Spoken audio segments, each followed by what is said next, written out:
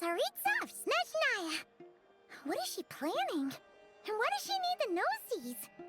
Soon, we'll have our answers. Guess this'll be the end of your journey that your sister mentioned. What is she expecting you to find there? Snezhnaya still feels like a long way away. Hopefully, there'll be plenty of time to relax, eat some good food, and have fun before we arrive. But whenever Paimon gets thinking about how our destination is right around the corner, all these questions come flooding into Paimon's head. It makes her so nervous. Yeah. Anyway, enough about all that. We can't start the final leg of our journey with that kind of mindset. Just think, we've fought dragons and sea monsters, defeated creations of the gods, faced prophecies of doom and the threat of the abyss. Heck, we've even been to the moon! With all that experience under our belts, how could we be any more prepared? Sure thing! Now, stick close to Paimon, the best guide you could ever ask for, and let's charge straight for the finish line! Off we go! What about me? Do I get a call out? Whoa! Columbina? You kinda snuck up on us there.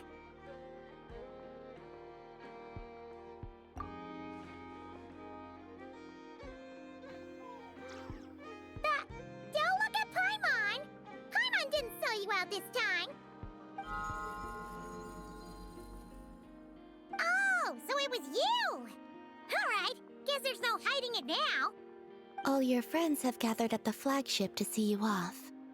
I invited Sandrone too, but she said she had to go back to Snezhnaya.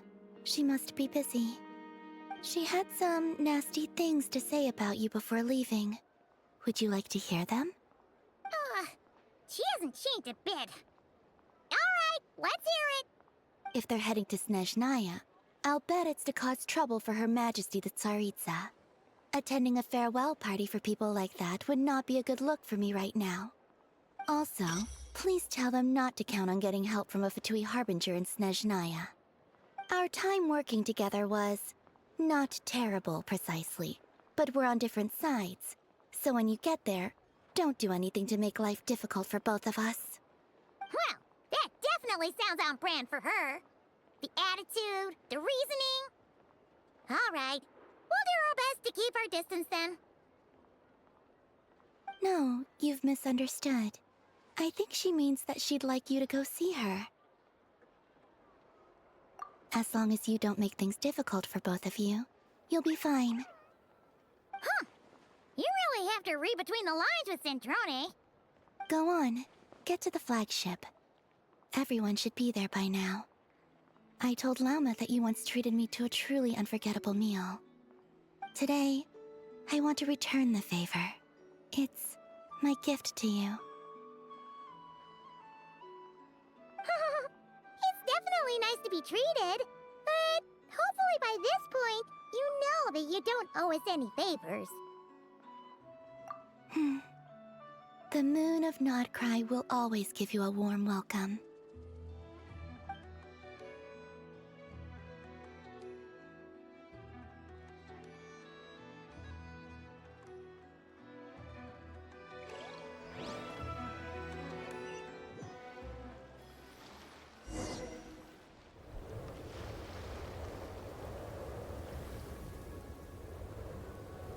Wow! Pure white as far as the eye can see! It's so pretty! Come on, give up!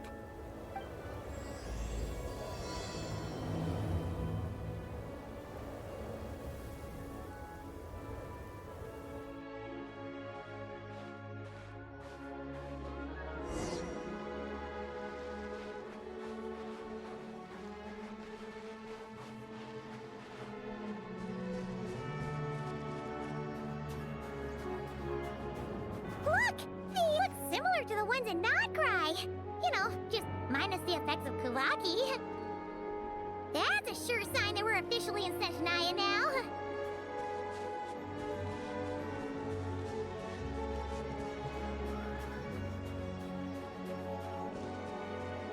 There's gotta be a treasure chest around here somewhere. No adventure is complete without a chest or two. Wah!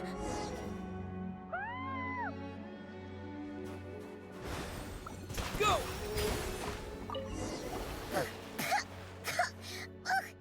Paimon got a mouthful of snow! Ooh, it's so cold! Paimon's gonna snuggle up to you for a bit to get warm!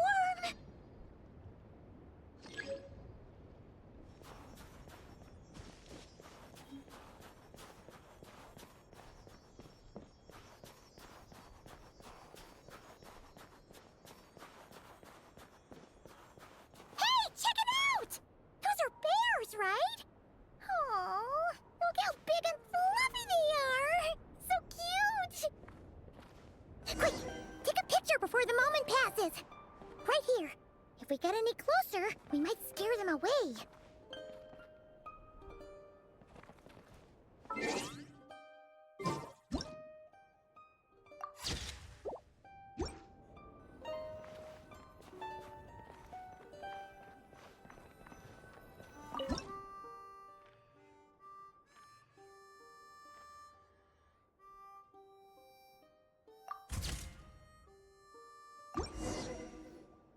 Let's see how your camera skills are these days.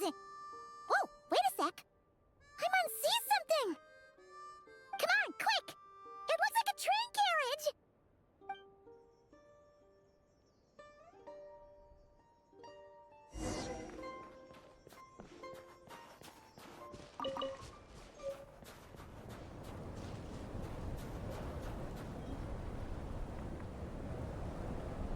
Paimon's heard that Snezhnaya has loads of railways and trains. This must be one of them. But why is it abandoned? Ooh, it's still so cold. Oh, I don't know. Maybe.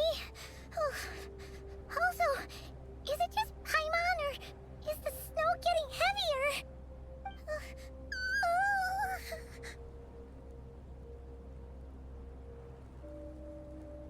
Oh, thanks for offering, but this isn't just the weather. It's hard to describe, but Paimon feels so weird. She's never felt like this before. Everything feels heavy. Getting kind of dizzy, too. Oh, no need. Paimon's just feeling a little low on energy. That's all. It's nothing serious. Not worth ruining our travel plans over. Yep, sure thing. Snezhnaya, here we come!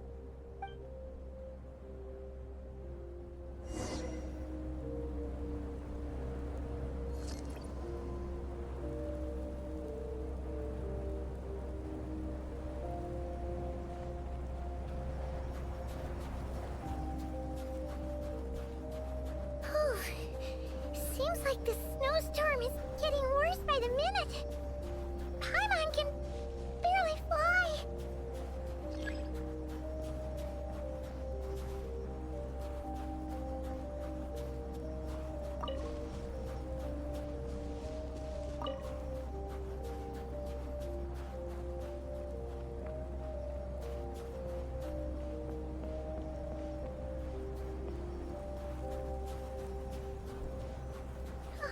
Oh, look! There's a cabin over there! Phew! Let's get out of this storm!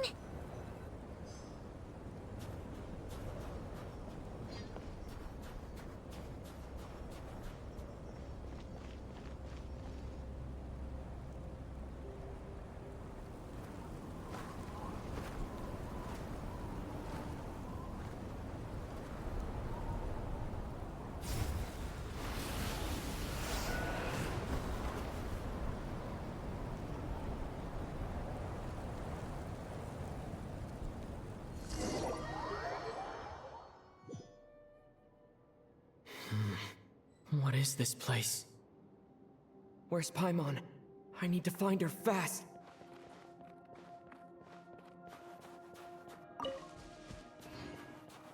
Paimon! Paimon!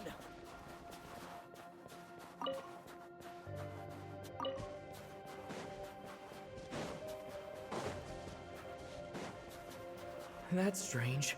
Where could she be? I guess I'll try further ahead. Hang in there, Paimon.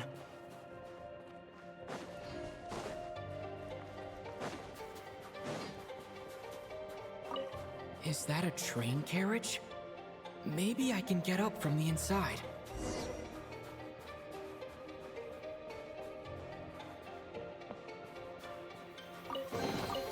A reward on the road.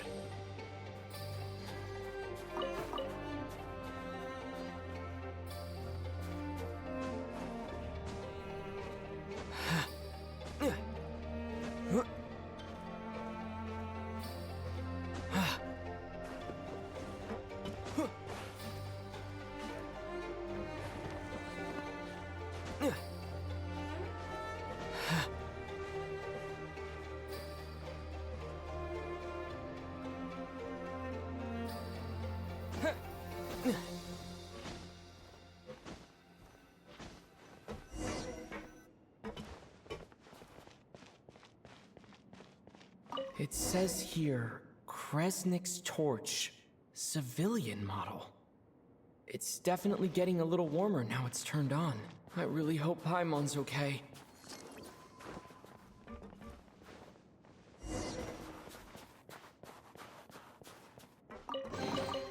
I'll keep this close. What was that strange sound? I can't tell if... Paimon? Paimon, is that you?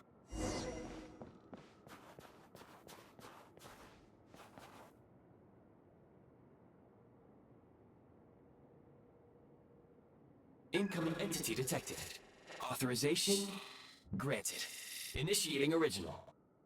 Hello, Descender, who's reached the eve of tomorrow. Eye of Grey at your service. Time since last activation. Time measurement unavailable due to the influence of... Anyway, it must have been a very long time. I was born to fulfill a mission. To reach tomorrow. To this end, I must...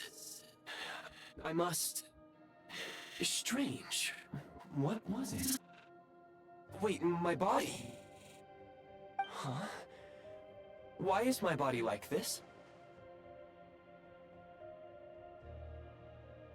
Apologies. After a long period of inactivity, it appears that a lot of data has been lost. Anyway, I was created so that humanity could reach tomorrow. But I am unable to load further details at this moment. Nevertheless, serving humanity remains my primary objective. I have detected a drop in your surface body temperature. You cannot remain active in this state for much longer. In accordance with my preset programming, upon reactivation, I must ask the one who awakened me the following question. Will you accept me, Transcender? I will assist you, protect you, and fulfill my mission until we reach tomorrow.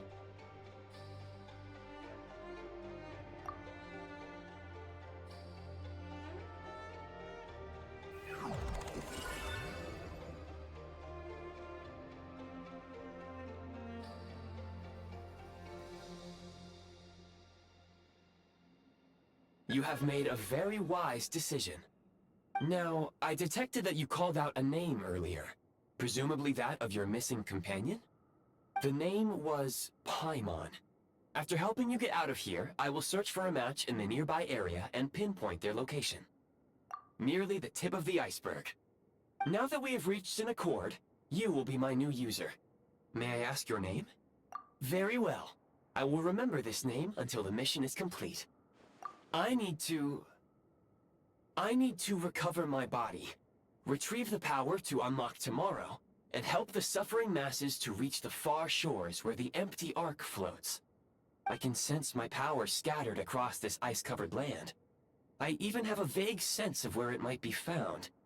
But right now, that is not essential. The key right now is you. You must survive and reunite with your companion.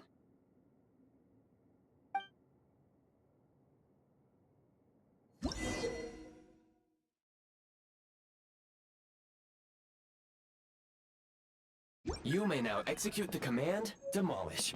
Use it to remove the Prime Ice unit count has been updated.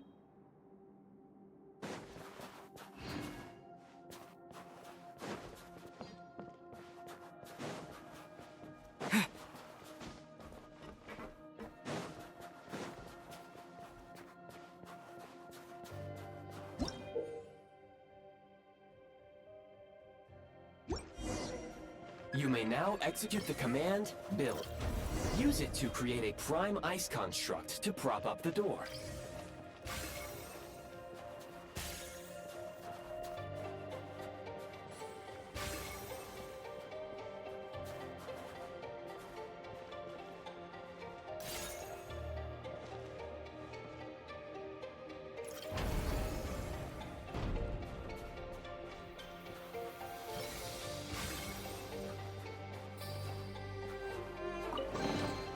A reward on the road.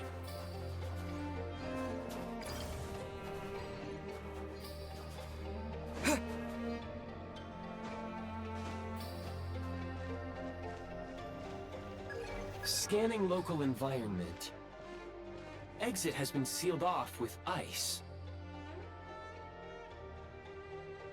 That would not be an efficient approach. One moment. Usable construct blueprint detected nearby. You can use this to clear the solid ice ahead of you more quickly.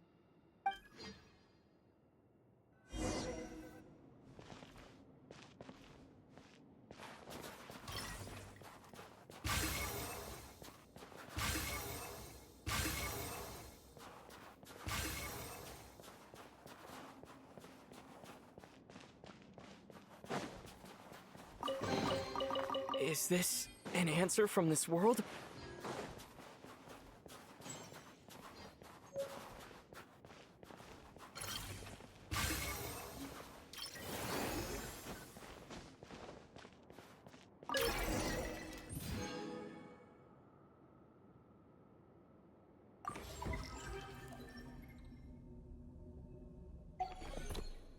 Construct blueprint added to records.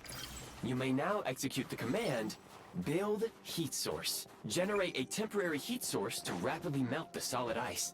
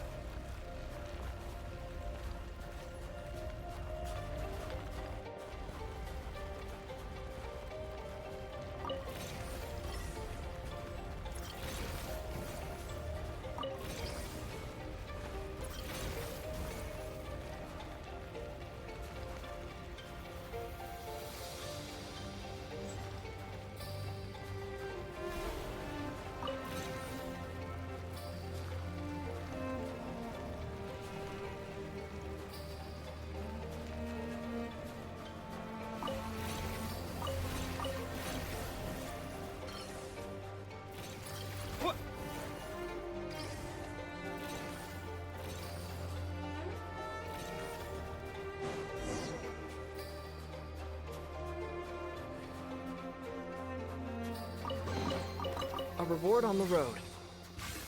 My scan indicates the path is straight ahead. I recommend we proceed.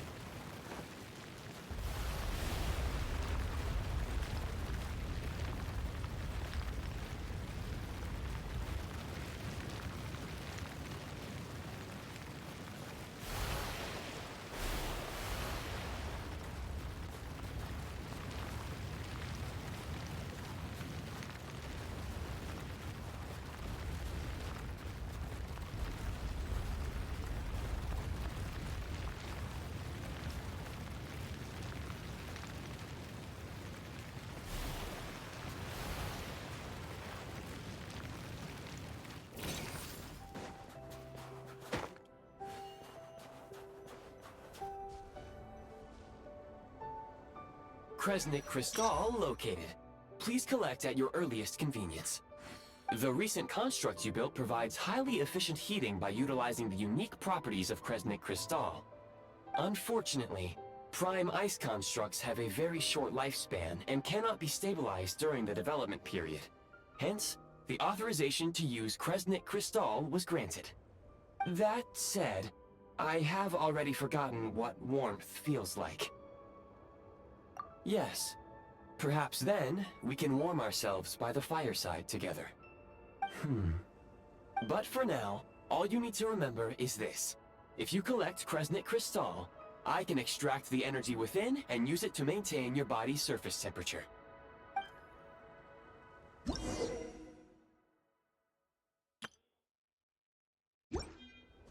Low power. Please use Kresnik Crystal to replenish energy reserves. Signs of physiological activity detected in the distance. It is highly likely to be your travel companion, Paimon. Go. Go now. Be reunited and sing together. May all the people be united as one. May all of life rejoice in unison. Approaching the target location. Scanning for signs of life. Life forms detected. 2. Affirmative. However, that is not the reason for my confusion. According to my database, this location is a train station, meaning the number of life forms is unusually low. Real-time environmental data suggests that the train station may no longer be in use. But whatever the situation, please exercise caution.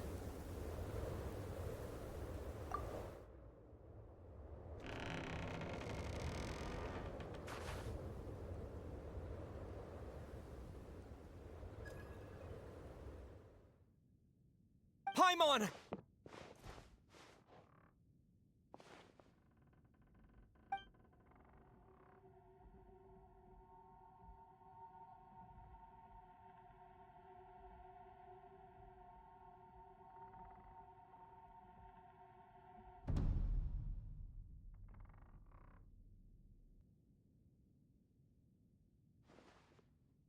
Who are you? Don't worry. She's only sleeping. You must be the Traveler. She called your name repeatedly while attempting to battle her way through the blizzard. Newcomers to Snezhnaya struggle to adapt to the sheer cold at the best of times. Lately, even the locals are suffering, with a powerful monster having summoned a bitter snowstorm.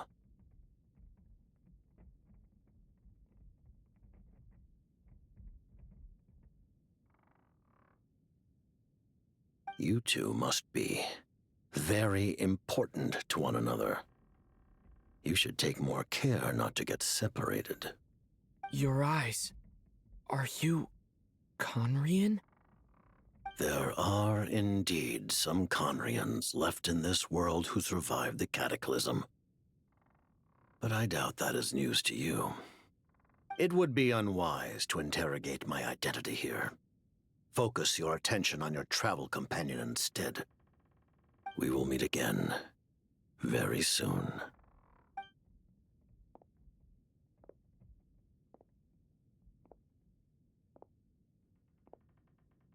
The unidentified subject has now left the area.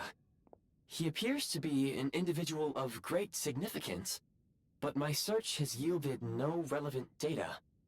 I will try searching the database again. Against the odds, your companion is safe and sound. The other person even left a blanket for her.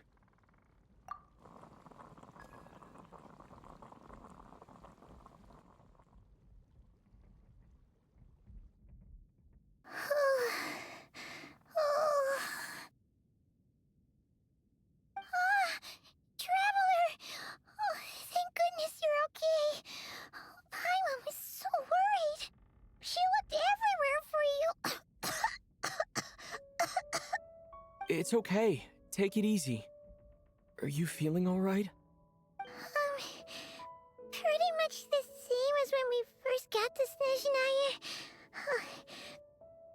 must have caught a cold. She was feeling so faint. She just couldn't keep going any longer.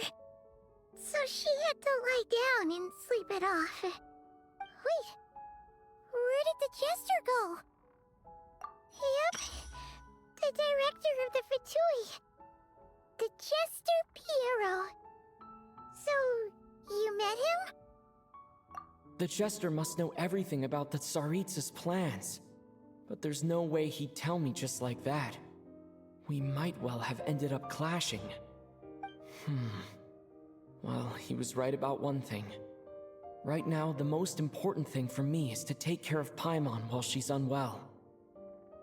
He had no intention of explaining his motives, and he left in something of a hurry. Hey! What the... Who is that? It looks like... half a pair of goggles. How amazing! A self-aware, talking pair of goggles. Snezhnaya was once the land of the Fae. There are many ancient creations here that I'm sure would broaden your mind further still. Mind you, my database is also expanding as we speak. You must be a rare creature yourself. Oh, wow! Well, thank you so much. You've earned yourself some of Paimon's favorite candy. Oh, but by the looks of it, you probably can't eat that, can you? Goodwill detected. Instead of candy, perhaps I can suggest my preferred strategy. Please clean me regularly to keep me operating at peak efficiency. Oh, that makes sense. Every pair of goggles needs wiping clean once in a while. Sure thing, mister. Anyway, back to the Jester for a second.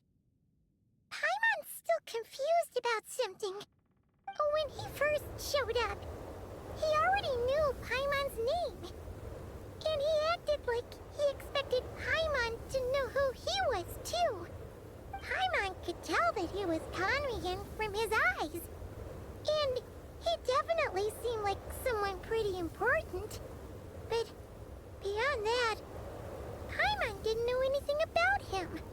It was only later, after he rescued Paimon from the snow, that he properly introduced himself. That's the only reason Paimon knows he was the Jester. Oh, seems unlikely. He ran into the snow following the sound of Paimon's voice, with a really anxious expression on his face. He didn't act like someone who knew she would be here in advance. And after bringing Paimon here, he just stared out at the snow. He didn't do anything to Paimon at all. In fact, he barely said anything. Wouldn't even answer any of Paimon's questions either. Paimon didn't feel unsafe around him, and he didn't seem to have any ulterior motives. For all we know, he might have just ignored Paimon's questions so she'd give up and go to sleep. Please allow me to interrupt. Fatui and director are unfamiliar terms. May I ask for clarification? Wait, you've seriously never heard of the Fatui? Oh, they're like the Tsaritsa's inner circle. Really powerful people. And the director is their boss. Understood. Since they hold elite positions and serve their god directly, it stands to reason that they would conduct themselves with due decorum. I am inclined to agree with your assessment, Miss Paimon. I did not detect any ill will from the gentleman in question. Sorry, I shouldn't have encouraged you to talk so much. Paimon, new plan. Let's get out of Snezhnaya for now. We can come back after the weather clears up and you're all better. The Jester mentioned that the snowstorm, being the work of a monster, is worse than most. Even if we made it to Snezhnagrad, we'd still have to wait out the storm before we could do any exploring. Oh, well, it's really nice of you to look out for Paimon, but she doesn't want to hold you back. We were really psyched up for this journey when we first set off. Just think of all the burning questions we have. If we turn back now, who knows how long it'll take before we finally get answers. Further information is required regarding the monster situation. But objectively speaking, there is another, more pressing issue at hand. At this point, we have traveled a significant distance into the blizzard. Were we to turn back now, the road would be extremely treacherous, especially since we would need to travel on foot. If, however, we continue onward, there may be a better solution. Do you remember what I said as we neared this location? I told you that this is a train station. While it has evidently fallen into disuse for unknown reasons, the tracks remain intact. We can break through the blizzard and forge ahead by driving a train. That is the Snezhnayan way. There is a small town up ahead, which would be the perfect place for Miss Paimon to rest and recover. Paimon thinks Goggles here makes a great point. Let's do that. Oh, come on. Don't worry. Think of all the traveling we've done so far. When has Paimon ever gotten sick before? Practically never. 'Cause she's in great shape. Sure, she's a little tired right now, but it's sure to clear up on its own. Affirmative. Should you ever need my assistance during your future adventures, please call for the Eye of Grey whenever you wish. Otherwise, I will remain silent to avoid causing any unnecessary distraction. Now, please follow me to the train tracks.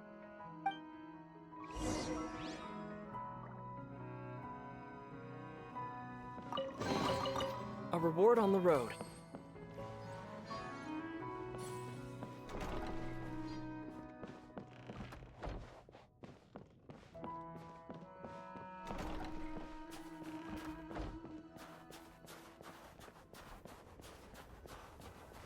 Please confirm when you are ready to depart.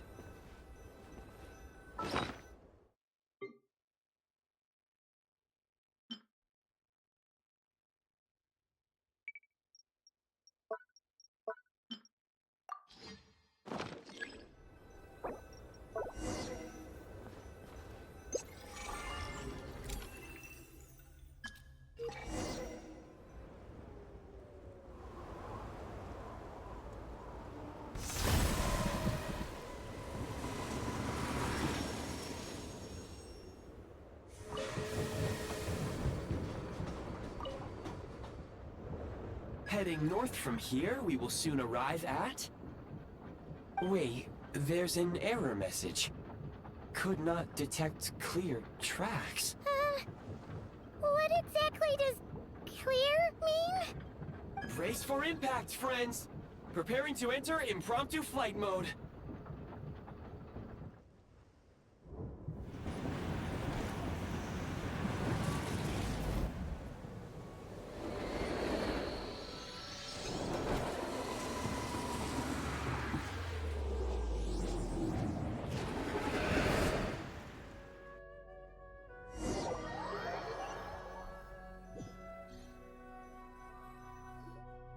How strange.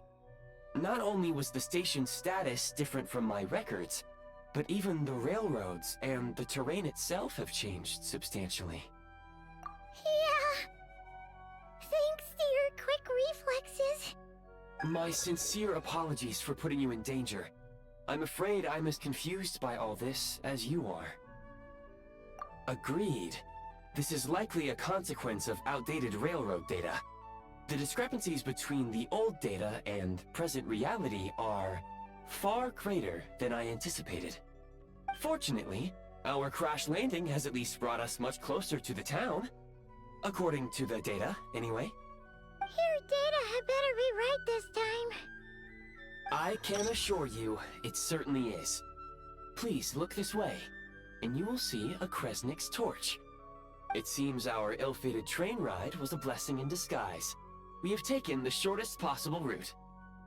Rest assured that I will take user preferences into account next time I plan a route. Next time, I will get it right.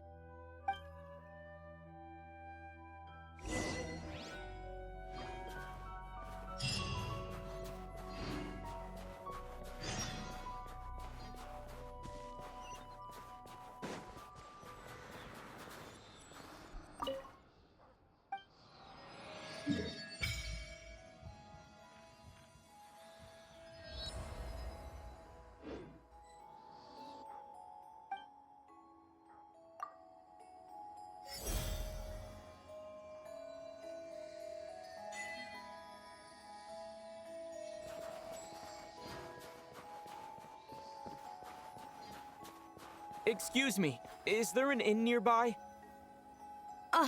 I'm sorry, but they've all closed.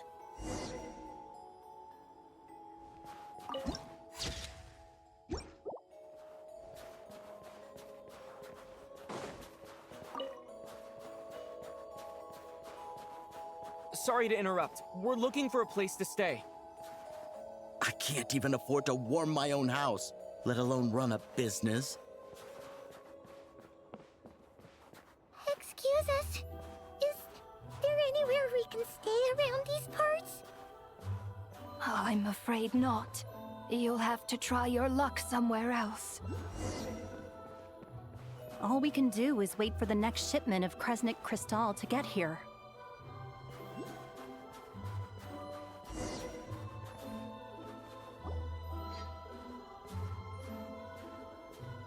Hi there. Do you know if there are any inns still taking guests in this town? Doubt it. They're probably all closed. No one has enough Kresnik Crystal to heat their own homes, let alone a business. Oh, what a bummer. I clocked you a while back. You adventurers or something? We don't get many tourists in inland Snezhnaya these days. Why is that? Because of the snowstorm? In part. But the bigger reason's Project Stuzha. Since it's Her Majesty's will, we have to put up with it whether we like it or not. Oh, sorry. I assumed it was common knowledge by now. Basically, the Tsaritsa is planning something big. Something that requires an enormous amount of energy. Even if they used all the surplus Kresnik Crystal in Snezhnaya, it still wouldn't be enough to meet demand. So, the Vecha passed a resolution requiring all factories and households to reduce their energy consumption. The policy has thus been charmingly named Project Stuzha, meaning bitter cold. Bitter cold? So, like, it's gonna be a cold winter, folks? You're all gonna have to find a way to get through it? That kind of idea? Pretty much. When you're broke, you scrimp and save. When it's cold, you huddle together for warmth. There's always a way to stretch things out to make ends meet. Trouble is, if you stretch someone out like an elastic band for too long, who knows if they can ever bounce back. You know what? Come with me and see for yourself.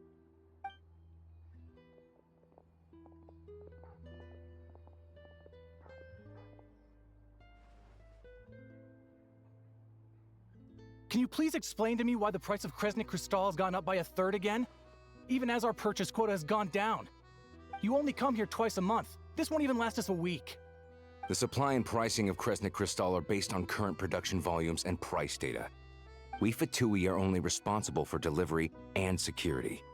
I'm not in a position to explain to you how the figures are calculated, but I assure you, they are as fair and reasonable as possible.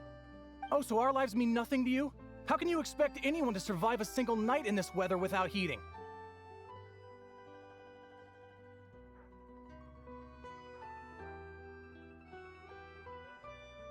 Since you insist on making me repeat myself every single visit, I will remind you again. There is no monopoly on the trade of Kresnik Crystal. You are free to purchase the shortfall from elsewhere on the market. What market? Nobody else is selling! And when they do, they charge 8 times the normal rate! It's robbery is what it is!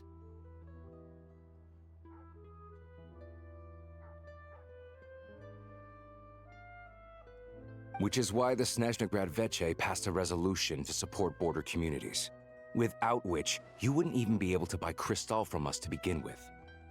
So if you're here just to argue, move aside and let the next person in line come forward. Everyone's feeling the cold here. You...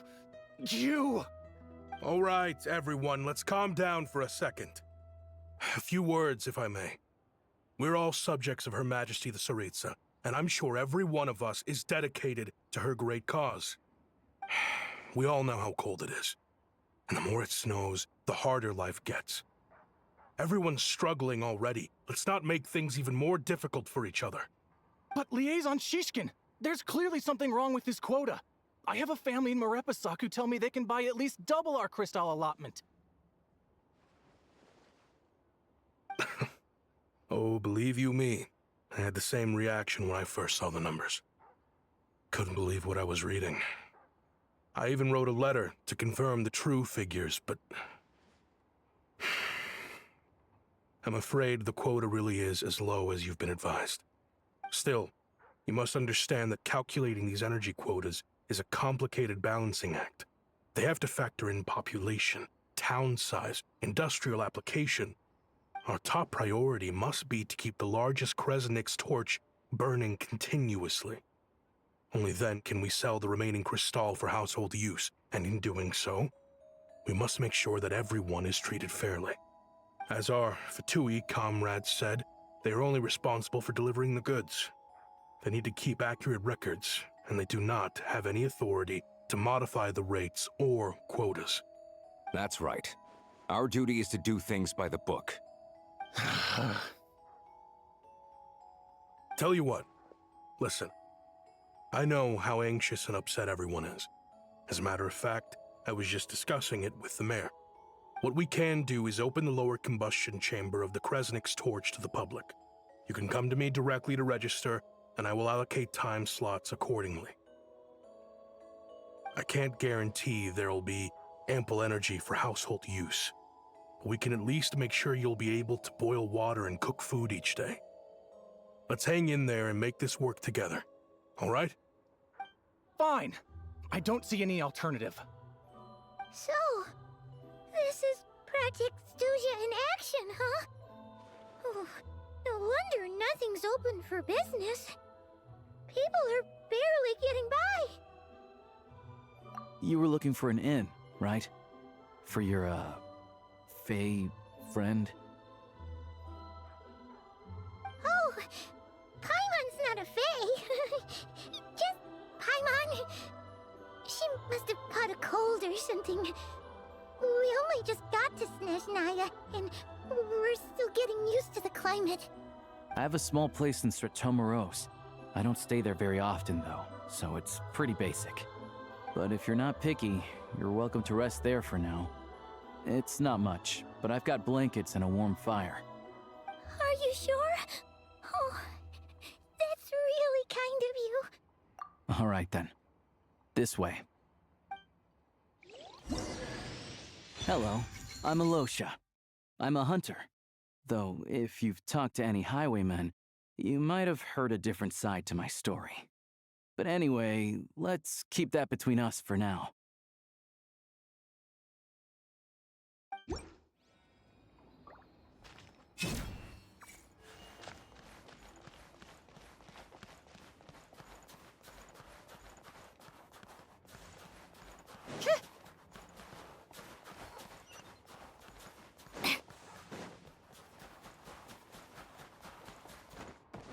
Huh?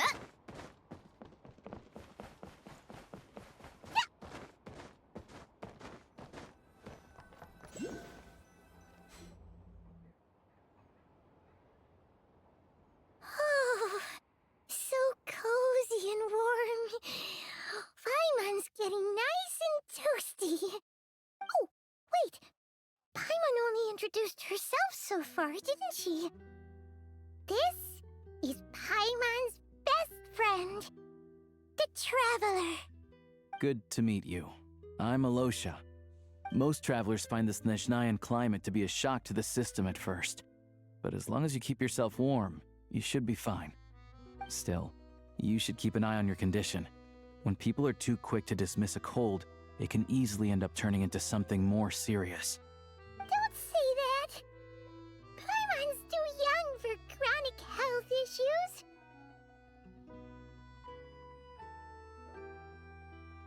They aren't in town right now, and they won't be back anytime soon. The train station has been closed ever since these power shortages began. I do a lot of hunting, so I spend most of my time exposed to the elements.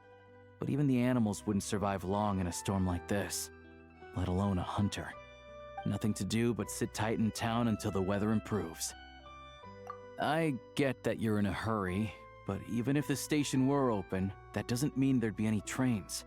We could end up stuck here for a long time, I'm afraid. What? Your own train?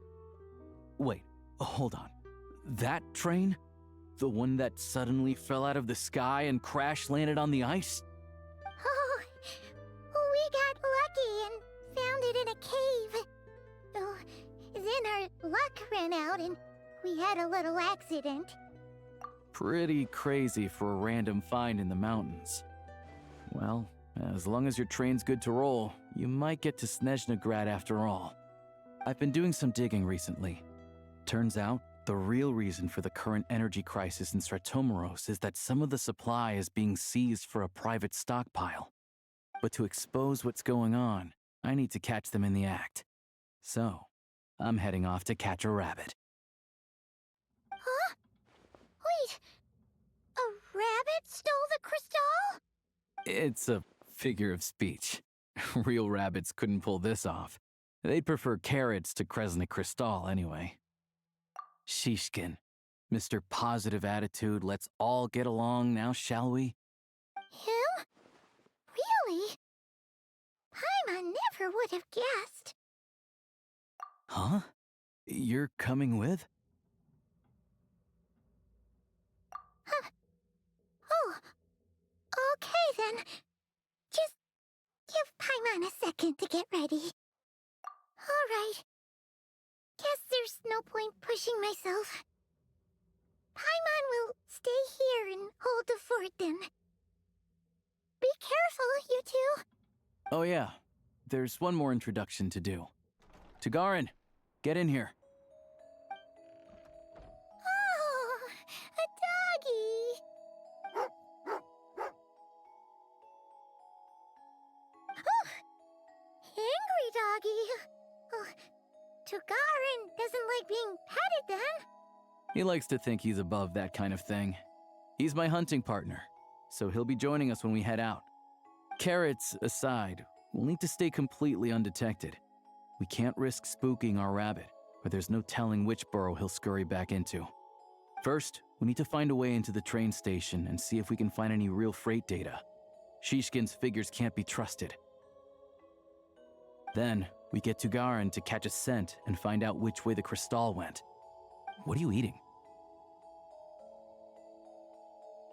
Oh, check it out. When you're all out of carrots, try jerky.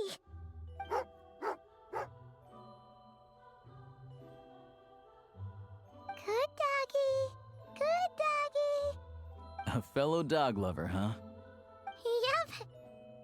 And rabbit lover. Carrots are great too, you know. Good to know. Eat up, Tagarin. We got a lot of work to do.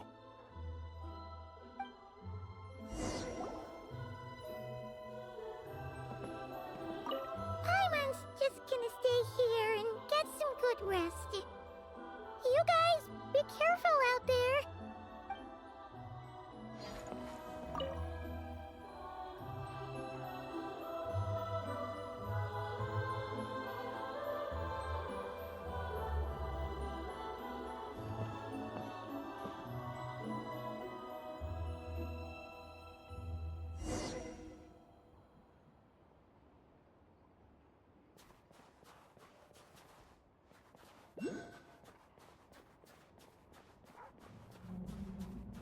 Wait.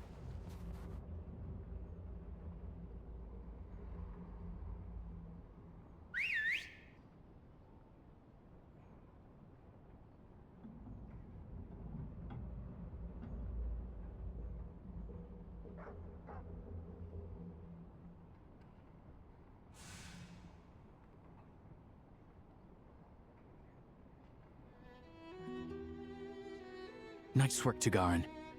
Come on, we'll go around.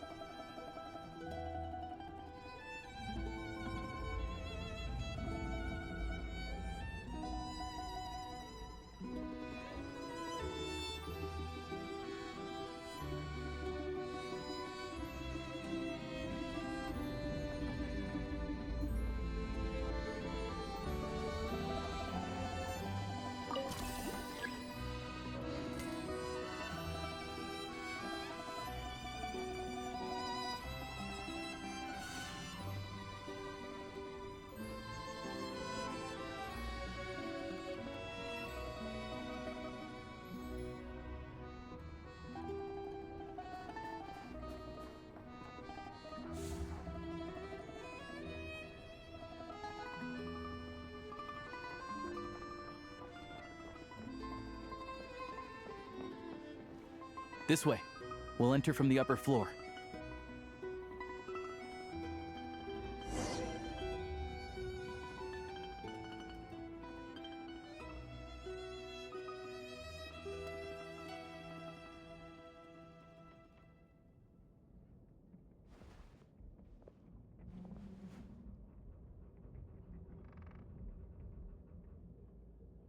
There we go. A freight list. Straight from the Fatui. So Shishkin won't have had the chance to doctor the figures. Looks as new as the day it was printed. I guess no one bothers reading these unless they have ulterior motives.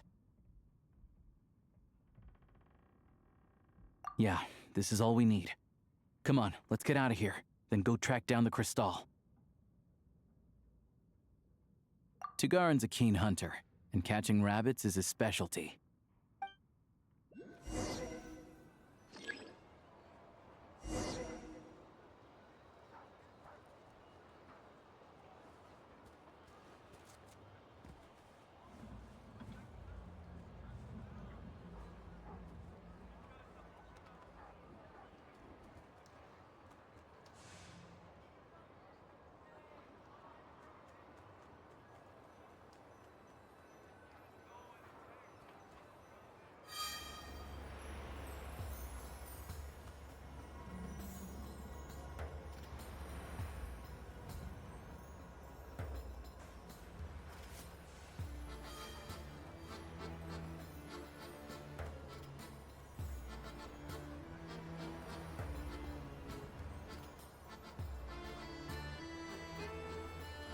Anywhere there's a stove, there'll be the scent of Crystal.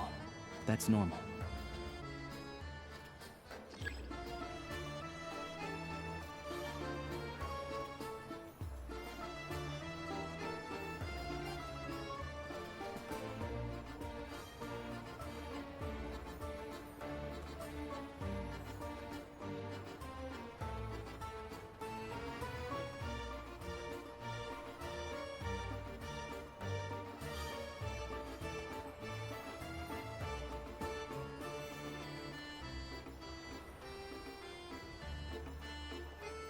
But if he picks up the scent of Crystal somewhere and there's no stove around, that's how we know something's up.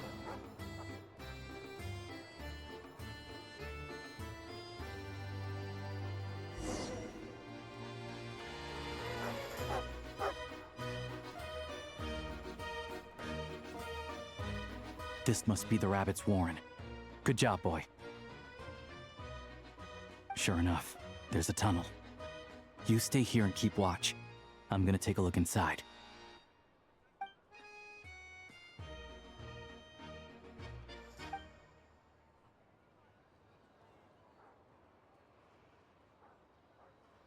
Thanks for looking out for us.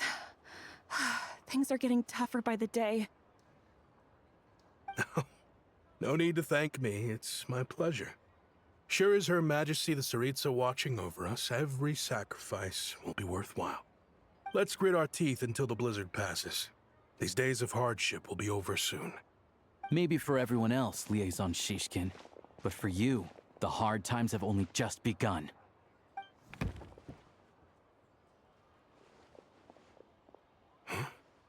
Who are you? What's the matter?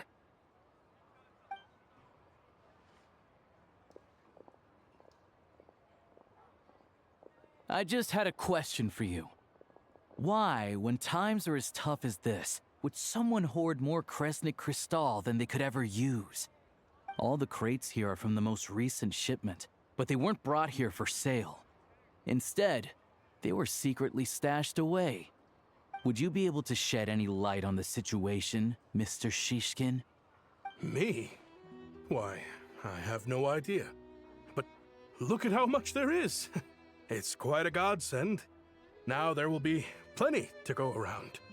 This godsend was found in a cellar adjacent to your residence following a tip from Mr. Alosha.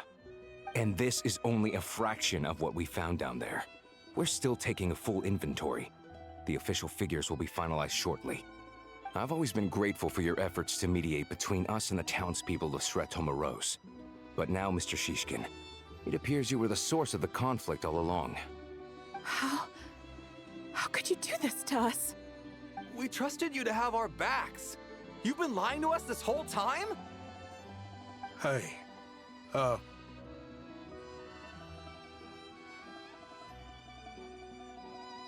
I owe you all an apology. I'm sorry. I'm so very sorry. This isn't who I am. Please believe me, this was a one-time mistake that I will never repeat. We all know how difficult life has been since Project Stuja came into force. Energy is an increasingly scarce resource. People everywhere are getting desperate, but some places have been hit harder than others. I grew up in Alatir, a small village with no train station. Deliveries of Kresnik Crystal have ceased there entirely. If nothing is done, they're all going to freeze to death. You know as well as I do how downright impossible it is to buy Crystal these days. The thought of my poor mother and father, with no one to help them, I felt so afraid. I watched as energy grew scarcer by the week, all the while knowing that their lives were at risk. Then one day, I looked at the Crystal shipment in front of me, and a terrible, selfish thought entered my mind. Looks like I'm just not cut out to be a criminal. I'm so sorry. Once the Fatui have finished their count, you'll see that the numbers match their waybill.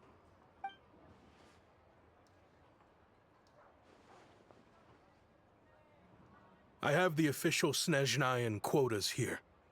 Anyone who has already purchased energy, please make your way over here to correct your transactions. I'll make a batch purchase of Crystal worth 3 months' salary for you all to use free of charge. As for Alatir, I'll think of something else. You don't have to go that far. Yeah, owning up to your mistake is enough for me. You've done plenty of good for the community in the past. I'm not looking for a handout. Drop the act. You claim this was a one-time mistake, but the real reason there's only one shipment's worth of stolen Crystal in your basement is that you have an accomplice. Reporting in, sir. We've conducted a full search of the mayor's house. As expected, we found many crates full of Crystal, half of which were still in their original shipping containers. This wasn't your first time at all. You've been colluding with the mayor of Sretomaros for a long time now.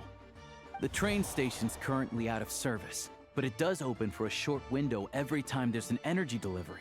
And every time a train pulls in, you're there on site to take inventory and oversee the workers unloading the cargo. The mayor handpicks said workers. Per his instructions, they transport the Crystal by tunnel at night to the mayor's house, and he sells it out of town. But since he can't get the goods out of town by train, he had to arrange an alternative method of transportation. This meant slower sales, which gave me plenty of opportunity to catch him in the act. Wait, the mayor's involved in this too? Preposterous. What proof do you have of any of this? Basic math. I've spent a lot of time lately counting carriages as the snowstorm rages. Counting carriages? What? The energy consumed by a train depends on its total weight. And since energy is a limited resource right now, it's fair to assume that every carriage is packed full. So, if we take the energy required for the Kresnik's torch, add the sales figures you provided, then compare that figure to the train's theoretical cargo capacity, guess what? The numbers never match. It's always off by 1 or 2 carriages worth. This time, you set a new record. 3 carriages missing. You mean to tell me that you sat around outside, counting carriages, in this weather?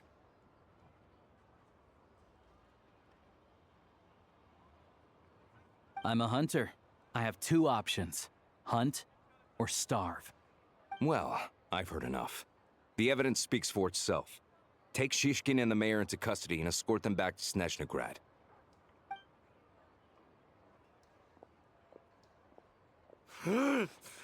You cocky little brat! Ruining my business!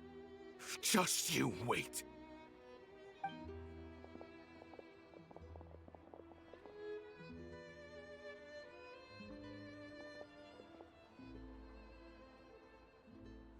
Yeah, something felt off, so I just followed my gut.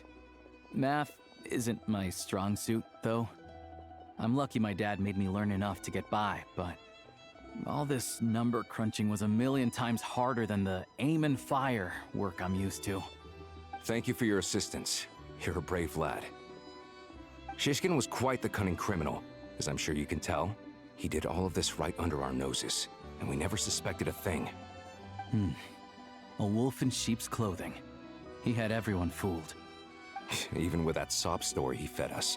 He was probably trying to keep the mayor out of it, not just mask his own motives. Without the compelling case you put together, even I might have fallen for it. Alosha, was it? Tell me, are you really a hunter? We can go find some wild animals if you want. I'll fire off a couple of shots, and you'll see whether I'm the real deal. I didn't mean to cast suspicion on your identity. It's just... well, I'm sure you've heard of the Rokot. Recently, they've been recruiting people with your kind of talent. They hide in plain sight under false identities, working against Project Stusha, sometimes directly opposing the Tsaritsa herself. They aren't a violent organization, and their goal is to improve the lives of the common folk. But still, as a member of the Fatui, I wouldn't be doing my job if I didn't keep tabs on them. First I've heard of this. I don't really keep up with what goes on in the city. All I know is, people who don't mind their own business in the city end up paranoid about everything. As for me, I just couldn't stand Shishkin. I'm from Alatir myself, and I can tell you, nobody's lived there in years. Why would an abandoned village need Crystal? Of course, no one really cares about the fate of that place. I'm guessing today is the first you've heard of it. I see. It does sound quite tragic. Really. Well, thanks again for your assistance, and your friend here too. I will report this incident to Snezhnaya. The Fatui will take over energy distribution until new officials are appointed. We'll also ensure that the train station resumes normal service as soon as possible. Looks like it's my turn to brush up on math now. I never liked it as a kid either.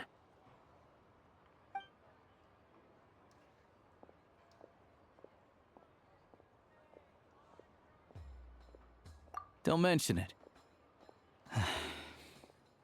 Isn't the soldier overseeing the delivery supposed to verify the quantity of the goods? Was he just careless? Or was he being paid off too? Who knows? Excuse me. I'll take a share of Kresnik Crystal too. Thanks.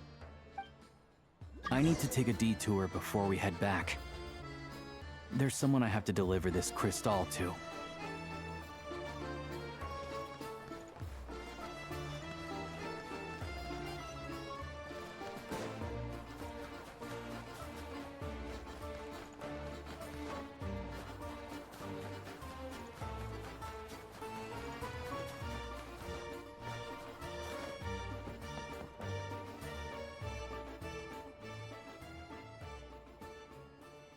Hang tight for a moment. This old lady, she doesn't really know who's who anymore.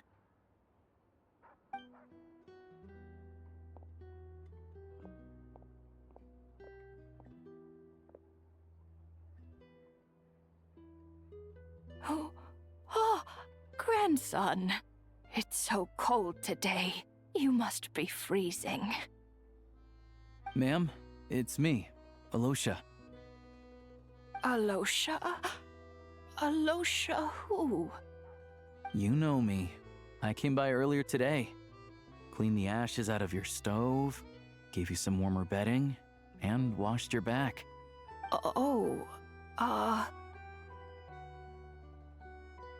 I'm sorry, I don't remember. Now, how often do I get to see my grandson, hmm? Come on, take a seat and relax while I fix you something to eat. It's okay. You just rest. I'm fine. Oh, you. It's nice to come and visit your old granny once in a while, isn't it? Sretomoros, a good town. All sorts of things to do and people to meet. And the local officials are good to us. Sit down, come on, take a seat. I still have some fruit left. Let me get it for you. Please, don't get up on my account. You need to rest. Where's the fruit?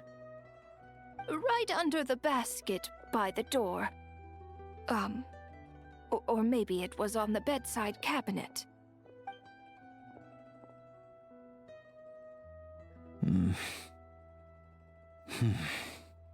Well, grandson dear, do you like it?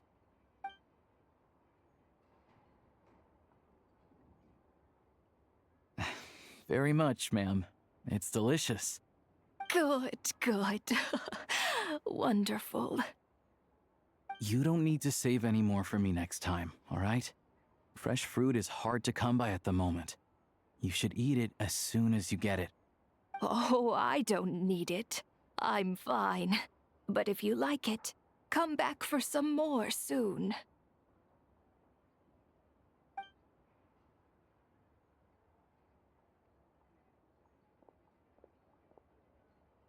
Some kind soul must have given these to her. But she always saves the nicer things for special occasions. I met her at the market back before her health began declining. She was a lovely old lady. We're from the same hometown. Not many people have heard of Alatir. And if they have, it's usually for all the wrong reasons. There's a gang of highwaymen that came from there. Now that it's an abandoned village, it's rare to find anyone who shares fond memories of our hometown. So after we got talking and realized we were from the same place, we decided to keep in touch by letter. I first learned of Sretomoros' energy supply problems from a passing comment in one of her letters. Then, after her health went downhill, I started visiting more often to check in on her. The town's been in decline for a while now, but because of her memory problems, she thinks of it as the bustling, prosperous Sretomoros still in its heyday. That said, I kinda appreciate her optimism. There's not much of it going around in this world of ice and snow. It's fine. Everyone grows old. In Snezhnaya, some people believe that in your final moments, you'll sense a familiar presence by your side. You turn to look at them, but their face is blurry. So you focus hard, trying to make out who it is. And when you finally see their face, the Grim Reaper reaches out and takes your life. She still calls me grandson, though. So at least I'm not a blurry face in her world just yet. Come on, let's get back and see how Paimon's doing.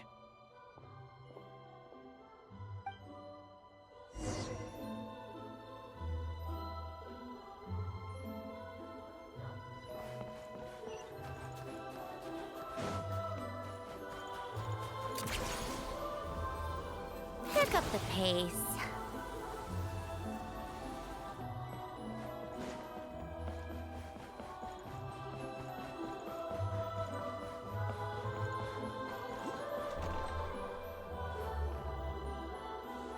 Paimon, we're back. Are you feeling any better? Yep. Paimon's not cold anymore. But she's still still a little dizzy.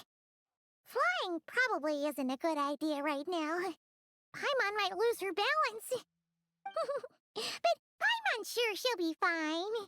It's probably just from getting hit on the head by that pile of snow when we first arrived in Snezhnaya. Her complexion's looking much better. Let's keep an eye on her. Sure, but enough about that. How did everything go on your end? Are you all set? Did you have any trouble? I'll explain. It's a bit of a long story.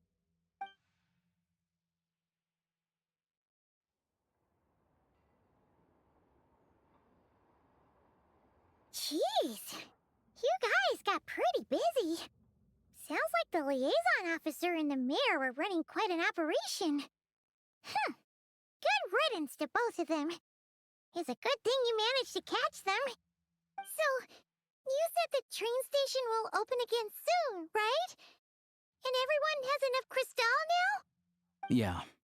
Well, enough to survive at least. Project Snezhnaya isn't going away anytime soon. People will still have to scrimp and save to make ends meet. Don't know. The goal of Project Snezhnaya is to gather energy for the Tsaritsa, but no one knows where that energy's going. It's never been made public. The thing is, we were told that the project would only last for 6 months, but time and time again, they keep extending it. Extending it? Does that mean the Tsaritsa's plan isn't going very smoothly? That's what everyone suspects. In principle, any proposed extension needs to pass by majority vote in the Snezhnaya Veche. But even though opposition has been growing, any detractors end up caving into political pressure from the rooster, Pulcinella. He's the chair of the Snezhnaya Veche and a key figure in the voting process. He has the backing of many powerful and influential people. How come the Fatui are picking on ordinary people even here in Snezhnaya? I don't see it like that. Fundamentally, the Fatui will always think and act in the Tsaritsa's interests. But that doesn't mean they don't care about the plight of the common folk. The only reason Sratomoro still receives crystal shipments is because of a relief proposal put forward by the rooster himself. Then there's the Fatui soldiers providing support in every corner of the nation. Even the Northland Bank provided some mora for disaster relief, and they're as conservative and indifferent as they come. It's just that the rich and powerful in their fancy palaces live in a completely different world from us. There's always going to be some conflict when those worlds collide.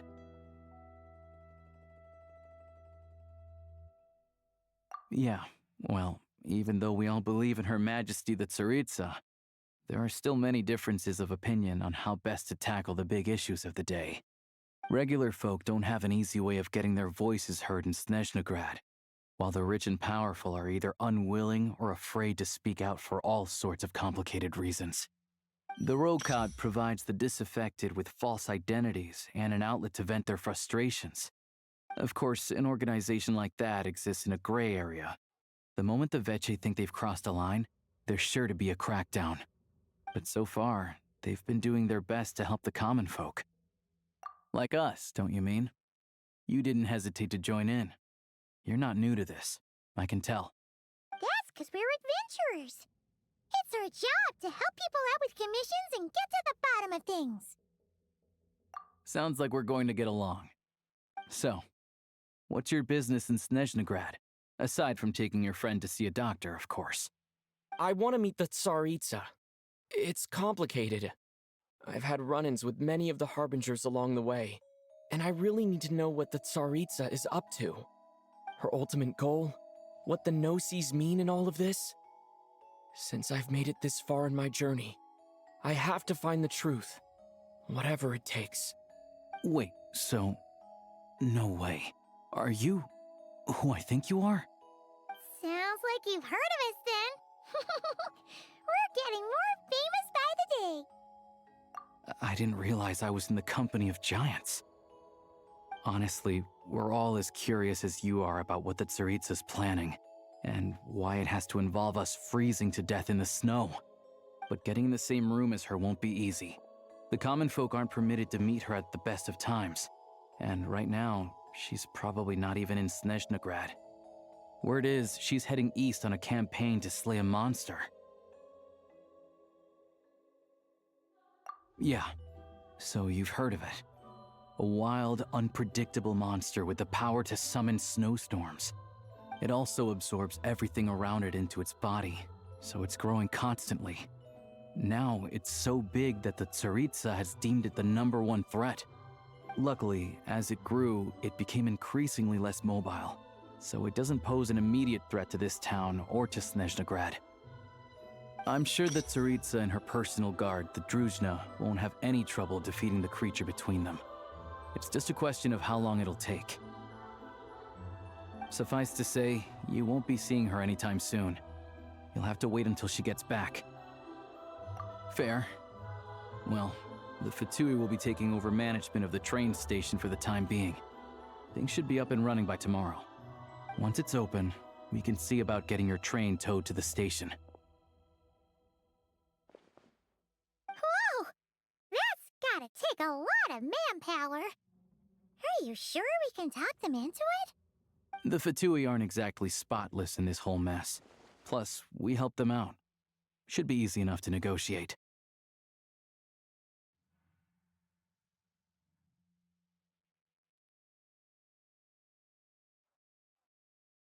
As far as I know, all the paperwork is dealt with upon manufacture.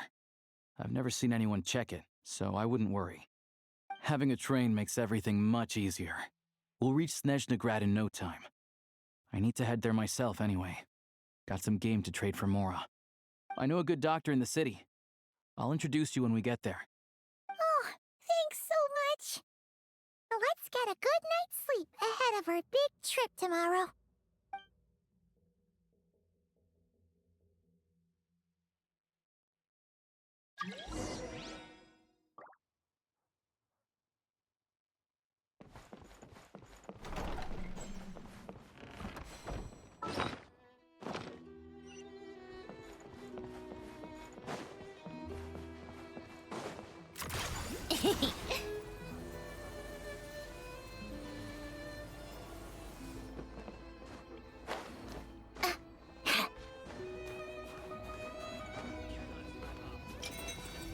Come on, keep up.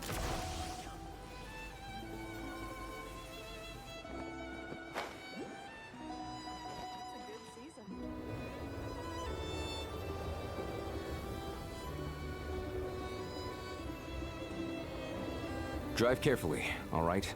You don't want to end up in this situation again. Also, I don't think I've seen a train like this before. Is it a new model or something?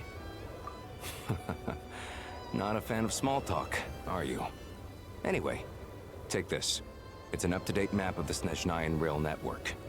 All the track switching is automated, so as long as the train's moving, you don't need to worry about collisions or anything. We'll leave you to examine the train's conditions yourselves. Fingers crossed nothing's broken. I doubt Sratomaros has any engineers with experience working on this model. Shouldn't be a problem. Thanks for everything. All right then. Have a safe journey.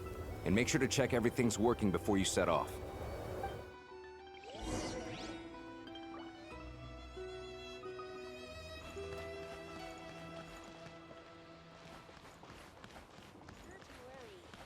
How tiresome.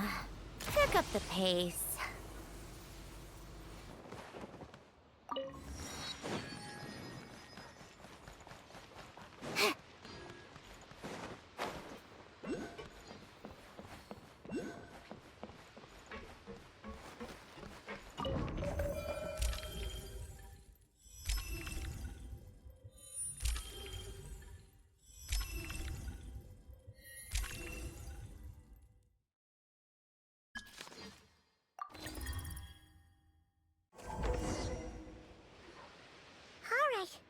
Looks like our destination settings have been applied.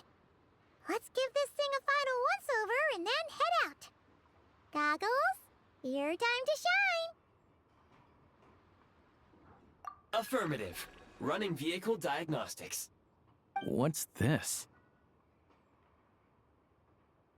Engine, green. Wheels, green. Frame, Minor damage, but no impact on function. Diagnostics complete. All systems nominal. Neat! Huh.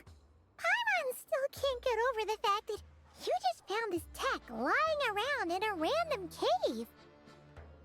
I've lived in Snezhnaya my whole life, and I've never heard of an interactive, talking train autopilot.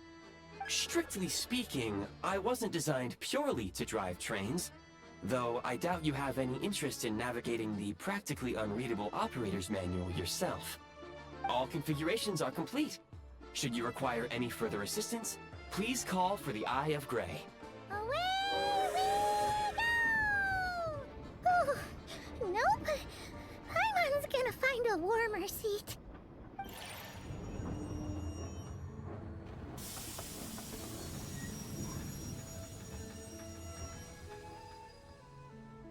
Huh? What's going on?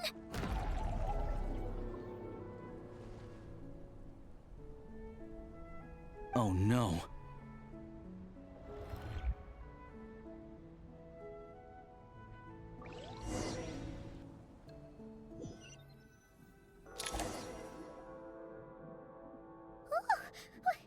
What is this place? Traveler, are you okay? Paimon's still airborne, but it feels like swimming through thick, gloopy water. It's horrible! Just our luck. Of all the things that could have gone wrong. Halosha, you're Snezhnayan, right? Any idea what the heck this place is? It's called the Shadow Realm. A place where no wind blows, no light shines, and no elemental energy flows. Even time itself doesn't exist here. It's a world where everything seems to come to a standstill. I've only seen it a few times before, and this is my first time inside. It's a dangerous place. Most people who get sucked into the Shadow Realm are never seen again. And the few who do make it back, they're never quite the same.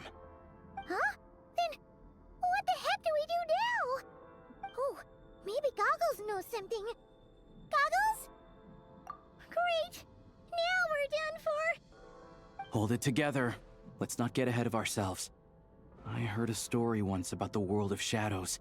If it's true, there's a way to escape. We just need to find the exit.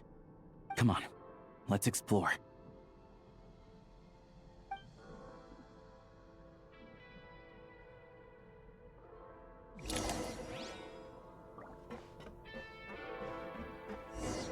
Look at these Fatui!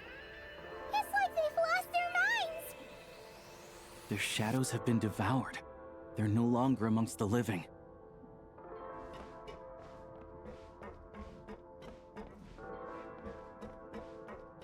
Ready to drop. I can't channel elemental energy here, but I have a few gadgets that still work.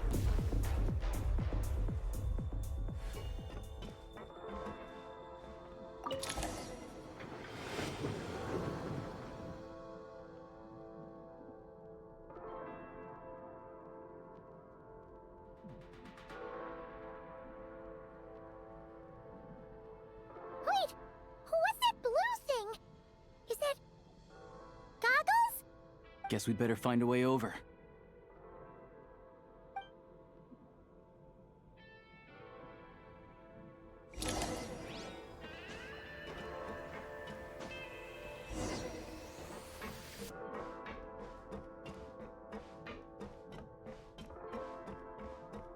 Let's hammer this out. This is the last one. What do we do next? Play it by ear.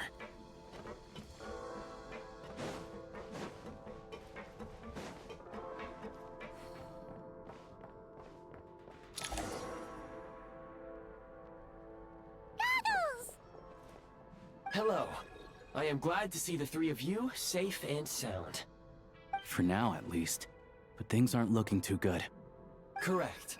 We are now inside what is known as the Shadow Realm, the darkest space in the shell, where even the Most High is loath to cast its gaze. Time and space hold no meaning here. It intersects with the world of the Light Realm only rarely, like an air bubble that rises to the water's surface. We must leave this place before it sinks back down into the depths once more. Sounds like you have a plan. Yes. In fact, the very purpose of my creation was likely to... from the Shadow Realm. It appears that key data is currently inaccessible, but now is not the time to resolve that problem. I have marked the exit to the Shadow Realm for your convenience. In addition, I have prepared some equipment to aid you as you traverse the Shadow Realm, Traveler. It may well be one of my core functions. Scan complete. Construction in progress.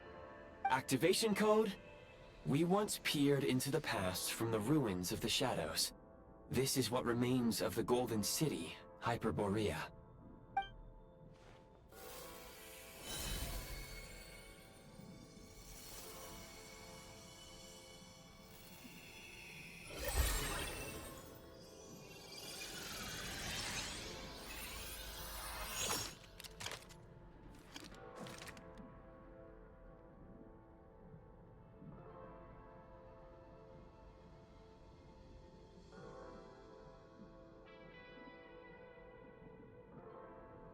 Whoa! Now go. Arm yourselves with weapons of the spirit. Bring down the walls of the stronghold, and extinguish the flaming arrows of the wicked. Is this a gun? In the Shadow Realm, where humans cannot channel the elements, there once was one who, after much research and many attempts, found this to be the most effective means of attack. Let's go. We don't have much time.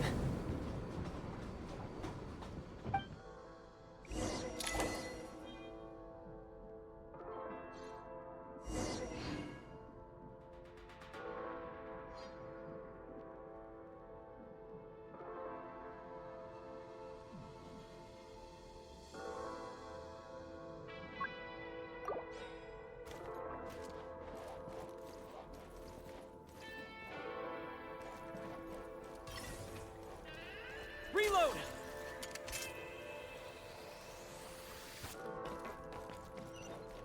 When you encounter small obstacles, you can simply clamber over them. Since elemental energy is unavailable in the Shadow Realm, you can slide to navigate through low, narrow tunnels.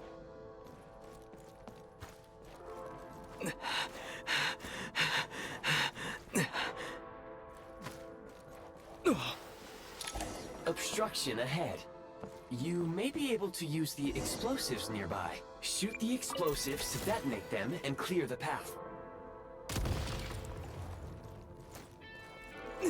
For long-range targets, try using the scope to line up your shot.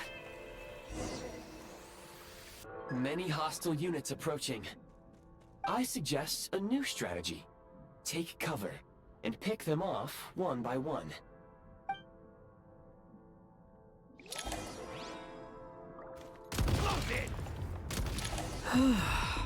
Yeah.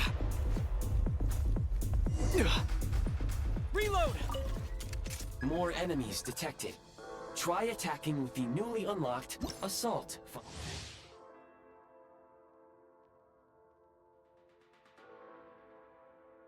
function. Mind the rhythm.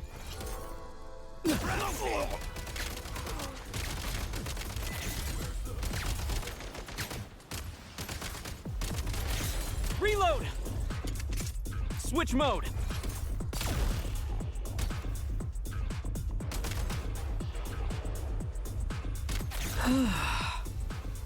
Yeah. Need a refill.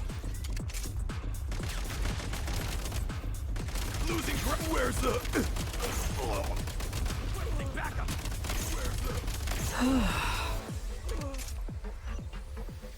Back in business.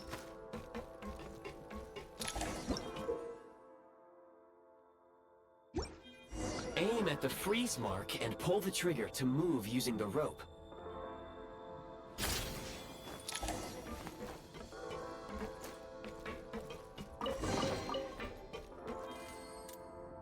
Mind the rhythm.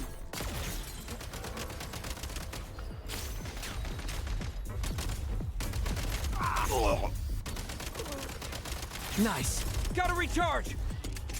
Switch mode! Can't take much more. Some supply points can restore a small amount of stamina. Press on.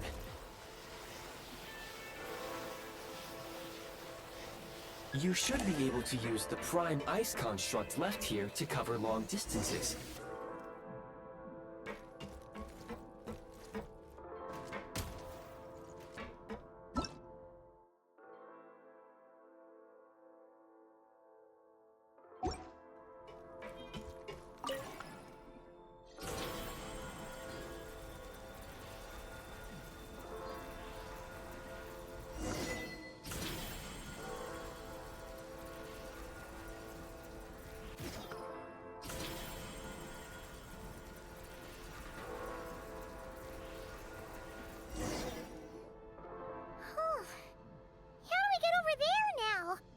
I recommend using this grappling gun.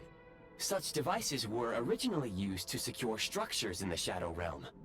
If you detach the connected hook, the grappling gun will automatically fire a rope to another nearby hook. Okay. So, we just remove this hook, right?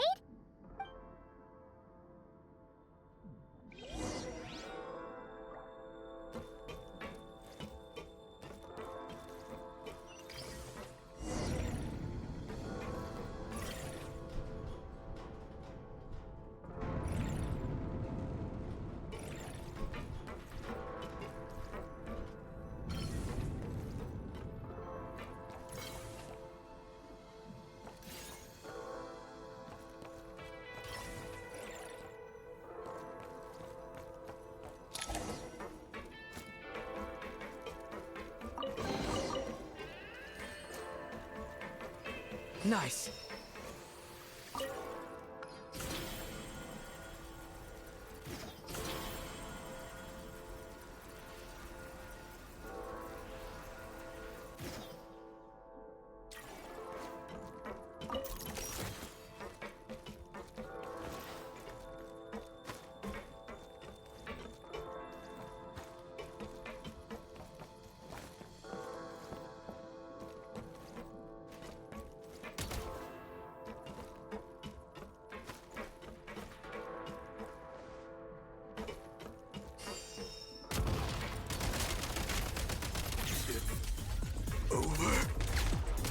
Where's the backup?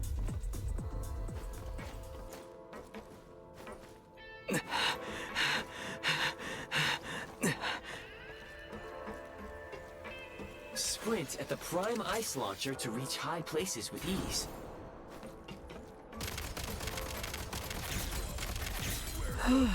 Backup.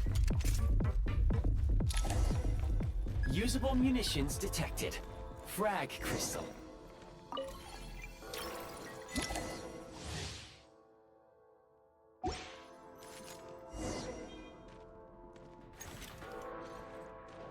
Demolition time! The advantage is ours. Take losing ground.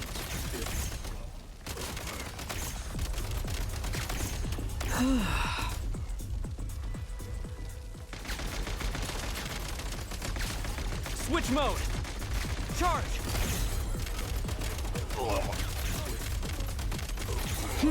Gotta recharge!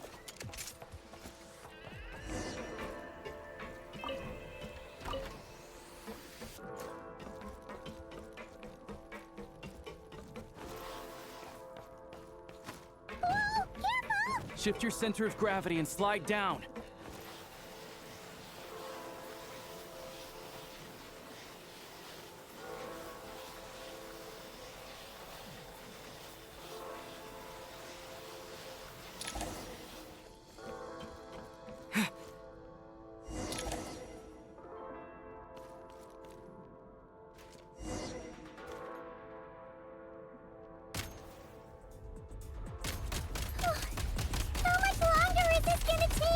The exit is right ahead. We are very close now. However... It's like they're trying to keep us trapped here. That platform and the carriages are swarming with undead Fatui. Guess we gotta storm through. Need a refill! Nice. Light him up! Need a refill!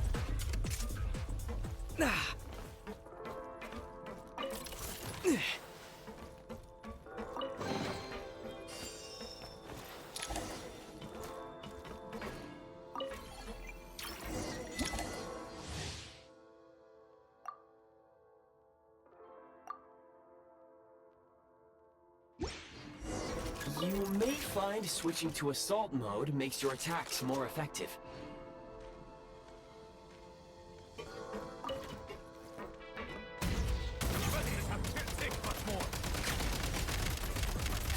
One shot is all I need! Reload! Switch mode! Charge!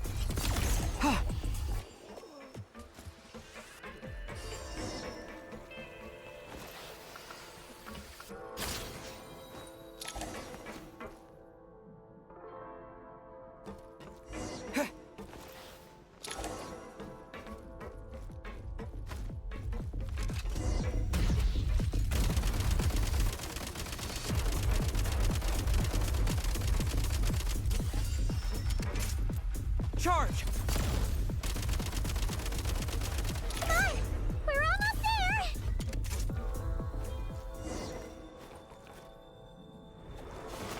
Huh? Why is everything shaking so much? Looks like the Shadow Realm is about to sink back down into the depths. The exit is right here.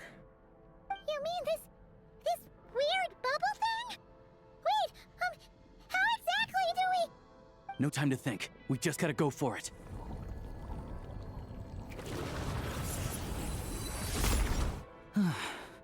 Looks like I was right.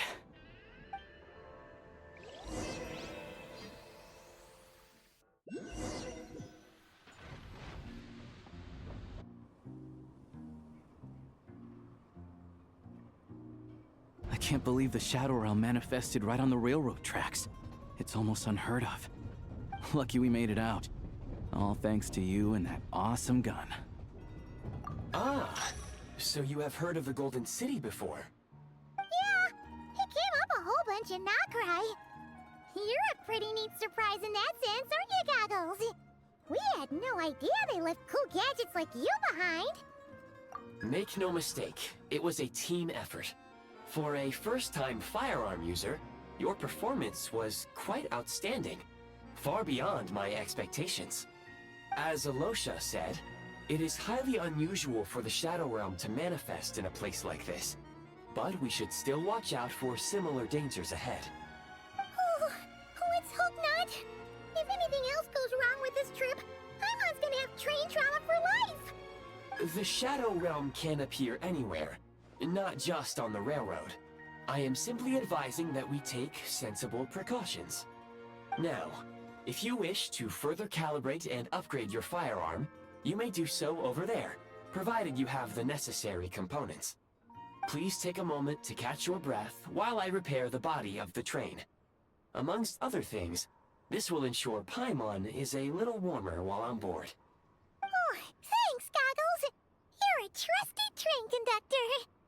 Well, maybe trusty isn't quite the right word, considering. Anyway, at least you get the job done. Yes, of course. And just like the Eye of Grey, I am sure it will be a great asset to you in your future adventures. If not the trustiest, then it will at least get the job done. Let's get some fresh air while the Eye of Grey fixes the train. Yeah, sure. Paimon wants to forget all about the Shadow Realm. It was so creepy in there. Stretching our legs might help take our mind off things.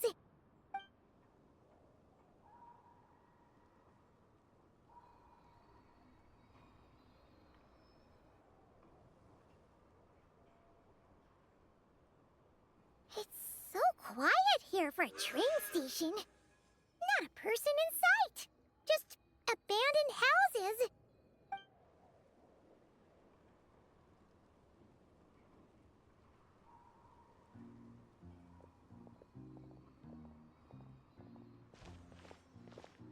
Huh?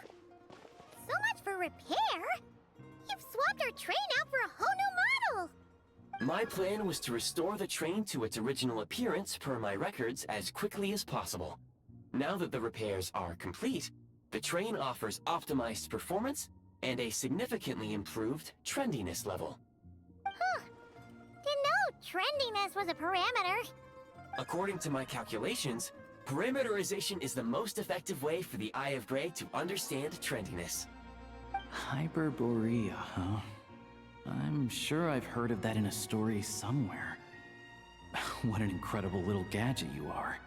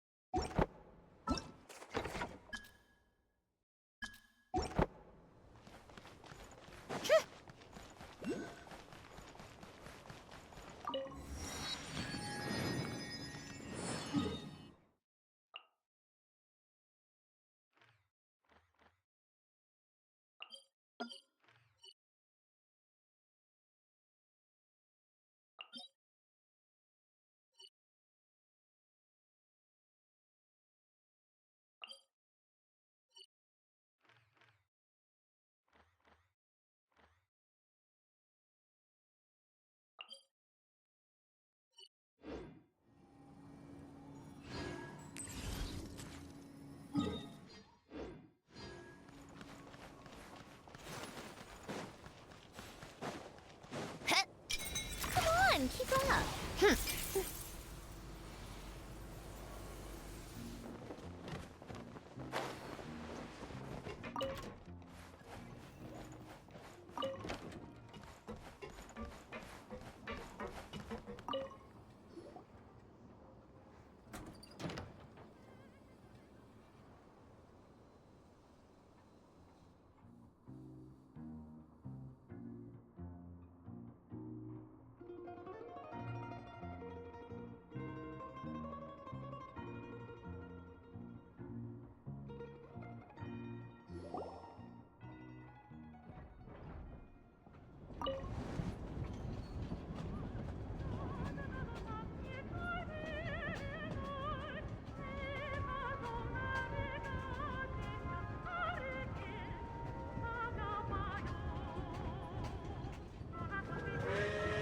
They really had to build the railroad over a canyon, huh? You might want to avoid looking down if you're afraid of heights. No, it's not that. Paimon's just praying that we don't have yet another accident.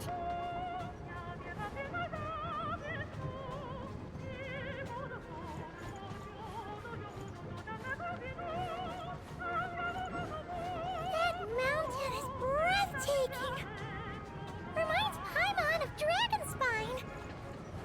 They say this mountain's the domain of a Snegovic lord. A lot of the Snegovic retreated there to live in seclusion, so it's a pretty mysterious place. We hear all kinds of stories. Even the residents of the nearby town of Svietlo-Lidovka steer clear of the summit, and they make a living off of harvesting prime ice.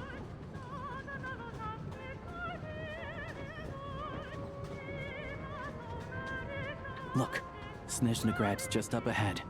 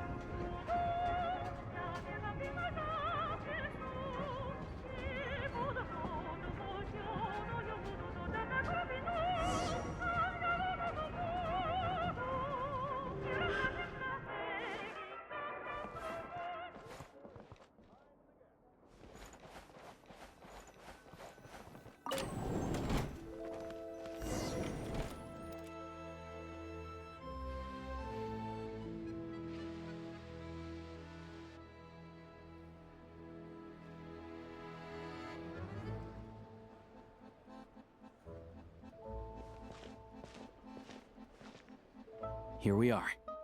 Welcome to Snezhnaya train station, the biggest transport hub in the nation. Wow! It's so majestic! Just flying from one side to the other would probably leave Paimon out of breath! It's built for maximum efficiency, but yes, transferring trains here can be a little tiring. In the future, you can use this train station to travel anywhere you want in Snezhnaya. For now, though, come with me. Let's get Paimon checked out. This way. There's a lift car that goes straight to Sapoliarni. Even if I wanted to help, there's nothing I can do. Get yourself a copy!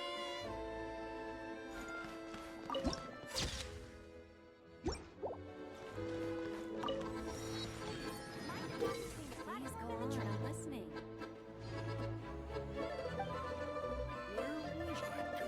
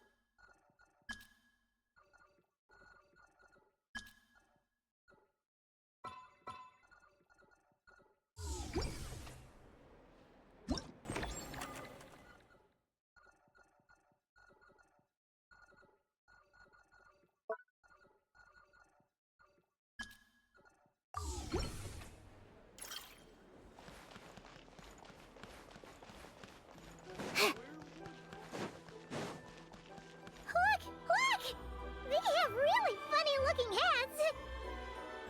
And those ones are about the same height as Paimon! But it looks like they can't fly! Those would be Volkudlak and Domovoy. You'll also see the winged Vila and the snowborn Snegovic amongst others. No wonder! We'd heard that Snezhnaya used to be the realm of the Fae. Paimon can really see it now. I have to come up with a foolproof plan. You see, Surely that can't be possible.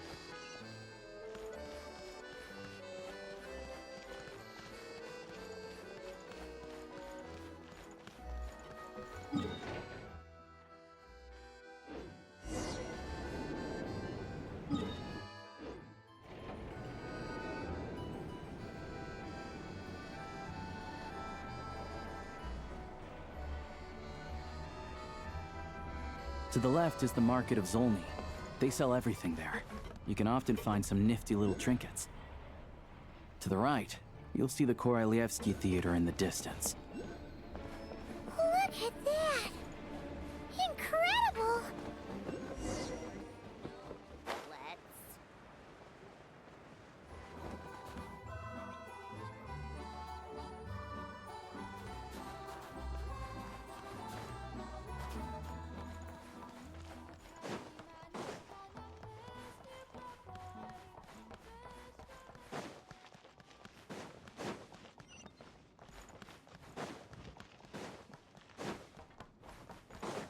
Take a break, pick up the pace.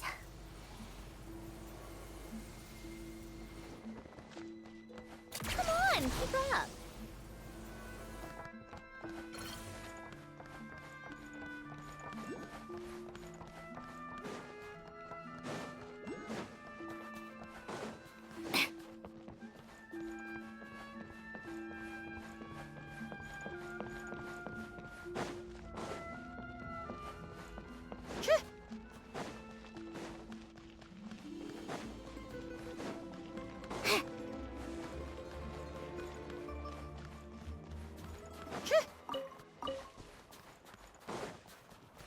So tiresome.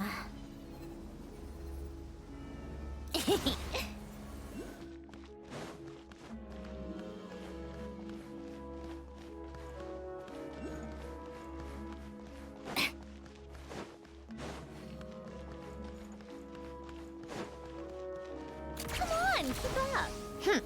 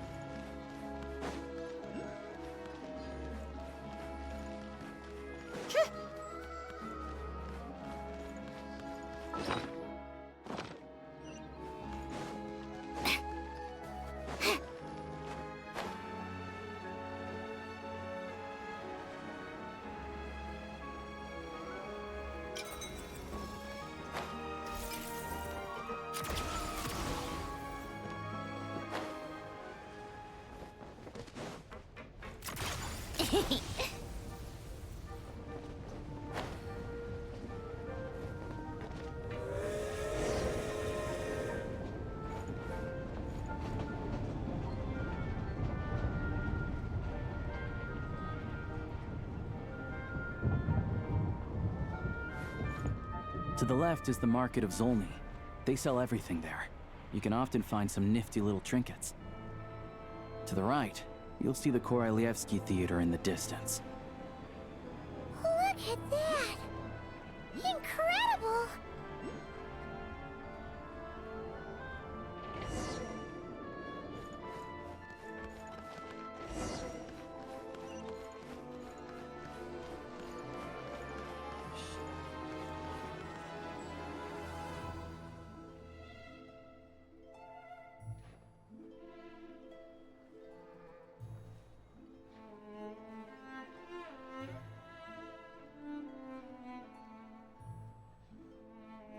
Wow! Snezhnaya is stunning! Seeing it with our own eyes makes all the trouble we went through to get here worth it! I found it pretty stunning when I first came here too. But I soon found out that stunningly beautiful means stunningly expensive. The prices here are crazy. I'm just a small-time hunter, so Zolny is where I spend most of my time. This way will take us to Podvorier Restaurant. They offer food and lodging there, so you can get settled in while I fetch the doctor. Is that gonna be stunningly expensive too? Yeah, I mean, there are places to stay in Zolny, but I highly doubt they'd meet your standards. Most of the stoves are out of crystal, the windows are drafty, and at night, four-legged roommates come out to play, sharpening their claws on the roof beams and floorboards. Yep, no way! Not a chance Paimon's staying anywhere like that. Maybe we can split the cost of the room between us? Paimon still has some savings left. Fine then. It's your treat. Paimon will save her money for buying a nice little cake. Don't worry, you'll get some too. I'm glad to see you've perked up. If you find yourselves in the mood for some sightseeing later, there's a few places around here worth seeing. This way leads to Zapoliarny Palace, which serves as the Tsaritsa's audience chamber and also her personal quarters. The adjacent block is kind of a city in its own right. That's Glupov, the headquarters of the Fatui. Inside, there's a munitions factory known as the Armory Palace, producing a constant supply of all kinds of equipment for the Fatui. A lot of important research happens there too. And over there is the Snezhnaya Vecha, where all the big shots meet regularly to make policy decisions. These places are best admired from a distance. I'm sure I don't need to explain why. Yeah, they probably have super strict security. We're not looking for trouble right now. The downtown area is near the center of Zapoliarny. That's where you'll find the restaurants, bookstores, and gift shops. Another place of interest is the Northland Bank, which is over this way. Oh, and I'm sure you'll want to make contact with the Adventurers Guild at some point, right? That's right here. Ooh, speaking of adventuring, we use alchemy quite a lot. Do you know where we can find a crafting bench? No one practices alchemy at Snezhnaya, I'm afraid. Apparently, there's some historical reason for it. Oh. We'll just have to use the one on the train then. Kinda inconvenient. Wait. How come there's one on the train if that's Snezhnayan too? Yeah, I don't know. Not my area of expertise. Still, I wouldn't say the absence of alchemy makes life here any less convenient. Anyway... Finally, there's Zolny in that direction. It's mostly residential buildings and factories, but there's a few shops too. Worth a look around if you're interested. That's about it. You guys go ahead and get checked in while I track down my doctor friend. Sounds good. Thanks for all the recommendations. It'll be good to get out of the cold wind. Paimon. Podvorye restaurant is right this way.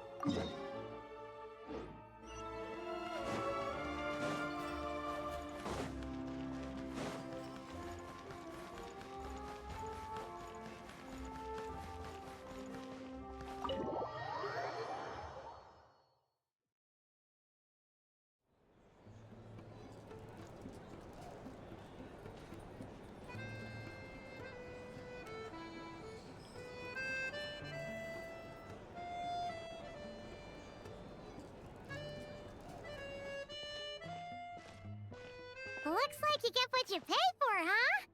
Paimon likes this room a lot. Yeah, much better now that we're out of the cold. Oh, thanks for taking such good care of Paimon. Honestly, she feels kind of bad for throwing a wrench in the works. If this were anywhere else, we'd be out investigating and adventuring by now. But instead, we're stuck here waiting for a doctor. You're right. No need to push ourselves too hard for no reason. A lot happened on our way into the city. Let's review what we've learned so far and try to figure out what to do next. Obviously, the million more question is, what is this Tsaritsa planning? Everything else leads back to that. Sure was. And so far, we've learned that in addition to the 7 Gnosis, her plan also requires a ton of energy. But we won't get to see her anytime soon. Aloysia said that she went east to fight that big monster. It must be a pretty powerful one if it can blanket the whole of Snezhnaya in a snowstorm this awful. To be honest, what we're really lacking right now is information. The kind of information that only the higher-ups in the government would know. Not word-on-the-street type of info. Paimon can think of a few people who might be able to help us. But...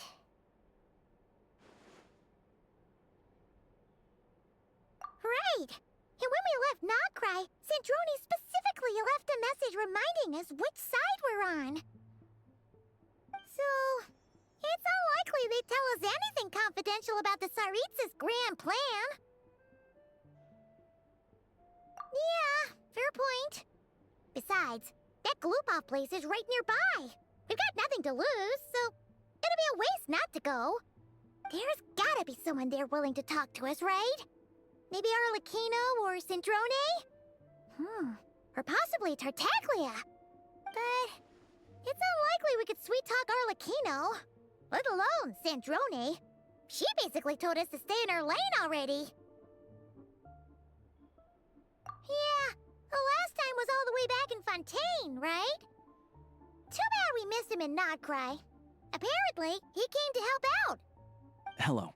Is there a traveler in Paimon in there? That's Alosha! Come in! Hello, I'm Dr. Luneva. Alosha mentioned that one of you is feeling a little under the weather. I see. So you're my patient today, yes? And you're a Fae, I presume? Good question. Paimon's not too sure either, but she's definitely not the same kind of Fae as the ones we saw at the train station.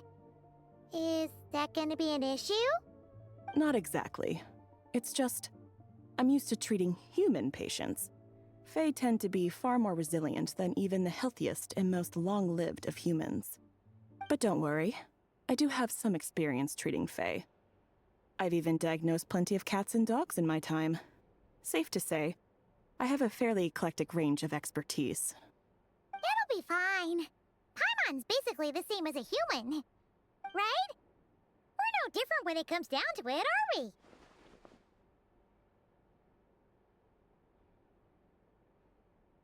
More like you don't eat enough. The more talking you do, the more you need to eat.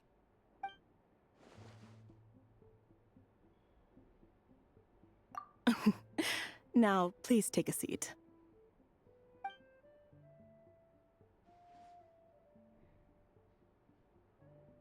Okay, vital signs are good.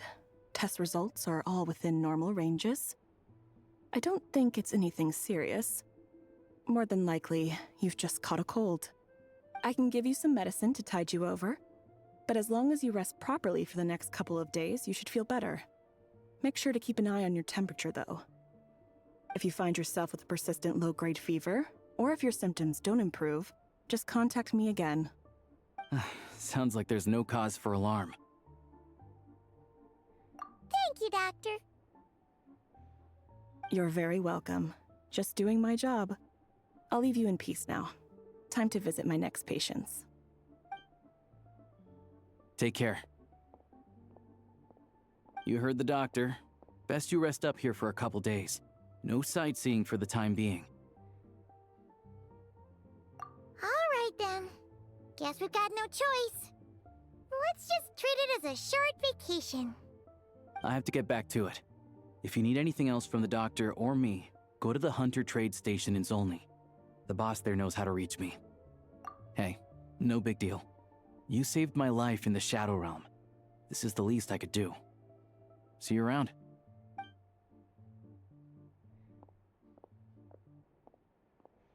All right, time to find Child and see what he can tell me.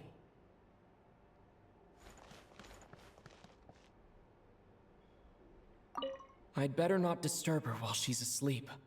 With any luck, I'll be back before she knows I was gone.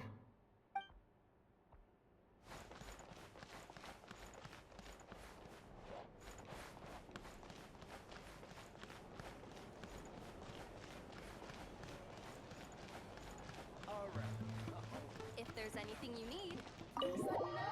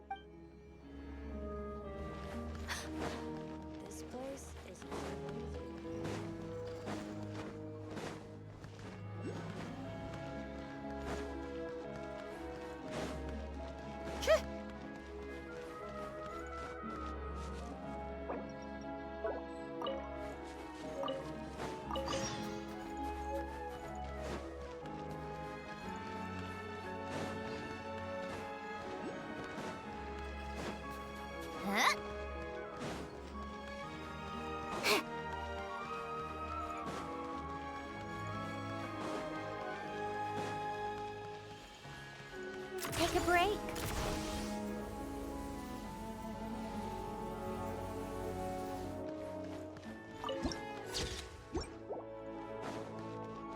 How tiresome.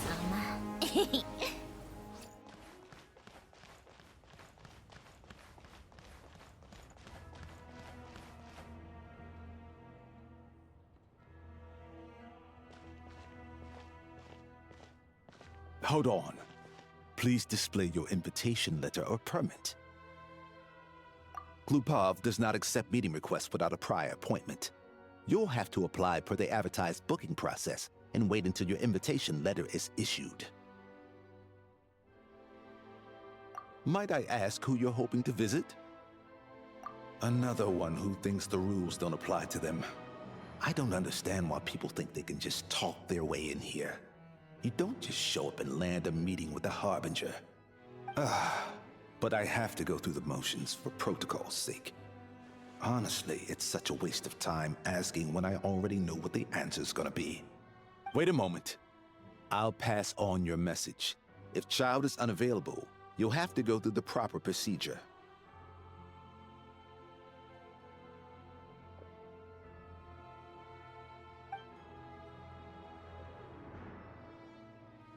Lord Child is a busy man.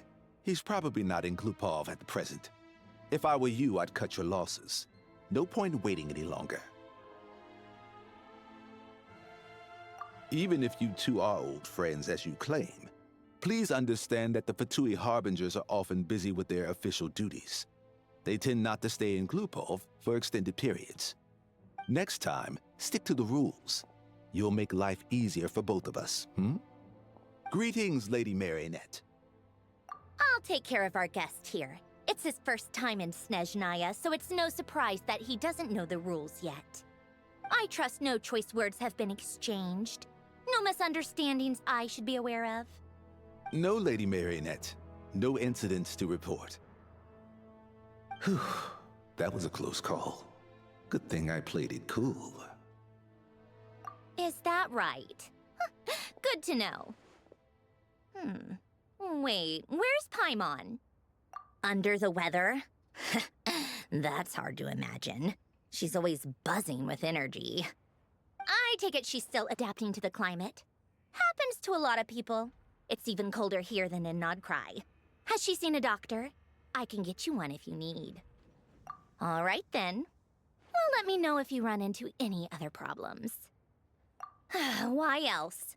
I was just about to sit down for some much-needed tea time when I heard that an old friend of Tartaglia's had shown up outside. No appointment, nothing. And, as obnoxious as it may be to show up uninvited at Glupov, I couldn't help but take pity on the poor soul who was waiting outside in vain. So I had no choice but to abandon my freshly brewed piping hot tea and come to see this mystery guest for myself. Well, I felt our time working together in Nodcry warranted some courtesy. I couldn't exactly let you freeze to death out here in the wind. Unfortunately, I can't invite you inside either. The rules of Glupov wouldn't allow it, and as a Harbinger, I have to lead by example. On the plus side, Snezhnograd actually has some class, unlike Nasha Town. Torchlight Books has a very nice selection of teas and cakes, so we can catch up there. Your treat, of course. Because I already wasted one perfectly good cup of tea today. That's why.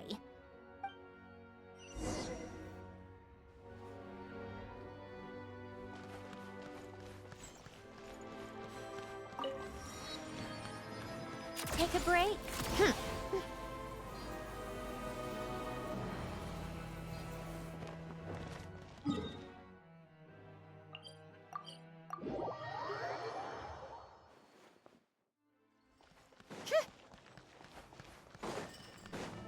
Come on, keep up.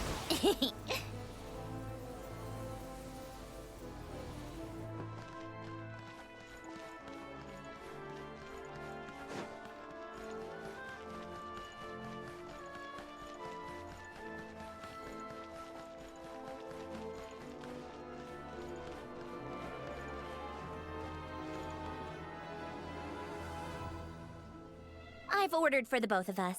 No objections, I assume. I'm sure you trust my taste. Okay, let's get down to business. I'm guessing you don't actually have any urgent business with Tartaglia, per se. You just want information, right? Wanna take a guess? Of course you'd say that. You shouldn't underestimate Counselor Tartaglia, you know. That's right. I'm sure you've heard of the Snezhnaya Vetcha by now. Well, he's busy preparing some paperwork for their next meeting. They'll be discussing yet another extension to Project Stuzha. It's basically all anyone cares about in the Vetcha these days. Yeah, he's more of the shoot first, ask questions later sort, isn't he? It all started with a very detailed letter that Capitano left for the Jester, Piero, before leaving for Natlan. In that letter, he detailed the future arrangements for his subordinates. All of his key people were reassigned to Tartaglia. I guess he'd already prepared to leave us for good all the way back then. But Piero didn't reveal the contents of the letter until the events in Natlan had concluded. That was his reaction, too. Why me? With a bewildered look on his face. He'd always assumed Capitano looked down on him. He was a man who kept his thoughts to himself and barely spoke to him the whole time they'd known each other. But he occasionally brought Tartaglia along to my tea parties back in the day. So to the rest of us, it was clear that Capitano had quite a lot of respect for his young comrade. By the rest of us, I mean my tea party regulars. Arlecchino, Rosaline, and... actually, not Columbina. She was probably oblivious to it. Anyway, then the Liu's situation happened. Normally, it took a lot to get under Capitano's skin, but that time he was furious.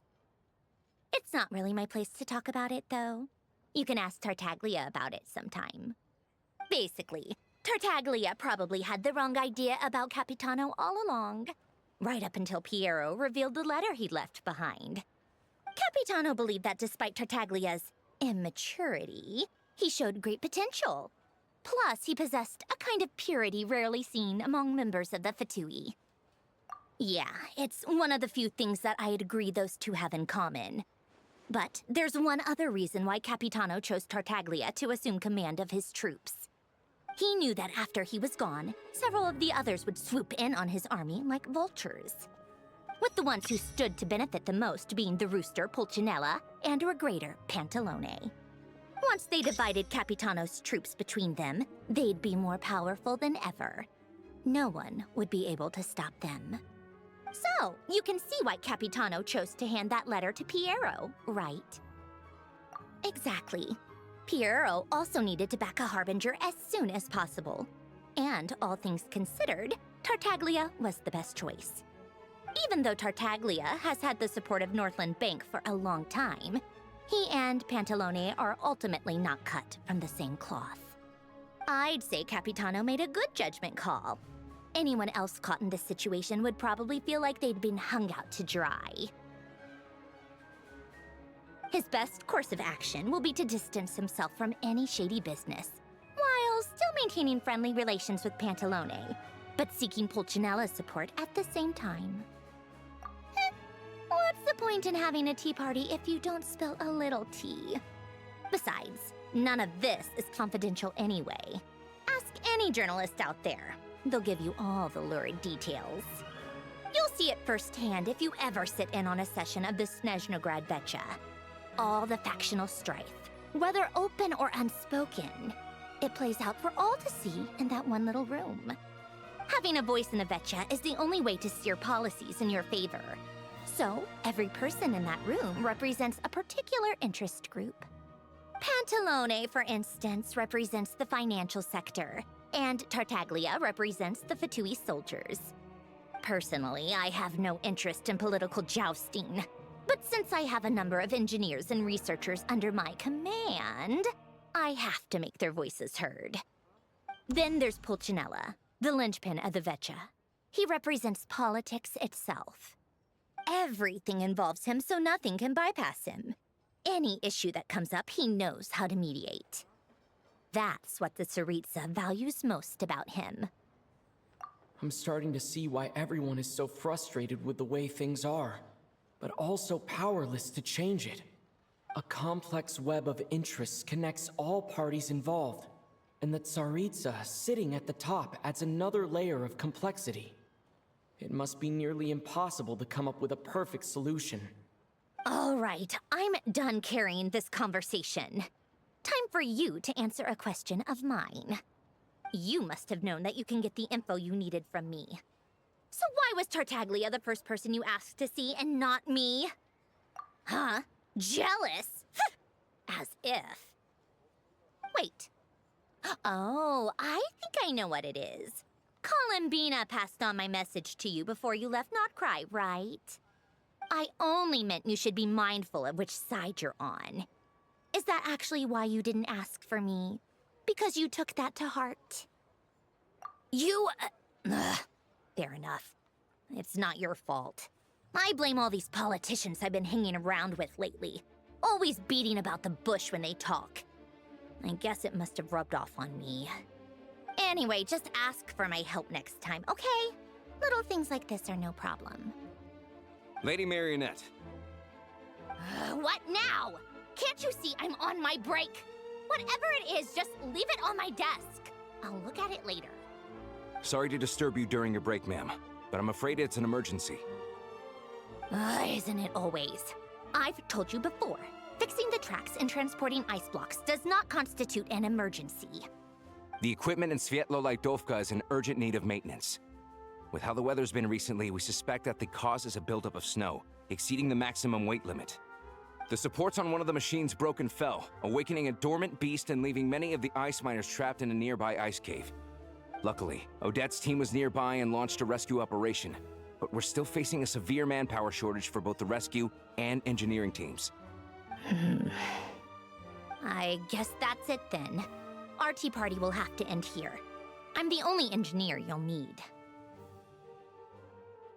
Do you actually want to come with, or are you just saying that? Nice of you to return the favor. I'll have a couple of people look after Paimon. They can let her know that you had to step out for a while. Given how urgent this is, I'm sure she'll understand. And honestly, I'd rather have your help than anyone else's. Between your skills and experience, you'd be reliable help. Then let's go. You, take 2 people to Pavorier restaurant.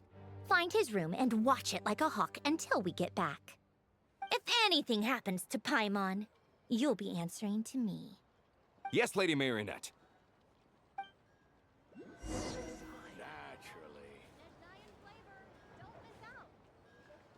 Wait a moment. You look as though you've run into trouble.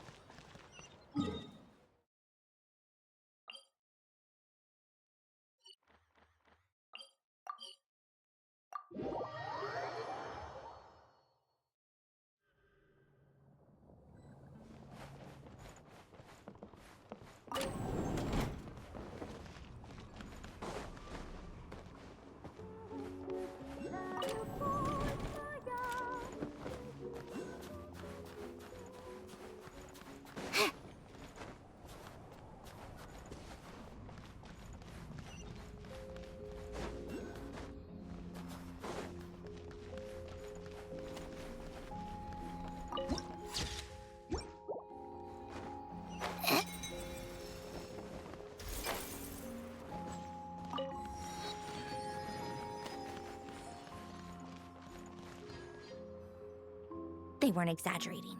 This is really dangerous. It's a good thing only one of them broke. From what I've been told, most of the trapped miners are over in that direction.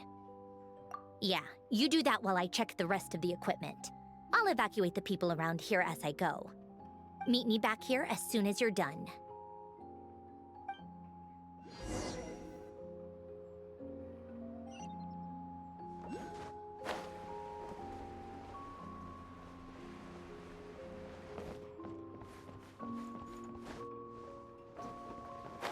Yeah.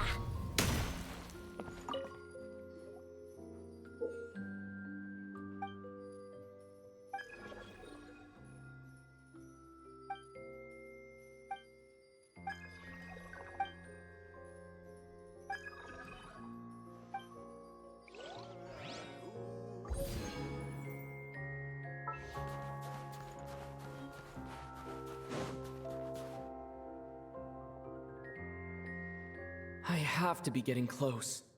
Don't go any further.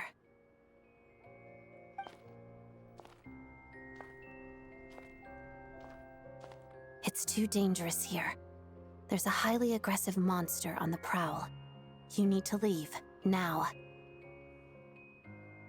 Ah, I see. You're the backup from Snezhnaya. Well, I'm Odette. Good to meet you. Ah, so this is Odette. She was the first member of the Fatui on the scene. There are 5 people trapped in the cave. Monster type is unknown, and so is its location. Let's go. Every second counts.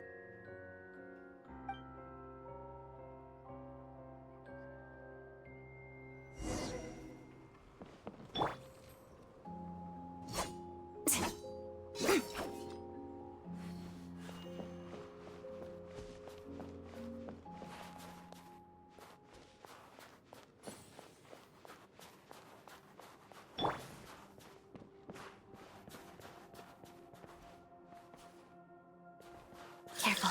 Something's moving.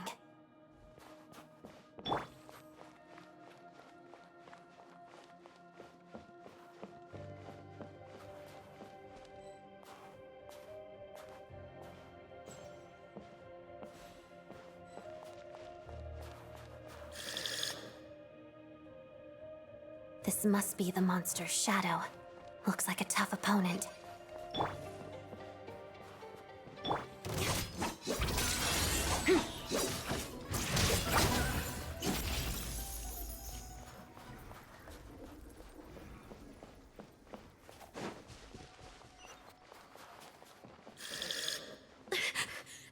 Stay back!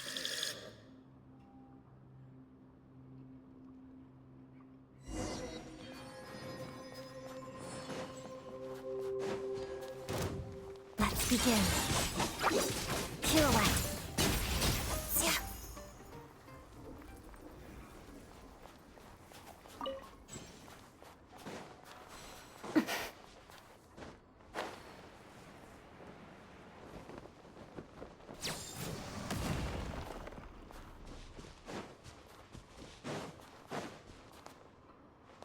I see them. They're right behind the monster. The monster seems very agitated. It could attack at any moment. Let's make the first move. Together. Thunderclap! Yeah!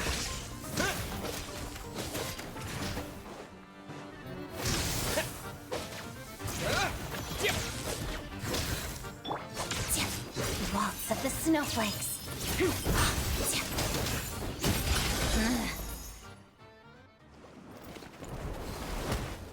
Oh, thank you for saving us. We'd have been monster fodder otherwise. Thank you. Thank you. You're welcome. You should be safe now. Follow this route out. He and I will stay behind to watch the rear. Thank you. Come on, let's go. This way.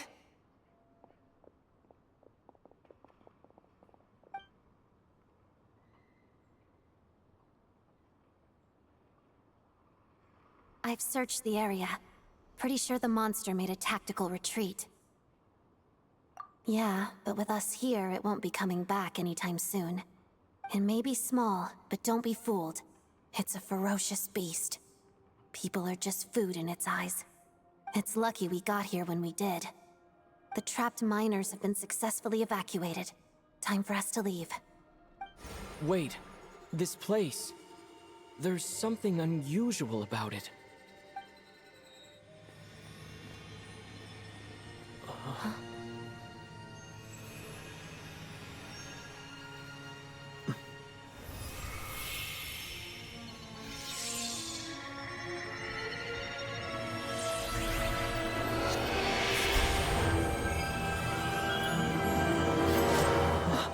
What is that? I don't know. It's back? Guess it has family.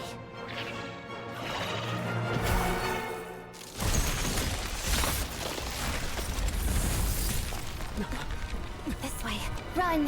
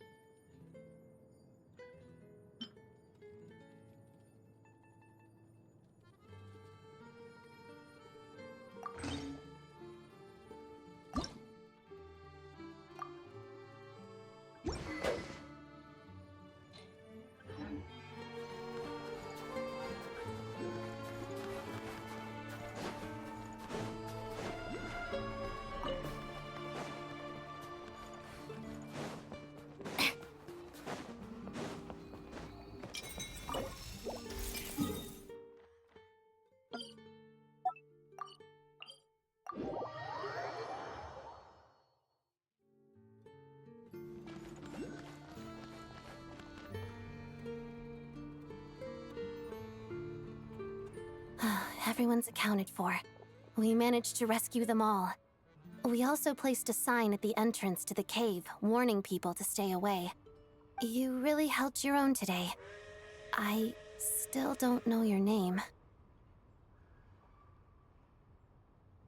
Don't think I've seen you before. I'll remember the name. All right then. See you around. Hello, Lady Marionette. I hear the rescue operation was a great success. I knew I could count on you. What brings you here, Odette? Here for a performance? No, a Fatui mission. I happened to be nearby and heard the crash. She hasn't introduced herself then. Odette is the prima ballerina of Snezhnograd. She's quite the celebrity. If you ever hear people mention the two crowning jewels of the Korailievsky troupe, they're talking about Odette and the prima donna, Vodianitsa. On top of that, Odette's also a rising Fatui star. It's looking likely she'll inherit the title of the Fair Lady. She learned all her combat skills from Rosaline herself. Used to be one of her most valued subordinates, too. You flatter me, Lady Marionette. If she's Rosaline's protege, that makes me... Never mind. There's no need to bring it up. No point making things awkward. How's progress on your end, Lady Marionette? Equally successful. I finished reinforcing all the equipment. Took me a little longer without Polonia's help. But the outcome is the same, of course. Even if the heavy snowfall summoned by that monster lasts for another 3 months straight, this equipment won't give way. All right, now that we're done here, it's time to get out of this blizzard. Sure, but Snezhnograd will send someone to investigate and draw up a relief plan. And I guess I'll have to write the incident report myself this time, since it involves a mechanical malfunction. First, Pantalone needs to approve the budget, then Pulcinella has to sign off on the plan. Once they've argued it out and reached a compromise, we can move forward. That's the rough process anyway. Could take anywhere from a couple of weeks to a couple of months, depending on how smoothly it goes. Yup, nothing we can do about it. There's a whole stack of incident reports like this back at the office. The snow has eased a little for now, but there's no telling when that will change with that monster still at large. Fuel for heating is in short supply, and relief is weeks away. There's no immediate threat to life, but still, it just feels like there should be a better way. Hey, quit daydreaming. Let's get back to Snezhnograd. When did you get a new sword? I found it in a cave. It handles pretty nicely. You have a strange affinity for secondhand swords.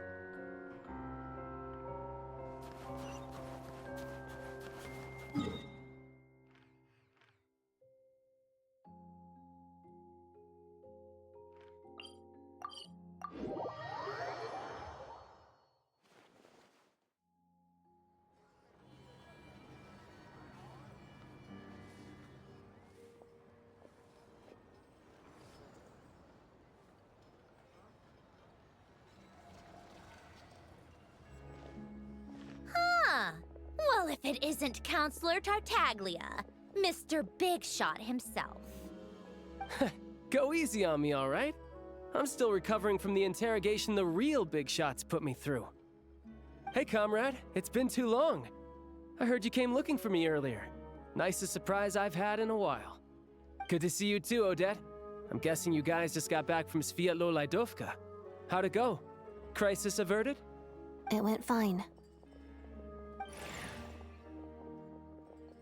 How about you? Any new developments? Not really. Same as ever. Growing opposition to Project Stuzha, and the usual rebuttals are starting to ring hollow. The results of the mock vote were pretty dire. Pulcinella was fuming. I've never seen the old man so angry. That's not good news. It takes a lot to rattle him. Yeah, obviously if push comes to shove, there are ways to crack down on dissent. But... Sorry, I have to ask something. This is going to sound blunt, but may I? Huh? Of course, fire away.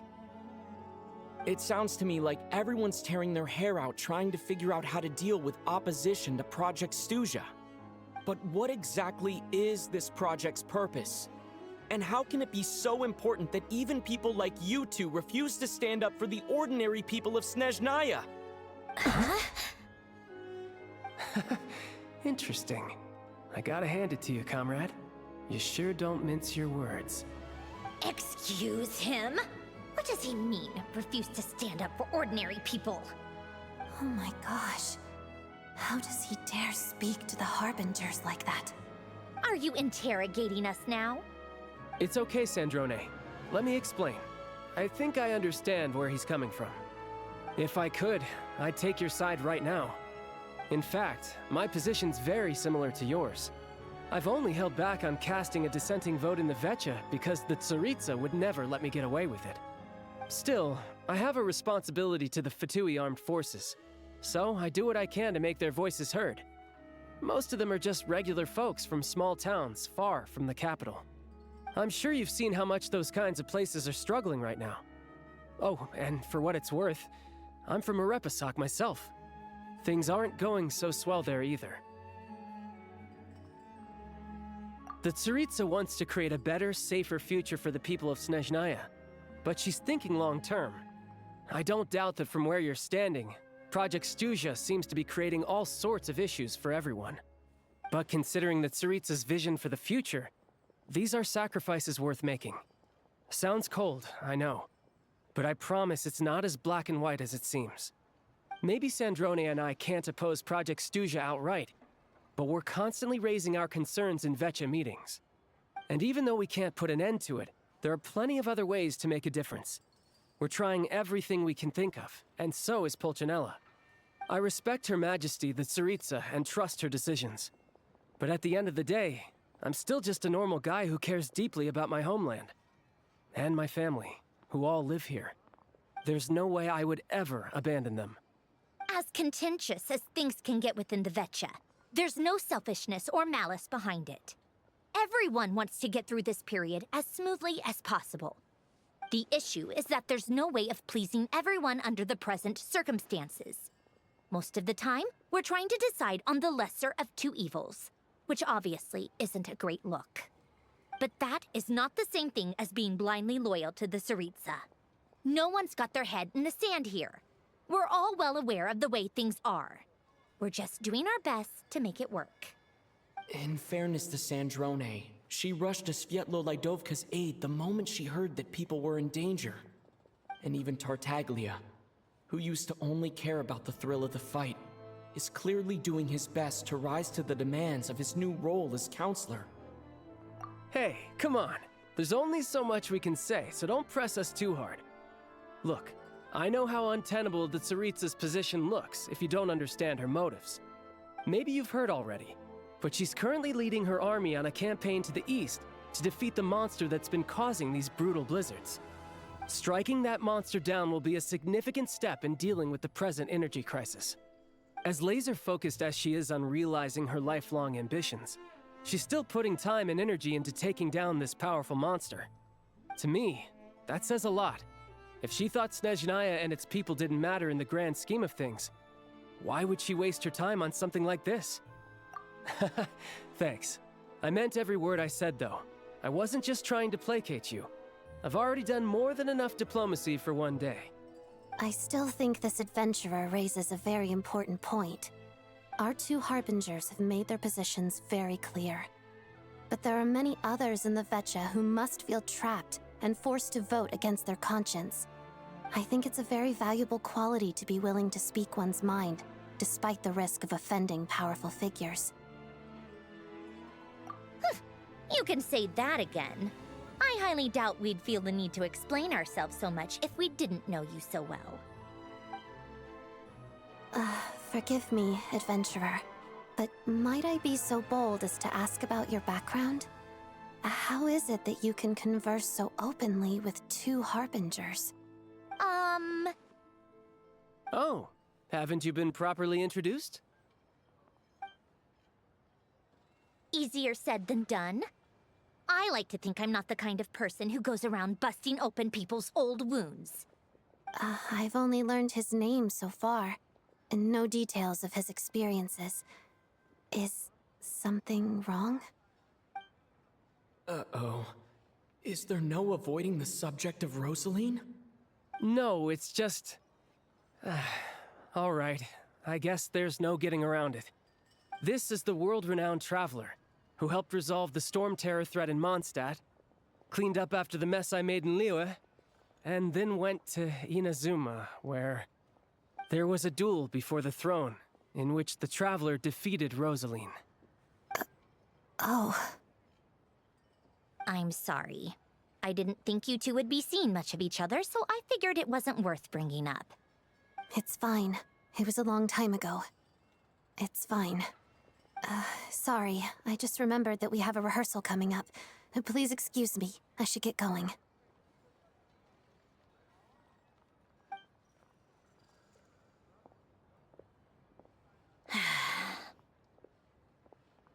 I've mentioned this to you before, remember?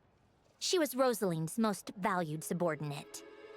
But they didn't actually get along. Not that Rosaline was really the type of person to make friends, but death has a way of resolving a lot of conflicts. Don't let it weigh on you. Like she said, it was a long time ago. It's in the past now. Odette has a very different personality from Rosaline. Give her some time. I'm sure she'll work through it. Oh, by the way, where's Paimon? It's not like her to hide away. She hasn't been feeling well, so she's resting at Podvorier Restaurant. I got a couple of my people to look after her while we were gone. Oh, right. Sorry to hear that. Poor thing. Reminds me of when Tonya was little. She really felt the cold back then. Used to get ill all the time. I felt so bad for her seeing her lying in bed, coughing. She was so mature for her age, though. Whenever someone came to visit her, she'd greet them with a smile and would never complain.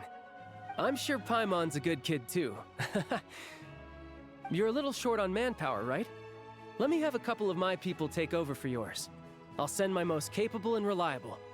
They'll make sure Paimon can recover in peace. Well, that would be great.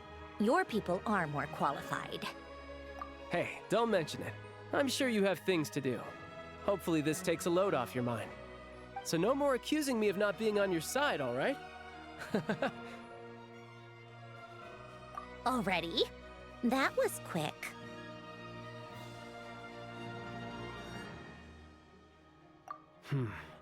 I'm afraid I can't help you there. Our director's recent movements are confidential. Even we're not in the loop. If you hadn't told me, I never would have known he'd gone south. I assumed he'd been in Glupov this whole time.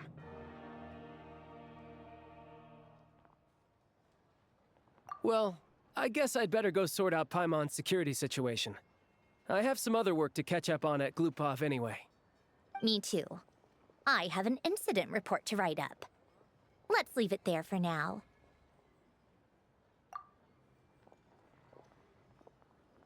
I guess everyone's in a difficult position. But Tartaglia's right. I have things to do. Things I want to do. And things I ought to do. To start with, I should ask Alosha if he knows any way to help Svietlolaidovka.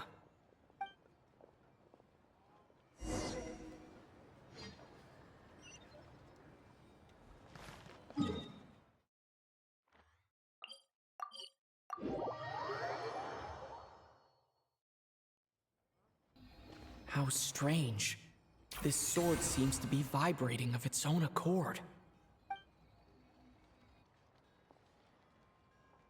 It's a very faint vibration, but it's getting stronger as I get closer to the statue of the Seven. Does this sword have some connection to the statue? But all it does is vibrate, even when I touch it. That place I got this sword from was definitely out of the ordinary. Maybe I should try channeling the power of cryo.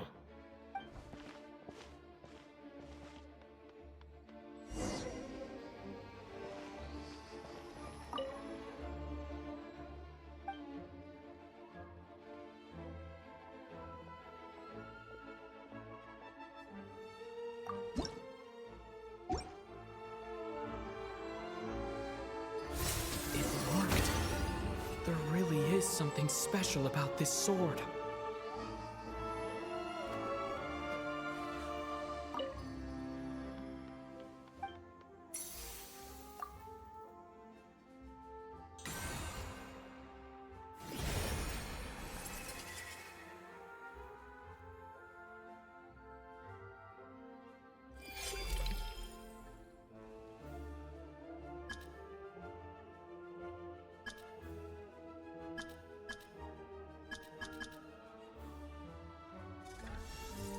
I don't really understand what just happened, but I'm pretty sure this sword just got a little more powerful.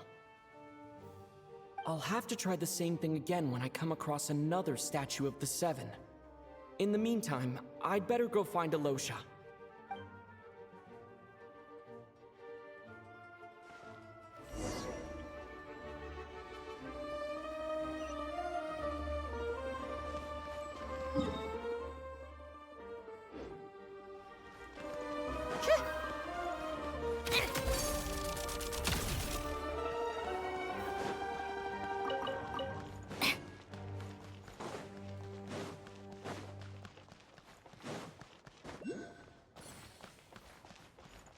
Take a break.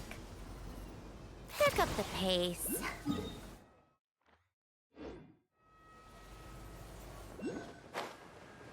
Time for more snow, damselettes.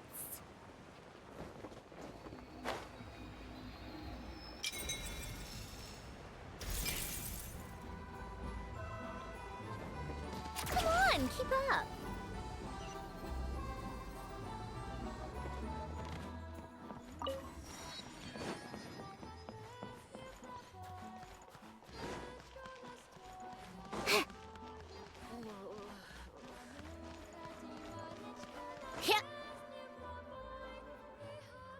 Hello there. How can I help? Ah, sure thing. Give me a second. I'll go fetch him for you.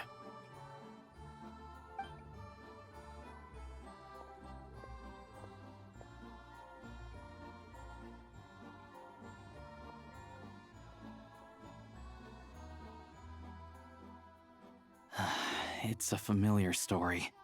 I've had similar experiences. Although Snezhnagrad doesn't deliberately delay or withhold relief, those first few days of waiting for help are always the hardest. It's a fundamental contradiction. If emergency relief can't be delivered in time, what's the point in even calling it emergency relief? Not necessarily. I think there's a good chance that Kresnik Crystal from Stratomoros will start flowing into the market. When we resolve Stratomoros' energy issue, it's like we open the floodgates. A huge backlog of crystal is now available to the townspeople. There's no way they can use it up at once.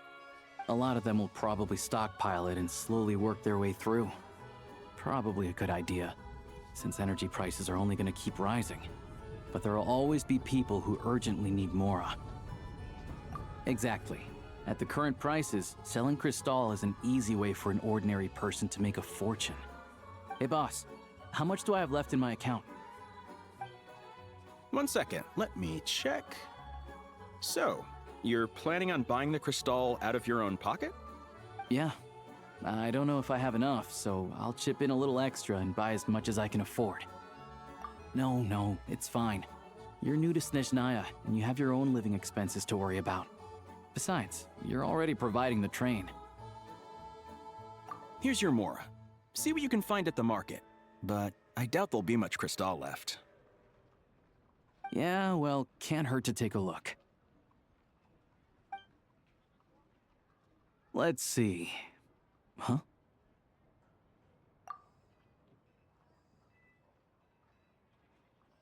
Oh, Alosha, and... Hello? I didn't realize you two knew each other.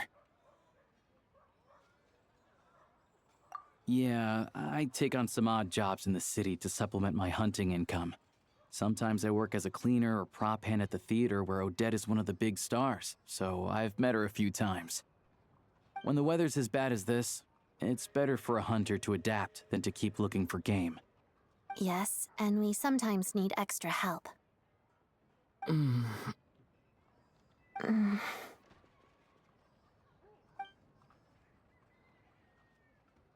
Wait, why is the atmosphere so awkward?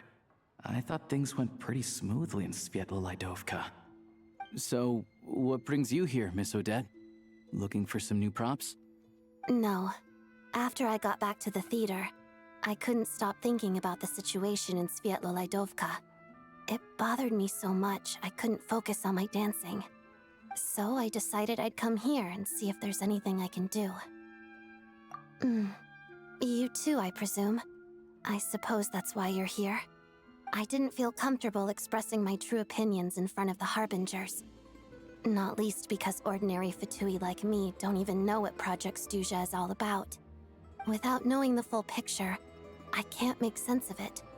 And at some point, if things aren't making sense to me, I can't just keep going along with it.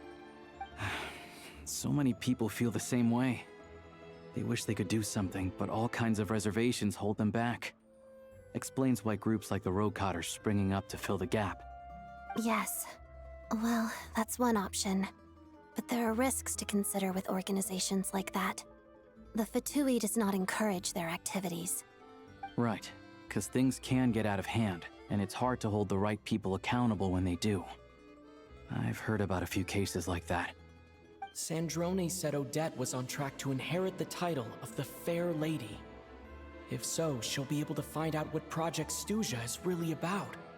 Still, it's probably a little soon to ask her about that. There may be more to the story. What's on your mind? I think we can both agree that no matter which side you're on, it can't stop you from doing the right thing. Where there's a will, there's a way. I know what Rosaline did while she was abroad. You made the right decision, so no hard feelings. So, what's your plan? Oh, we were gonna buy some crystal. I heard there's some on the market right now. Funny. I had the same idea. In that case, let me pay. I can claim it back as mission expenses. The real issue here is that government relief is behind schedule. Surely it makes more sense for the state to cover these costs than for us to pay out of our own pockets. True. It's a huge expense after all.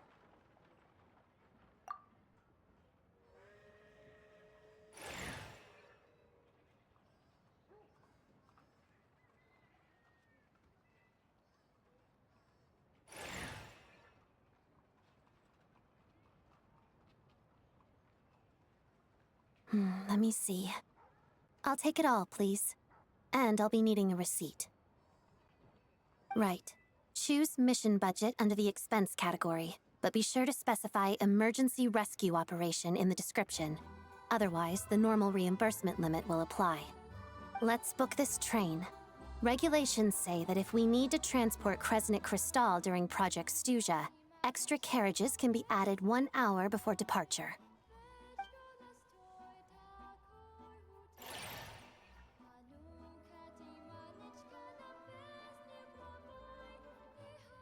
That should do it.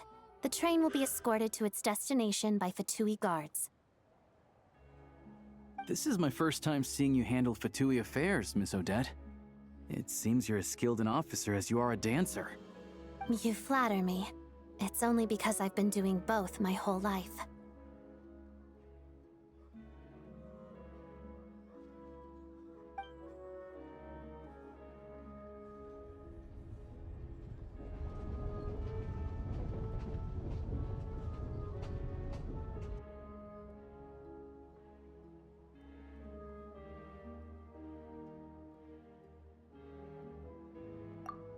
Anyway, I bet you've been non-stop today, am I right?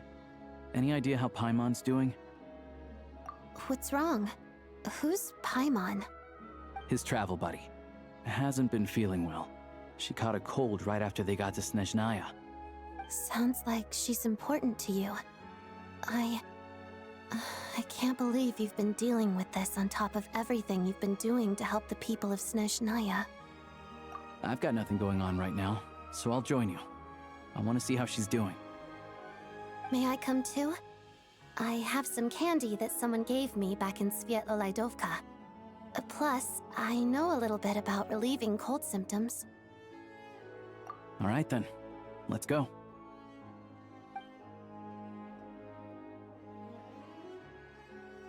I still don't know what the deal is between these two, but at least the tension seems to have vanished. A good sign, hopefully.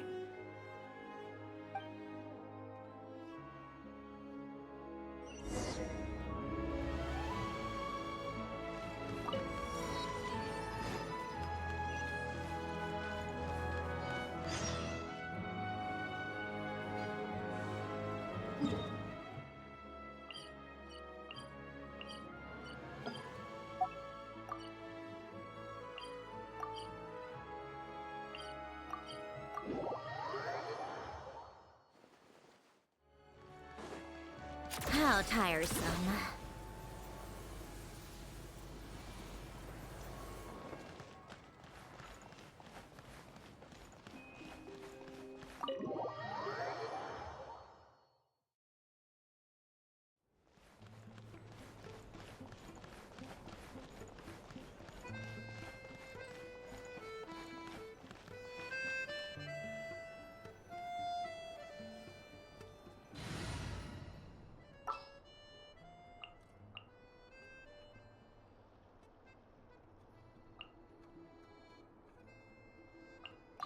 This world is full of... Hello. Sorry, but there's a sick person recovering in this room. Can I help you? What happened? Oh. Please, excuse me. Are you the Traveler? Could I take a quick look at your Adventurer Handbook? Master Child said I should verify your identity.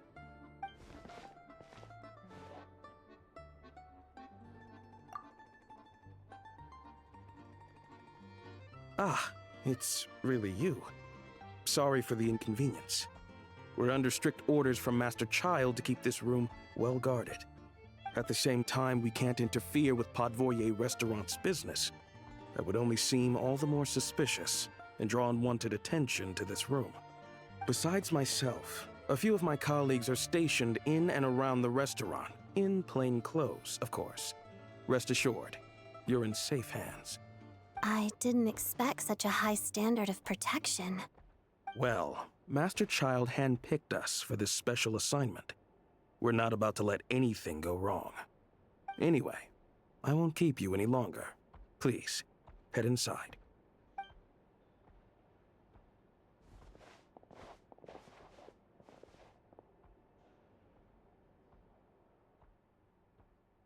Traveler! Alosha, you're back! Oh, hey! Who's our new friend? Hi, I'm Odette. The Traveler and I crossed paths a few times. Another friend from the Fatui, huh? You're practically a member yourself by this point.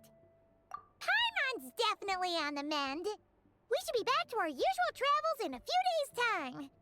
Seems like that doctor was right. It's just... Paimon's limbs are still feeling a little chilly. I have just the thing. Whoa! What's this? Is that a flame inside an ice cube? Wait, is this real ice? How's it not melting? And how does the fire keep on burning? All keen observations. You're right. This is called core ignis. Whenever I've caught a cold in the past, I found I recover much more quickly if I place this by my bed. You're welcome to borrow it. Awesome! Wow! It's so nice and warm! Oh, it's like magic.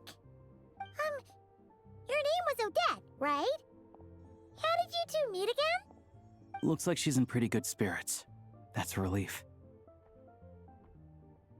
Any progress with your investigation yet? No surprises there, I'm sure. They're not likely to let anything slip. The Rokad, huh?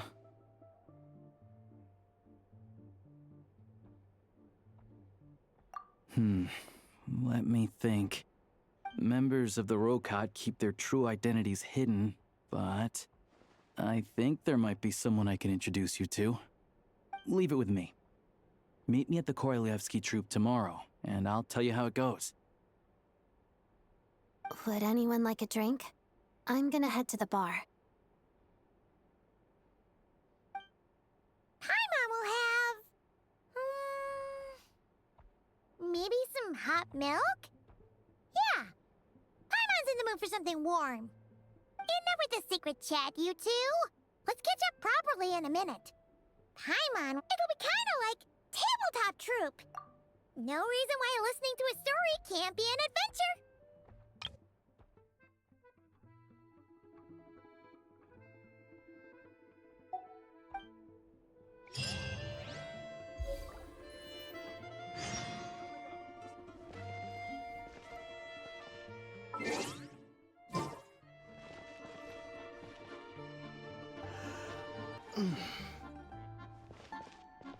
The boss is gonna give Paimon a copy of the latest newspaper to read. That should keep Paimon entertained.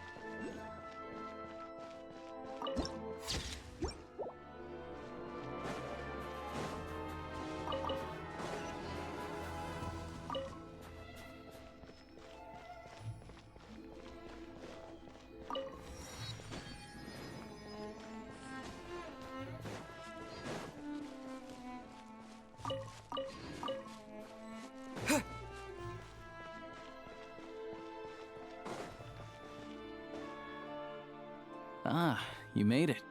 I've got some tickets, and I managed to set something up with the Rokad.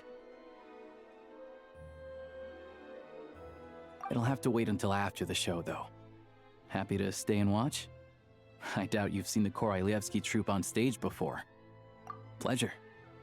Here, this is the way in.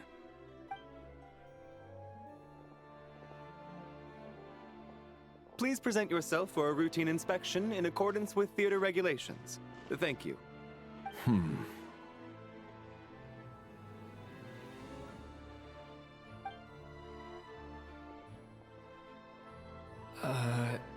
Is that guy with the Fatui? Looks like he's waiting for something. Okay, all done. Thank you for your cooperation. Please proceed through to the theater.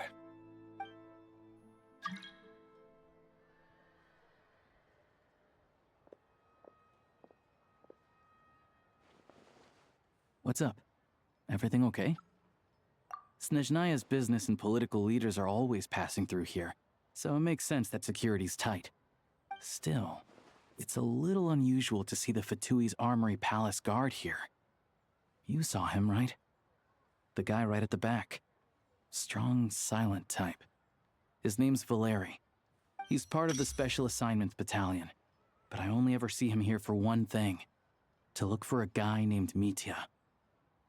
Supposedly a researcher, though he never seems to put much time in at the office.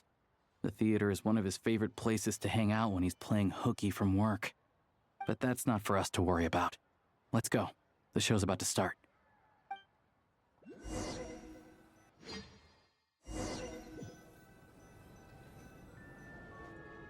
What do you think? Pretty impressive, huh?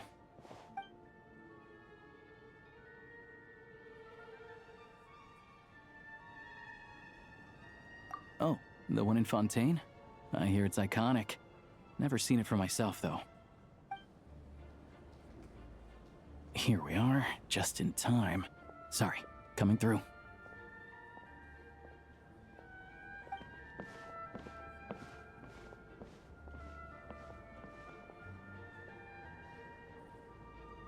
Ugh.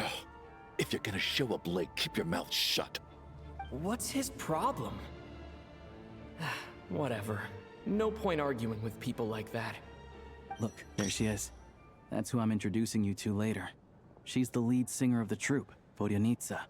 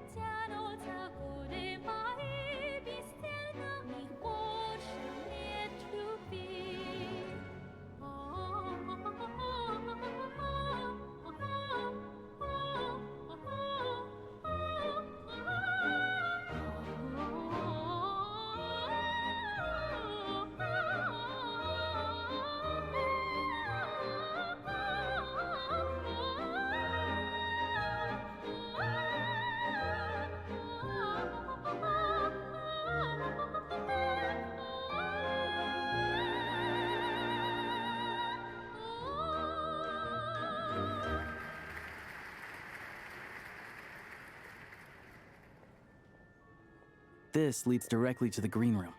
They're expecting us. Vodyanitsa will be waiting for us there.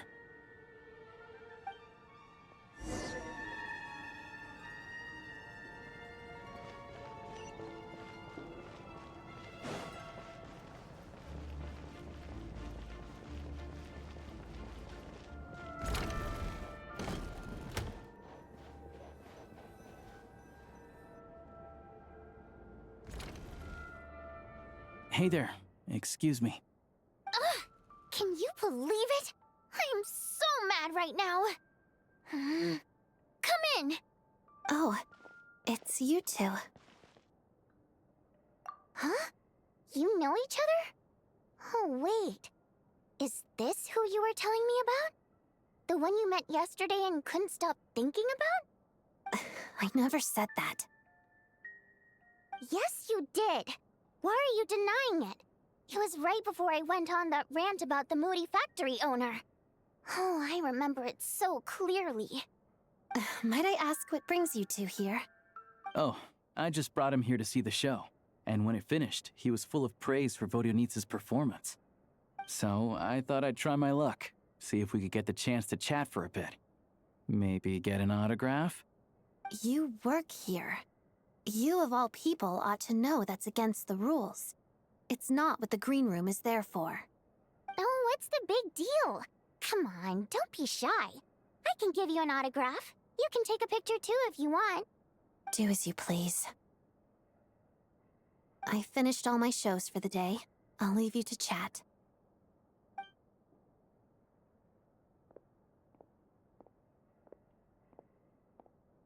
I wasn't making that stuff up, you know. Odette's just too proud to admit it. She thinks very highly of you. And so do I. You did the right thing in Svietloladovka. We're good. Odette's out of earshot. I'll lock the door. Confidentiality, of course. The Rokot is very strict on that. Whoa, Alosha! Not out loud! Not with an outsider here. Relax, I've taken care of it. Look at this.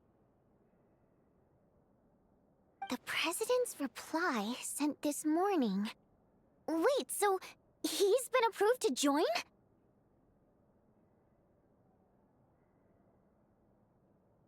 You told me last night that you wanted to get intel from the Rokot.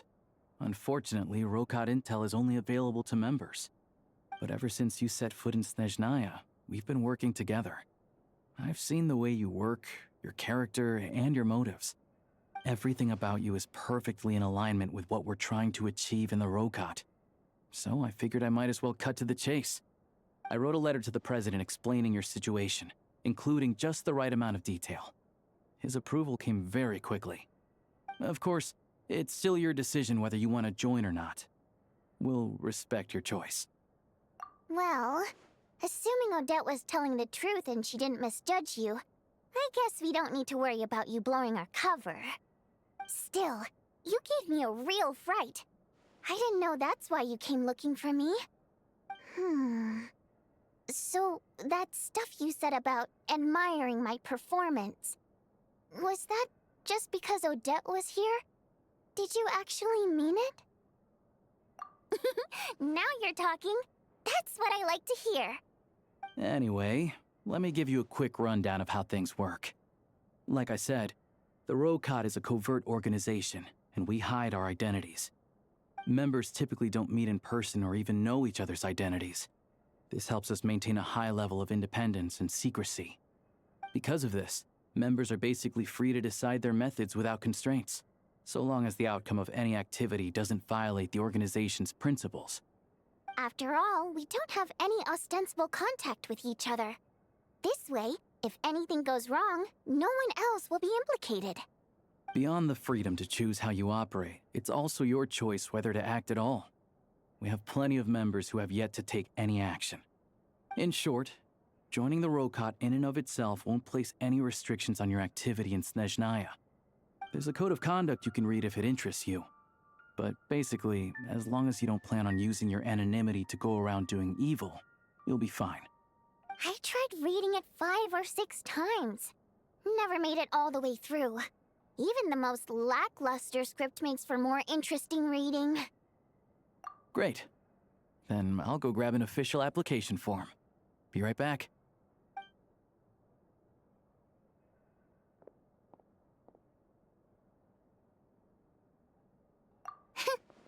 Well, Alosha has this pet dog, you see. His name's Tagarin, and this one time, Alosha brought him backstage.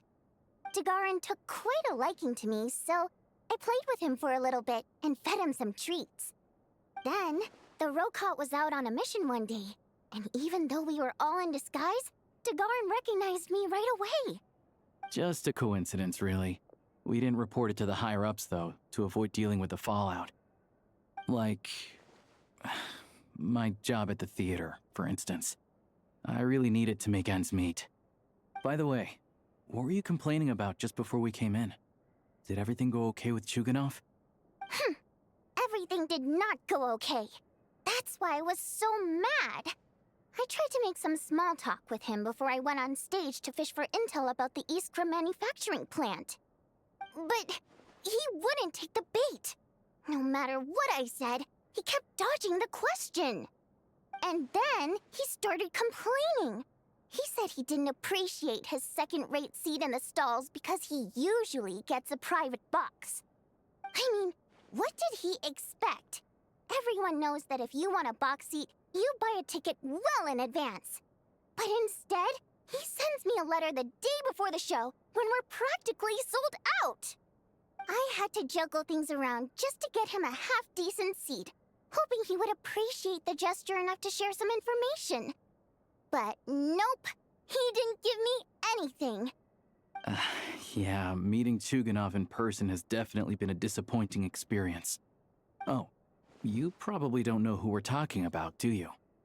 Chuganov was that older guy you were sitting next to today.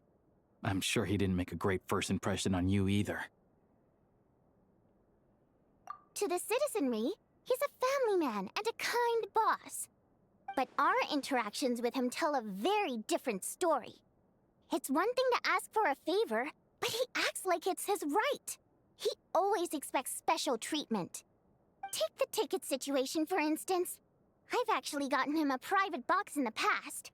But not only was he not even grateful, now he's acting like I've sold him short this time. Not to mention that he's never paid for a single one of his tickets. And another thing, if he's such a big family man, why doesn't he bring his wife and daughter to see the show once in a while? I've never seen them here, not even once. Calm down, Vodyanitsa. If you won't do it the easy way, we'll have to try the hard way. But first things first. Here's your application form. Go ahead and fill it out.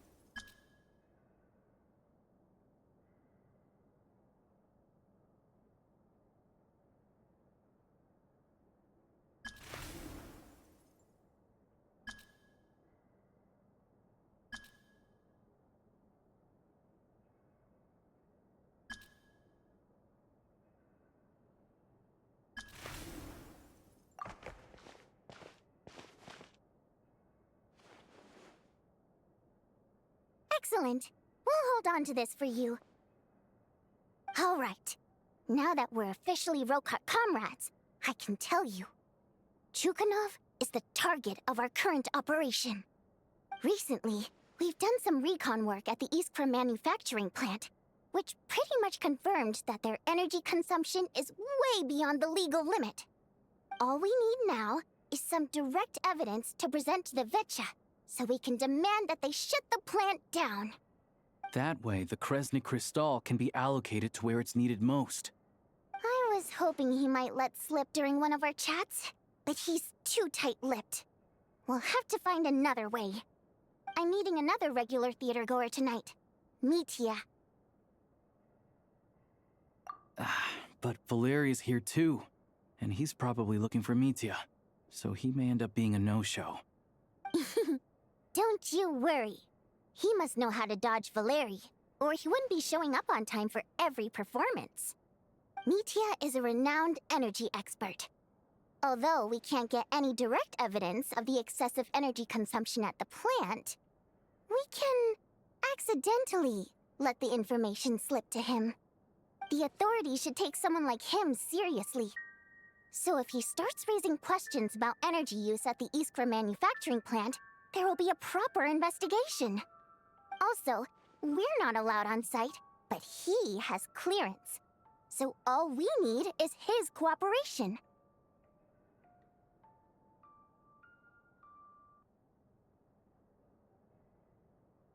Yeah, so that's the other thing we're trying to figure out. Though I think we're far less likely to make any progress on that front. Still, I hear that Mitya is a bit of a chatterbox. So, who knows? Maybe if we catch him in the right mood, he'll let something slip. What do you think? Sound like something worth your time? Okay, in that case, you guys find a seat somewhere nearby. Pretend you're a couple of buddies there to eat, and keep your ears peeled for useful information. He's a huge fan, so I doubt he'll have his guard up around me. But you two need to be convincing. If he suspects anything at all, he might stop talking. Sure. Don't worry. We'll make a believable pair of buddies.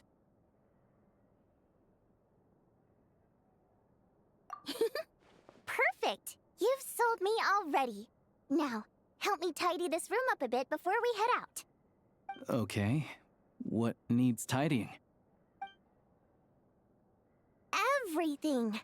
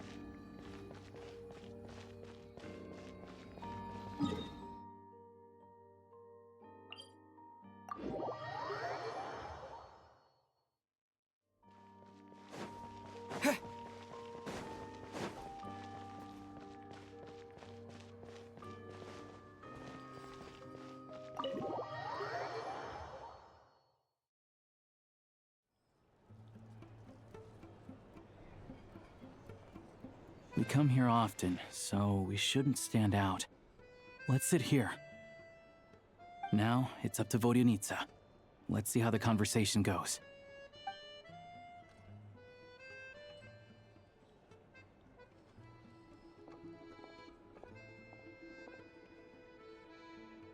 Mr. Mitya! Over here! Over here! Oh, sorry. I got a little held up on my way here. Now we have even less time than we planned.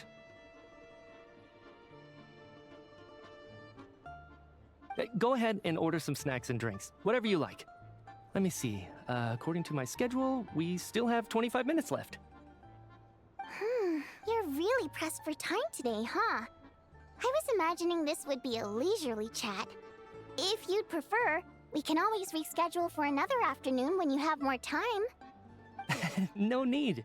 Getting to meet the lead singer is a very precious opportunity for me. I'm not about to pass it up. I've already had to decline your invitation several times because our schedules rarely align. If I don't grab this chance while it's here, who knows when the next one will come around? Well, it's very kind of you to make time just for me. I'm not too sure, to be honest. But Snezhnaya is full of weird and wonderful things like that, so people tend not to bat an eye. I'm sure the same will go for the Eye of Grey and Paimon. The reason I invited you out for tea and a chat today was to get some feedback from a true fan of the theater. Well, I genuinely have nothing bad to say. No matter how many times I hear you sing, it never gets old. It always seems fresh and new somehow. Maybe it's because the more times I listen, the more details I notice. Or maybe you simply improve with every performance, delivering it better each time. Thank you! I'm delighted to hear that. Could you give me any specific examples? Oh, yeah. The piece you sang today, for example. Beneath the Frozen River? Hey, what's with you? I'm just praising a good performance. I always used to find that such a bleak and lonely song. But the more you listen, the more you realize that it's not as cold and nihilistic as it appears. When you really dig down into it, there's a certain level where you're surprised by the emergence of hope. Wow, I'm impressed. I didn't expect you to pick up on that. Actually, I only tried out that angle after talking with a composer. Still, Beneath the Frozen River wasn't on today's program. Oh, really?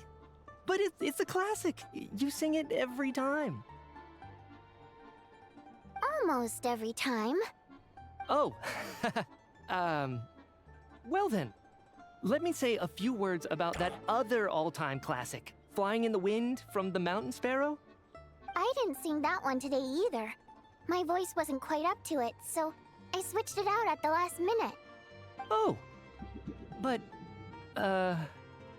Sorry, Mr. Mitya, but you were at the theater today, yes? Of course I was. Remember? I said hello to all the troupe members before the show started. You, Odette, and the others. So, what did Odette sing today? Elegy of the Snow-Winged Goose, of course.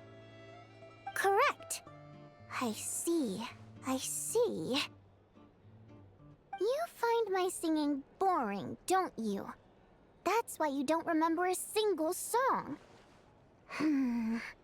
Looks like I'll need to cut a few from the program next time. No, that's not it. I swear. All right. I'll be straight with you. I'm sorry. My mind was wandering as you took the stage today. I enjoy watching your shows because the exquisite performances stimulate the mind. It always sparks some inspiration for my research. So, whenever I get stuck at work, I come to the theater for a change of pace. Odette's dance during the Elegy of the Snow-Winged Goose today was simply incredible. It got me wondering what she's been going through recently. That look of sheer defiance in the face of utter tragedy? It was so inspiring. I started scribbling in my notebook right away.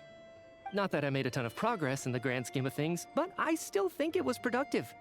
By the time I snapped out of it, the entire show had finished. So what you're saying is, you didn't listen to my singing at all? Unfortunately not. I'm sorry, I don't know which is more disrespectful. The fact that I don't always come for the show itself, or the fact that I missed your performance. Seems like things are getting a little awkward. Mitya just stepped into a conversational minefield. If there's one thing Vodyanitsa doesn't like, it's people who show disrespect for her performance.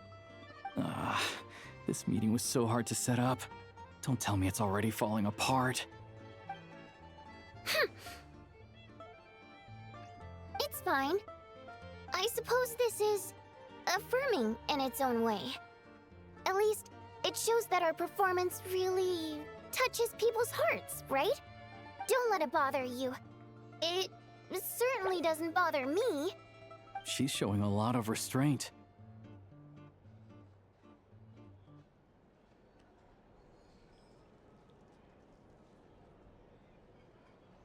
Well, I'll be sure to let Odette know how much you adored her performance. Please don't say that. I always love your performances too. It's just that inspiration struck at the wrong time today. I'm usually all ears. I know, I can tell. That's why I value your opinion. I'm sure some people can't stand it when others praise their coworkers right to their face, but not me. No, sir. Fair enough. I still feel kinda bad, though. But you know what I really can't stand? People who only show up to the theater to pretend that they're cultured. Makes me sick to my stomach. Oh, yeah, 100%. There are too many of those people around. By the time they're walking out the door, they've forgotten all about the show. What's wrong? You look furious. I don't know if you've heard about the boss of the Iskra manufacturing plant. He isn't even a theater investor, but he always demands the same privileges as actual investors. Box tickets only, premium drinks, even the right to request specific songs. Well played, Vodyanitsa. Seems like she's harnessing her rage to steer the conversation back on track. Now that you mention it, I've interacted with that guy before. I gotta say, everyone holds him up as an example of a benevolent businessman, but I don't know. I don't see it. Yeah, he couldn't care less about what's happening on stage. He's just there to flaunt his social status. I hate that I have to prepare programs for guys like that. What's the big deal with that factory he runs anyway? I asked around a bit and heard some pretty shocking stories. Sounds like he's just another greedy capitalist. Oh, really? Yep, the things people are saying are pretty damning. Low wages, insanely long working hours, equipment running around the clock. And as if that's not bad enough, he also strictly forbids his employees from giving any kind of interview. Project Stuja has now been extended so many times, we're at the point where crystal rations for the common folk are barely enough to survive on. Yet he even wants to get his greedy hands on them just to boost his own profits.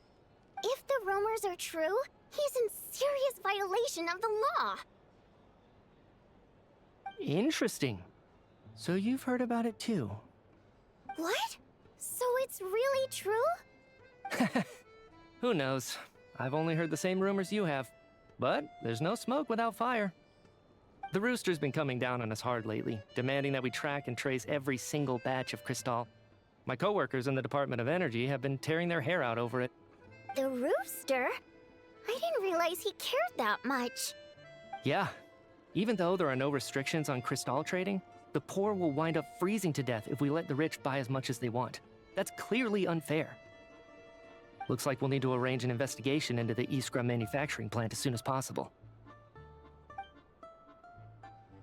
I never knew you kept up with current affairs beyond the theater, Miss Vodyanica. You really have a heart for the common person. Most Fae in your position have long been indifferent to the plight of humans. Well, those of us who choose to live in human cities are naturally going to pay attention to any significant upheaval. Isn't the Rooster a Fae himself? I'm just surprised to learn that even someone with as much experience as him is getting so stressed out over Project Stuzha. What is the end goal of this project anyway? This is it. We're finally going there. I'm sure Mitya can sense on some level that she's fishing for information. But since their conversation is so relaxed, he might just let something slip. It's stressing me out too. If I'd only made better progress with my research, things wouldn't have dragged on this long.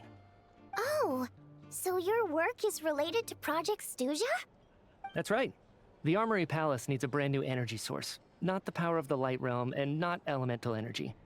Right now, the only thing that meets the requirements is the power contained within stellar linchpins. But harnessing that power is costly. Each step of the process requires enormous amounts of Kresnik crystal, from extraction to quantification to attempts at conversion. Progress has been painfully slow, and the team is getting burned out as time goes by. Sometimes, I see people staring into space as if in a trance. Could it be that this new energy source has side effects? No, it doesn't affect us, because the energy is used for... Okay, I got it. Stop choking me. Sorry, I can't talk about that. I think we're all just exhausted. We've been working ourselves to the bone for so long with so little progress to show for it. It's no wonder people are struggling to stay motivated. Seems like I owe you an apology. I shouldn't have gotten so mad at you for not paying attention during the show. Don't worry about it. I count myself lucky, to be honest. I don't envy the people who work closely with the Tsaritsa herself. I'd much rather be in my current position. At least I don't have to shoulder any major responsibilities. So they're trying to develop a completely new kind of energy. Yeah, censored by a scarf. Who would have thought? Oh, dear. It looks like my time is up.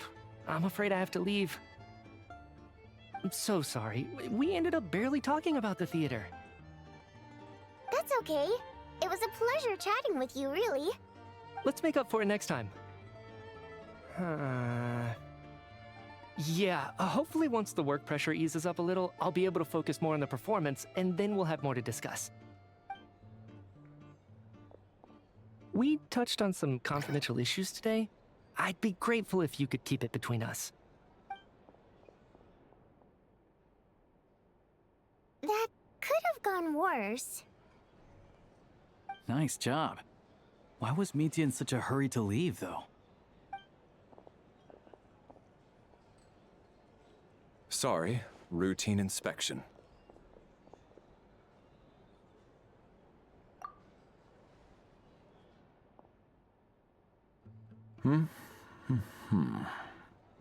Okay, let's go. So he wasn't rushing to get back to work. He must have calculated that Valeri would find him here in exactly 25 minutes. That's frighteningly accurate. One of the main duties of the Special Assignments Battalion is to ensure that important figures stick to their schedules. All right, time for us to get going too. Excuse me, check please. We'll settle our check too, then. Oh, hello there. Mr. Mitya paid the check before leaving. He also asked me to pass on a message. He said it was an honor to share his tea break with Miss Vodyanitsa and her two friends. Wait. So he knew we were here all along? This raises a lot of questions. Did he deliberately mention the new energy source so that we'd overhear it? Maybe his work isn't confidential after all. Maybe the key here is the purpose of this new energy. I guess that's the next thing to look into.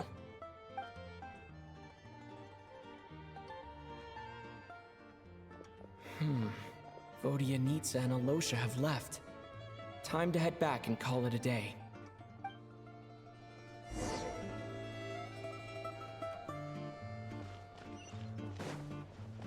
You're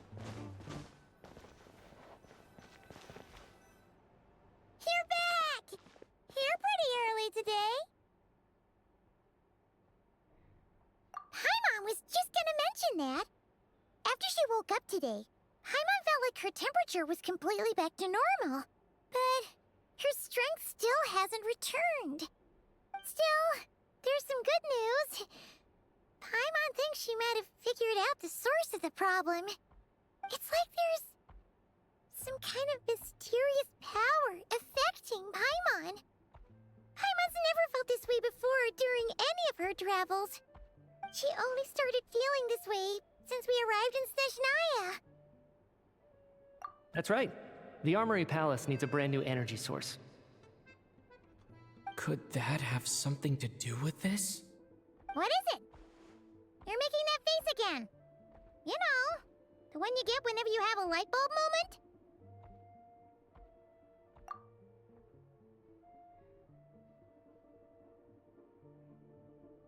So, they're trying to develop a new energy source here? And you think that might be why Paimon's feeling unwell?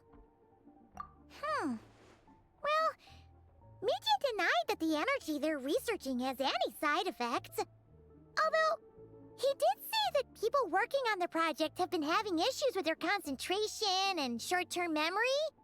And even so, those are completely different symptoms from Paimon's. It's pretty faint, so it's kind of hard to tell. But if anything, it seems like it's coming from roughly the same direction as the Armory Palace. Sure, Paimon's with you there. But how, though? The Rokat only has a limited amount of intel.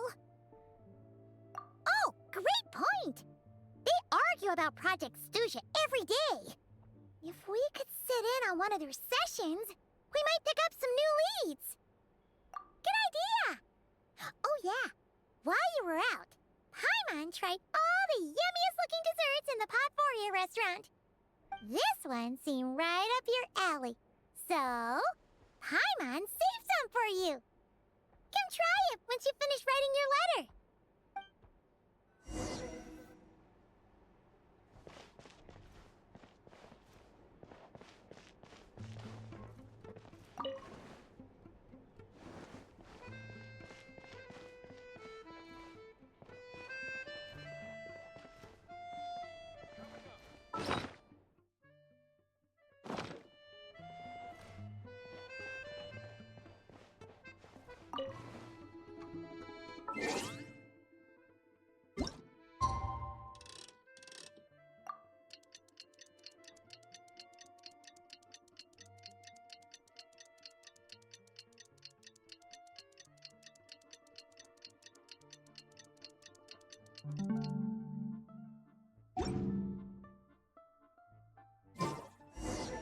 Alosha replied.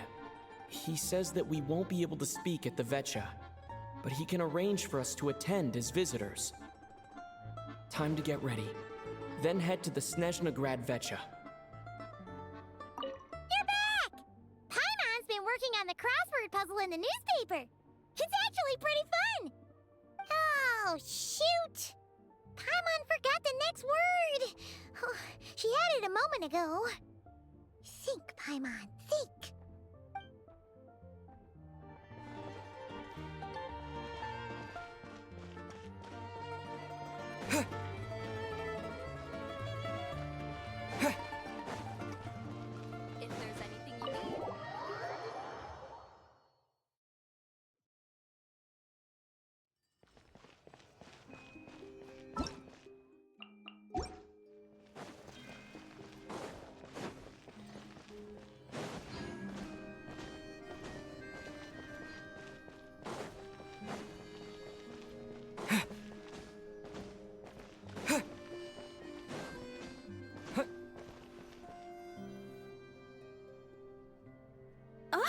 Miss Vodyanitsa, prima donna of the Korolievsky troupe. What a surprise meeting you here. Will you be sitting in on a session of the Vecha? Sorry, I'm not taking interviews today. Oh good, you're here. The session's about to begin. Let's get inside. Please wait, Miss Vodyanitsa. Could you introduce me to your new friend?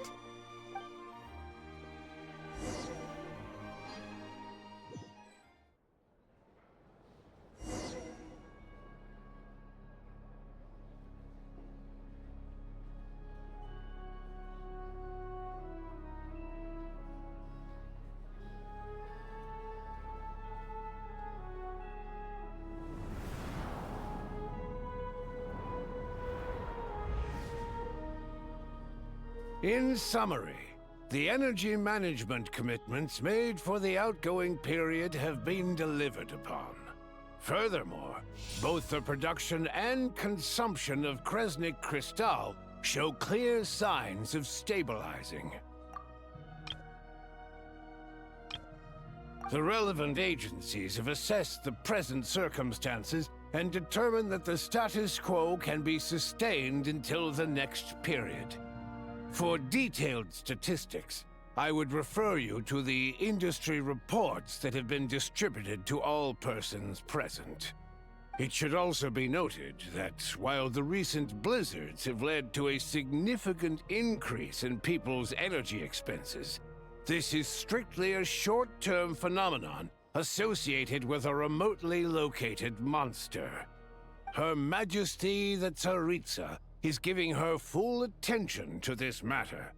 We should have every confidence that it will be dealt with swiftly and conclusively. A financial report on disaster relief is also present in this report, courtesy of Pantalone. They cover the same old ground every single time. The rooster never seems to mind, but everyone else is getting tired of it. There's a general lack of trust. People aren't seeing any tangible benefits that affect them directly. Of course, none of that will be reflected in any of the reports on the table. Yeah, if it weren't for these hard copy documents, I could have at least made something up. Oh, don't mind me. I'm just out here trying to hit my interview quotas. Bring out the kvass. Ever read it? Best-selling newspaper in town. If I remember correctly, you guys don't even have a sales permit. You have to sell from stalls on the street. Okay then, best-selling street stall newspaper in town. Still counts.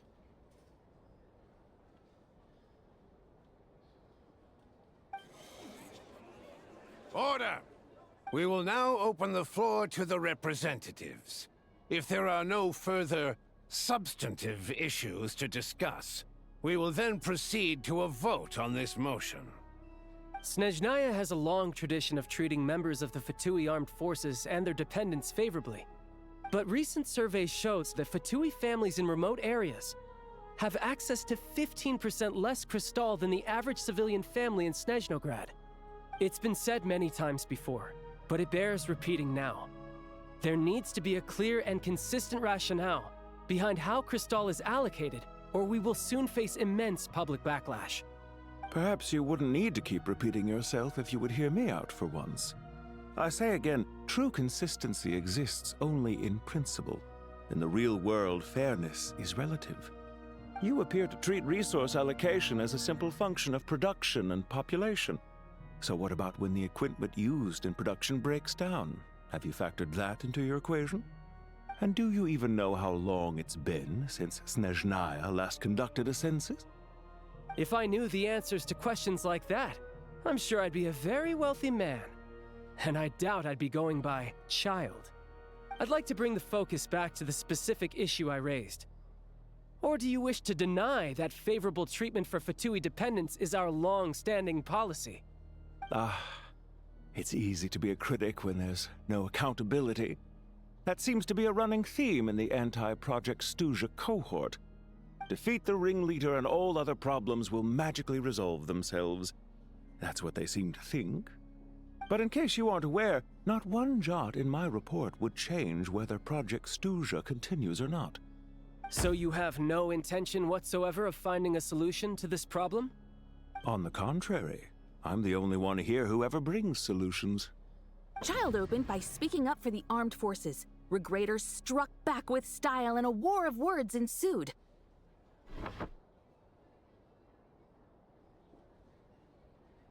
Our reporter was live on the scene to get the audience's reaction as it all unfolded. Who do you support? The people have spoken! Child received raucous applause from the crowd as he pushed Regrader onto his back foot with a relentless barrage of questions. It had to be seen to be believed. Now you see why they don't have a sales permit. However this reporter wants to spin things, I haven't forgotten that Tartaglia was representing the Northland Bank when we first met in Liyue. So surely, their relationship can't always have been this strained. You two are getting off topic. Let's focus on what the data is saying. Mr. Pantalone, may I speak on your behalf? Oh, please do. I'm more than happy to save my breath. Crystal distribution policy undergoes modifications with each new period. The ultimate goal being to find the most reasonable method of allocation, which I believe is what Mr. Tartaglia also seeks. But I fear many may have been misled on this topic by extremist activists. To clarify, Project Stuja is not the root cause of the problem. It is merely a framework for resource distribution. The most recent reports all point to Snezhnaya's resilience and adaptability during this period of fine-tuning, and give clear indications that a distribution framework is improving with each iteration. To make drastic adjustments without first considering the risks would likely do more harm than good. It would be a waste of the hard-won experience we've gained to date. Renowned scholar of finance, Arapov spoke up to clarify the fiscal logic, clearly alluding to social organizations like the Rokot in his words. With the notorious Lelex still active to this day, should the Rokot be held responsible? No, there is someone else to blame. She's just rephrasing what Mr. Pantalone said. The Rokot are the critics he accuses of taking no responsibility for their actions. As for Lilac, you won't have heard of him yet. He's currently the most famous member of the Rokot. Well, more like infamous. Ending Project Stuja has become an obsession for him. Unlike the more decent ones among us, he believes that votes in the Vetcha are all that matter. So whether it's threats, coercion, or bribery, he'll use whatever means necessary to get people to change their vote. And since we're already on the subject, what do you think of Lelec's methods? Are you for or against?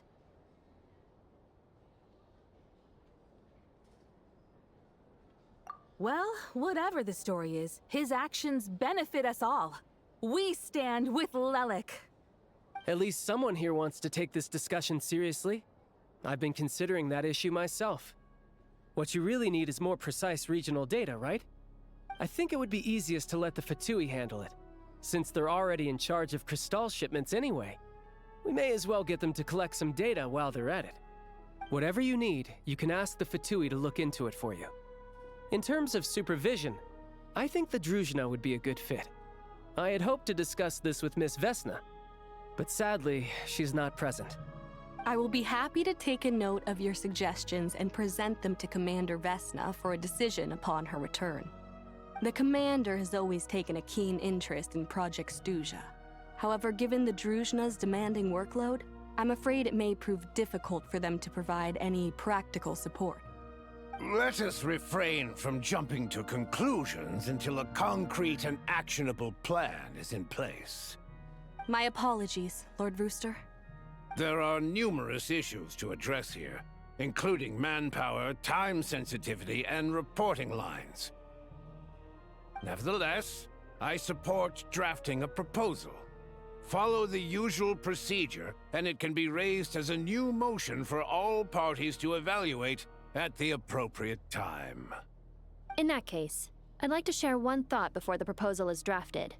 The issue of time sensitivity was raised just now, which I presume relates to the official reports. In fact, the Energy Commission already collects regular statistics on each urban center and its surrounding area. Would these be of any use? That's a good idea. I I read every issue of Svietlolaidovka's report, and although my focus is mostly on the section about equipment operation, the energy consumption statistics also yield a lot of insights.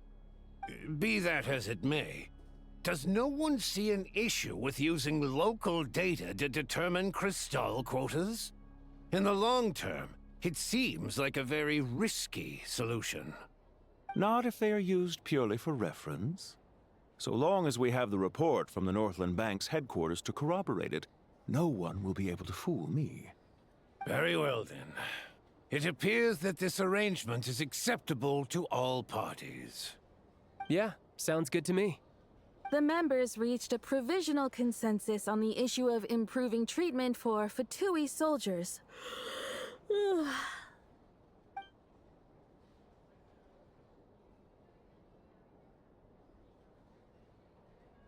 Today, the prima donna of the Korailievsky troupe attended a session of the Snezhnaya Vecha in the company of a dashing young man. The question on all our minds is, what is the true nature of their relationship? Write anything like that again, and I'm revoking your permission to interview the troupe. Got it?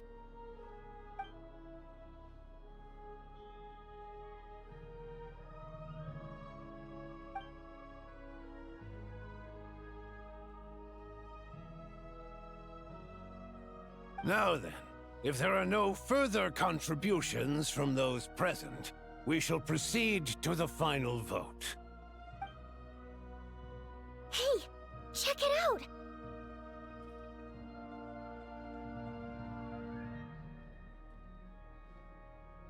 What made him vote against?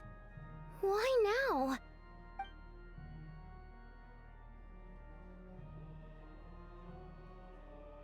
The votes have been tallied. Those in favor of continuing Project Stuzha total 61%, securing a clear majority. That was too close. The margin has shrunk yet again. Chuganov was a huge loss. I'll bet Lelik is behind this. I wonder how Pulcinella will respond this time. Chuganov. I see. Lelik strikes again. Yes. Go, Lelik. Once Project Stuzha is defeated, our unwavering support at Bring Out the Kvass will finally pay off when we make our comeback. I can taste our victory already! In accordance with the result of this vote, Project Stuzha will remain in effect until the next Vecha period. Finally, may I remind us all, we debate only for the greater glory and solidarity of our nation. May the aurora shine ever on, and the tundra always stand firm. The session is concluded.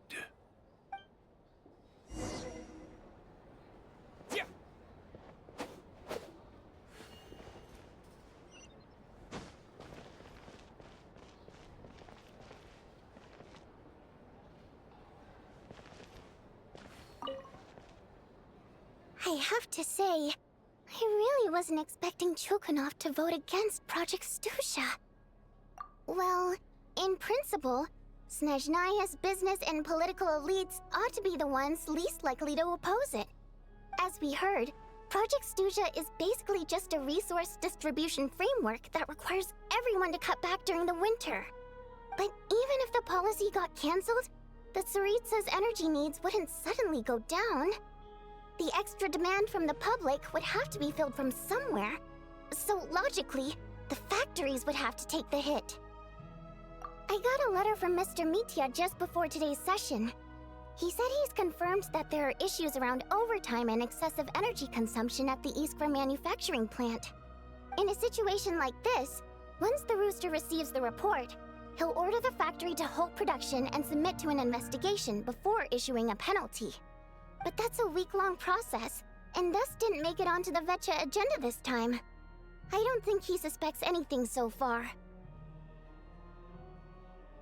Exactly. And as you know, he's a very selfish person. I was originally gonna try and flip him after he received notice of the official sanctions. My plan was to convince him that the whole thing was completely unfair. Rather than just sit back and take the hit while his factory stopped production, he'd be better off voting to end Project Stuzha. At least that way, no one else would be able to make any money either, because all the factories would suddenly have more limited energy to work with. But now, he's already voted against it, which means someone must have used more forceful means to change his vote, just like with everyone else who flipped. Yeah, no one knows why Lilac is so obsessed with ending Project Stuzha, but by the looks of it, he's inching closer and closer to success. Lilac must have strong motivations, given how he'll stop at nothing to achieve his goal. Maybe he knows the full truth of Project Stuzha. Maybe my next step should be to focus on him. All right. What are your plans for the rest of the day? Shall we head out? Hey, comrade. I noticed you were here during the debate. I didn't take you for a political enthusiast. Greetings, Harbingers. I just happened to have some free time today, and my new friend here thought it might be fun to check out the Vetcha. Ah, Odette must have introduced you. Looks like you two are getting along pretty well.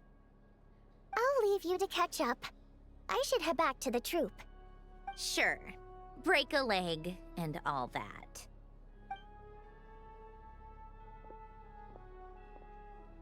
Thought it might be fun to check out the Vetcha, did you? Things are never that simple with you, Traveler. There's no way you're here for kicks and giggles. Tell me I'm wrong. Oh, yeah. To some, he's a captivating enigma. To others, he's the bane of their existence. No one ever thought that some anonymous nobody from the Rokot could cause such a stir. Huh? You want to look into Lelik? Then I'm sure his days of anonymity are numbered. What do you think, Sandrone? Fine by me, I guess. If the Traveler actually manages to expose Lelik, it'll be doing Pulcinella a favor. In return, it seems fair to let him in on what we've learned so far. My thoughts exactly. Sharing is caring, after all. Head back to Glupov and grab the files on Lelik. It's easier to just pull the records than go through the rigmarole of getting the Traveler a visitor's permit. As you command, child, sir. In that case, since we're going to be waiting anyway, I'll have someone brew a pot of black tea.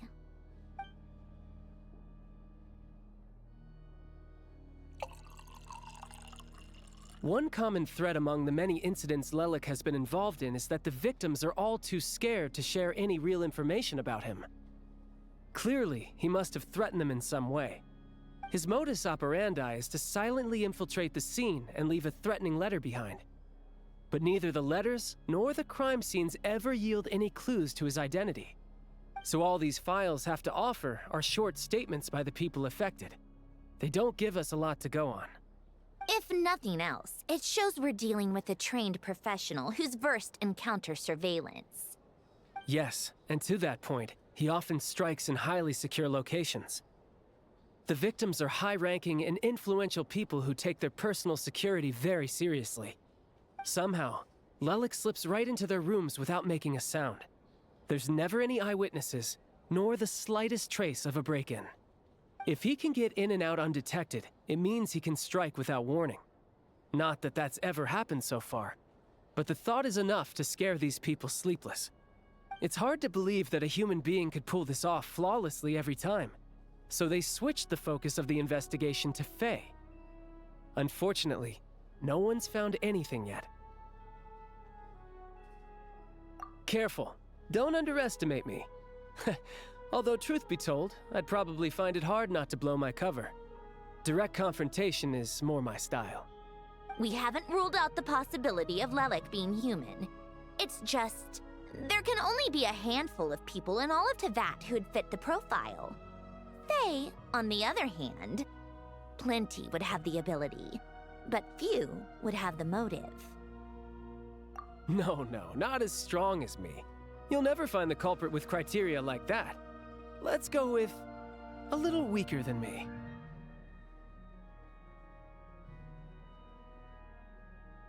Oh, you hit me right where it hurts. I'll admit, he's strong and meticulous. But can we at least limit this to candidates who have something to do with Snezhnaya? He's just trying to find a reference point. Stop getting fixated on who's stronger than who. But that's the most important thing. In my opinion, anyway.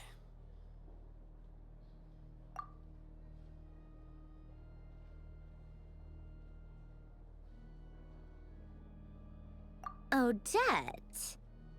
Yeah, that seems about right. Her skills are solid, and she's always calm under pressure. Except she's Fatui, so the likelihood of her working against us is pretty low.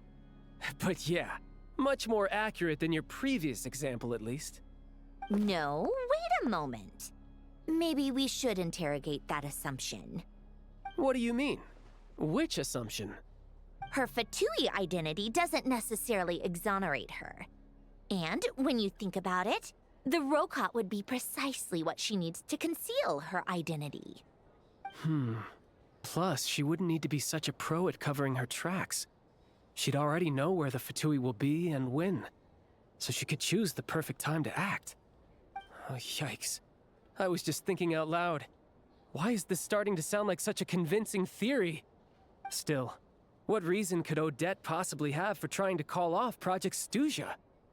Arlecchino would be the best person to ask. She knows Odette best. Unfortunately, she isn't back yet. Rosaline used to open up to her in private about her struggles with Odette. As I'm sure you can imagine, Arlecchino is quite a lot better with children than Rosaline was. She gave her some tips on how to handle the situation, and Rosaline managed to reach a settlement with Odette before leaving. So I suppose there were at least no lifelong regrets left behind. Beyond that, I don't know the details about that side of things. But I do know that Odette definitely has a motive to hold a grudge against Project Stuzha. The reason being, her father passed away during the early stages of the project. That was back before it had been named Project Stuzha, when things were still being worked out. But in essence, it's remained the same ever since. Huh, the more you know. Rosaline was always so self-centered. I never understood why she started paying so much attention to Odette. Is that such a surprise? If you cast your mind back, you may remember that Rosaline and I weren't exactly close. We had tea together a few times, but that was about it. Odette's past is no secret. Her father was a fatus and her mother was a very famous ballerina. On the surface, it looks like she followed right in her parents' footsteps. But the truth is quite a different story. After her father passed away on a mission, her mother was overcome with grief. She broke her leg during a performance and could never dance again. Odette was only interested in ballet at the time, but this tragedy left the family with both breadwinners gone. They could barely make ends meet. Per Capitano's policy, family members of Fatui who died in the line of duty had to be appropriately accommodated and provided with adequate assistance. So, regardless of how Rosaline may have felt about it, it fell to her to resolve the issue of Odette's family's livelihood. In the end, the solution they agreed upon was to have Odette join the Fatui. Right, because the alternative would have been a one-off compensation payment, I guess. In that sense, joining up was definitely the better option. Still, she must have had mixed feelings about it, right? If she doesn't even like the Fatui. It's just a theory, a possibility. But as a motive for Odette to become Lelik, it holds up.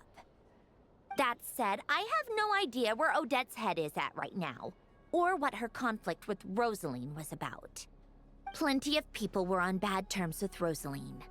I have no intention of trying to figure it all out. Yes, but there's not much point in discussing that now. Yeah, back to Lelik.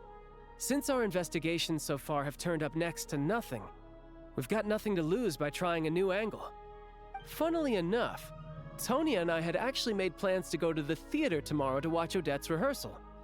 Unfortunately, thanks to this Lelik situation, I'll be stuck working overtime again. Which means you can go in my place. No point wasting the ticket. Plus, you'll get to meet Tonya. Spirit Seeker. quite the classic ballet. It was passed down through Odette's mother's family for generations, though it hasn't been performed in years. But Odette's been practicing it diligently, and it's finally ready for a return to the stage. Excitement is through the roof. Tickets for the official performance sold out long ago. Tonya's excited for it too. She's desperate to see it no matter what. Personally, it's not really my kind of thing, but since she's my little sister, I had to figure something out. I've actually seen it several times before. The story's pretty straightforward. The lead character follows a trail of clues left behind by a spirit, gradually recovering her memories along the way. It's a tale of love and regret. So not exactly reinventing the wheel, at least by today's standards. But when that classic melody kicks in and the lead character begins to dance, it always gets me. It really is beautiful. Not an easy dance to do justice to, though. I know it's always been Odette's dream to perform this piece, but I'm not sure she's really ready. In that case, I think that even if she is Lelik, we should wait until her performance is over before we respond. I'll let you take it from here, comrade.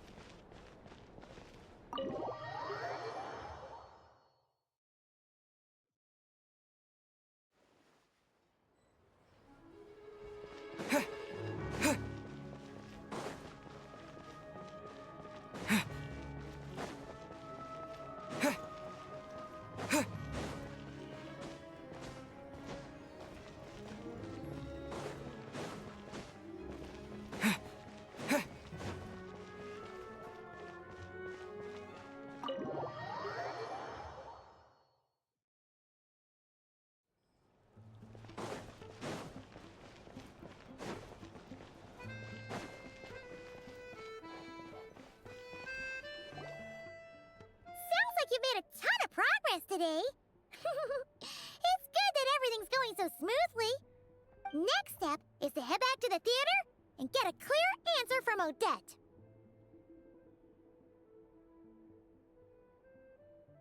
Either way, Paimon doesn't get the sense that she's a bad person. Sure, she might have done some pretty extreme things, but Paimon bet she has her reasons.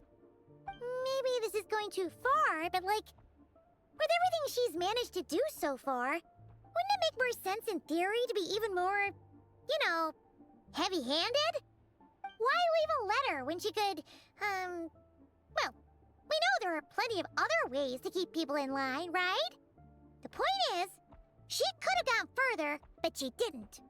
So, if it is her, she's got some principles at least. Yeah!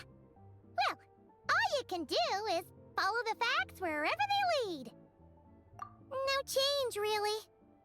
But that thing Paimon told you about yesterday? Paimon feels like she can sense it more clearly now. Hearing you talk about your day makes Paimon itch for an adventure. If only she could be there with you so we could experience it all together. Yeah, I wish you could be there too. I'm not used to adventuring alone. But don't worry, we'll get to the bottom of this. Guess it's just one of those things. Never mind. Paimon will behave herself and keep resting.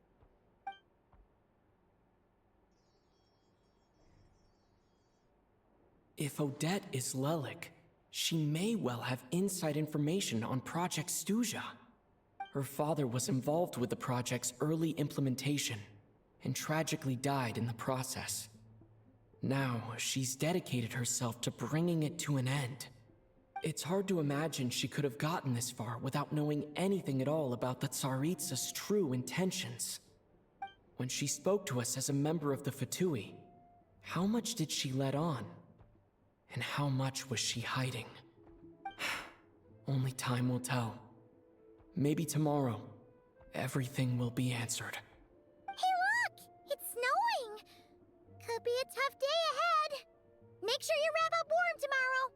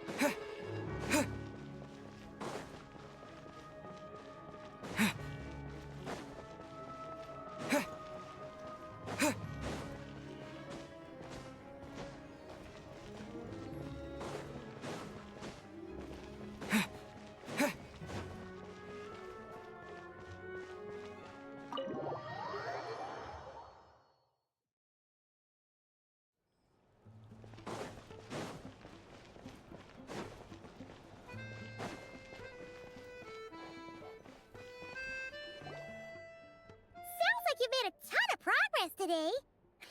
It's good that everything's going so smoothly. Next step is to head back to the theater and get a clear answer from Odette. Either way, Paimon doesn't get the sense that she's a bad person. Sure, she might have done some pretty extreme things, but Paimon bet she has her reasons. Maybe this is going too far, but like, with everything she's managed to do so far, wouldn't it make more sense in theory to be even more, you know, heavy-handed? Why leave a letter when she could, well, we know there are plenty of other ways to keep people in line, right? The point is, she could have gone further, but she didn't. So, if it is her, she's got some principles at least. Yeah! Well, all you can do is follow the facts wherever they lead. No change, really. But that thing Paimon told you about yesterday? Paimon feels like she can sense it more clearly now. Hearing you talk about your day makes Paimon itch for an adventure. If only she could be there with you so we could experience it all together. Yeah, I wish you could be there too. I'm not used to adventuring alone. But don't worry, we'll get to the bottom of this. Guess it's just one of those things. Never mind. Paimon will behave herself and keep resting.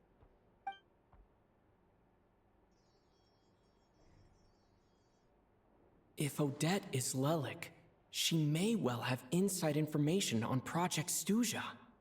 Her father was involved with the project's early implementation and tragically died in the process. Now, she's dedicated herself to bringing it to an end. It's hard to imagine she could have gotten this far without knowing anything at all about the Tsaritsa's true intentions. When she spoke to us as a member of the Fatui, how much did she let on? And how much was she hiding?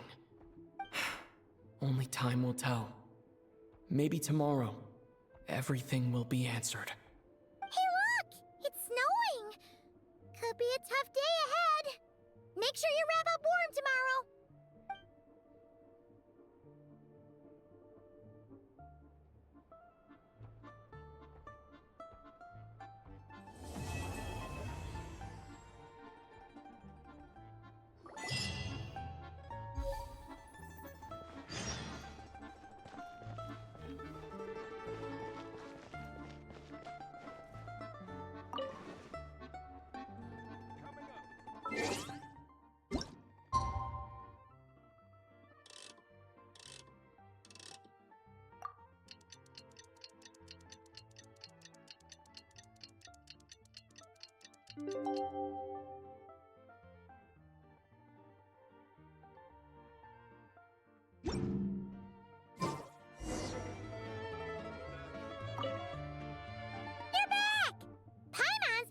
On the crossword puzzle in the newspaper. It's actually pretty fun. Oh, shoot. Paimon forgot the next word. Oh, she had it a moment ago. Think, Paimon, think.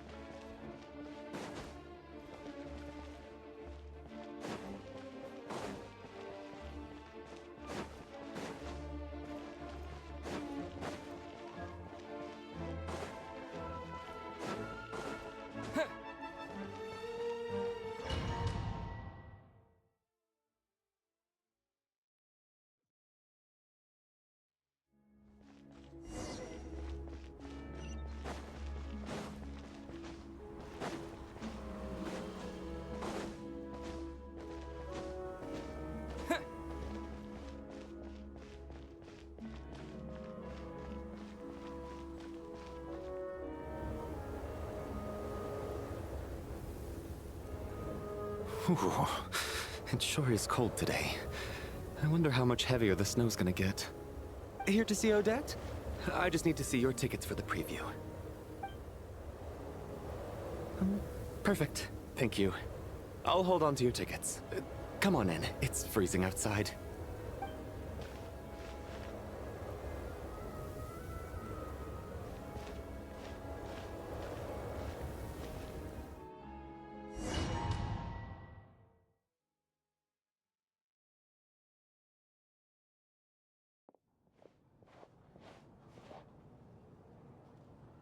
I think I'll leave the Lelic question until after the show's over. Then I'll go find Odette.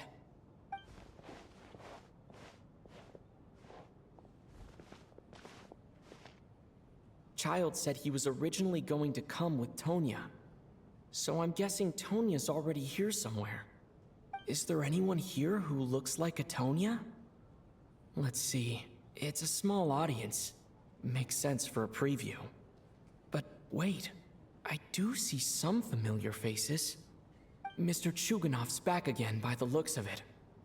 Oh, and is that Mitya? And that Fatui officer, Valeri. Guess he must be playing cat and mouse with Mitya again.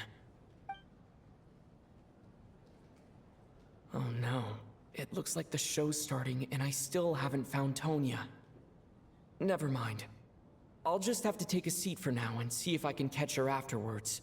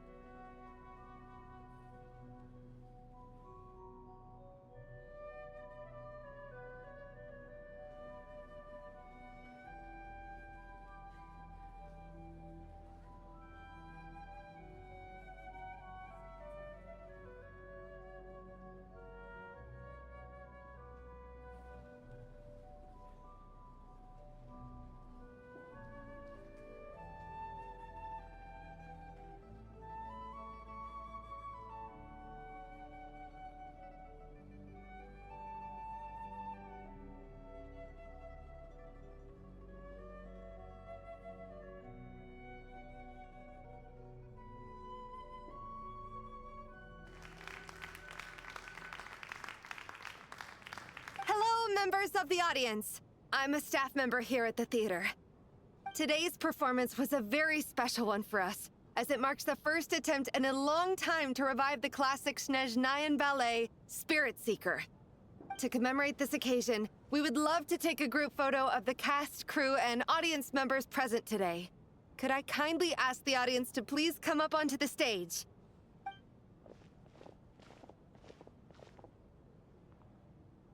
All right, everyone, huddle in a little more. Now, look at the camera. 1, 2, 3.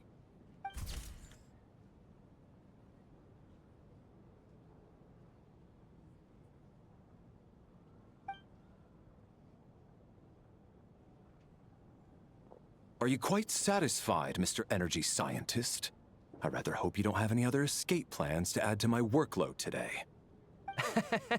What are you talking about, Sarge? This was simply my way of inviting you to watch Miss Odette's new show with me. And wasn't the performance spectacular? In the future, I heartily encourage you to take a leaf out of my book. Find some soul-nourishing pastimes to enrich your time outside of work. It was indeed a fine performance, but I must correct you on one point. This is not time outside of work. These are working hours. Working hours and non-working hours are just a social construct. Human technology can never advance if we're too rigid in our thinking, Sarge. May we leave now? Already? I mean, I was kinda hoping to soak up the atmosphere for a little longer, but... No? Okay, guess I'm pushing my luck. Didn't seem like too much to ask, but fair enough. Off we go then, Sarge. Back to the land of working hours. Lead the way. That has to be her. She's the only person in the audience around Tonya's age. Excuse me, are you Tonya? Huh? Your brother's busy today, so I took his ticket. Don't worry about him, he's fine. Oh, okay. Sorry for the trouble.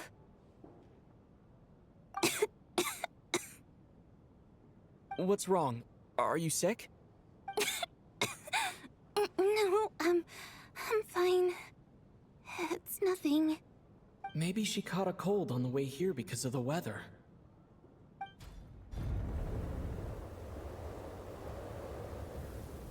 I haven't seen snow like this in a long, long time. It's most unusual. I know. It's completely white out there. You can barely see a thing. I've never seen such heavy snow in my life. Let's wait it out for now. You'd be lucky not to freeze to death in this weather, let alone find your way.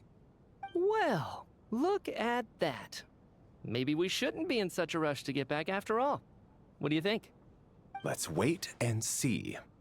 Why do you need to take it so seriously? Fate has given us this wonderful chance to take a break. We owe it to ourselves to make the most of it. Come to think of it, there's a small inn not far from here that always keeps plenty of extra blankets on hand for guests. I know the route well. Shall I head over and borrow a few blankets? That way, anyone in a hurry can wrap up warm for the journey back. Just remember to return them next time you're over this way. Sir, there's really no need to go to all that trouble. Hey, it's no trouble at all. Wait here, I'll be right back. What a kind gentleman. Very good. My wife and daughter are waiting for me at home, so I shall be heading back as soon as I get my blanket. So...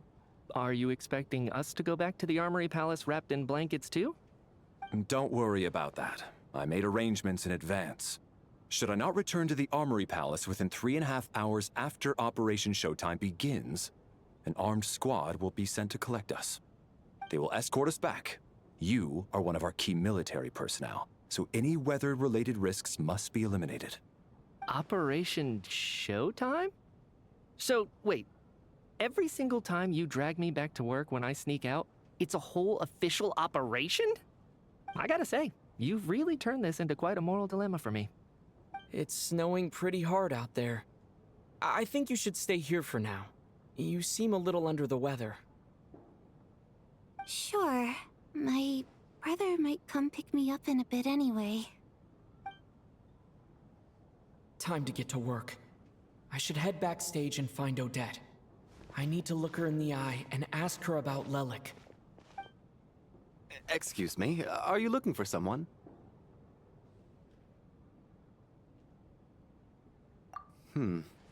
How do you know that Miss Vodyanitsa is backstage? Unless...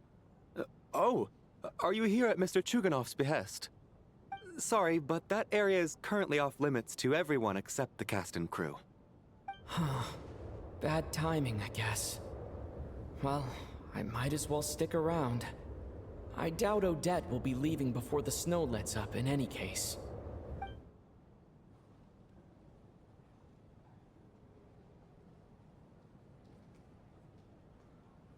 What happened to the gentleman who went to fetch the blankets? How has he still not returned? I was thinking the same thing. It's still snowing very hard. Do you think something might have happened to him? Whatever the reason for his delay, I must say I hate nothing more than people who make empty promises and fail to deliver. Well, I have to treat my employees like that on occasion, but that's different.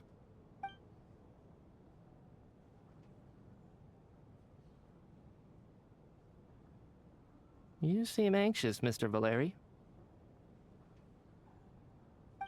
It's been nearly 4 hours since I left the armory. The army should have arrived to extract us by now. They know how much I despise tardiness and disrupted plans. There's simply no reason that they shouldn't have shown up by now, barring exceptional circumstances. Surely a snowstorm like this one counts as such. Few things in this world can stop the Snezhnayan army, Mr. Mitya. And a snowstorm is certainly not one of them. Why don't you go out and take a look? They might be right outside, waiting for your orders before they dare come in. An absurd hypothesis. I have no intention of leaving your side for even a moment until I have escorted you back to the Armory Palace. This doesn't look like an ordinary snowstorm to me. That guy who left earlier, it looked like he just vanished into thin air. Either that, or my eyes were playing tricks on me. A man-eating snowstorm? Come on. Night hasn't even fallen yet. Spare us the ghost stories.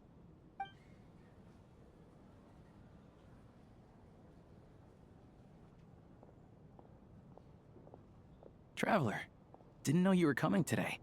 How come you didn't say anything? What is it? Something the matter?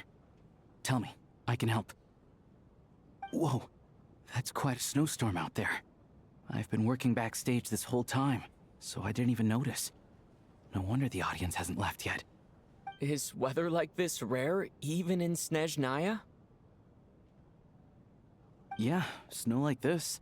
I'm sure I've seen it out in the wild before, but never in the city. Actually, I take that back. I don't think I've seen snow this bad even in the wild. This is something else. It's not normal. If even Alosha thinks snow like this isn't normal, could it have anything to do with that monster people have been talking about? We can't stay cooped up here forever. Someone needs to go out and take a look. No need. I have plenty of experience with snowstorms. Besides, I work here while you're an audience member. I should be the one to do it.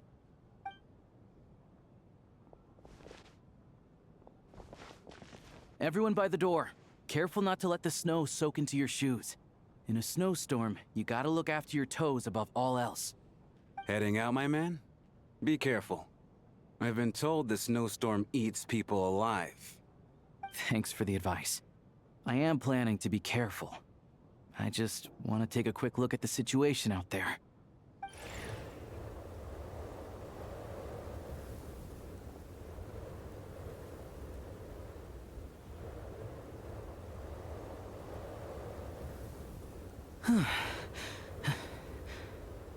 He's back! He's back! How was it? What's going on out there? Did you see any soldiers patrolling the area? Something about this storm isn't right.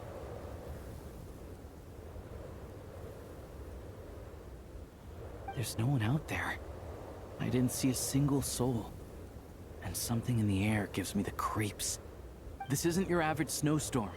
I suspect it might be related to recent events in our nation. I strongly advise everyone to stay here until the snow dies down.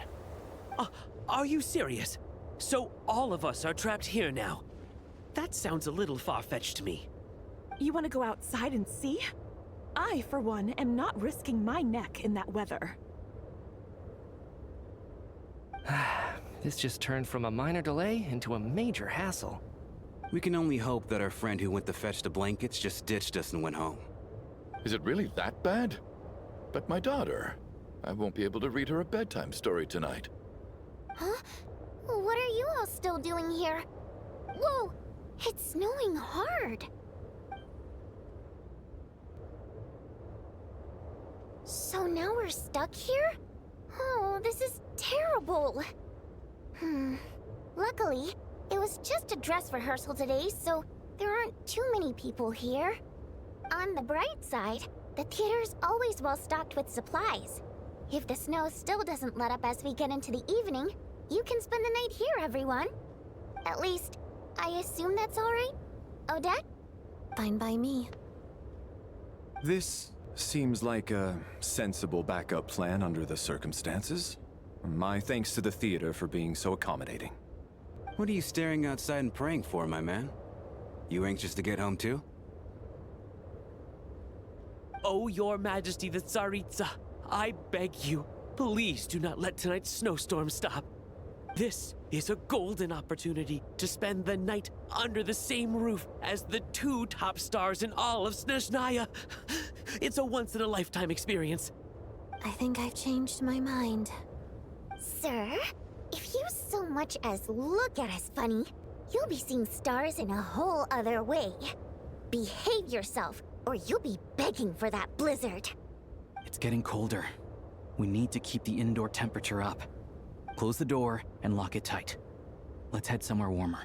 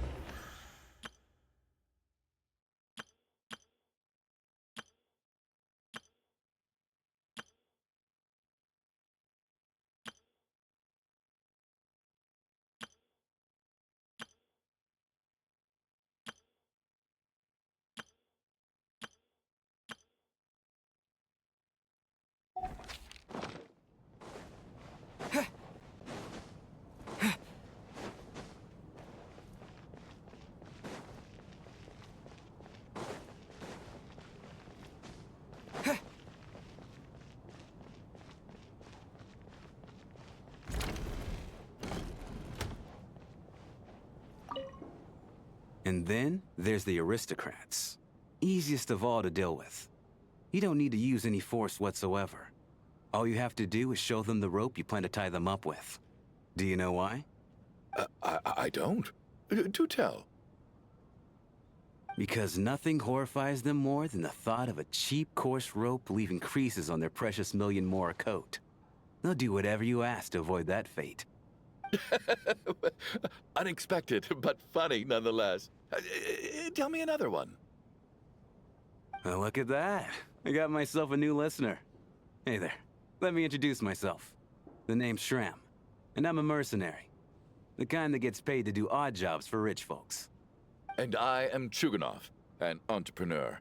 If my name is unfamiliar to you, you will no doubt have heard of my factory, the renowned Iskra manufacturing plant.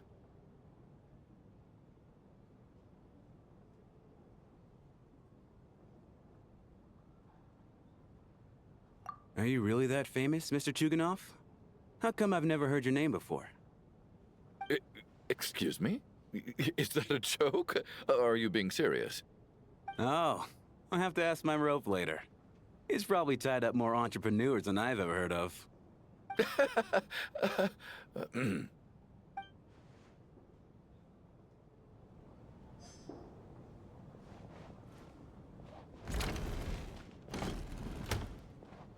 How are you feeling, Tonya?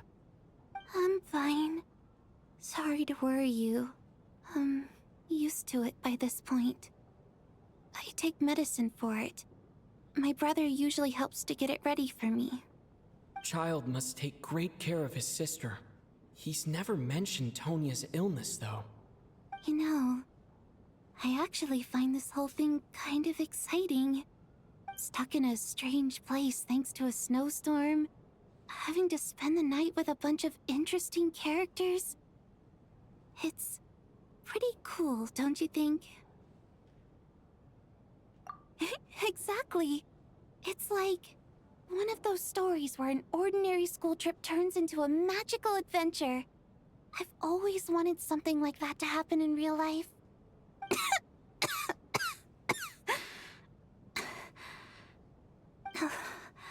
I'm fine, really. Just got a little overexcited. Look after yourself. Otherwise, your brother will come after me.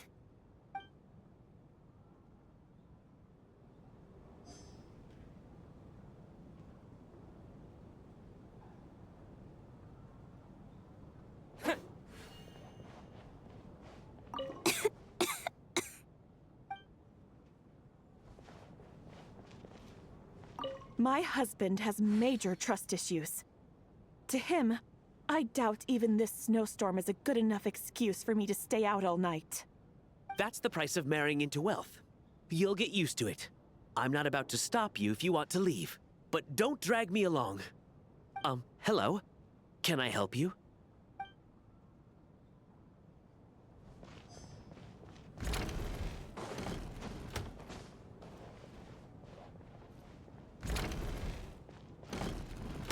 This is highly irregular.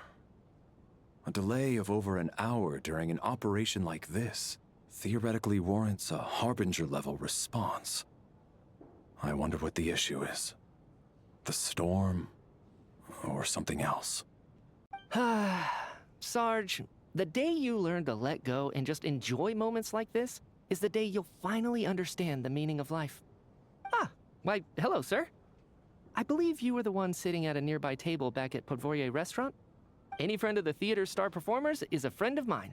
It's a pleasure to meet you. I'm Mitya from the Energy Commission. Greetings. Major Valeri, head of the Special Assignments Battalion. Armory Palace Royal Grenadier Guards, 1st Regiment. I am here to ensure Mr. Mitya's personal safety. Please let me know if I can be of any assistance. Mr. Traveler, I cannot help but notice that Miss Odette is stealing glances at me. Any idea what that could be about? I've racked my brains, but I can't think of anything I might have done to offend her. Perhaps she noticed me spacing out during her performance? What?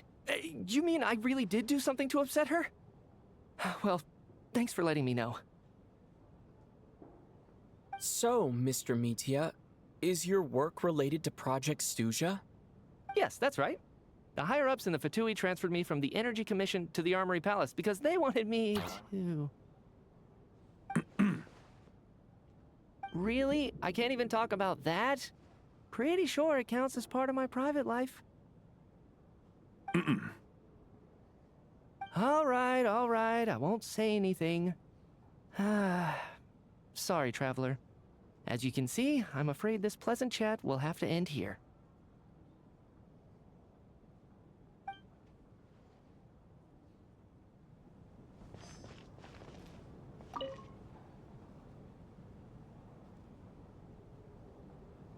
I don't think it's ever been this lively backstage before.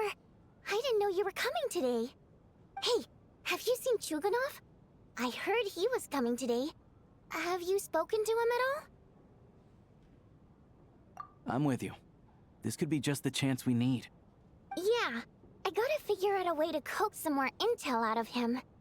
I want to know why he suddenly changed his stance on Project Stuja. What exactly happened before the most recent Vetcha vote?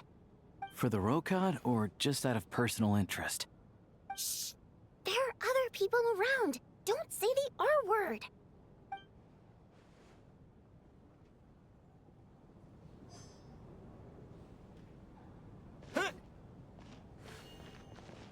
Shh! There are other people around. Don't say the R word.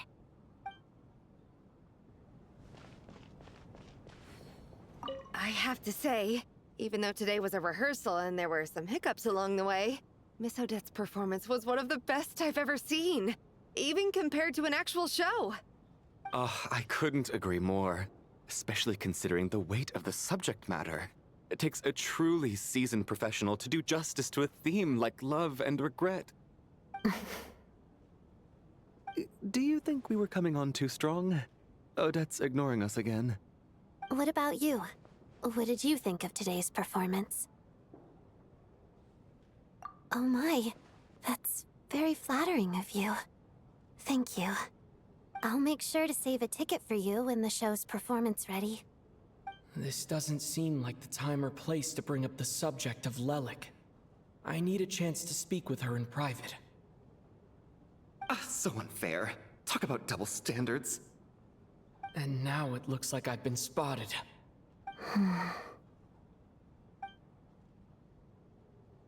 You know Metia too?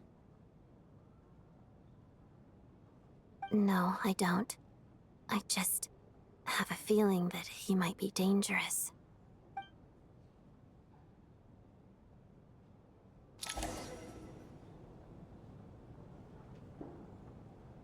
How's it looking, Alosha? No change from this afternoon. Heavy snow with no sign of slowing down. May I have your attention, please? The storm is unlikely to stop tonight, and it'll be even more dangerous outside at night than it was during the day. We at the theater owe everyone here a duty of care. Therefore, we strongly suggest that you stay on site overnight and avoid going outside unless absolutely necessary. In a few short moments, we'll give you a tour of the theater's various quarters. You can choose to sleep in the VIP room, the office, or backstage. Or on the stage if you'd prefer. We won't mind. I'll pass on sleeping on the stage. What if the snow is stopped by tomorrow morning? The early birds in the audience might think we're part of some experimental new show. A drama about sleeping? That could be fun. Maybe we could come up with a title for the production. Not bad. Clear selling point, at least. Could be a big hit. Anyone who doesn't wish to sleep on the stage, please follow me. I'll show you to the rooms.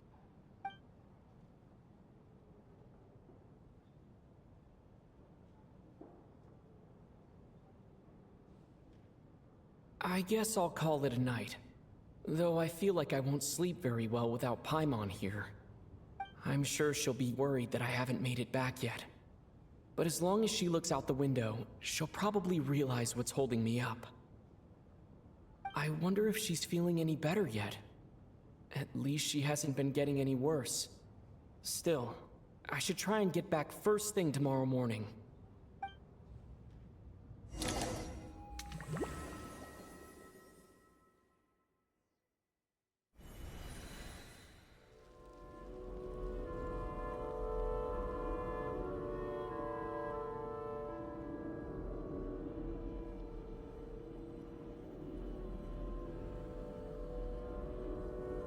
Ah, finally.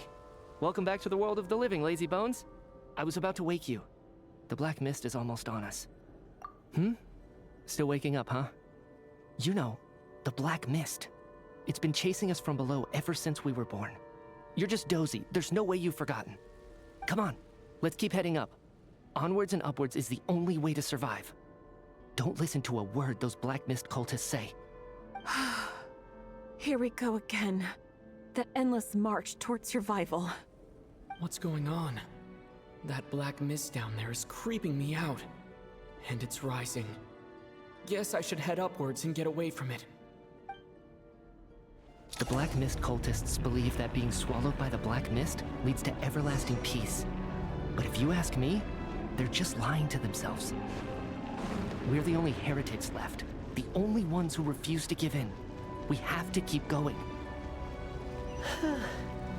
But how do you actually know that they're wrong? Dangerous question there, Torgov. The moment your faith wavers, you start a chain reaction that ends in the collapse of your will. Put the question out of your mind. Stay strong and believe that the black mist means certain death. Okay, but it's not my mind that's the problem.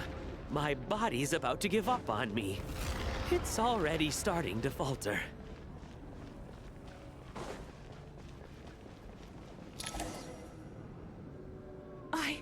I can't do this anymore.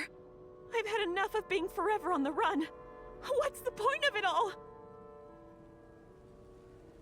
All this will pass eventually, I promise. Keep fighting. It will be worth it. You accuse the Black Mist cultists of being liars. But you're lying too. There is no end to this path. It keeps going up forever. There was never any hope to begin with. The cult of the Black Mist has poisoned your mind, Sobolova. Are you thinking of giving up as well? I am. I think I'll take my chances with the Black Mist over this perpetual torture. As much as I detest the Black Mist cultists, I'm just too weary. Then I bid you both farewell. Let me put my personal opinions aside for a moment and say, I hope that you both find peace within the Black Mist. Fate always appears so impossibly complicated. But at moments like this, its raw simplicity is laid bare. Their fate was sealed from the instant they entertained doubt. From then on, the outcome was both inevitable and irreversible. Let's go.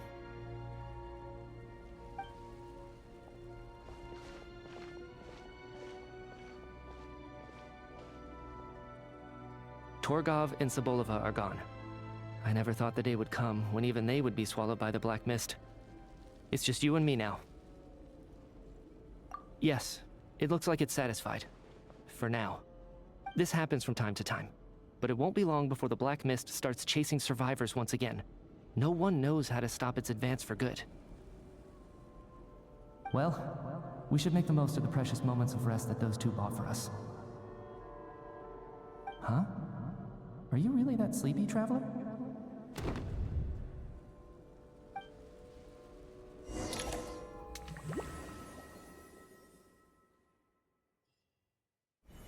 Help! Somebody, come quick! What is it, Chuganov? What's wrong? Huh? Is it morning already? What's all the commotion? Sounds like it's coming from next door. I should check and see what's going on.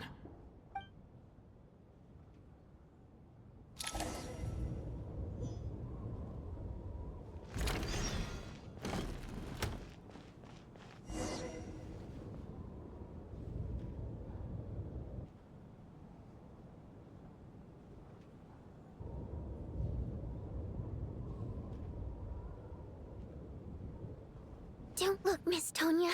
Stay here. Okay. What happened to them?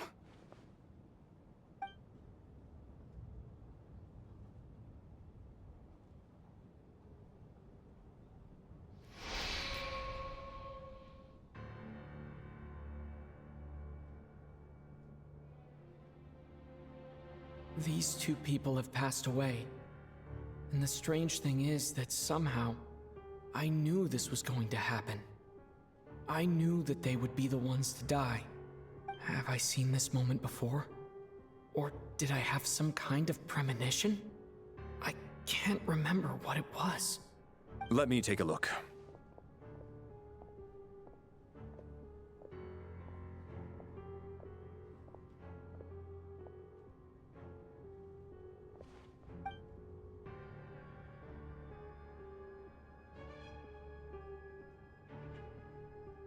No vital signs in either of them.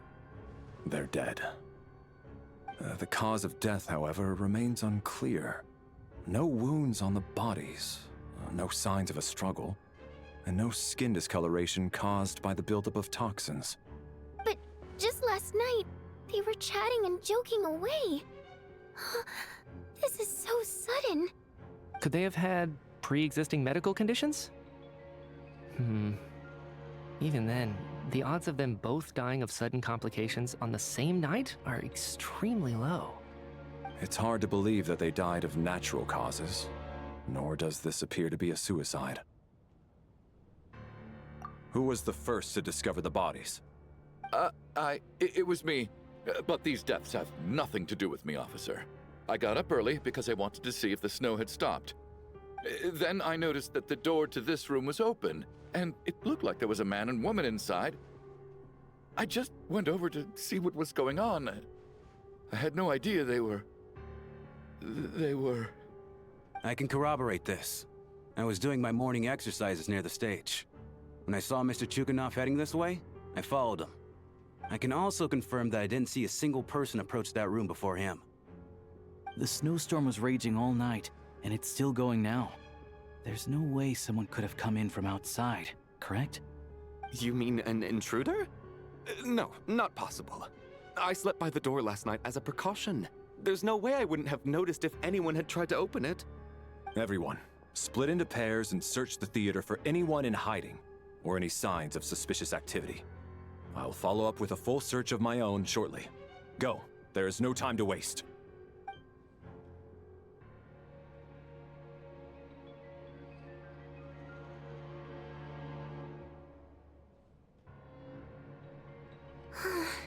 Nothing on your end either?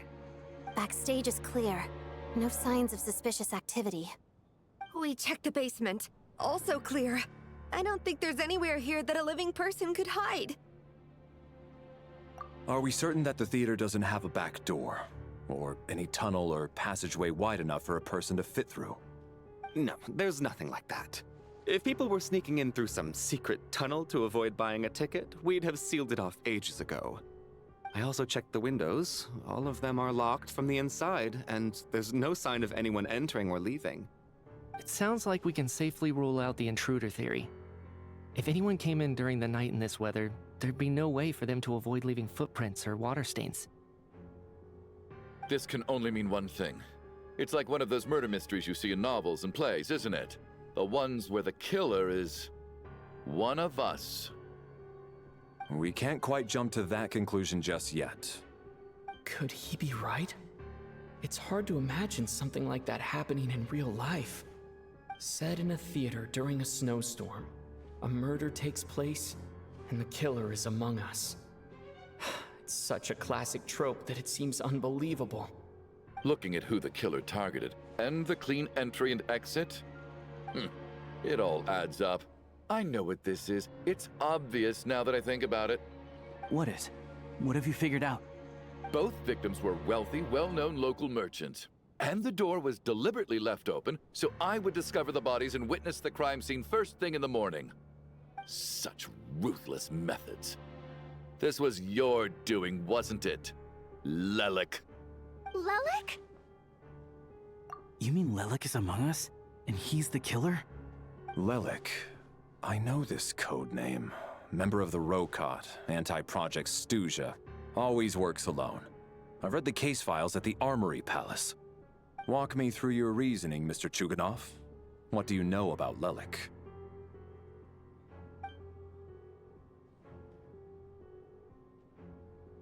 What now, huh? What now, Lelik? What more do you want from me? I already voted against Project Stuzha at the Snezhnaya. You snuck into my house the other day while I was asleep. Left a threatening letter. And I did all that you asked. But Project Stuzha cannot be so easily shaken. Not with the rooster in charge. So he really was threatened by Lelek. That makes sense. And now you're resorting to murder to threaten me. Isn't that right? I knew it. The Rokot despises the rich. The lives of the wealthy are but refuse in your eyes.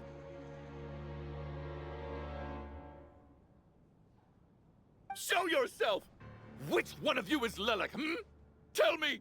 I'll do whatever you want! Just stop playing these mind games!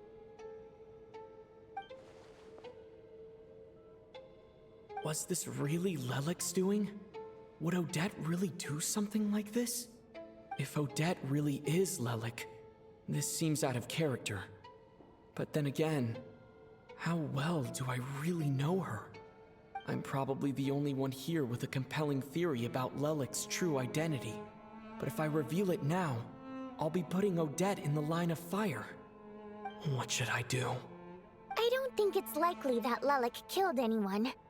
At least from the stories I've heard, he's never killed anyone before. And his name has never come up in connection with any murder cases. Besides, even if Lelek did want to threaten you, why resort to such an extreme and roundabout method? It's not his style at all. Vodyanitsa doesn't know that Lelek might be Odette, but her assessment is pretty much identical to mine. Miss Vodyanitsa, why do you suddenly feel the need to speak in Lelek's defense? Defense? Oh, no, it's just... I'm worried that we're jumping to conclusions here, so I wanted to share my point of view. Also, I don't think the Rokot is as bad as you're making it out to be. Well, if you think I'm so wrong, what's your theory then, Why don't you tell us who the killer is? The case is still evolving, Mr. Chuganov. Please do not prevent others from expressing their opinions so early on in the discussion. Even so, there's no denying that the recent threat received by Mr. Chuganov may well be an important clue. So there's still a good chance that Lelek is right here among us. I can't do this anymore. I don't care if it's still snowing outside. I have to get out of here. Whoa, take a beat. We all know it's far too dangerous out there. Even the soldiers couldn't get to us. Go out that door, and you might not live to tell the tale. And whoever this Lelek is, they're surely not going to murder anyone in broad daylight. Be sensible, my man. You're safer inside. As much as I regret having to say this, I'd like everyone to cooperate and refrain from exiting the premises until further notice. Because as things stand, every one of us is now a suspect. Unless anyone has further information to share, let's adjourn for now. Feel free to keep searching for clues, but make sure you don't go off alone.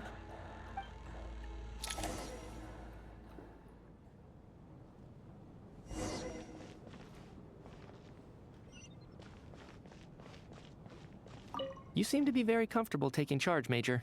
You took the reins as soon as things went south. I simply made an executive decision that someone needed to take control of the situation on the military's behalf. Does this offend you? No, quite the opposite. We feel much safer for it. By the way, what does Major mean exactly? Is it a pretty high rank?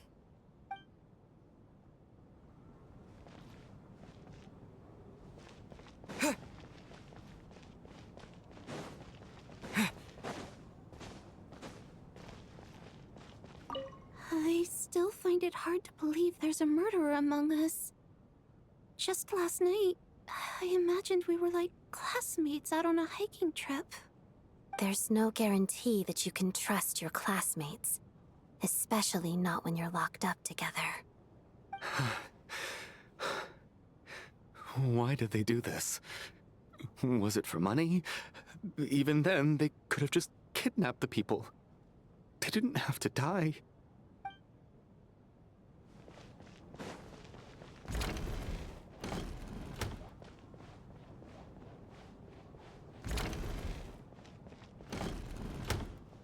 You're right. That was my bad. It was a knee-jerk reaction. I didn't think it through. Luckily, no one suspected my identity. Oh, phew. It's just you. I thought someone was eavesdropping. Since Vodyanitsa and I were on the same page earlier, I think I should share my thoughts with the Rokot members first.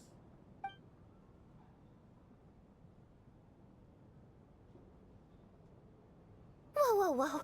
Are you serious? I don't know if this counts as gossip, but it's definitely on track to be the juiciest this whole year. Odette? Really? Odette? Oh god, how dumb does this make me look? Lelek has been right under my nose this whole time, and I didn't notice a thing. Actually, it's exactly what you'd expect.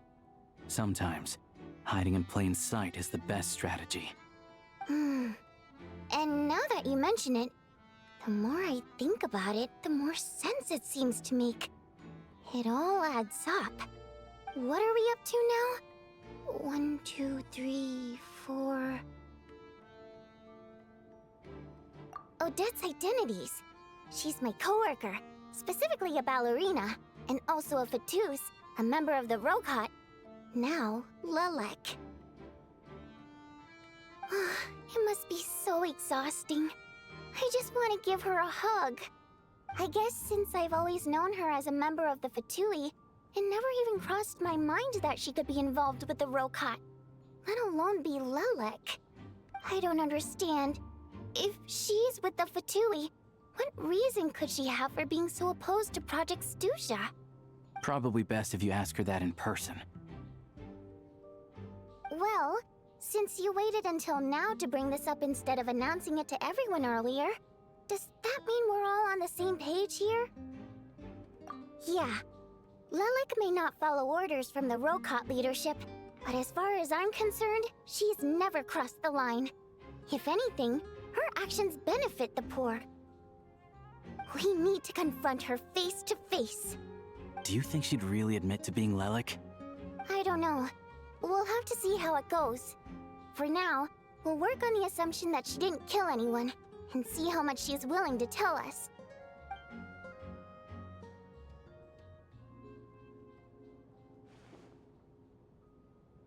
Now's our chance. Odette's alone. Let's go. Hey, Odette. What is it, you guys? Shh. Keep your voice down. We need to talk. So, you're Lelek, aren't you? Alright, fine. You don't have to say anything or explain yourself. Just hear me out first. None of us believes you kill innocent people.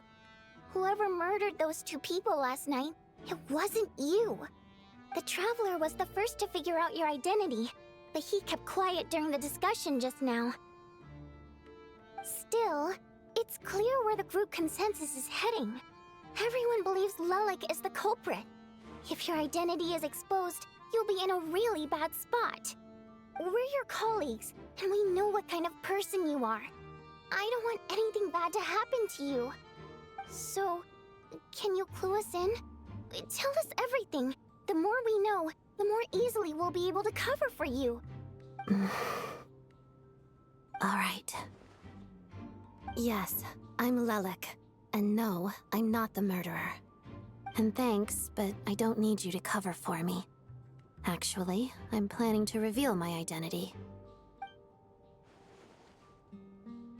Huh? You're gonna reveal that you're Lelek? Here? That's right. I'll admit I was surprised at first when Chuganov guessed that I was here. It was just a lucky guess, but it caught me off guard. But after taking some time to assess the situation and confirm where everyone stands, I don't believe I have anything to worry about. Are you sure you don't need a second opinion? Given the circumstances... Mr. Valeri! What?!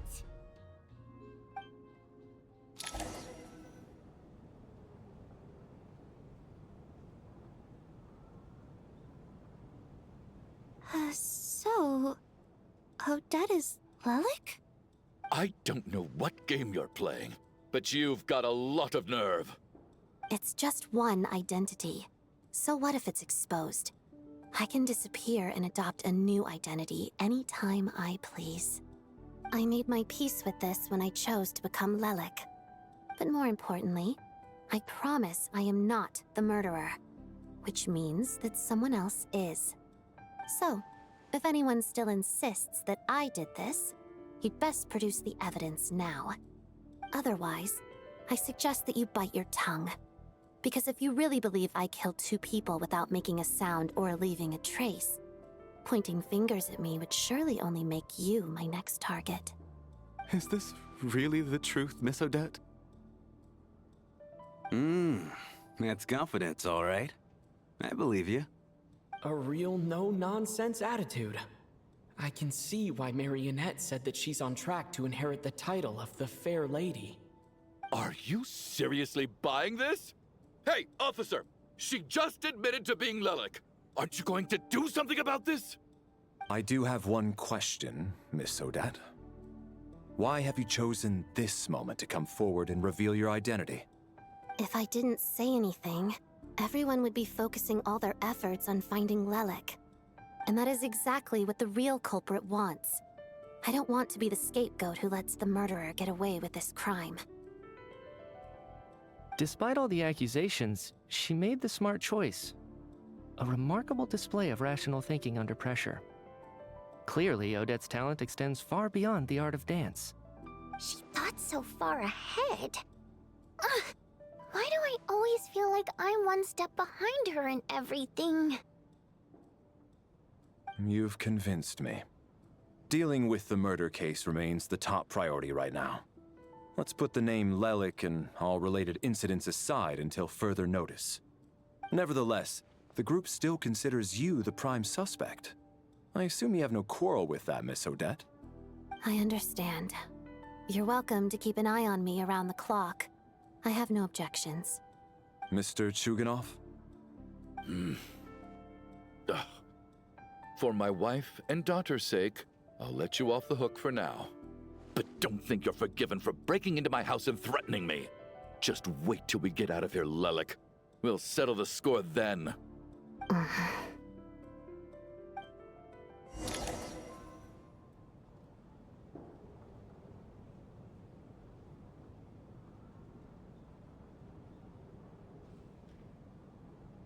Good work, Lelik guard team. And Lelik, too. Here, have some hot water. Turns out Valeri knew about my exploits. So now I've been told I have to guard Lelik with him. Shouldn't you be facing my way if you're guarding me? At the moment, it looks more like you're my bodyguards. If the true culprit is indeed still at large, as you have claimed, we must keep our guard up against them also. Don't worry, Tonya. We'll get through this. Once the snow stops, the officials will step in. The investigation will get easier, and then we'll be safe. But... once the snow stops, won't everyone just leave? You're gonna miss us, huh? Well, some of us work at the theaters, so we'll still be here. I'll even give you a special backstage pass. Really, Miss Vodyanitsa? That's awesome! You've made a fan for life. Aw, you're so cute, Tonya. All right, let's swear to it. I promise to give you the pass, and you promise to never change your mind about being my fan. Promise. Don't indulge her, Tonya. You don't have to swear an oath over things like that. You really do get carried away sometimes, don't you, Miss Vodyanitsa? Hey! Mind your own business!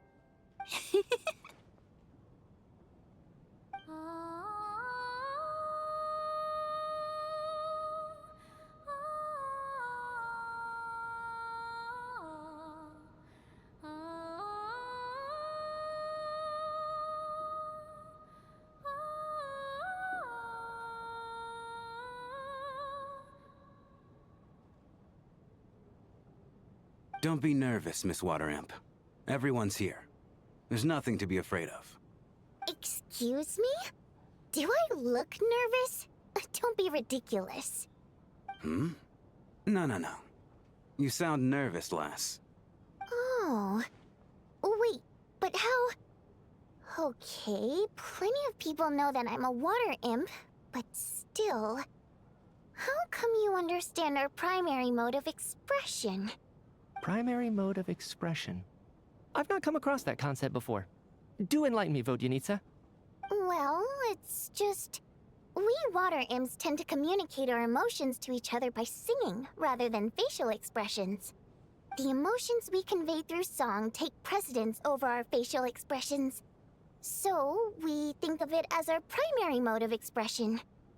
I'm impressed, Shram.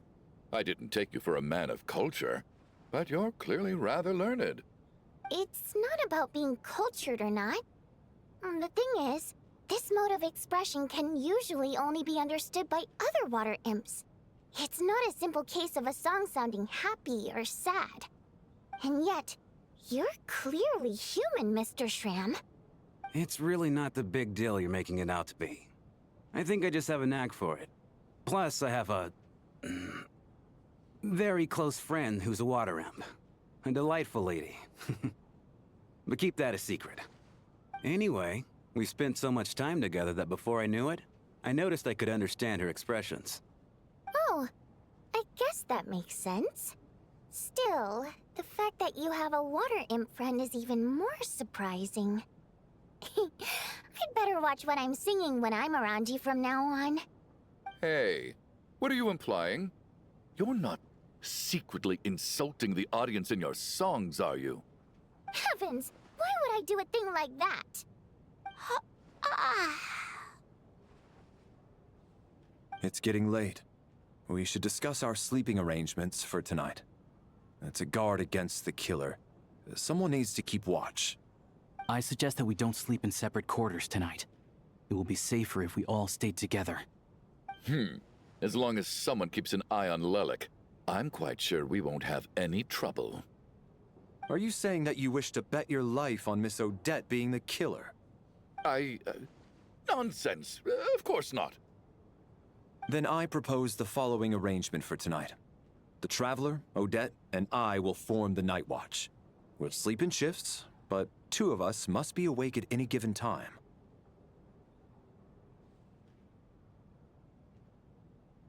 An excellent idea. This allows us to handle the Night Watch while also keeping an eye on Lelik. Meanwhile, the rule of taking shifts in pairs resolves the other issue. Namely that we can't necessarily trust the Traveler or Valeri either. I expect that plan took you quite some time to come up with, didn't it? Actually, our field combat manual outlines a similar approach. Although the scenario there involves guarding prisoners overnight during field operations. That being said, I must clarify that I harbor no disrespect towards you personally, Miss Odette. In fact, Lelik's numerous covert operations make fine textbook examples for military agents. I care less about respect and more about the fact that you just robbed me of 2/3 of my sleep tonight. I'm calling dibs on being the first to rest. Good night.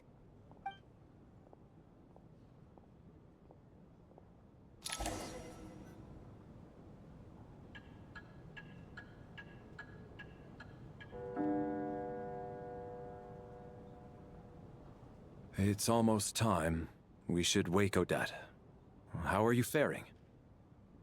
Oh, not going to argue with that. I'll take a quick nap. If you start to feel sleepy, wake me up anytime. It's finally time for Odette and I to share the Night Watch. I should wake her up.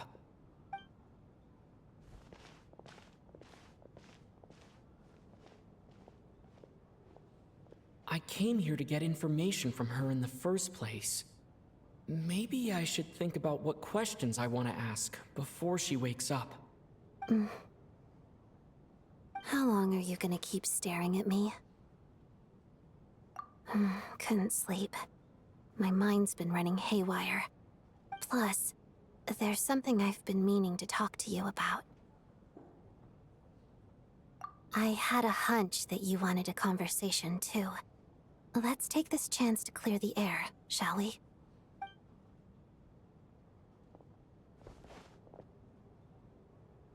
I just had a simple question for you, really. It's, Rosaline. In her final moments, did she have any last words or anything? I see. Well, that was all. I have no other questions. No. She was utterly ruthless in pursuing her goals. That kind of person should be hard to miss. And yet, even though I never approved of her methods, and she was an abrasive person, the fact remains that I am indebted to her. Oh, she told you. I guess that makes sense. I think she and Rosaline were on pretty good terms. Yes. Rosaline wasn't the kind to gossip about this sort of thing.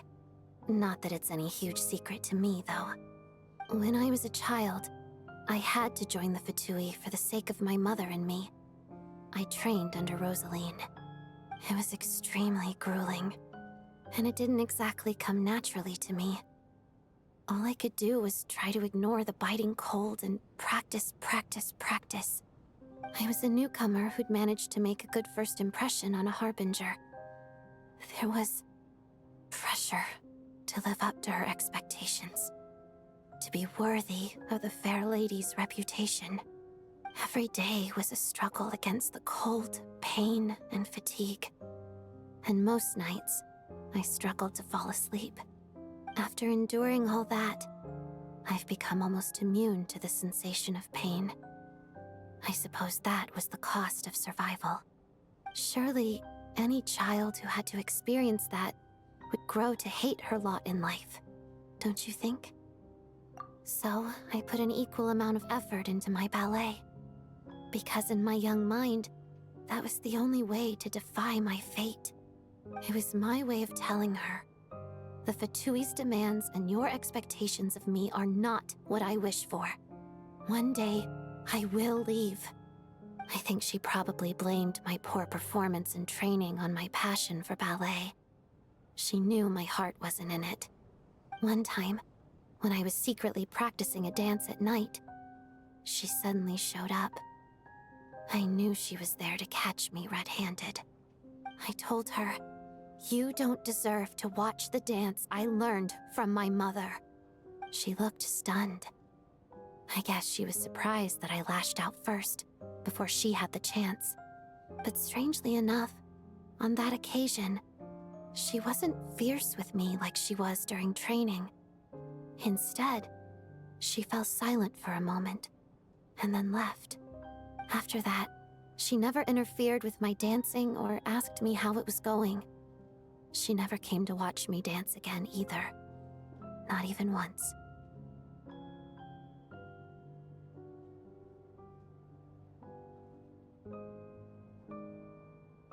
She was. But even now, whenever I take out this core Ignis, I can't help but think of that night. Of the look on her face. Sort of. Although gift might be too kind a term. This is her flame sealed within ice. A symbol of her favor, yes, but also her way of keeping an eye on people. She knew the location of every piece of core Ignis. If any recipient started acting suspiciously, she'd be on to them immediately. Trust her to make even a mark of approval feel suffocating. So, when news of Rosaline's death reached Snezhnaya, many people immediately crushed their core Ignis. It gave them a profound sense of relief, like they'd broken free from her shackles. But I kept mine. With my sensitivity to pain being as dull as it is, the warmth from this core Ignis is one of the few things I can still feel clearly. I still wonder, did she really come to stop me that night? I wasn't sure, but I was scared, so I said some really awful things. I guess she didn't leave anything behind. Not that I expected her to. It's fine. It's just a bit of a shame that we couldn't settle our differences before the end. She did. Are you sure she was talking about this event? No, she didn't. I didn't even find out that she'd gone to Mondstadt until a while after she'd left. Wait, in that case... Okay, I will. Thanks for letting me know. There's something I'm trying to figure out.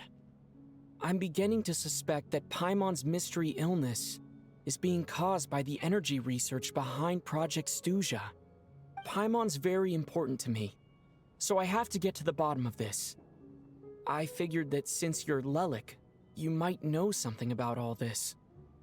The ultimate goal of this energy experiment is to create a weapon for the final battle.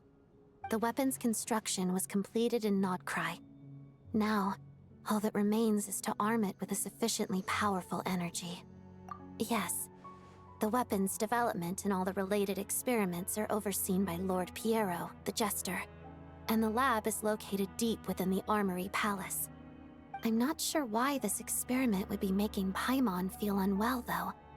The best way to get to the bottom of it would be to go there in person. Once we get out of here, I'll help you apply for an entry permit.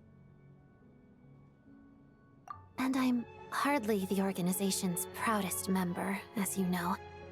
You answered my question about Rosaline. I want to do you a favor in return. It's that simple.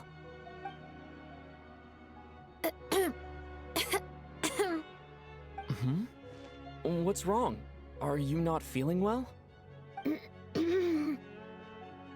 You two seem to be hitting it off. I thought you were sleeping. Of course I was. In the military, one learns to fall asleep quickly, even in the most inhospitable environments. It's vital to staying alert and energized. Why? Is something wrong? Even if he was awake, he can't have overheard us, right? Well, thank you both for keeping watch. Traveler, I'll take over for now. It's your turn to get some sleep. Sure.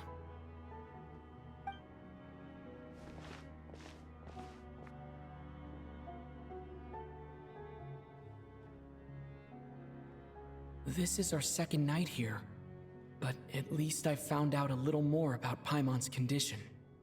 I hope she's been sleeping well the past couple of days.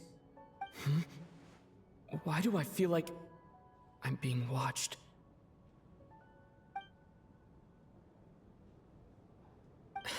Seriously? Is this payback for when I stared at her earlier?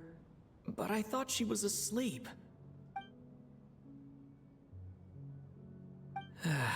Never mind.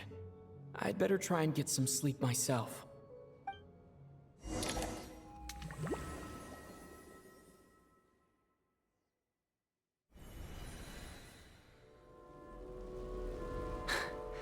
Hey, what are you spacing out for? Are you reaching your limit too? How long have we been walking for? Do you remember? Time's lost all meaning. Ever since we noticed that thing above our heads.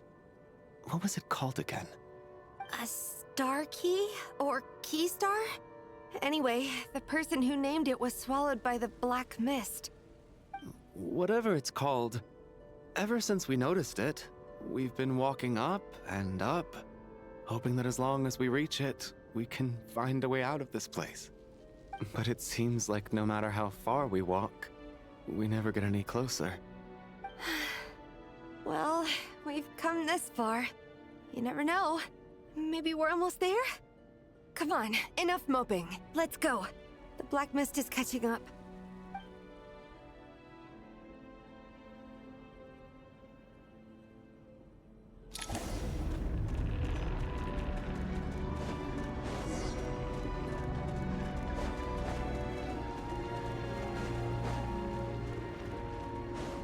Monsters! Watch out! Not again! I've lost count of how many times we run into them. Be careful.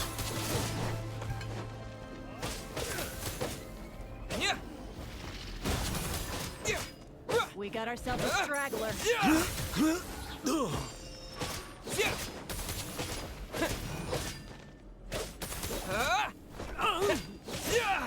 Backup is here. That's it! Fighting frog! Encase! Shut up! Run faster.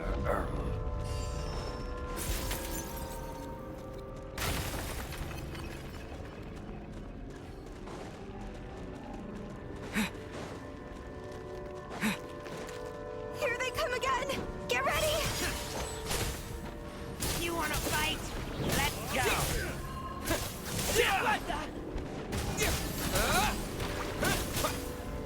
Backup is here. Cryostorm!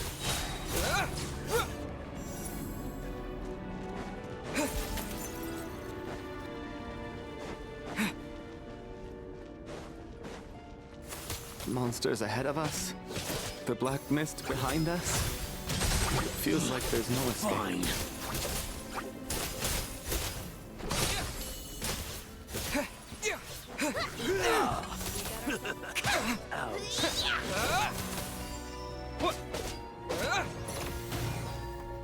That's it! Encase! Backup is here.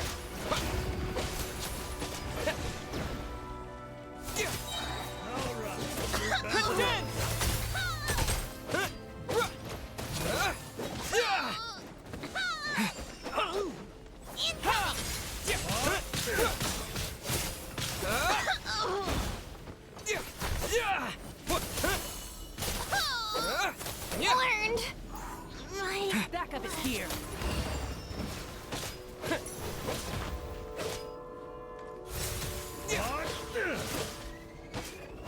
Shut up! Are you hurt, Coolish? No. I'm fine. It's just... Suddenly I don't want to walk any further.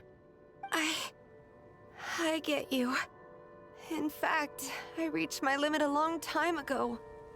Sometimes it feels like there's hope where there shouldn't be. Yeah. The hope that the star gives us is the only thing keeping us going. But I'm not sure it's real at all. It may just be a collective illusion. Otherwise, why would it always be out of reach? We know you mean well, but you're only saying that to try and encourage us to keep going, aren't you? Thank you, friend. But enough is enough. Please don't give me any more false hope. Hope is poison in this place. You're going to continue, aren't you? I admire that. I've given up, but I wish you the best. May there come a day that you catch up to the star and leave this godforsaken place.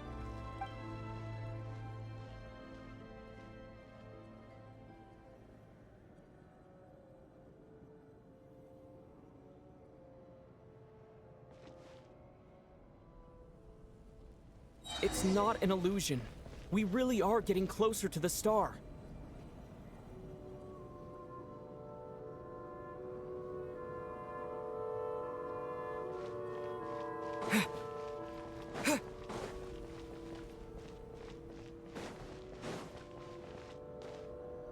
Congratulations. You're the first person to make it here.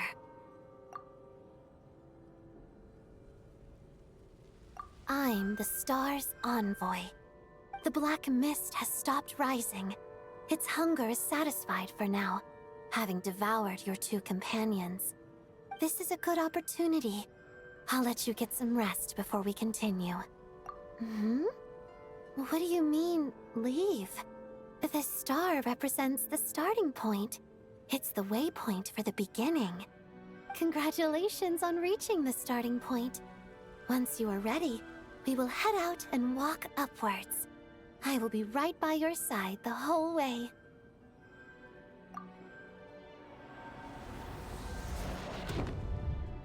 Huh?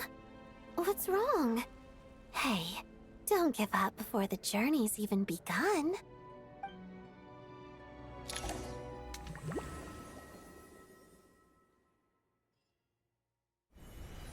Rampana! Rampana! Is that Vodyanitsa's voice? What happened? Coolish, wake up! Please wake up!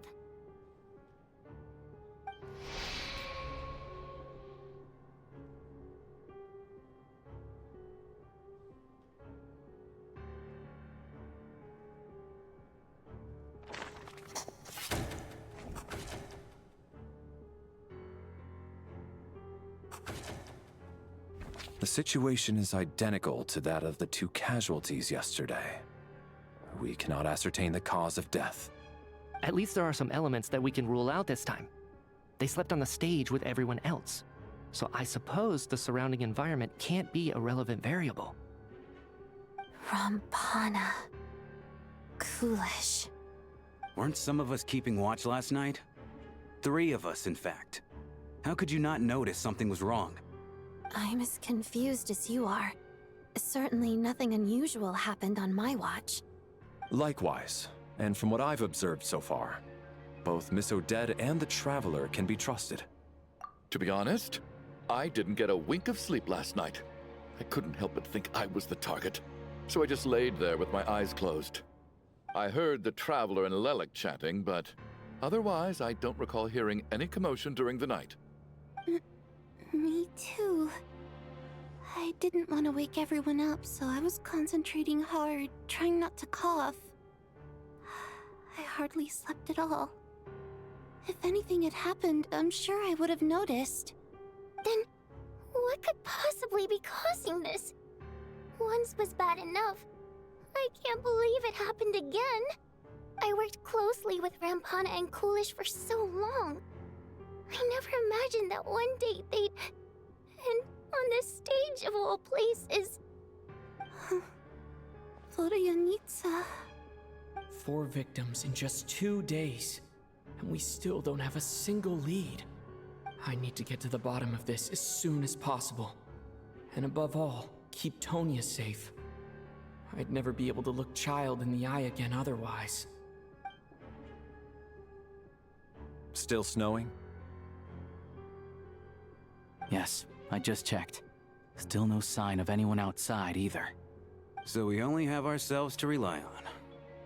If you ask me, this killer can clearly strike whenever they please. The Night Watch was a useless endeavor from the start. Lelik must be an expert in poisoning. Clearly she used some poison that can't be detected on the corpse. Here we go again. Listen, I was already thinking to myself last night, was Lelik's reason for revealing her identity the real story? Well, now I have my answer. It most certainly was not. She's been playing us for fools. You get off on this, don't you? Revealing your identity, only to carry on with your killing spree? That's a hideous thought. One that only a hideous mind like yours could dream up. How dare you? That's enough. Yesterday, you named Lelik as a suspect because the victims were both wealthy merchants. Lelik might have had a motive then, but today's victims were just ordinary people. Not to mention that they were colleagues of Odette and mine. What reason would she have to murder them? Let me guess. Just to scare you? Who knows? Maybe you don't know her as well as you think. I implore you all to ask yourselves, how many people are there really in this world that have what it takes to kill another person? Not many, I'd wager. Lelik is well known to be a ruthless operator, and now she has revealed her identity. How could it be any more obvious? Everything you've said so far is still just conjecture, which doesn't constitute a concrete lead. You need to back up your claims with some evidence. How can you defend her, officer? What did she say to you while you were on Night Watch? Maybe I shouldn't be so surprised. You military types are always colluding with criminals to target the rich.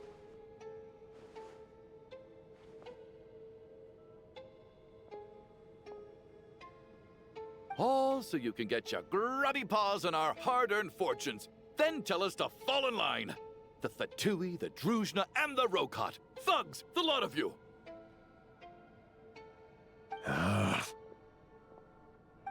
Don't you dare!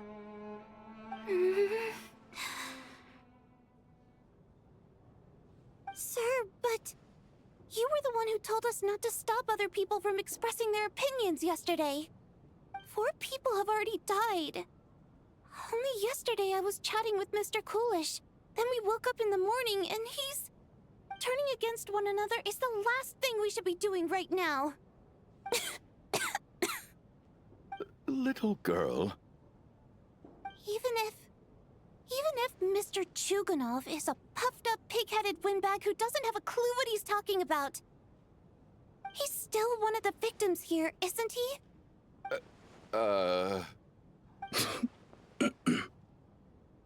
Quite. I had no intention of resorting to violence. But you're right, Miss Tonia. I ought not prevent him from speaking his mind. In any case, I believe Mr. Chuganov has calmed down a little now. We may resume our discussion. I don't think there's any need for that. What is there to discuss? Nothing about this situation is normal. Did you have an idea, Mitya? You're the brainiac here, right? Come on, clue us in. I've been mulling something over. All the leads we have so far concern things from outside the theater. Miss Odette's alter ego, the threats Mr. Chuganov received. But then there's the 2 double murder crime scenes themselves, which have given us absolutely nothing to go on whatsoever. That's highly unusual. Even with the most careful killers, there's always some evidence left behind. So what are you suggesting? I think this could be a supernatural event. It isn't characteristic of human-on-human homicide at all. Correct me if I'm wrong, but aren't you supposed to be a scientist? That doesn't sound like a conclusion someone like you is supposed to make. I got into scientific research because of my insatiable curiosity. But if the present situation defies all known scientific explanations, I don't mind shifting my curiosity toward the paranormal instead. Now that you mention it, I remember when I first came to the theater. I heard rumors about this place being haunted. Haunted? Yeah, I think I heard the same thing. But I mean, they're only rumors, right? We've worked here for years. Surely we would have noticed any spooky goings-on by now. Well, this has taken an unexpected turn. A haunted theater? If Paimon were here, she'd probably be hiding behind me in fear right now. Why don't we take this opportunity to look for clues again with a more open mind? Maybe a different perspective will help us see something different. Very well. Whether it's criminals or ghosts we're looking for, the same rules apply. Everyone needs to tread carefully. I'll move the bodies into the same room for now.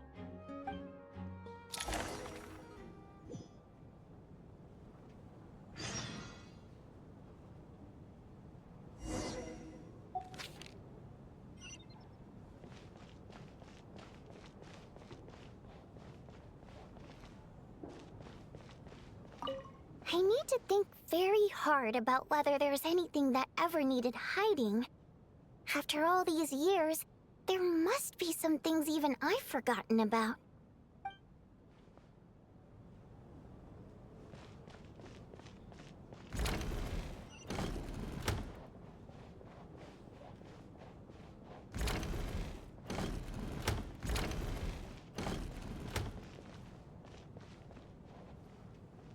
Tonia, did you find anything? Not yet. Still looking. So... Are we supposed to be looking for something paranormal? I think I'd prefer teaming up with you than looking around on my own. This looks like somebody's notebook. Shall we read it together?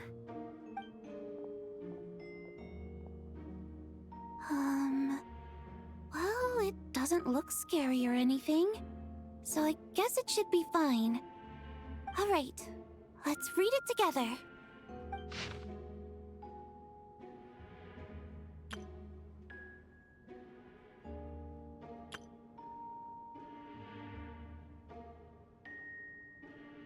Huh. This has to be Vodyanitsa's writing, surely. Maybe it's a little rude for us to peek at this. I feel like I just read someone's secret diary by accident.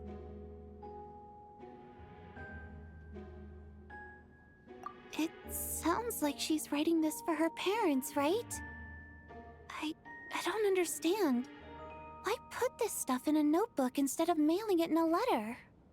Because her water imp parents belonged to the aristocracy, who were driven out of Snezhnaya by the Tsaritsa long ago.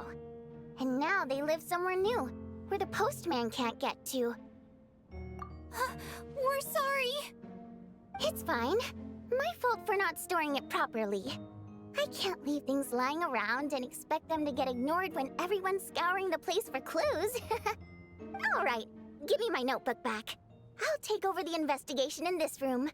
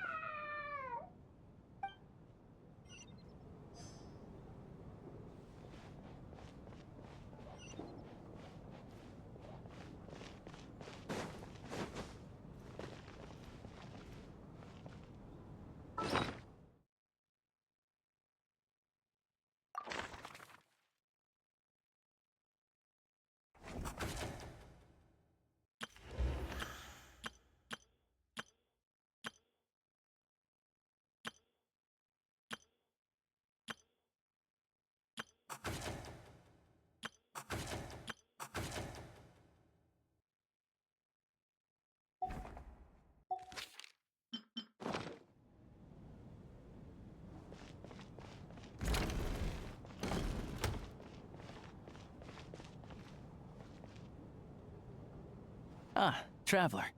Since you're here, come take a look at this. Alosha found it. We're both curious to hear your perspective. It appears to be well, an investigation report.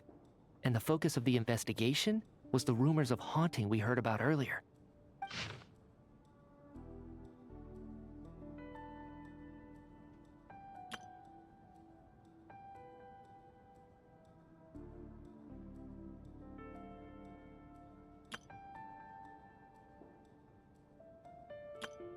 An investigation report, huh? Looks quite old. This person's name looks to be of Sumeru origin to me. Was the investigator from Sumeru? The theater manager must have hired an investigator once specifically to look into this issue. But it doesn't look like anyone ever looked at the report. Presumably, the manager wanted to know if the supposed haunting was dangerous, while also being fearful of word getting out in case it affected the theater's business.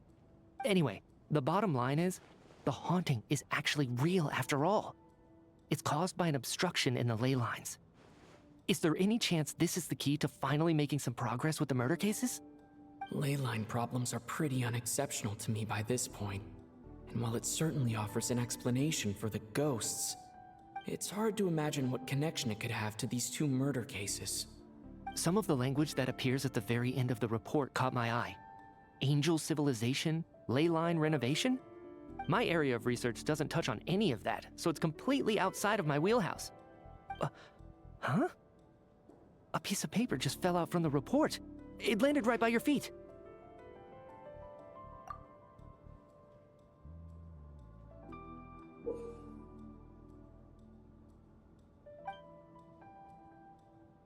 How unnerving. It was tucked inside the report, so it must be a note left by the author. Death is near. Is that supposed to be what's going on here? With us, in the theater? But if so, how did the author foresee it? Could he predict the future somehow? Maybe things are more complicated than we thought. No, wait a second. If we take the report and the note at face value, they completely contradict one another. The report definitively concludes that the hauntings in the theater are harmless and cannot affect the real world. But the note seems to be warning of potential danger. The question is, what exactly does the note mean by death?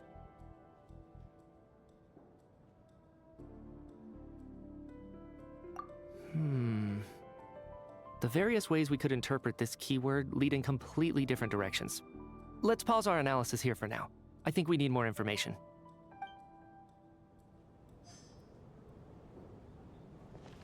The question is, what exactly does the note mean by death?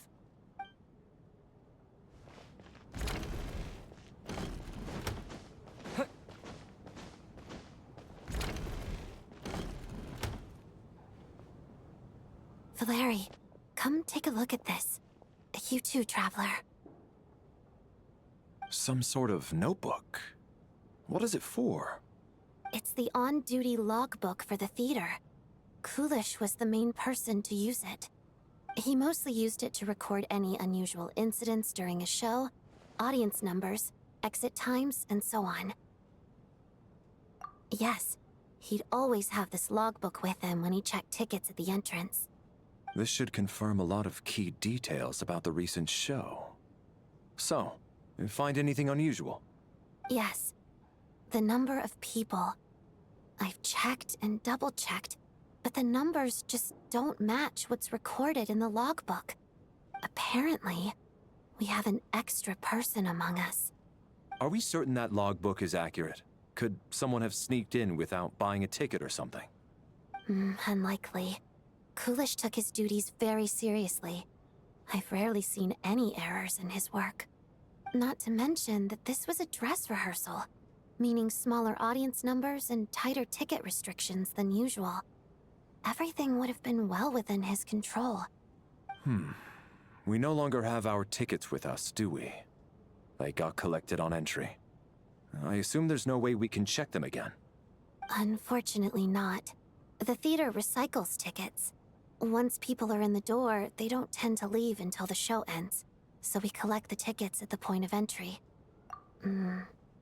Still, I'm inclined to believe that this discrepancy in the head count is significant somehow.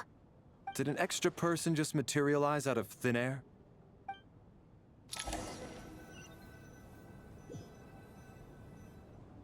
If we take all this together, it's not impossible, is it? If anything, it's the natural conclusion. Oh, I beg to differ. This sounds to me like a product of a researcher's vivid imagination. And perhaps it's because I'm still viewing this through the lens of a typical murder investigation. But still, I'm struggling to be persuaded by your theory. Does it really sound that far-fetched? Alright, well, let's treat that as speculation for now. I do agree with what you've said, so let's go with your idea for now. Good. Okay, now that we finally have some meaningful leads, I think it's time to reconvene. Let's get the others.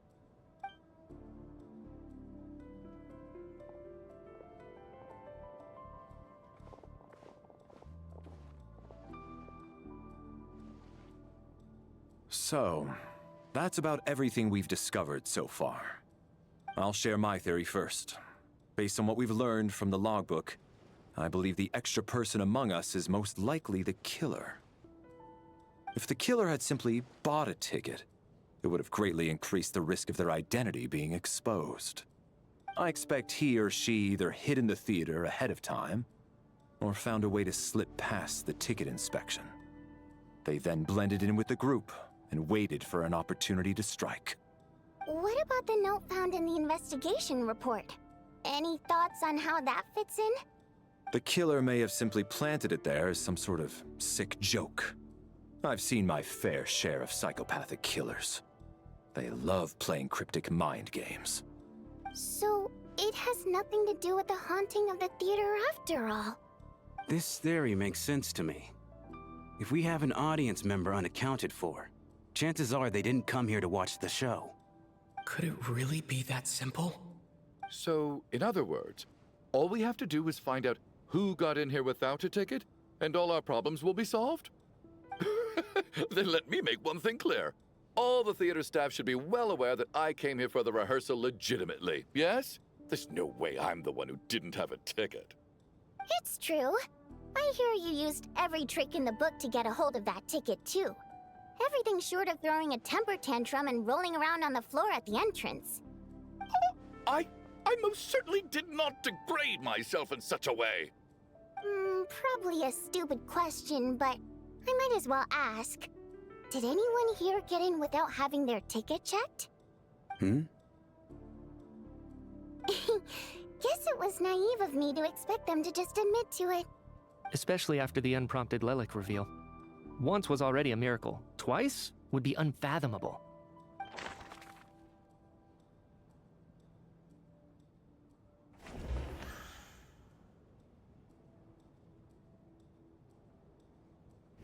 I got my ticket from Child. It was all above board and my ticket was checked at the entrance, so there's no way it's me.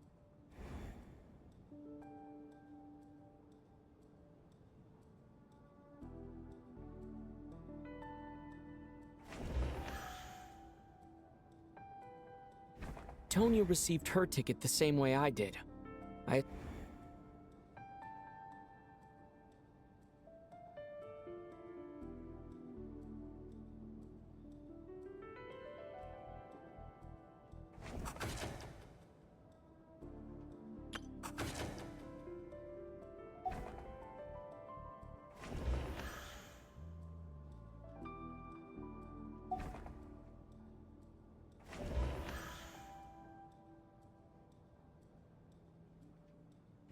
As things stand, the audience head count doesn't add up. I guess we can rule out the theater staff members.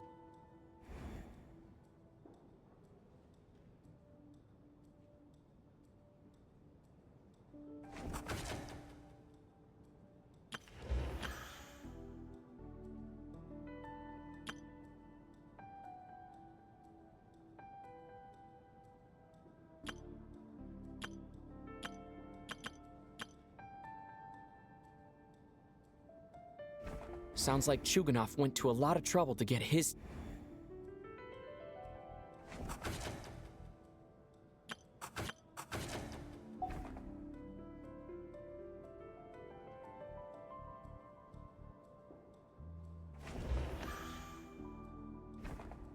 I don't believe any of us here knew Shram before all this. If no one can verify Shram's identity...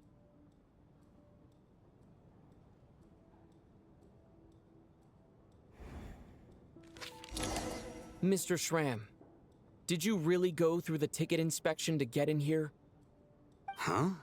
Me? Why am I being singled out, my friend? Do I seem that suspicious? It's not that you stand out as suspicious, more that everyone else has been ruled out as trustworthy. Okay. Well, we spent the best part of 2 days together now, so I'm sure you can all tell what kind of person I am. I'm a true gentleman. I never dream of doing something like sneaking to the theater without a ticket. Yeah, I have no doubt that you're a good person. But the problem is, none of us here actually know you, so no one can say for sure that you are who you claim to be. Although, actually, what was it you said last night?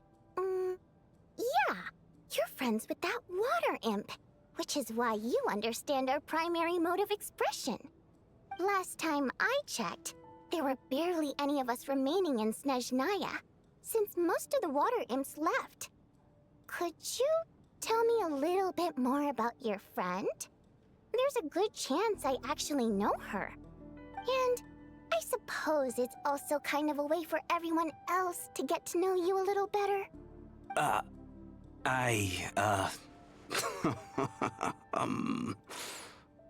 Good grief. Are you blushing? Pull yourself together, man. Stop giggling like a teenage boy. It's revolting. Hey, revolting is a little strong. All right, fine. I'll admit it. That water imp friend of mine, the truth is, we're dating. I was just the bodyguard hired by our family. But the stars must have aligned, because sparks began to fly between me and their daughter. Never in my wildest dreams did I think I'd get so lucky. We don't need details. Just get to the point. Okay, okay. I'm just a little hesitant to reveal her name, that's all. You know how it is. These are delicate times. Even with me to protect her. If word gets out that she's dating a human, both the Fae and human factions will give her a hard time. Really? Wait, no. That can't be. Huh? Shram, what the devil are you talking about? Hmm? Why is everyone looking at me like that? Surely you can understand where I'm coming from. Delicate times? Factions? Yes? You know, the Civil War? Last time I checked, the Fae and the humans were still at each other's throats. If I'm not mistaken, the last significant civil war in Snezhnayan history was over 400 years ago, when Her Majesty the Tsaritsa had just taken the throne and was consolidating her reign. What do you mean, 400 years ago? What's going on here? Is Shram from the past? All right, Mr. Mitya, you win this round. As far-fetched as it is, it appears that your theory may be correct. I'm just as amazed as you are. I didn't even believe it myself, to be honest. Is someone going to explain what's going on here? From the look on your face, you figured it out too, haven't you, Traveler?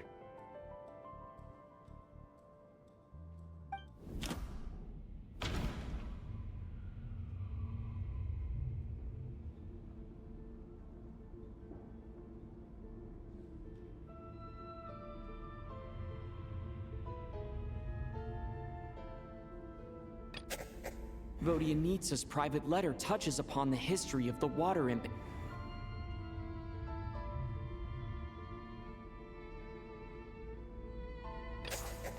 The theater's ley lines have been modified to block souls within its grounds from returning to them. Some souls can even wander this place forever.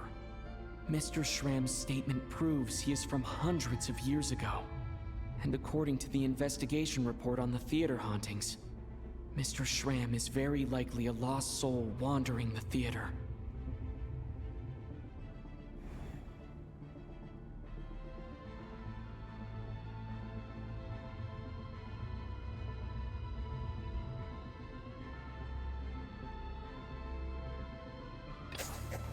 For some unknown reason, the soul that has been wandering the theater due to the ley line issues has joined our group and blended in.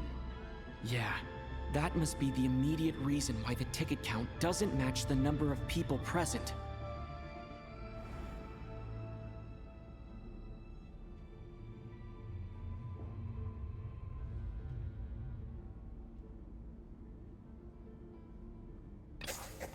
The contents of the investigation report have been verified. There are indeed ley line issues and wandering souls in the theater. Death likely symbolizes the deceased. Mr. Shram, for instance. Death is near. That must mean that there's a dead person in our midst. That's the truth, isn't it?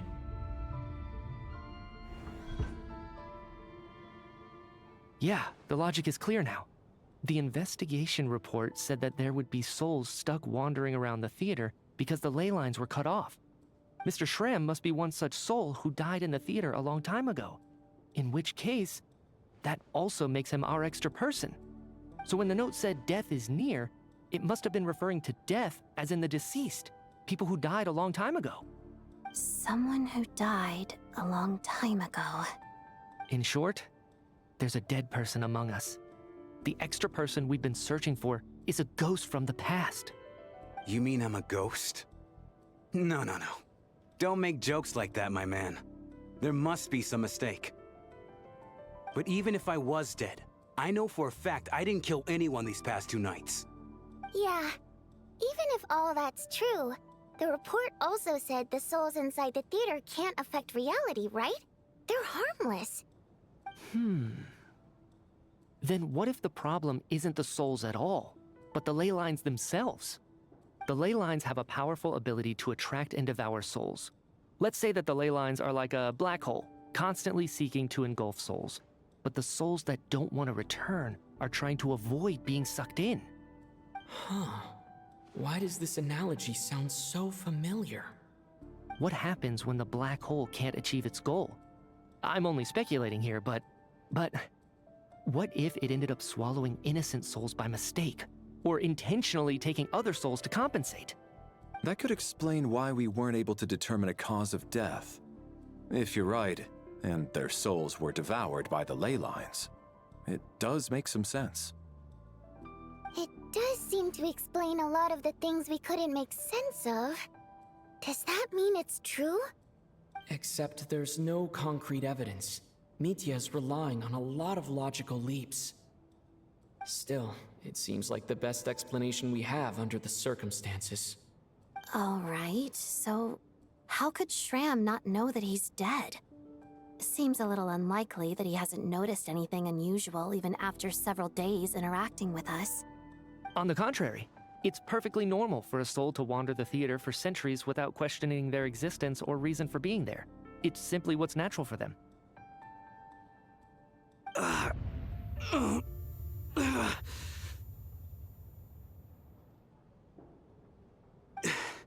You know what, Mr. Brainiac? I think you might actually be right after all. I'm trying to remember and...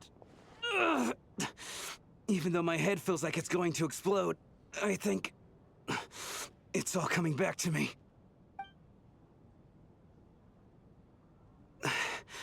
I was the one who didn't want to remember my own death, so I forced myself to forget. Well, I'm sure those are painful memories. My lady and I snuck out to go on a date one day. We bought tickets for the theater. It wasn't really my thing, but I was just happy to be together. All of a sudden, a group of people burst into the theater, shouting for all the water imps to get out, performers and audience members included. It was clear the conflict between humans and Fae had reached a boiling point. This time, the extremists were even coming after the water imps who had nothing to do with the war. I thought I could pull one over on them, so I took off my jacket, draped it over my lady, and tried to sneak out amid the chaos. But I got caught. They started shouting, calling me a traitor to humanity. But I was going to do whatever it took to buy her a chance to escape, no matter how many people stood in my way. I had to, both as their bodyguard and out of love.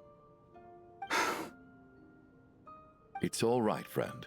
You can stop there if you want. You don't need to dig all that up again. It's just... even now, I'm still struggling to accept the truth. How could I be dead? I'm sorry, everyone. If I'd known I was a dead man walking, I wouldn't have dragged you down with me. If I'm the cause of all this death, then punish me however you see fit. But, Mr. Shroom... No. I refuse to be a burden. I know what I have to do. You said I've been wandering the theater for centuries, right? I guess it's high time I got a breath of fresh air. Out there, I mean. I'll leave this place, and take all this death with me. Go out on my own terms. Mr. Shram, I'm sure we can figure out a different course of action. My good sir, we both know I'm not supposed to be here. I should have accepted my death long ago. One way or another, this has to end. Unless you're saying this goes against another one of your military principles somehow. No, I'm speaking on a personal level this time. Let it go, man. Oh, wait. One last thing. Miss Waterimp. My lover. Her name was Litia. Litia Ozarova. Do you know what happened to her? Ozarova. Oh, Auntie Ozarova. That's what we all called her. I remember her as a very kind elder. She had a bunch of kids, too. I'm so glad she survived. And she had lots of kids? Good. That's... good. I could hardly expect her to stay single just because of what happened to me, right? As long as she went on to be happy, that's all that matters. Besides, I'm dead. My soul's been wandering around here for so long because I was worried about her. But now, I can go without regret. There's no need to see me off, my friends. I've enjoyed our time together over these past few days. Perhaps we'll meet again in the next life.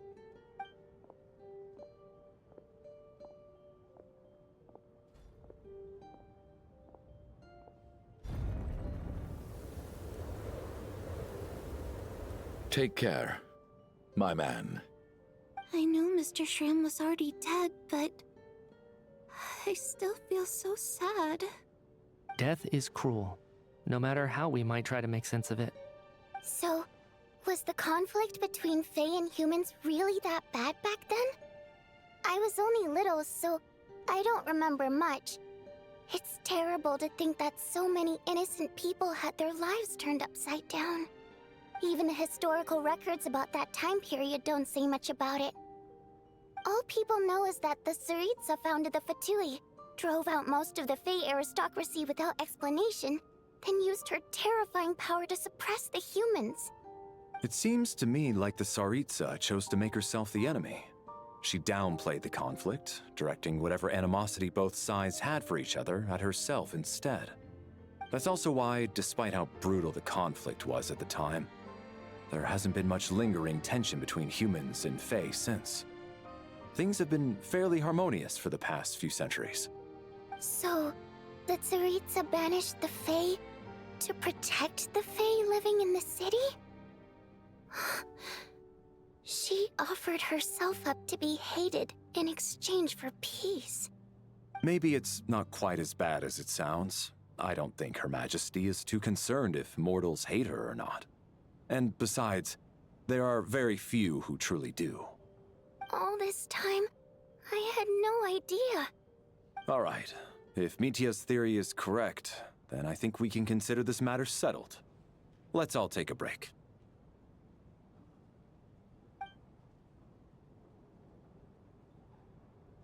Ugh, if only this blasted storm wasn't still raging on.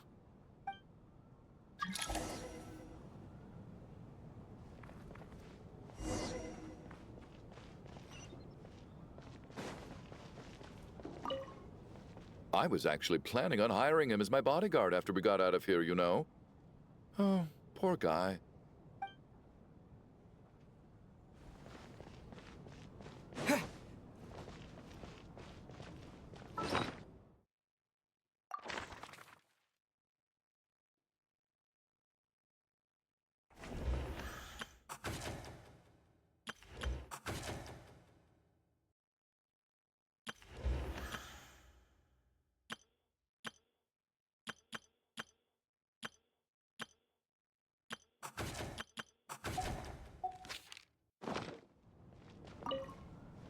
At least the lingering regret that kept him here has been put to rest.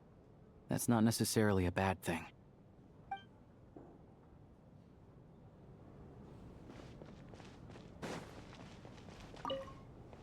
Well, at least it seems like Mr. Shram stayed optimistic until the end.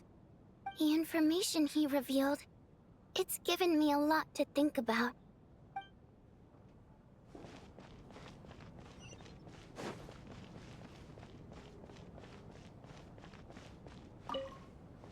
Even though Shram was already deceased, his decision to walk into the snowstorm was still a sacrifice, and a very brave one. This is one of the few times I don't feel at all happy to have my theory proven true.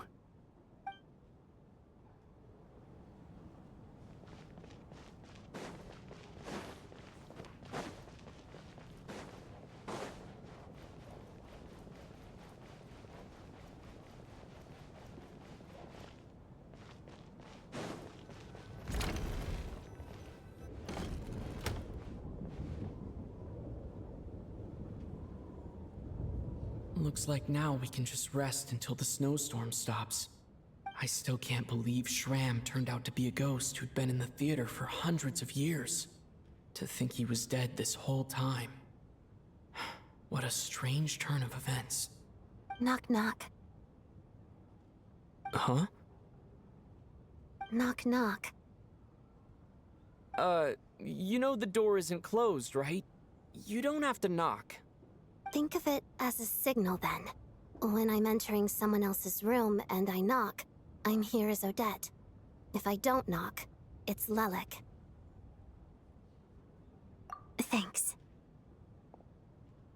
So, why did you come to find me? Is there something I can help with? Vodyanitsa said you knew about my secret identity from the start. But when everyone was discussing who Lelik could be, you were worried that revealing what you knew would be unfair to me, so you kept it to yourself, right? Yes, I'm extremely grateful for that. It's nothing. I mean, you didn't hold what happened with Signora against me, so I should thank you for that as well. Actually, there's something else as well. I found myself in a situation similar to the one you were in when you helped conceal my identity. So I thought I'd come and ask you for advice. It's about Mitya. Before all of this, the last time I saw him, he was dead. As I'm sure you know, my goal as Lelik was to stop Project Stuzha. Well, when I found out the tech lead for the experiment behind Project Stuzha was Mitya, I immediately started planning to track him down and threaten him to back out. I often saw him around the theater, but I soon concluded that making my move there would risk exposing my identity. So I decided to infiltrate the Armory Palace and go directly to his lab. That way, the threat would be much more effective.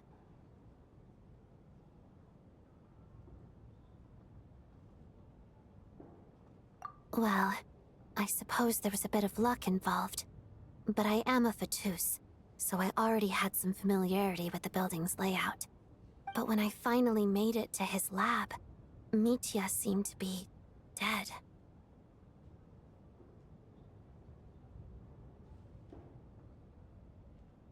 I checked his breathing and his pulse. He had no vital signs whatsoever. I'm certain of that. I thought maybe another anti-Project Stuzha activist had beaten me to it, and chosen a much more brutal method. So I made myself scarce. That's why you were so on guard around Mitya that first night here. Yes. When I saw him sitting in the audience during the performance, I could barely contain the shock. To me, it was a miracle. Somehow, he'd come back from the dead. But then, the murders started happening and things got so complicated that it wasn't really at the front of my mind. That is, until Mitya himself said there must be a dead person among us. Then, I couldn't ignore it any longer.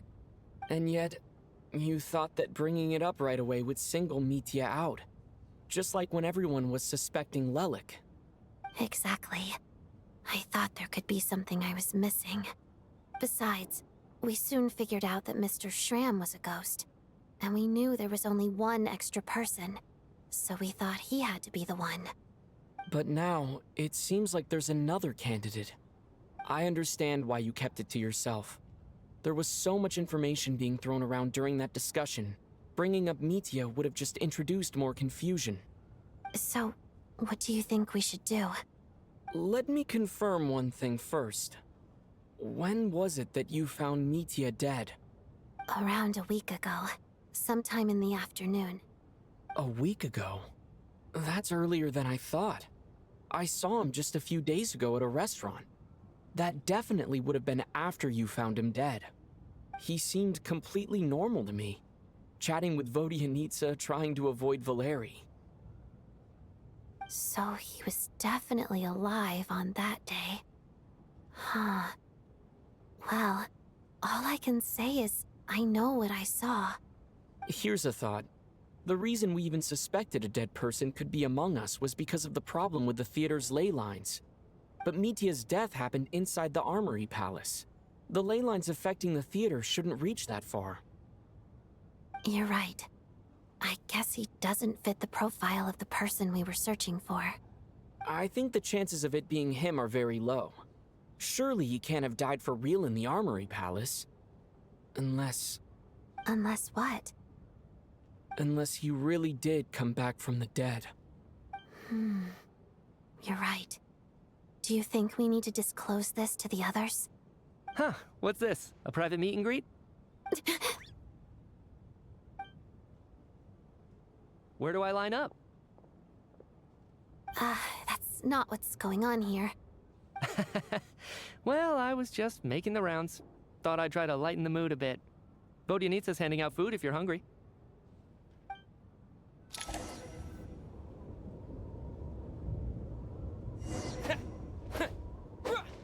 Cryostorm!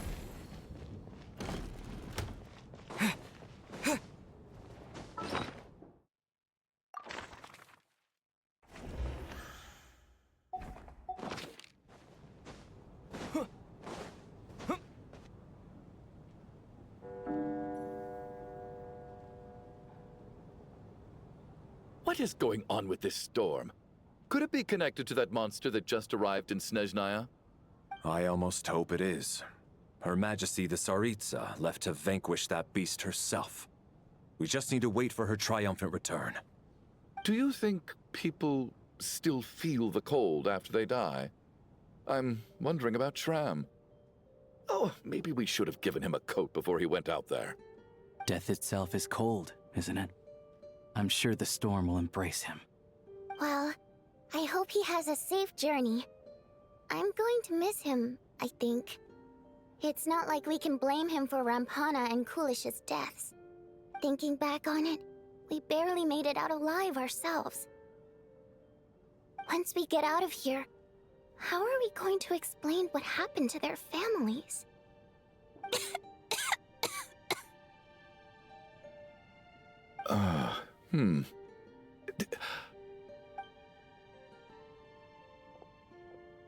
Are you okay? Here, take this. I've never used it.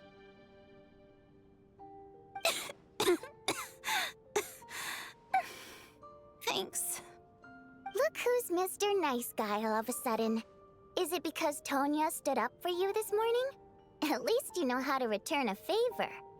Yeah, without Tonya, who knows how badly he would have been hurt. I told you already, I never intended to resort to violence. Duh, bunch of rascals. Little girl? I was rather surprised when you spoke up for me this morning. I didn't think I had many admirers here, so, thank you. Oh, no need to thank me. I said some bad stuff about you too. I've been, too embarrassed to admit it, but, you remind me a lot of my daughter. So kind to everyone, but never lets her old man off the hook. Unless my wife and I are having a fight, then she's always on my side. Especially when she was little. Every time I took her out...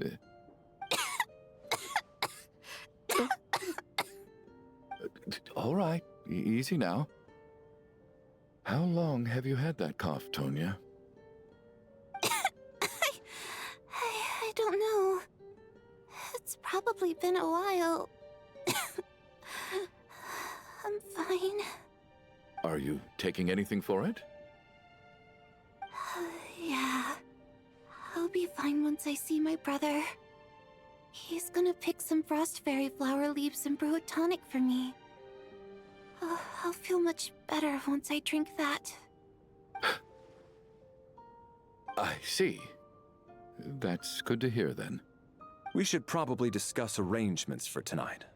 Now that the deceased has left our midst, there shouldn't be any more incidents.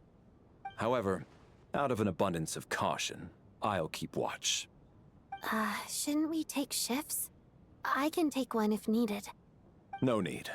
I managed to get a nap in earlier, so I have plenty of energy right now. After all the tension of the past few days, everyone else should just focus on getting a good night's sleep.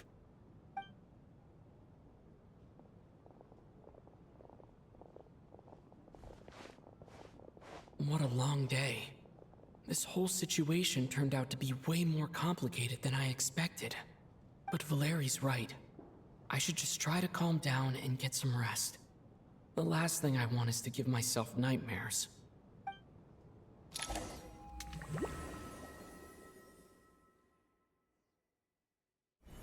He's awake. He's awake! Get over here, you big lug, and take a look. If you must call me something, call me Mr. Door. The Black Mist is coming. You need to go. Are you all right? Can you walk? We just got attacked by monsters on our way up. That Mr. Door fellow protected us. He just seemed to come out of nowhere. Not much of a talker, but when it comes to taking down monsters, that man doesn't hold back. Curses! The Black Mist is catching up to us. We need to keep going. Mr. Door, I don't believe I've ever seen you around here before. Why is that? There's no need to try to get to know me. I'm just Mr. Door. I have to find the door that belongs to me. Oh, well, anyway, we're lucky to have you here. Thanks for saving us earlier. No need to thank me. This is where my duty... Mr. Door! Monsters! Quick, get rid of them! I can just push these ones off. What the?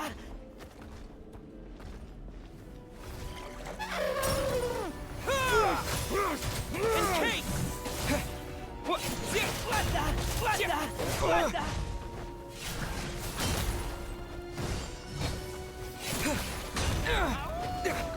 Get a lot of this! Yeah! Cryo storm!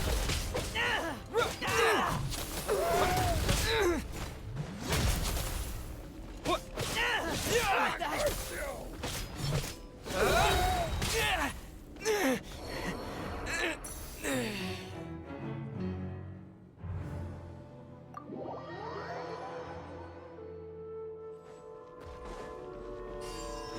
Who goes looking for trouble? And cake! Yeah! Yeah! Yeah! Yeah! Yeah! Yeah! Yeah! Cryo storm! Condense!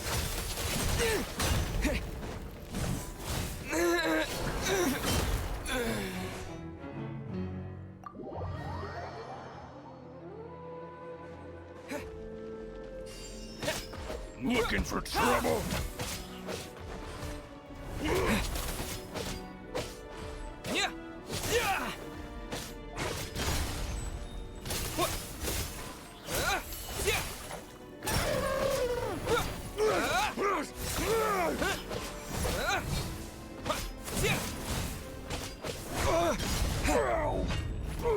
What?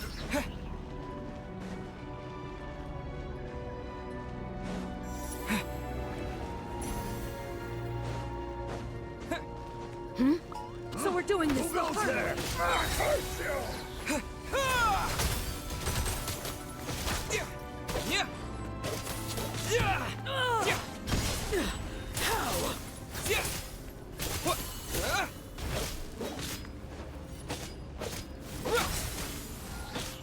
Oh, remarkable work, Mr. Door. Oh, if I had your muscles, I'd do the same.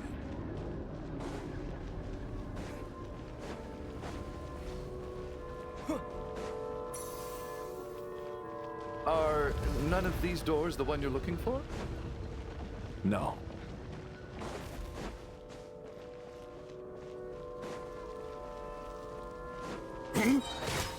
Fighting frog! And cake! Yeah! Come Oh, my command. Cryo storm! Impossible.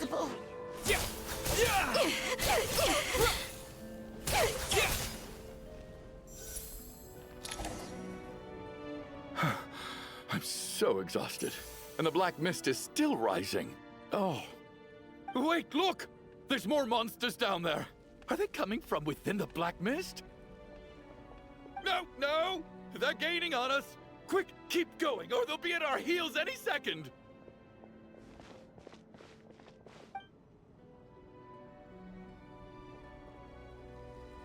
Mr. Door, what are you doing? We need to get out of here. They're coming! Found it. This is my door. What? You mean you're going to stay here?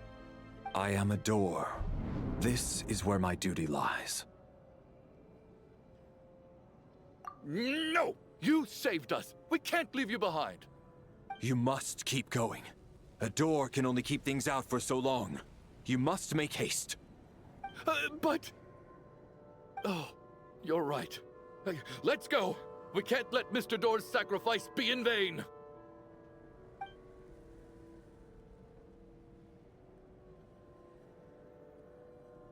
The black mist isn't moving anymore. Looks like both the monsters and Mr. Door are gone. I didn't just imagine all that, did I? Surely I wasn't so scared out of my mind that I hallucinated a door as a human being. Oh, okay, good. There's no way we both hallucinated the same thing. Getting sleepy? Well, looks like we're safe for now. Go ahead. Let's get some rest.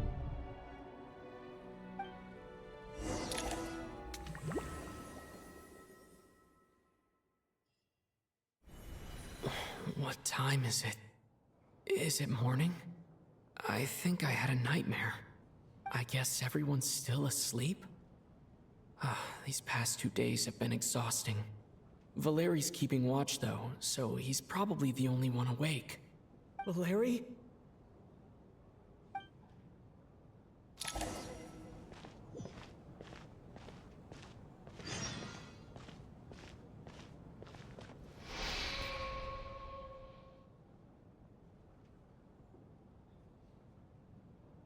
Wake up! Everyone needs to wake up!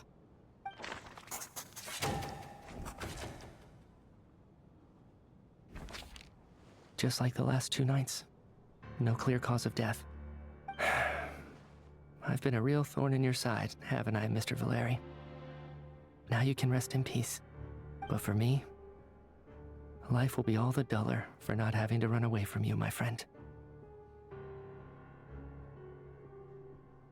How's Tonya?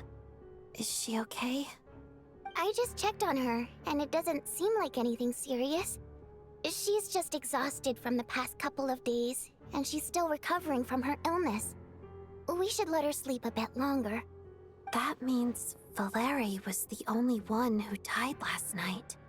If Valeri was awake and keeping watch, it would have been impossible to kill him without waking everyone else up. That much is certain. This is so frustrating. Why has nothing changed since yesterday? I thought we already dealt with the dead person causing all this. Actually, one thing has changed. There's only one victim this time, not 2. Does that mean...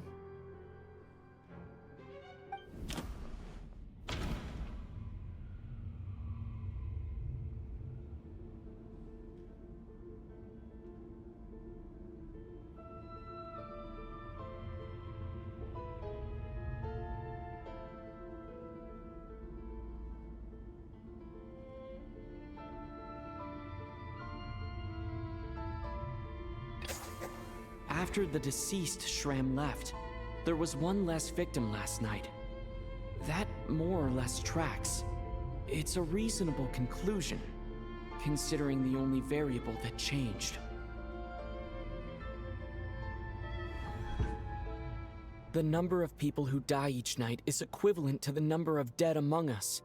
That's your theory, right? Exactly. We identified Mr. Shram, and the night after he left, the death toll dropped from 2 to 1.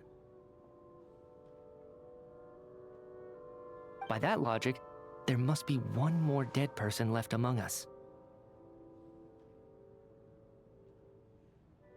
Another one?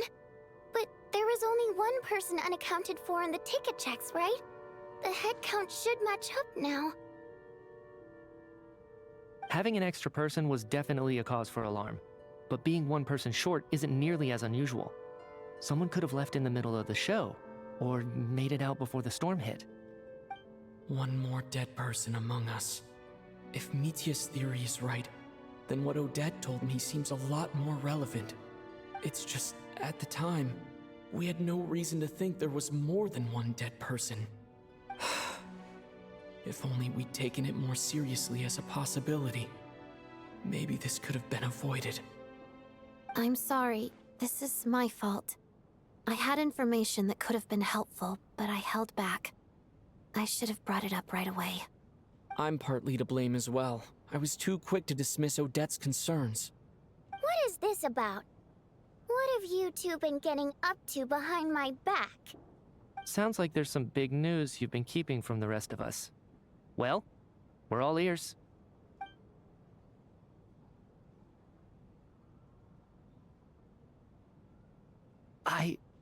I'm the dead person? Wow, that's certainly news to me. Odette and I talked about it yesterday, but we thought it just wasn't possible, so we left it at that. Yeah, I don't blame you. If I'd been there, I probably would have reached the same conclusion. It just sounds too unbelievable. Let me just try and verify this. I just scoured my memories trying to think back to the afternoon Miss Odette mentioned. But I honestly have no recollection of dying. That's where I'm different than Mr. Schramm. Having seen Mr. Mitya a few days ago myself, I also find it hard to believe he could be the other dead person among us. Well, if it isn't Mitya, then who? Do we vote on it? If you don't mind me asking, Traveler, I believe you mentioned that you know Tonya's brother. Had you ever met her before all this? No, never. Wait, are you saying... Now just 1 minute. I know where this is going. You can't just randomly point a finger at anyone you want. You're in the hot seat, and all of a sudden you want to divert our suspicions onto somebody else? Trying to pick a fight, Mr. Chuganov? Whenever you open your mouth, all you do is attack people, and I've had enough of it. If you don't want to engage in a civil discussion, you can shut up. You little brat! Did Mitya ask about Tonya because he suspects her? I suppose I only identified her by age, and nothing else. Could that mean... I'm just saying, you're going around casting suspicion on people for no reason. How could Tonya be dead? I can vouch for her, if nothing else. I've seen her before. She's the sister of that Harbinger, isn't she? The one called Child. Oh, really? You're telling the truth? Since being here, I don't think I ever mentioned she was Child's sister specifically. Does Chuganov actually know her? If Chuganov can vouch for her, then it can't be Tonya either. In which case, it seems unlikely that there's another dead person among us at all. Miss Odette, could you go over that afternoon with me one more time, when you found me dead? No problem.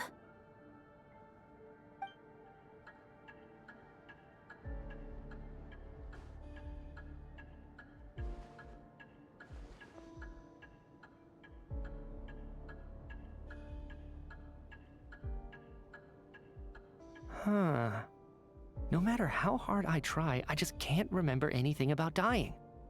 But I do remember something else. Miss Vojanitsa, during our last meal together, I told you how some of the researchers were suffering from temporary memory loss. Do you remember that? Oh, yeah. You said it was hindering the progress of your experiments. You thought they were just under too much stress or something. Right. And even though I don't remember dying that day, I'm pretty sure I experienced something like amnesia. Some of my memories from that afternoon are missing. Are you suggesting you're missing the memory of your... Of course, how am I only just realizing this? Humans aren't necessarily aware of their own death. You mean being silently assassinated, or dying in your sleep? Situations like that? The researcher's amnesia.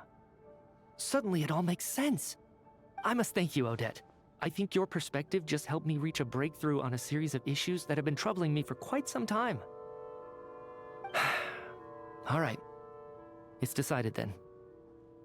I'll be the one to leave today. Oh, leave? Hey, wait a minute. Aren't you rushing into this? What if you're wrong? You'll pay with your life. Come on, kid. Aren't you gonna fight for your life? This seems like a rash decision. I have other reasons beyond what's been discussed. In fact, thinking back, I remember during Miss Odette's performance, while I was sitting in the audience stalls, a brilliant new idea for my research popped into my mind. But then, my train of thought suddenly cut off. I can't remember it now at all, and I didn't take any notes. I guess that must be another instance of temporary amnesia. No. Hold on. I see where you're going with this. You're suggesting that each instance of temporary amnesia is a death, right? There's a glaringly obvious flaw in that idea, no? How can one person die so many times? I believe Miss Odette's account. During the period where my memory is blank, I must have been either dead or in a similar state. All it would take is for the same thing to happen in the theater, and I would come under the effect of the ley lines in this vicinity. This increases the likelihood of me being the deceased, does it not? But... There's no evidence to suggest that anyone other than me is a candidate for the deceased. So allow me, as a scientist, to treat this as an experiment. Please relax, everyone. I don't think things are as bad as they may seem. If I really am the deceased, then to leave the theater will be a relief for me. If, on the other hand, I'm still alive right now, well, apparently you've all witnessed my resurrection recently anyway. Who's to say I won't return from the dead again this time? Mitya's right. This is the only thing we can try right now. I think he's deliberately downplaying the gravity of the situation, though. He probably doesn't want to burden everyone. What is a scientist if not someone who gambles on experiment after experiment in an attempt to obtain the truth? With this snowstorm, the ley line phenomenon, ghosts of the dead, and my amnesia, we've been paralyzed by not knowing and powerless to do anything about it. It's a terrible feeling. But if I do get resurrected, you can be sure that I'll come back with the truth of all this. Just you wait.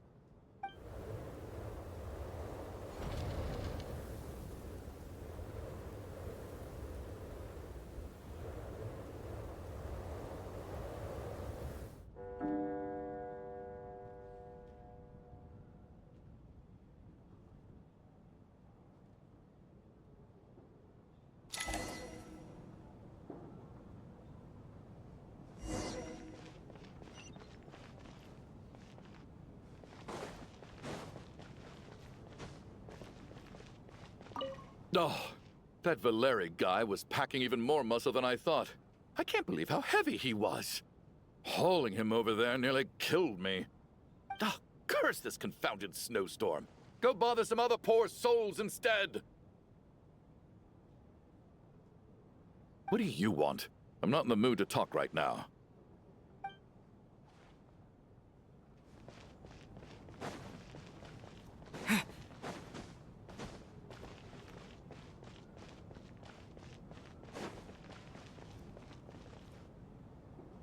Poor Mr. Mitya.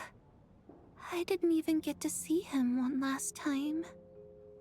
Maybe it's a good thing that you weren't there to see it. It was a hard thing to watch. I hate goodbyes. Why does it feel like everyone around me is slowly disappearing? Not just in here, I mean. In the outside world, too. Maybe it's the realization that, at the end of life, everyone has to face it alone. Come to think of it, the main reason we're still alive right now is pure luck.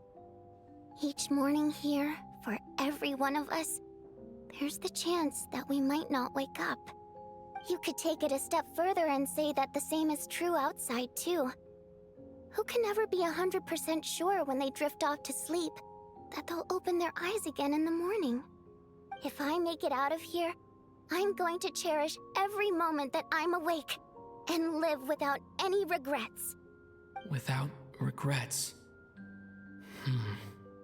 I feel like a strange sense of anxiety has been quietly growing inside me over the last 2 days.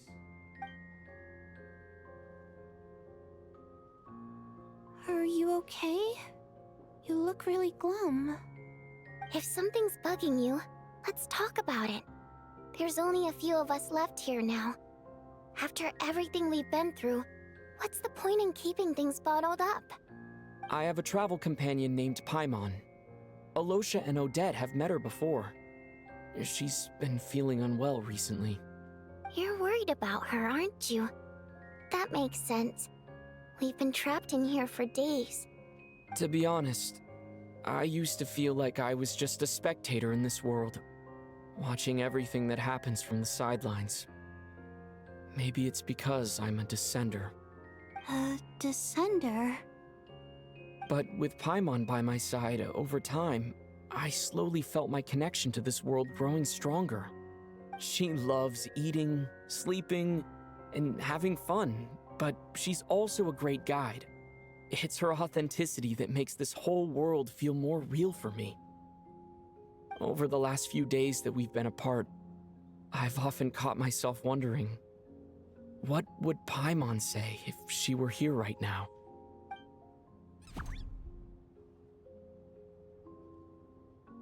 But by the time I snap out of it, the conversation has already moved on, and I'm still in my own little world. I'm trying to overcome this sense of detachment, but I really miss Paimon. I guess, in a way, she means the whole world to me. I bet she misses you when you're not there as well. Maybe you're her entire world too. I don't know if this will make you feel any better, but back when the water imps left Snezhnaya in droves, I also felt like the whole world was suddenly empty. I could be surrounded by people all smiling and having fun, and still feel completely separate from it. So, I totally understand how you feel. Later on, I started to think, maybe accepting the fact that our loved ones won't always be with us is something that takes a lifetime. All we can do is cherish their companionship from moment to moment. So, once we get out of here, you better hurry back to our side as fast as you can. You can't let your story end in regret. That's the trope I hate the most. Thank you. That's exactly what I needed to hear. But Vodyanitsa, if you hate goodbyes too, why didn't you leave with your people? That's just the choice I made. I used to regret it, but I don't anymore. Like I said before, singing is a water imp's primary mode of expression. It's how we convey our emotions.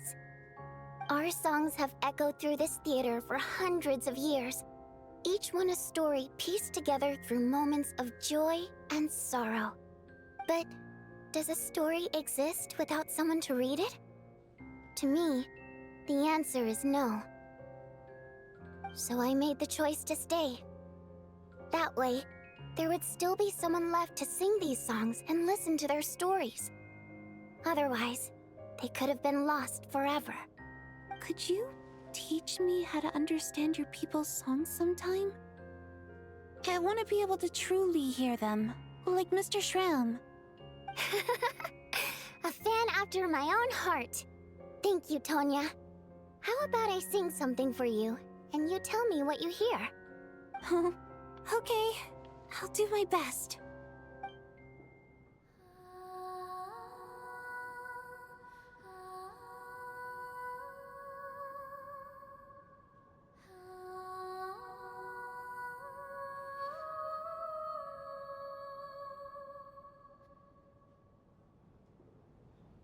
I've never heard that one before. I feel like I can hear a sense of longing somehow. I wonder why that is. Color me impressed, Tonya. You're a keen listener. Most people can only tell if a song is happy or sad. I didn't think you'd be able to pick up on such specific details. So, what's the song about then? Come on, tell me! I've actually never performed this song in the theater before, because it has more of a ceremonial purpose for our people. It's not meant for the stage. It means something like, "May those we have lost watch over us, and follow this song back home in the night, so that we might be reunited once more."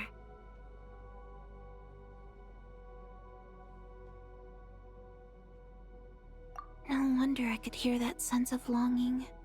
You sing it for loved ones who have passed away. I hope it reaches them. It's getting late, Tonya, and you're not well. We should all turn in early. I suppose there's no reason to keep watch tonight. Okay. But, before I go to bed, could you sing that song a couple more times for me, Vodyanitsa? Of course. Anything for my #1 fan.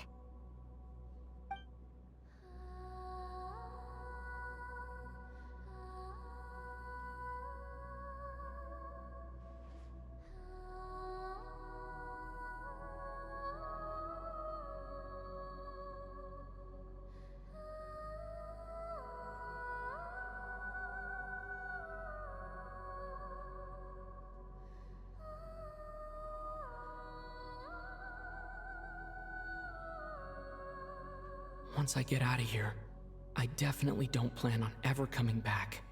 But I guess that means I'll never get to hear Vodyanitsa sing again. That's a sad thought. Before I fall asleep, I should cherish this moment of companionship while it lasts.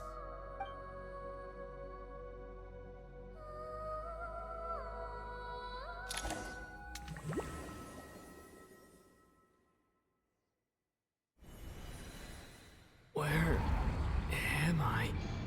It's so dark in here, and I feel kind of dizzy. Am I alone?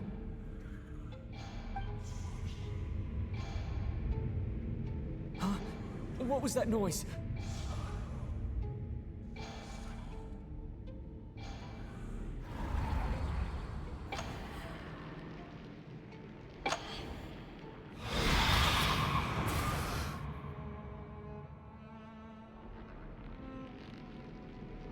Return, O spirits. Fulfill your oath of protection.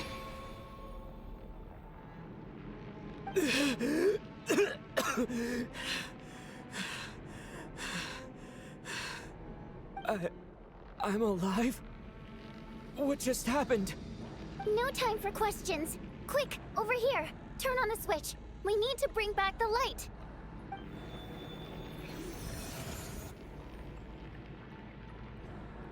All right, we're safe.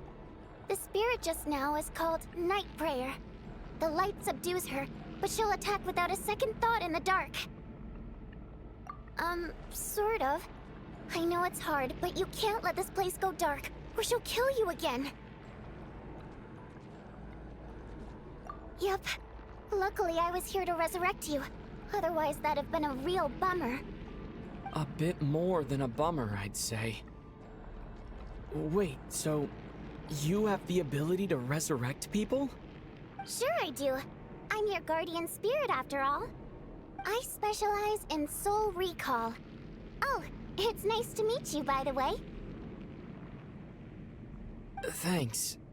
It's nice to meet you too. All right, there's no time to waste. The black mist is already catching up. We need to avoid it at Night Prayer at all costs. Come on, let's go. We need to reach the next switch before the place gets too dark. If we bring the light back, Night Prayer won't be able to get to us.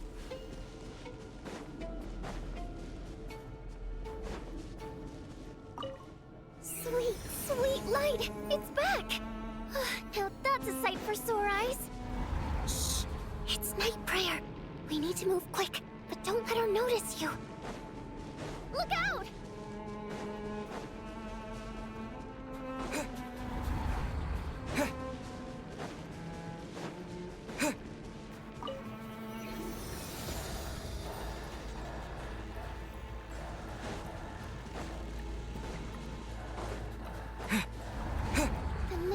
Which is over there.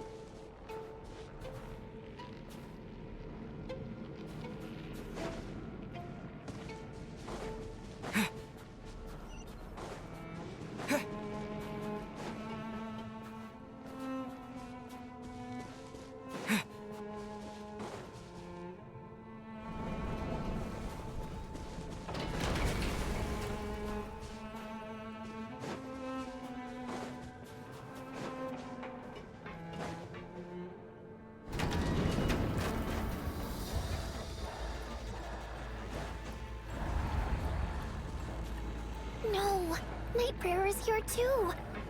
This can't be the only path. Let's head up there and take a look. The switch is just up ahead. Hurry!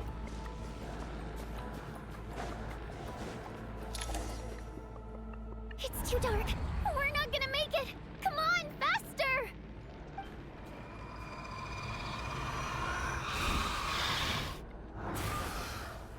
Traveler!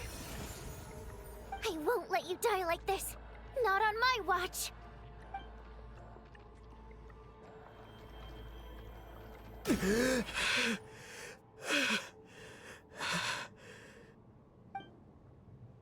Even though it's not permanent, dying is definitely not a pleasant experience.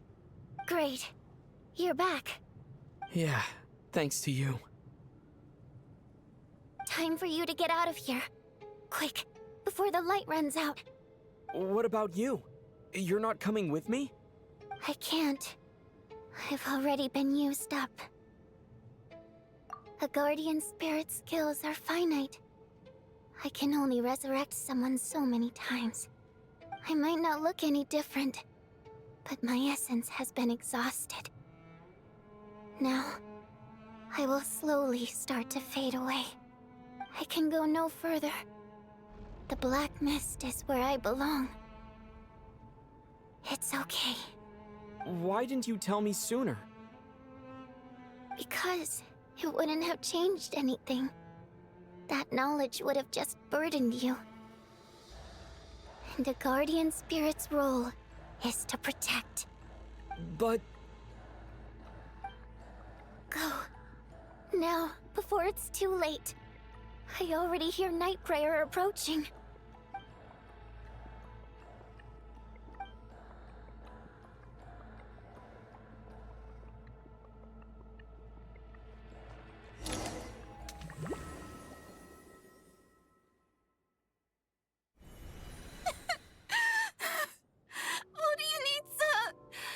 How could this happen?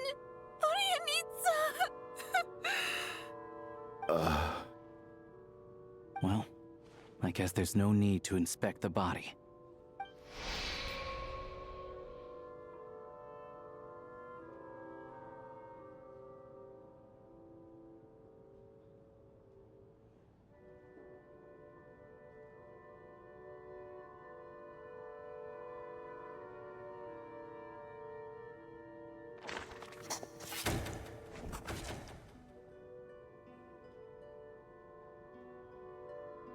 This wasn't supposed to happen. You lied to us, didn't you, Chuganov? You've been lying from the start. Take a long, hard look at yourself before you go around accusing other people. I suspected you on day one, Lelik, and now look where we are. By some strange coincidence, you've never been targeted. You just happen to have survived this long? No, you should be the prime suspect. And you, little hunter, ever so content with staying on the sidelines. Yet you were the one who stopped us from leaving from the start. Why are you trying to keep us here? Now you're just lashing out indiscriminately. That's either a sign of anxiety or a guilty conscience. Where was all this passion and bravado before? Decided to fight until the bitter end. Is that it? Is that a threat? Fine, bring it on. You think I'm afraid to die after all this? You want to kill me? Go ahead. I'd like to see you try. After all the trauma of the past few days, everyone's been pushed to the breaking point. Valeria and Mitya aren't here anymore. Someone else needs to step up and take charge. But first, I need to think this through. Considering everyone left, who's the most likely candidate for the deceased?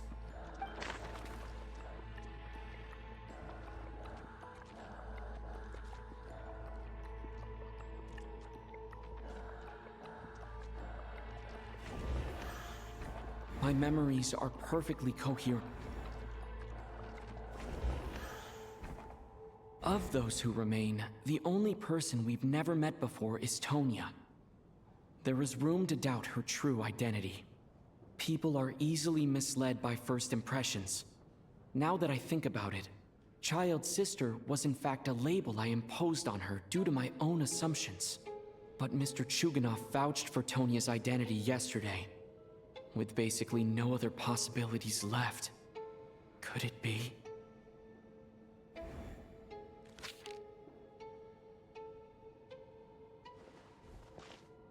Tonya, how's Tusser been lately? Tusser? Your brother Ajax must have mentioned me in his letters home, right? Did he say anything about a blonde traveler? No. And my brother's name is Razik, not Ajax. Chuganov, looks like it's your turn to do some explaining. Yesterday, you said you could vouch for Tonya. Why did you give us a false testimony? I knew you were behind this, Chuganov. You've been lying through your teeth from the start. Everything about you is fake, down to the wife and daughter you're always talking about. Your entire family man persona is a charade, isn't it? That night, when I infiltrated your place as Lelik, I noticed you were home alone. Didn't think much of it at the time. Just thought everyone else was out. But thinking back on it now, that doesn't seem very likely. My guess is, you live alone, don't you? Even that was a lie? But why would he lie about having a family? Oh! Curses! Oh, why is there no end to this blasted snowstorm? If it would just stop! If it would just stop. I think I remember now. I know how I ended up here. It feels like a distant memory. But at the same time, it's just like it was yesterday. The reason I'm always coughing is because I got sick with frostbite.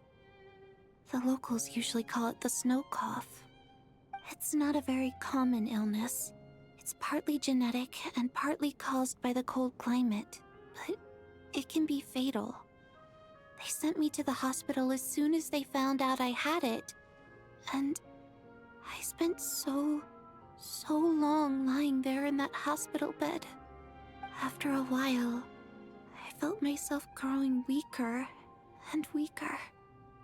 Nothing seemed to be working anymore. Neither the treatment that the doctors were giving me, nor the medicine my brother was brewing from frost fairy flower leaves. So one day, I told my brother that I wanted him to take me outside for once, so things could be like they used to, just for one day. I wanted to meet loads of friends, experience new things. He agreed. He snuck me out of the hospital, and we escaped. We got to the theater, bought tickets, and went inside. Oh, it was all so exciting. I remember the show very clearly. It was amazing. But I found myself getting sleepier and sleepier. Oh, Tonya.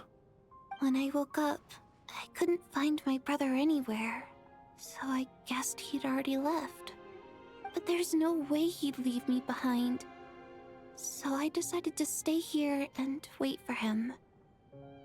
At the time, I figured he'd probably gone to brew some more medicine for me. I was planning to chew him out for abandoning me when he got back. Tonya, it sounds like by then you'd already... Yeah, I know. I understand now. Dead, aren't I? This cough and the feeling weak, it's probably just my body's memory. After all of that, it turns out I can't blame my brother after all. I was the one who abandoned him. I'm sorry, everyone. I realized this much too late. It seems like death skewed my perception. And now I've dragged you all into this mess. Your name probably isn't even Tonya, is it? Didn't that ever strike you as odd over the last few days? Well, when I was little, my brother and I read a storybook, and Tonya is the name of one of the characters. When we escaped from the hospital, our family and the hospital security were looking everywhere for us. So when you first approached me and said my brother had sent you, and called me Tonya, I thought he must have chosen a fake name that only the two of us would know. Because he was afraid of getting caught. Now, it seems like that was just wishful thinking. At least your memory of death isn't painful. That is a small comfort. Now it's your turn, Chuganov. Talk to us. I believe no lie is ever told without a reason. You're right. I was lying. I happen to know that the Harbinger child and his sister Tonya managed to get tickets, so I lied to you and pretended I knew them. And yes, I was lying about my family too. The truth of the matter is, I lost them a long time ago. I just refused to accept reality. And now I've spent the second half of my life living a lie. I'm a joke. My daughter's name was Iskra. And before you ask, yes, Iskra, as in Iskra Manufacturing Plant. She also died from the snow cough. She was just 6 years old. If she were still alive today, she'd be around the same age as little Tonya here. After Iskra passed, my wife couldn't bear to face those memories either. So she chose to start a new life without me. One day when I came home from work and saw the empty room, I felt like I couldn't breathe. Subconsciously, I started to imagine that they were still there. I soon discovered that this was the only thing that made me feel any better, so I just embraced the delusion. Nothing more than a pathetic means of escapism, I know. But at least it's not a crime. So explain your false testimony then. The night before last, when I was chatting with Tonya, she mentioned that her brother would brew medicine for her from frost fairy flower leaves. Combined with her various symptoms, I suddenly understood everything, including the fact that she was deceased. The snow cough used to be an incurable illness. I would pick frost fairy flower leaves to brew medicine for Iskra too. It took hours and hours on the stove. But the year after my daughter passed away, the jester of the Fatui announced that a cure for frost blight, also known as the snow cough, had finally been developed. It turned out that all previous treatments were completely ineffective. No better than random concoctions. That was the final straw for me. I just couldn't take it anymore. Just one more year. One more year, and everything would have been okay. So, more than anyone, I know full well that in this day and age, no one in their right mind would still be using frost flower leaves to brew medicine for the snow cough. Poor Miss Tonya, therefore, had to have been from an era when snow cough was still a terminal illness. So, you projected your daughter onto her? Even though you knew she was one of the dead? That doesn't make any sense. You knew she was already dead. What did you hope to achieve by protecting her? I just don't believe in your crackpot theories, nor do I approve of your actions. How can you just declare a living person dead and throw them out into that snowstorm? Nitia's gone. My good buddy Shram's gone. And now it's Tonya's turn, isn't it? The others I can make my peace with, but little Miss Tonya, here she is, standing right in front of us, alive and breathing, and fighting her own battles. Yet you're quite happy to say she's dead? I just want her to live. Once this snowstorm is over, the very moment it stops, I'm going to march out that door and find someone who can fetch the very best medicine for her snow cough. I'll be damned if I'm gonna let you cast her out into the snowstorm before I have the chance to cure her. Not again.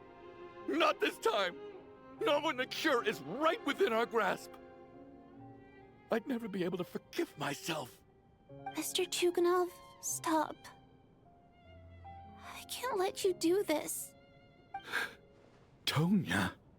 By the sounds of it, you've known I was dead since the night before last, right? I really liked Mr. Valeri, Mr. Mitya, and Miss Vodyanitsa. And now they're all dead because of me.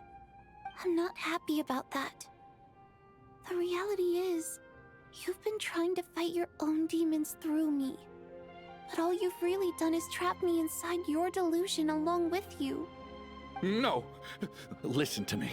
I want to save you. I do!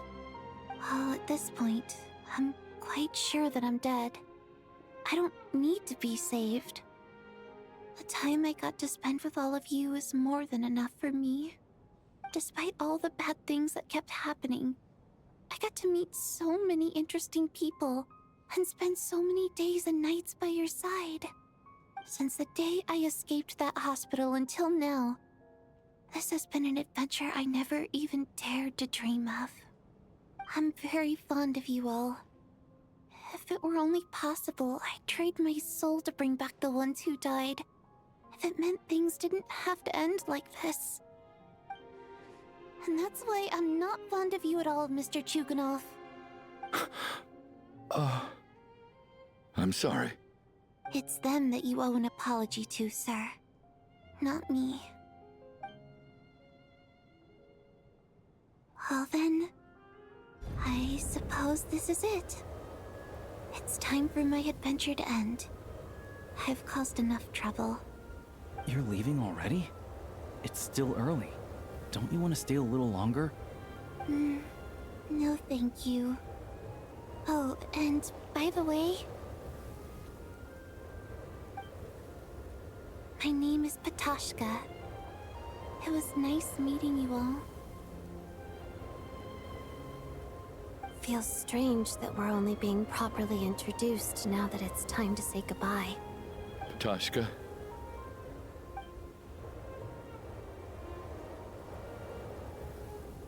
What are you doing, Chuganov? Are you crazy? Let me leave. I can't keep lying to myself anymore. In your dreams. Don't think you're getting off that easy when you had a hand in the deaths of so many people. The Fatui have honed quite an array of enhanced interrogation techniques since they were founded.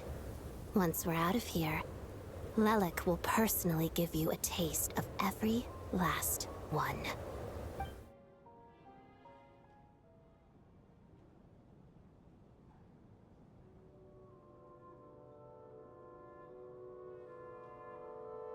think we should leave. I doubt this snowstorm is ever going to stop. For all we know, this storm might have destroyed all of Snezhnaya by now. Maybe even the whole world.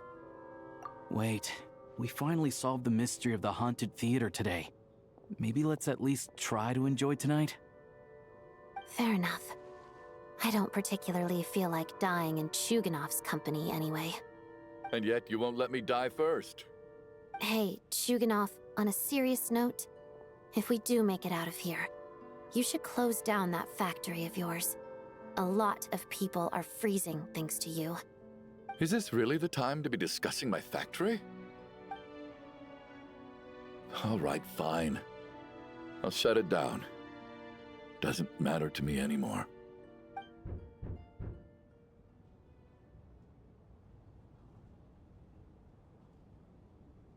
Am I hearing things? Or was that a knock at the door? There it is again. But I don't understand. The snowstorm hasn't stopped, has it? Should we open the door? Is this it? Is this nightmare finally over? If the last few days are anything to go by, I probably shouldn't be getting my hopes up. Whatever lies beyond that door at this moment, it could be something even more terrifying than everything we've been through so far.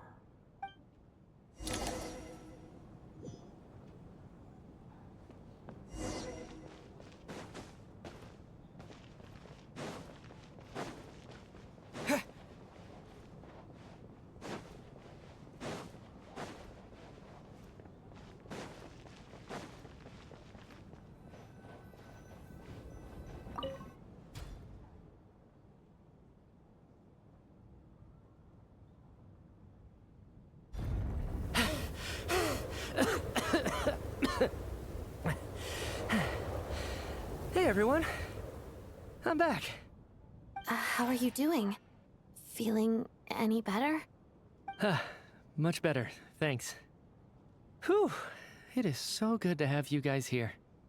I was a little worried that the theater would be empty by the time I got back. Let me see. Tonya and Vodyanitsa are missing, which means Vodyanitsa died last night. And then you discovered that Tonya was the other dead person. Am I right? Not Tonya. Pitashka. First, tell us how you made it back here. Given the conditions outside, no one should be able to return alive.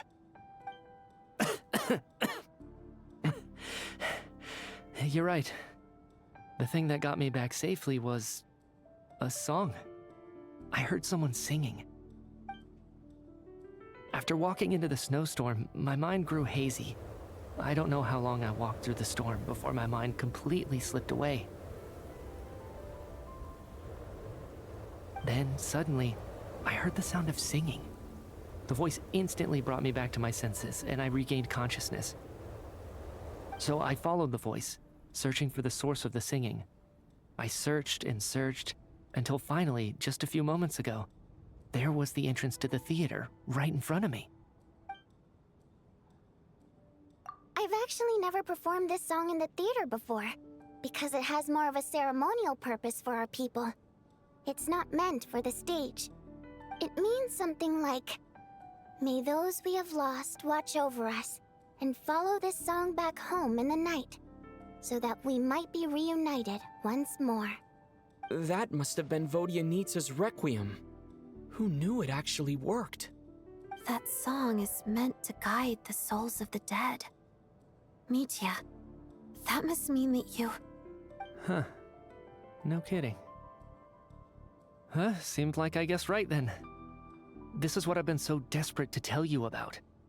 When I first stepped out of the theater, I was still quite lucid. My memory of it is still pretty intact. I remember the outside world being completely different than what I'd expected. It was like this was a world where only the snowstorm existed. There wasn't a trace of any humans or buildings ever having been there. I don't know how else to describe it, except to say that it just didn't seem like the real world. And as for the Requiem, if I was guided here by Vodyanitsa's song, it can only mean that I must already be dead. And this is my soul, not my body. But I didn't experience a clear moment of death while I was out there. Nor do I feel any different now than before I walked into the snowstorm. You don't seem any different to me either. In fact, this is something I've been wondering about for a while now. If souls aren't physical, shouldn't they lack tangible form? Both Shram and Patoshka were clearly deceased, and yet their souls didn't look or feel like ghosts at all. They were visible, tangible, no different than you or me. This raises a truly terrible thought. Is that really what Mitya is suggesting?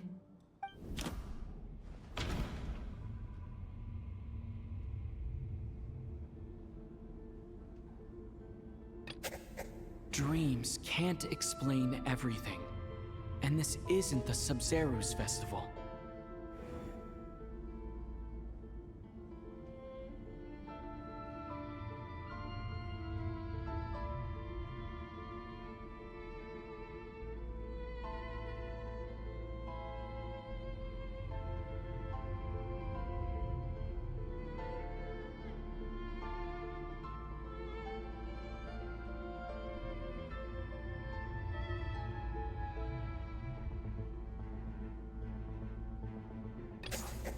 Mitya's soul was summoned back by the Requiem, confirming that he is indeed already dead.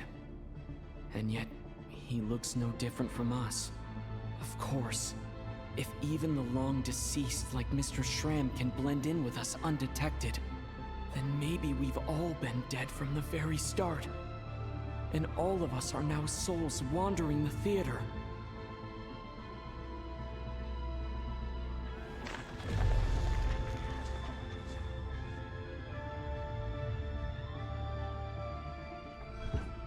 Yes. I think that this is probably the afterlife. What did you say?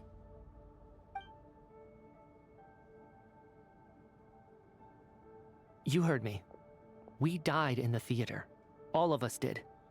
But due to an obstruction in the theater's ley lines, our souls are trapped here, while an endless, infinite snowstorm rages outside. It's ironic, really. All that time, we were working so hard to figure out who the deceased among us were, when the truth was, we were all deceased. The only difference being some of us died more recently than others. Do you remember that note, "Death is near"? Seems like we misunderstood what it meant after all. Death was nearer than we wanted to think all along. The note simply meant that all of us were already dead. So all our attempts to survive, our search for the deceased, it was all for nothing? Hard to say. At the very least, we helped 2 lost souls find clarity and go to where they belong. The presence of those 2 is probably what caused our souls to be drawn in by the ley lines. In which case, the deaths we've awoken to over the past few days were just souls returning to the ley lines for good. If what you're saying is true, doesn't that make us the lost souls now? Huh, no wonder. This afternoon, when I was moving Vodyanitsa's body, I noticed that the other bodies in the room hadn't decayed one bit after all these days. That's further proof that those aren't physical bodies at all, but merely our shells here in the afterlife. Am I really dead? This doesn't feel real to me at all. No, that's impossible. This cannot be how it all ends. I still find it hard to believe that all of us are dead. How exactly did we die in the real world? None of us have any memories of dying, right? Not even knowing how we died is preposterous. Good grief! Surely there has to be some reason. Exactly. It's hard to rest in peace when you don't even know how you died. It gave me lots to think about as I strode out into the snowstorm. I racked my brains trying to remember the cause of my death, the exact moment I died, the root of all of this, right up until my consciousness faded. Wait. Hold on. Right before I lost consciousness, I think I saw something. I can't remember. And I think I lost my notebook and pen. Mitya, your hand. Is that blood on your fingers? Huh? You're right. There's blood on the fingertips of my right hand. Looks like it's already dried. When did that happen? What the? I guess this was what I saw. I must have desperately drawn it in my own blood right before losing consciousness. What's wrong? Do you recognize the symbol? It's Renova, the ruler of death. Huh? Alosha, do you still remember that Snezhnayan folktale you told me about? It was about the Grim Reaper. When someone's about to die, he appears as an incarnation of someone familiar to guide their soul into the afterlife. And as soon as you recognize his face, your life is over. I heard a similar tale when I was little. You think the Grim Reaper in this story refers to the ruler of death you mentioned? That's right. In which case, death is near could also mean that the Grim Reaper is here disguised in a familiar form. Death, the deceased, and the Grim Reaper? So it's a triple entendre. When I first saw this note, I thought it contradicted the investigation report. But now it seems like that was the whole intention. So the Grim Reaper deliberately misled us. Then, we started suspecting each other and searched for the deceased while they hid in plain sight. By that logic, the one person most likely to be the Grim Reaper incarnate is...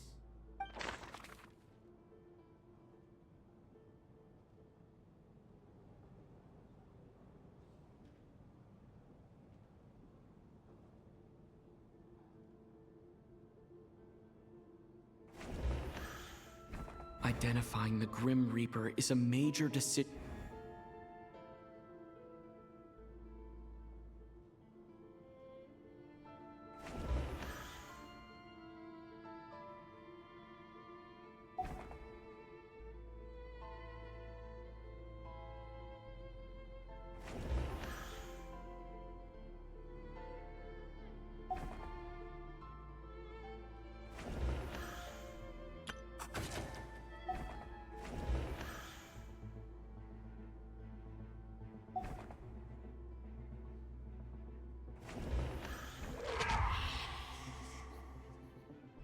No doubt about it. It's Alosha. Looking back at how everyone has acted over the past few days, Alosha is most likely the Grim Reaper lurking among us.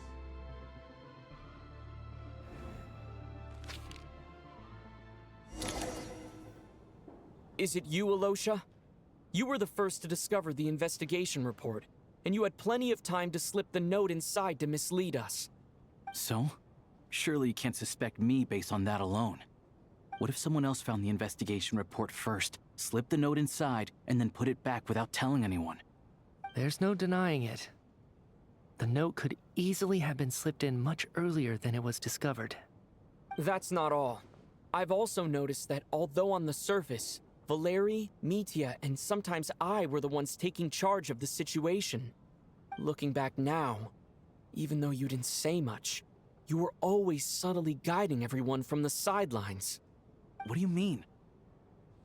You were the one who emphasized how dangerous it was outside and insisted we all stay here.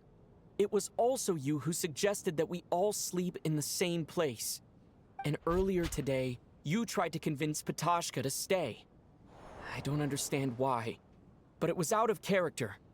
So, you didn't understand my intentions, and now you're assuming the worst.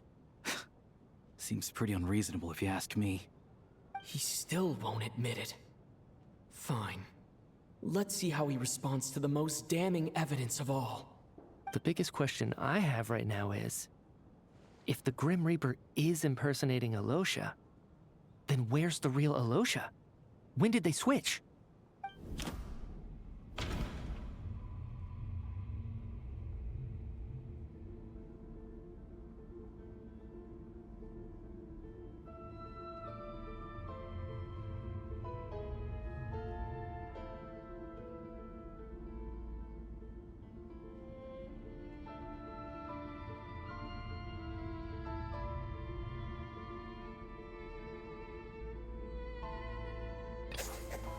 That's right. This was the moment. Right at the start, before any victims had even emerged, Alosha was switched with the Ruler of Death while everyone's guard was still down.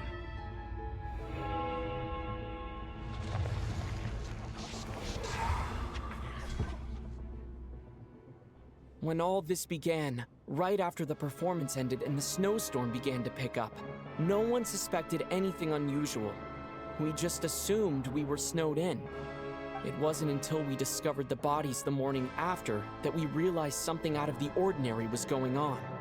But it's clear now that the oddities actually started earlier than that, when Dimov walked into the snowstorm and never came back. Right. So Mr. Dimov was the first victim, not Sobolova and Torgov. And if we pinpoint that moment as the beginning of this incident, then one thing becomes clear. Alosha, you are the only person who walked into the snowstorm and came back without the help of Vodyanitsa's Requiem. More precisely, Alosha never came back at all. The one who came back was the Grim Reaper. Not bad. Well, since you've backed me into a corner, I suppose there's no point in keeping up the act anymore. Alosha? You're the Grim Reaper? I am no such tired cliché. Mortals should address me as the ruler of death.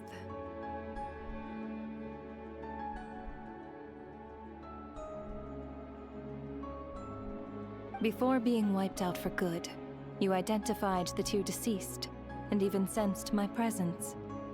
A commendable achievement. Far beyond what I expected. I heard you can ferry souls. Those deaths each night. Were they your doing? Your initial conclusion was correct. Due to the existence of the two deceased, the ley lines yearned to reclaim those long-lost souls. Every night they devoured an equal number of souls to fill the void. This required no intervention from me. Though, of course, ferrying souls is indeed my authority. Here, take a look.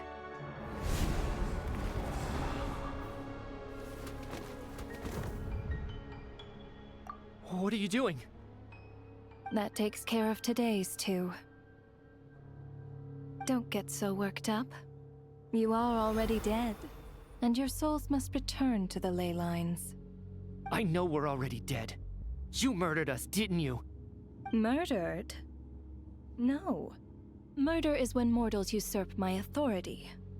Death is my jurisdiction. If I require someone to die, I need not resort to such laborious methods as murder.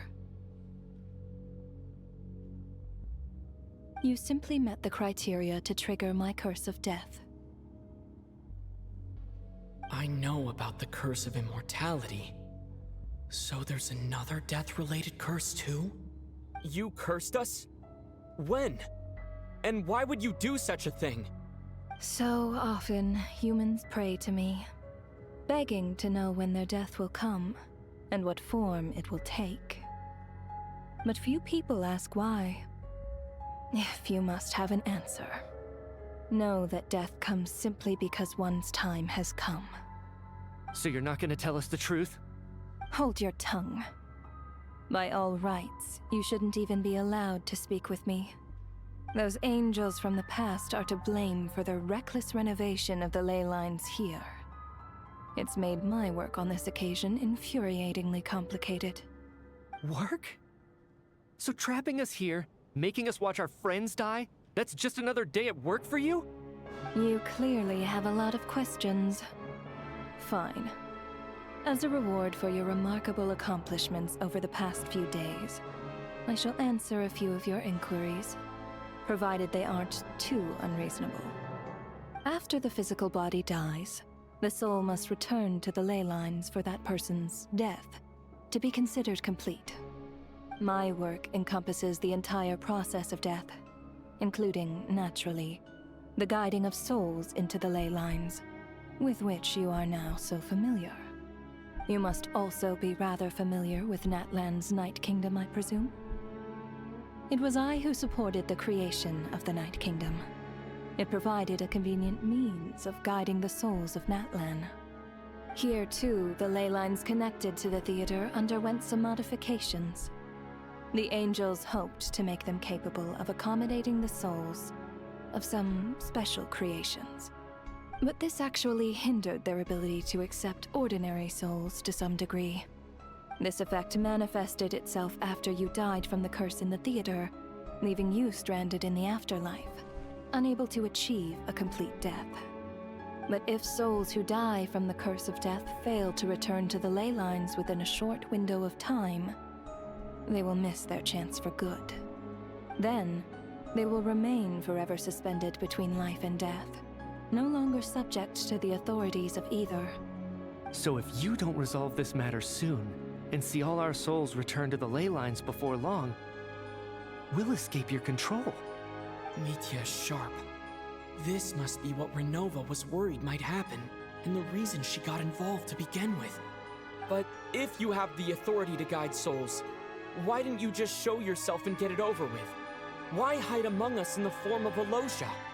You seek to understand the mind of a god. Very well. I'll tell you. This is a theater, and I decided I wanted to watch a show about death. That's why I encouraged you to take the events to the stage. I found myself getting quite immersed. I suppose the entertainment you provided makes up for all the trouble you've caused me by being so defiant in the face of death. There. Are you happy with my answer? Can't say I am. Really? But it fits the stereotypes you humans have about gods. Just moments ago, you were complaining about how infuriatingly complicated your work here has been. Work is work, I get it. There are times when it's a huge pain, but you just have to get it done, right? That's a rather unique perspective for a human. You are in fact correct. There is a pain point in this case. Due to the obstruction in the theater's ley lines, there is a hard limit on the number of souls they can receive each day, making it impossible for me to ferry all your souls at once. Revealing my identity too soon would inevitably have led to futile resistance, and there was a risk that any souls who chose to run would disappear. Then there was the issue of the 2 lost souls you called the deceased. The way you resolved that quandary was all part of my design. That's what I don't understand. If all of us were souls of the dead, what made their presence among us special? For centuries, they have refused to return to the ley lines, exploiting the issues created by the angel civilization to resist being drawn in. Centuries of obsession accumulated during this process. You may think of this obsession as the resentment of the dead, and in this quantity, it was a bomb that could have detonated at any moment. It reached the point where I could not afford to leave it unchecked. But the only way to fix it was to help them acknowledge their own deaths, make peace with their regrets, and willingly walk into the snowstorm. Only then, with my guidance, could they finally return to the ley lines. Otherwise, you would not like to know what the consequences would have been. I vaguely remember seeing Batashka, but in the most terrifying form. Was that in a dream? Is that what would have become of her if she hadn't returned to the ley lines?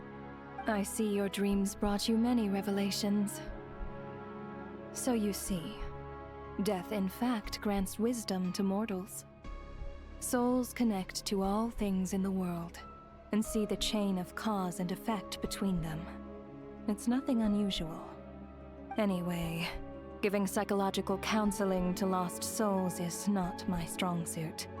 That is more of an angel's role. It was something I could not resolve directly using my authority, so I decided it was easier to leave the bomb defusal to you. Meanwhile, of course, their presence caused the souls of other members of your party to return to the ley lines each night.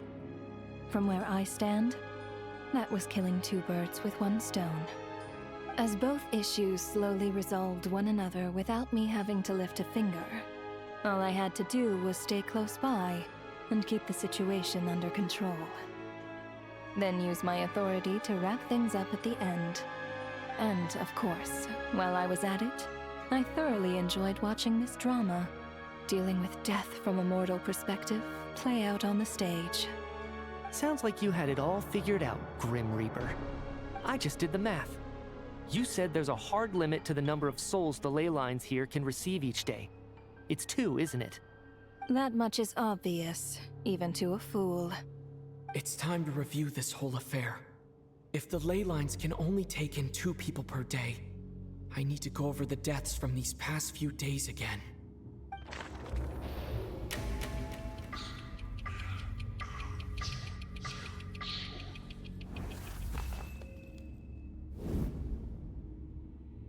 Looking back now, none of us had the faintest idea at the time. From the moment that staff member named Demoff walked into the snowstorm, the incident had already begun.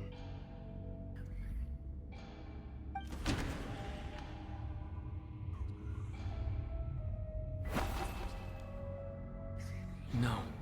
Let me go over this again.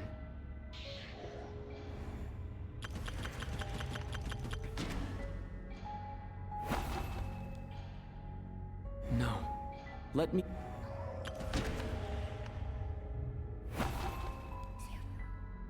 No. Let me go...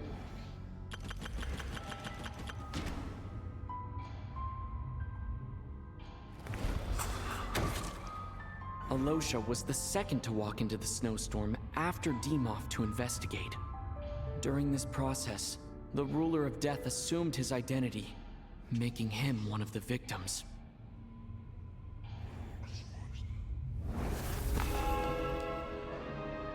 During our first night in the theater, everyone was caught up in the novelty of it all. No one could have expected there would be victims the very next morning. Despite all the confusion, and with the help of hindsight, we finally began to realize that something was amiss with the snowstorm.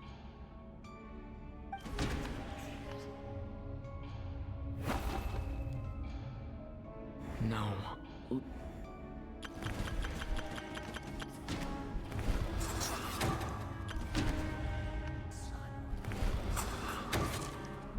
The ley lines devoured Torgov and Sobolova on the first night. At the time, we thought this might be a murder case connected to Lelik.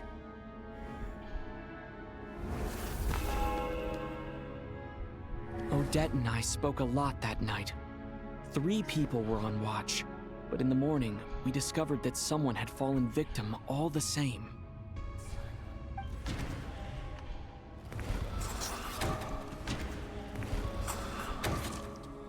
The deaths of Kulish and Rampana caused everyone to stop suspecting Lelik. Unexplainable phenomena occurred one after another, leading Mitya to suspect that we were caught up in a supernatural event.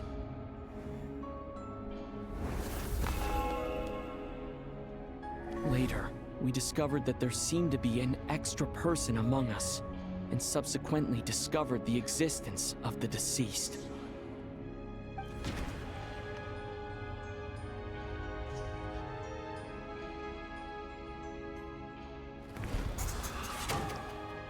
Mr. Schramm realized he was the deceased and walked into the snowstorm to return to the ley lines of his own accord.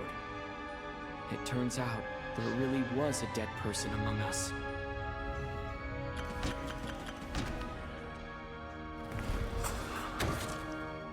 We thought it was all over, but Mr. Valeri's death was a rude awakening for everyone. The ley lines consumed him during the night regardless. A lot happened today. Mr. Valeri's death led us to discover the connection between the number of deceased and the number of victims during the night.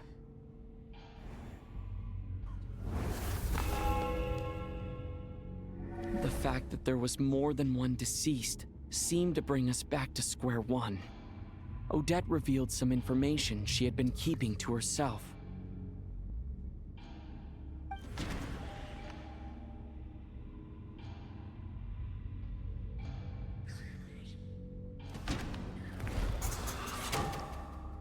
As it happened, Ptashka filled the void left by Mitya's return from the ley lines by walking into the snowstorm this morning. The girl I thought was child sister Tonya turned out to be another of the theater's deceased.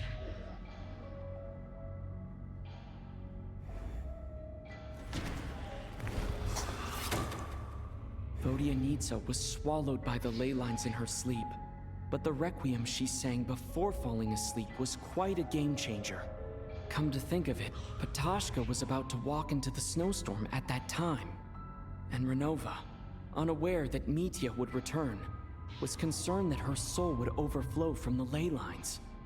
That's why she used Alosha's voice to try and persuade her to stay behind. Looking back, I suppose that was an early slip-up on her part.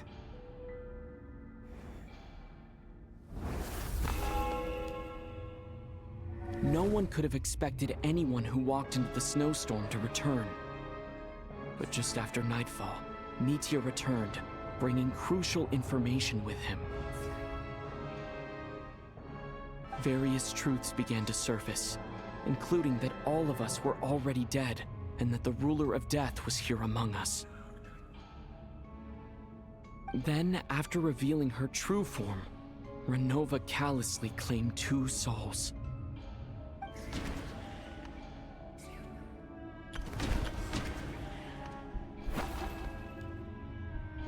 No, let me go.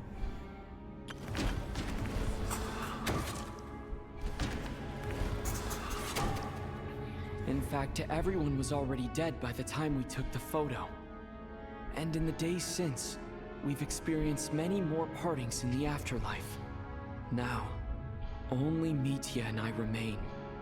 And the true culprit behind everything still stands before us. In Mitya's eyes, I see the same anger and frustration that I feel.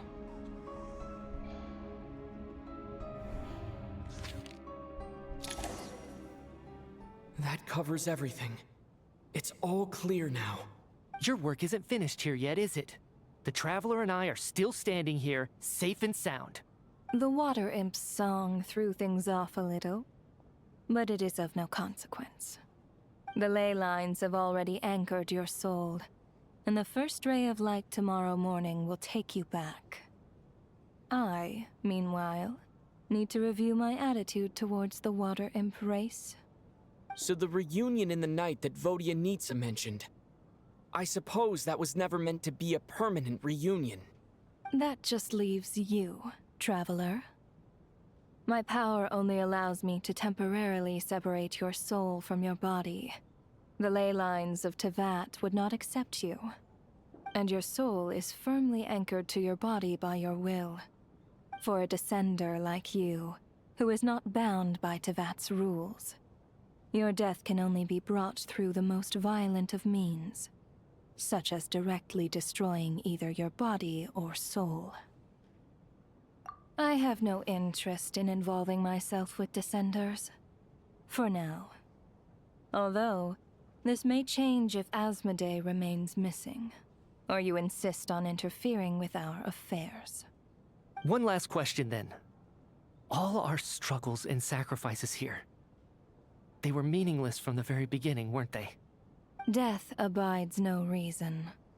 Besides, what you call sacrifice is merely a concept created by humanity.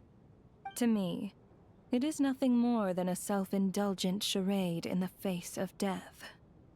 Mere mortals fantasizing that their actions could reclaim something from my grasp. A truly laughable idea.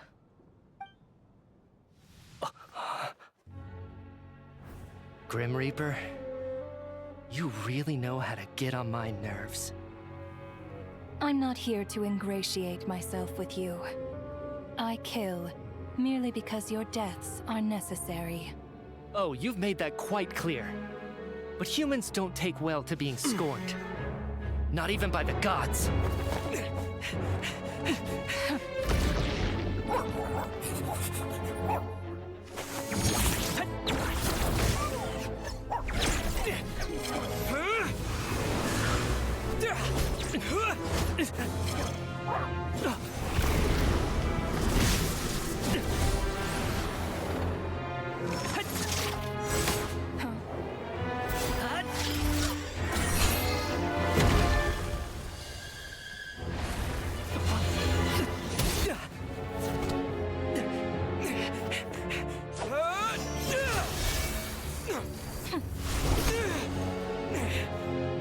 This is futile. You must know that you are powerless against me in my own domain. I suggest that you save your strength. For what? Maybe we can't change it. But if nothing else, we can at least teach you to have some respect for the dead. Audacious.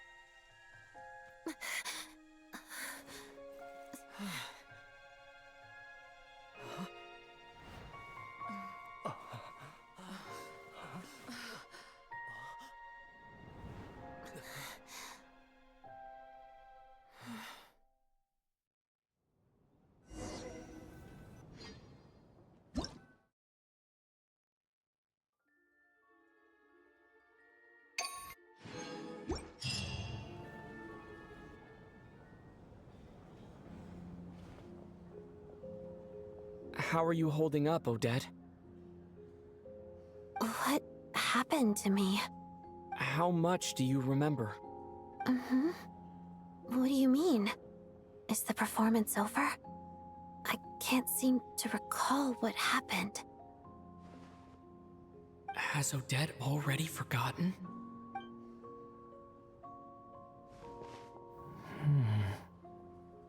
Mitya? Oh, I'm sorry. I guess I spaced out there for a second. Remind me who you are? Don't you remember anything?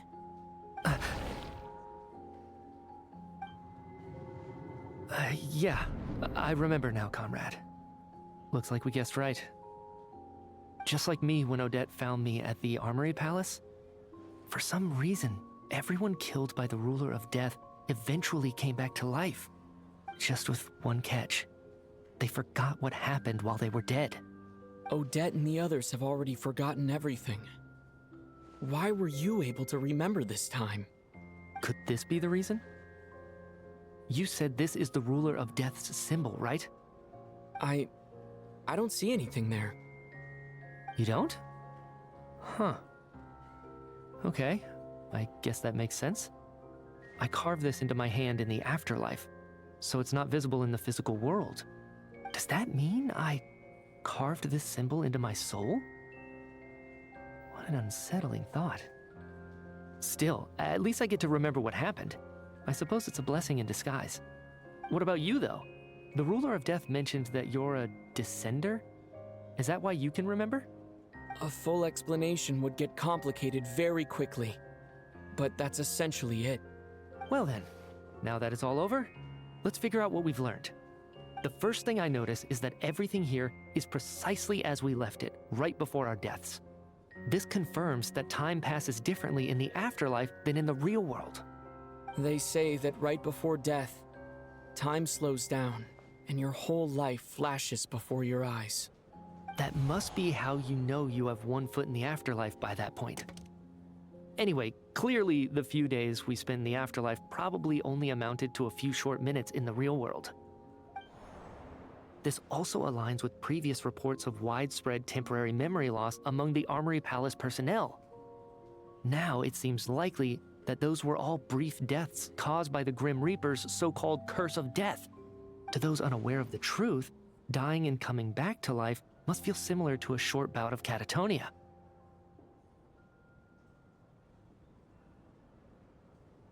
This leaves me with a couple big questions.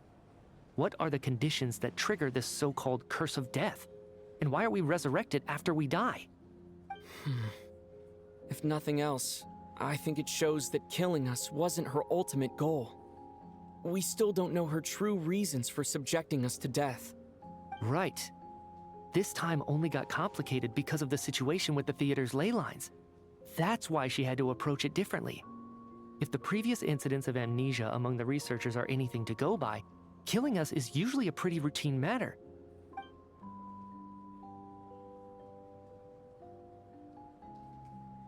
Come to think of it, wasn't I about to note something down before I died? I can't remember what it was, but I think it was something related to my research project. Sorry, Traveler. I'll catch up with you again later. Right now, I have to make a trip back to the Armory Palace. Sir, if I may, no one of your description has ever shown up in my investigations into Mr. Mitia's friends. Yet, you two seem very familiar with each other.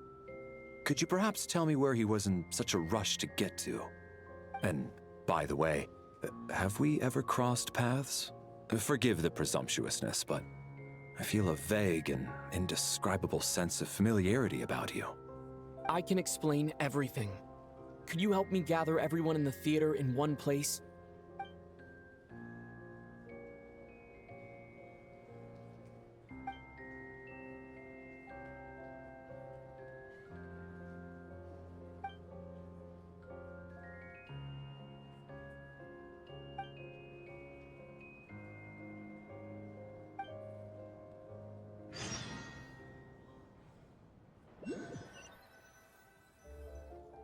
So, Chuganov really is going to shut down the factory. I guess this theater incident actually did us some good after all. So, you said I promised to take you to the Armory Palace while we were in the afterlife, yes? I believe you. I think I even have a vague memory of it. Agreed. Let's check in on her first. The whole reason for our trip to the Armory Palace anyway is to figure out what's going on with her health.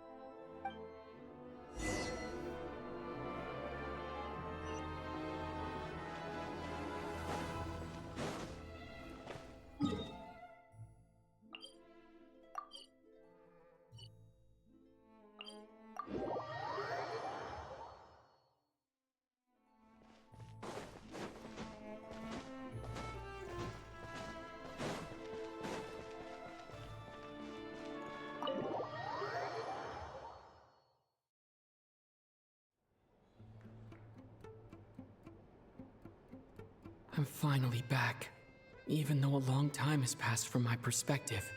As far as Paimon's concerned, I probably just went out to watch a very short show. I should keep my emotions in check when I see Paimon again, or it'll seem weird. Wait. The atmosphere here feels off. Shh. Stay quiet. Let's go inside and take a look. Have we still not been able to notify Child yet? We need new orders. What if that person comes back again?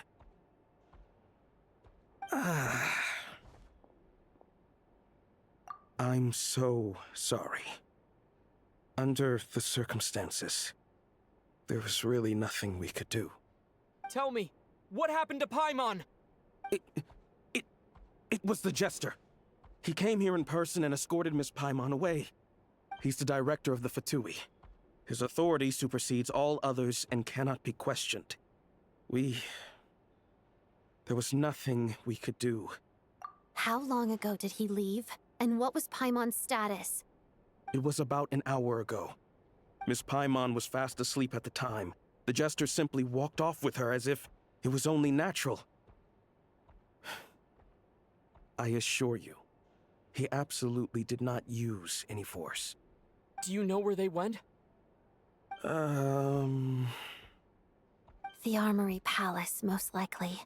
Lord Piero, the Jester, has been overseeing the experiments there lately, keeping a close eye on their progress. Everyone in the Fatui has heard about it by now. I'm surprised he came in person. Whatever his reason for taking Paimon, he'll most likely return to the Armory Palace first, which is exactly where we were headed anyway. Then lead the way, Odette. Okay, let's go.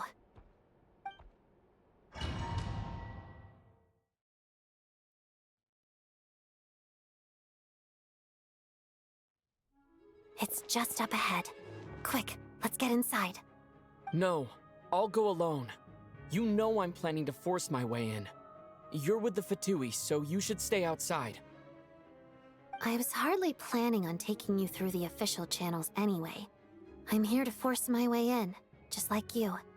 I may be a Fatus, but I'm also Lelik, enemy of Project Stuzha. Paimon's safety is paramount right now. With me around, you'll have an extra pair of hands. There might be devices inside that are easier for an insider to deal with. If you say so. Let's go. There's no time to hesitate.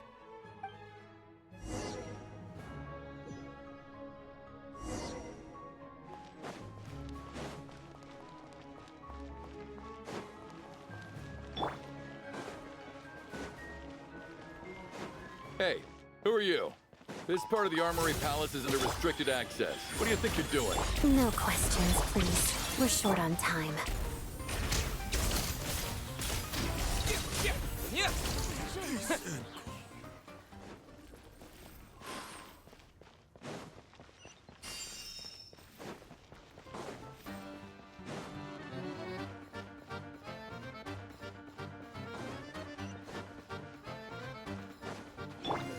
Right here. Emerge. Right here. A sight to behold. Wheel of life. Let's begin. Witness the snow swarm's grace. I can still... Let me try.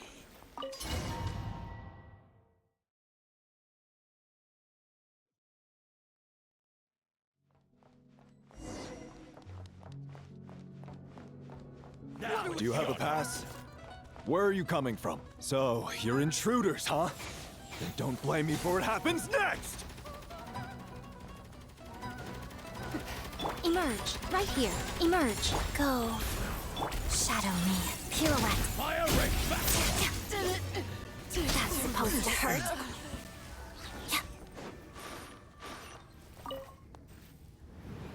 The Armory Palace is hidden this deep in? This place is much bigger than I imagined. They're conducting top-secret research, after all. The deeper it's hidden, the better, is standard Fatui logic.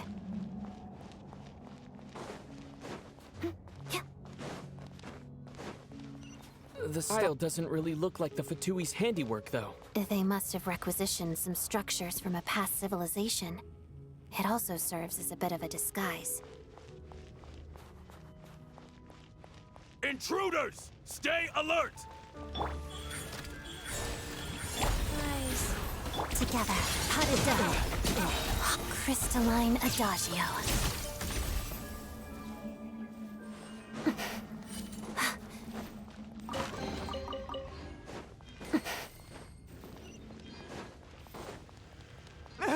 Intruders?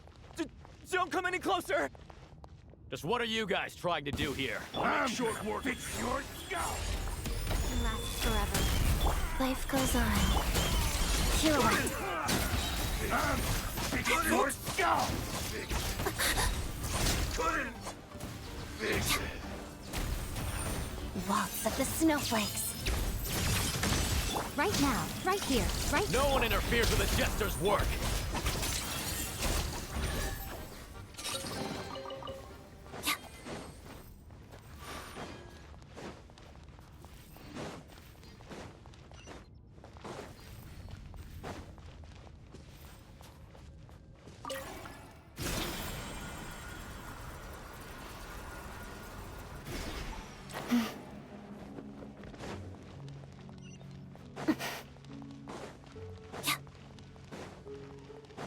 Looks like no one's guarding this place. There's something off about that decoration over there.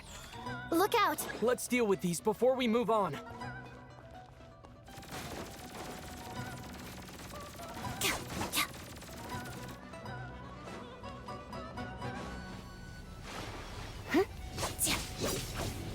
Come on out. Right here. Emerge. Go.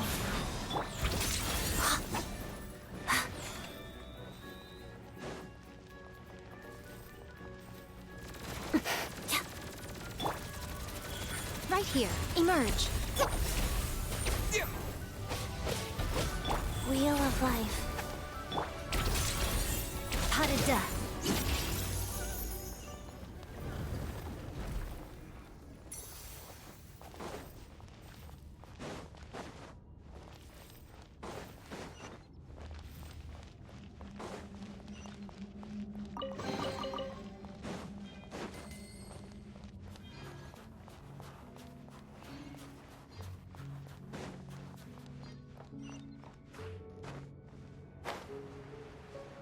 The researchers here probably don't know that we're uninvited guests. Let's try not to hurt them. What's the big star from the theater doing here? That's Miss Odette. She's a member of the Fatui. Don't tell me you didn't know that.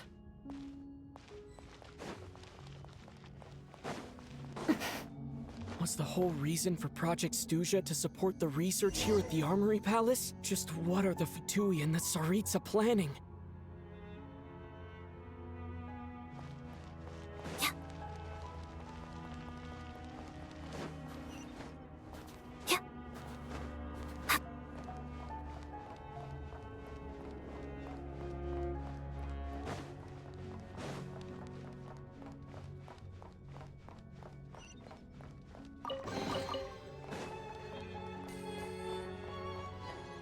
Whoa!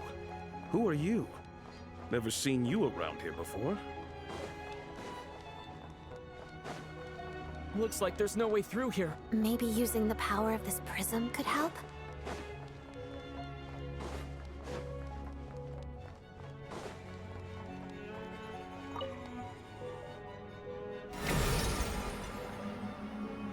I think I see some images. It's the prism's power at play, causing images of the past to reappear, albeit only as illusions. Let's... Paimon. And the Jester. Is this another scene from the past? Yes. It looks quite old, though. I don't think it happened in the recent past.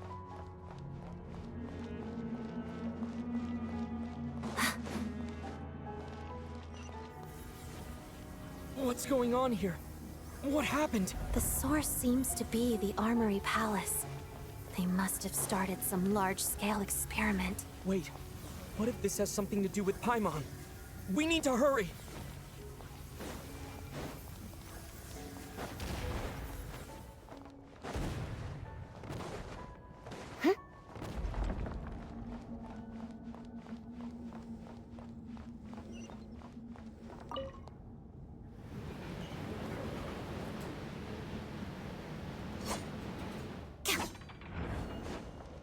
We're almost there.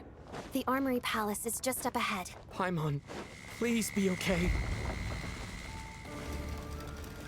Right here. Emerge. Right now. Together. Pirouette. Crystalline Adagio.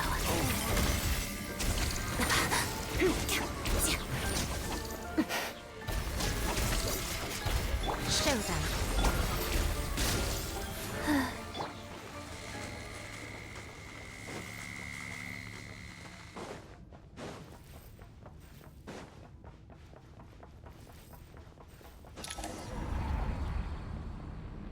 What's going on?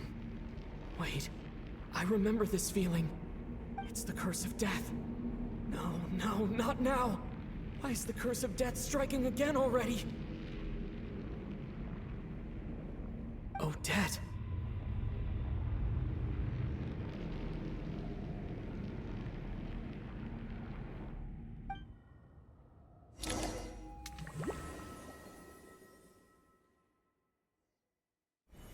Is this the afterlife again? I need to find a way back to reality. Is that Odette's core Ignis? Could that be what just woke me up?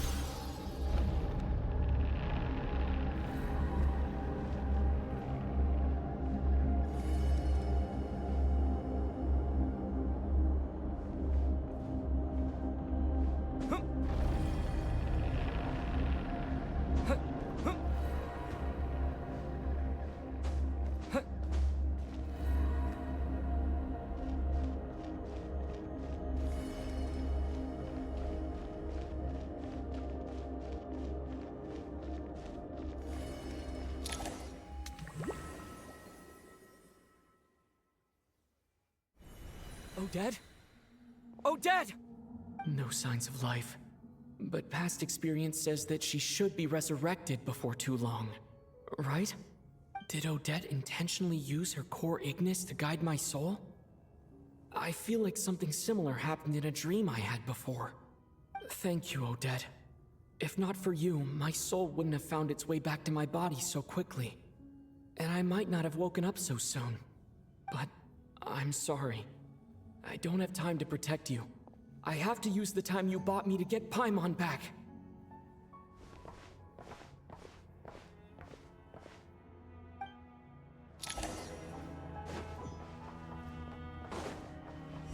Sure enough, everyone here has been affected by the curse of death. Paimon! Paimon! No, wait. Paimon probably didn't escape Renova's curse either. She won't be able to respond to me right now. I'll have to find her myself.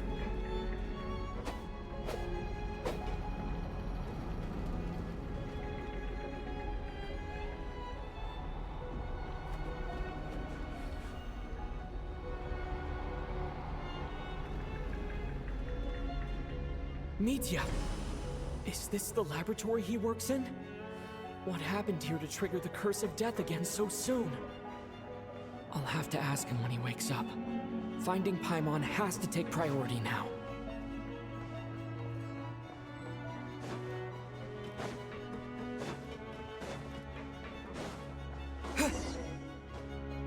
Found her! Paimon really is here!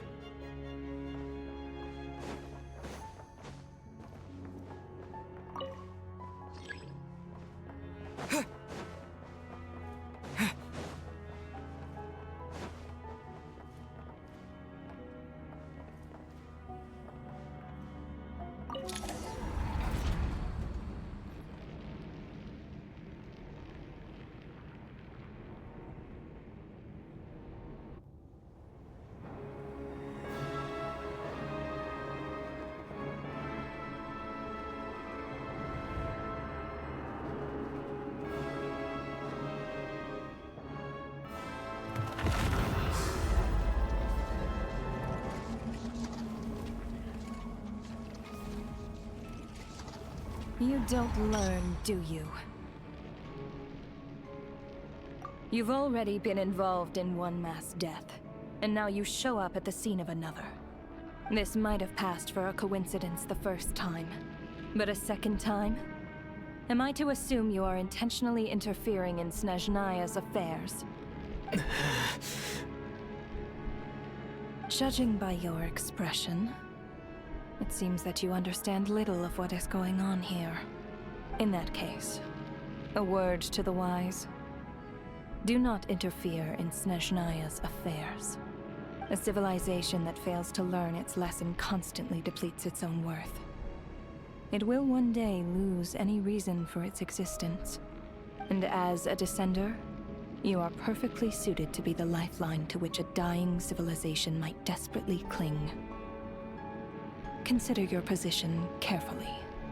No advice needed. I'll make my own judgments. Suit yourself. When the day of reckoning arrives, not even a descender can hope to escape unscathed. The time for resurrection fast approaches. The mortals here are not yet worthy to behold my form. So that will be all for today.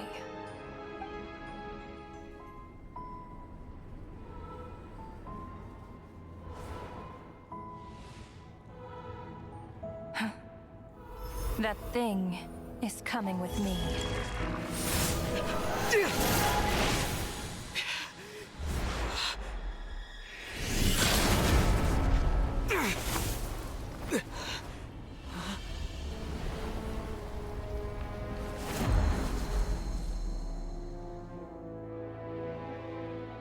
You awoke sooner than I thought.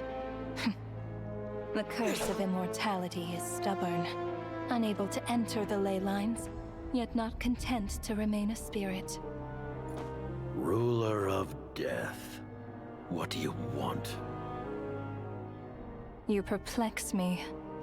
Both you and you. That thing may be a creation of Celestia, but it possesses none of Celestia's power, let alone authority. Your obsession with it baffles me. No matter, the resurrection will soon begin. It's worthless anyway. I'll reclaim it next time.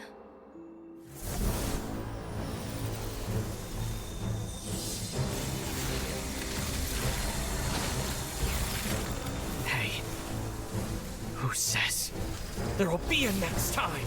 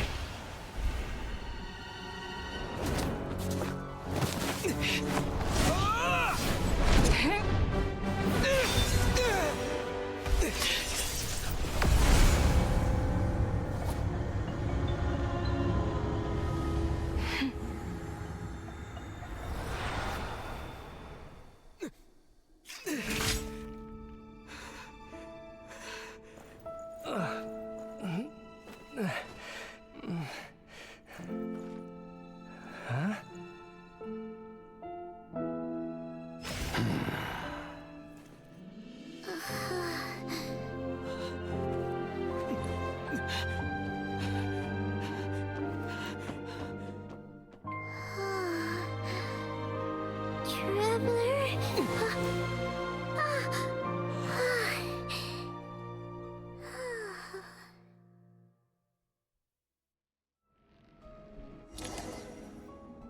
I missed you, Paimon. What are you talking about? We haven't even been apart for that long, have we? It was different this time. You seem to be in pretty good shape. Yeah, Paimon's back in tip-top condition. It's the weirdest thing. Paimon fell asleep earlier, and when she woke up, she found herself here. The jester and that guy talking to him used some kind of energy on Paimon, and she could kind of feel it canceling out that other thing that was making her feel unwell. So, Mitya helped too? Apologies for leaving in such a hurry at the theater earlier. I was in a rush to verify some theories. Rest assured that your companion is perfectly safe. We reversed the effects that the experimental energy had on her. The jester specifically instructed me to do so. I suppose this is our first official meeting, Traveler. I could not let Paimon suffer in her condition for a moment longer, and so I simply took her without explanation. I hope you do not mind. But why would a big shot like you care about what happens to Paimon? As I said when you first arrived in Snezhnaya, we once spent some time together in the distant past. Oh yeah, you did mention that. And Paimon did think you seemed strangely familiar the first time we met. I'm afraid the reminiscing will have to wait. Mitya, let us continue with the report. What conclusions, if any, did you reach from conducting the final experiment of our energy research ahead of schedule? The good news is, my hypothesis regarding the Ruler of Death has been verified. As for the bad news, I recommend we suspend the experiments and Project Mistleton until further notice.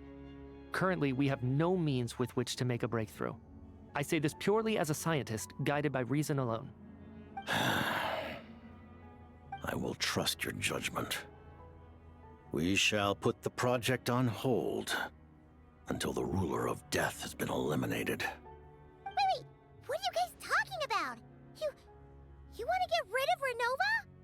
Like, how? By killing her? By whatever means necessary, so long as it removes the threat she poses to us. Until then, everything we do will be in vain. After what just happened, I've ascertained Renova's goal. Or rather, the trigger condition for the Curse of Death. Okay, let's hear it. What she's doing is blocking Snezhnaya's technological progress, preventing us from possessing any means with which to threaten the heavenly principles. Just like the little lapdog she is. So, any ideas, research, or experiments that lead to technological progress can trigger the curse. Just now, for instance, I was set to launch a final phase energy experiment ahead of schedule. If the experiment was successful, we could have achieved a crucial breakthrough. As expected, though, the moment the experiment began, all the researchers, technicians, and witnesses died from the curse.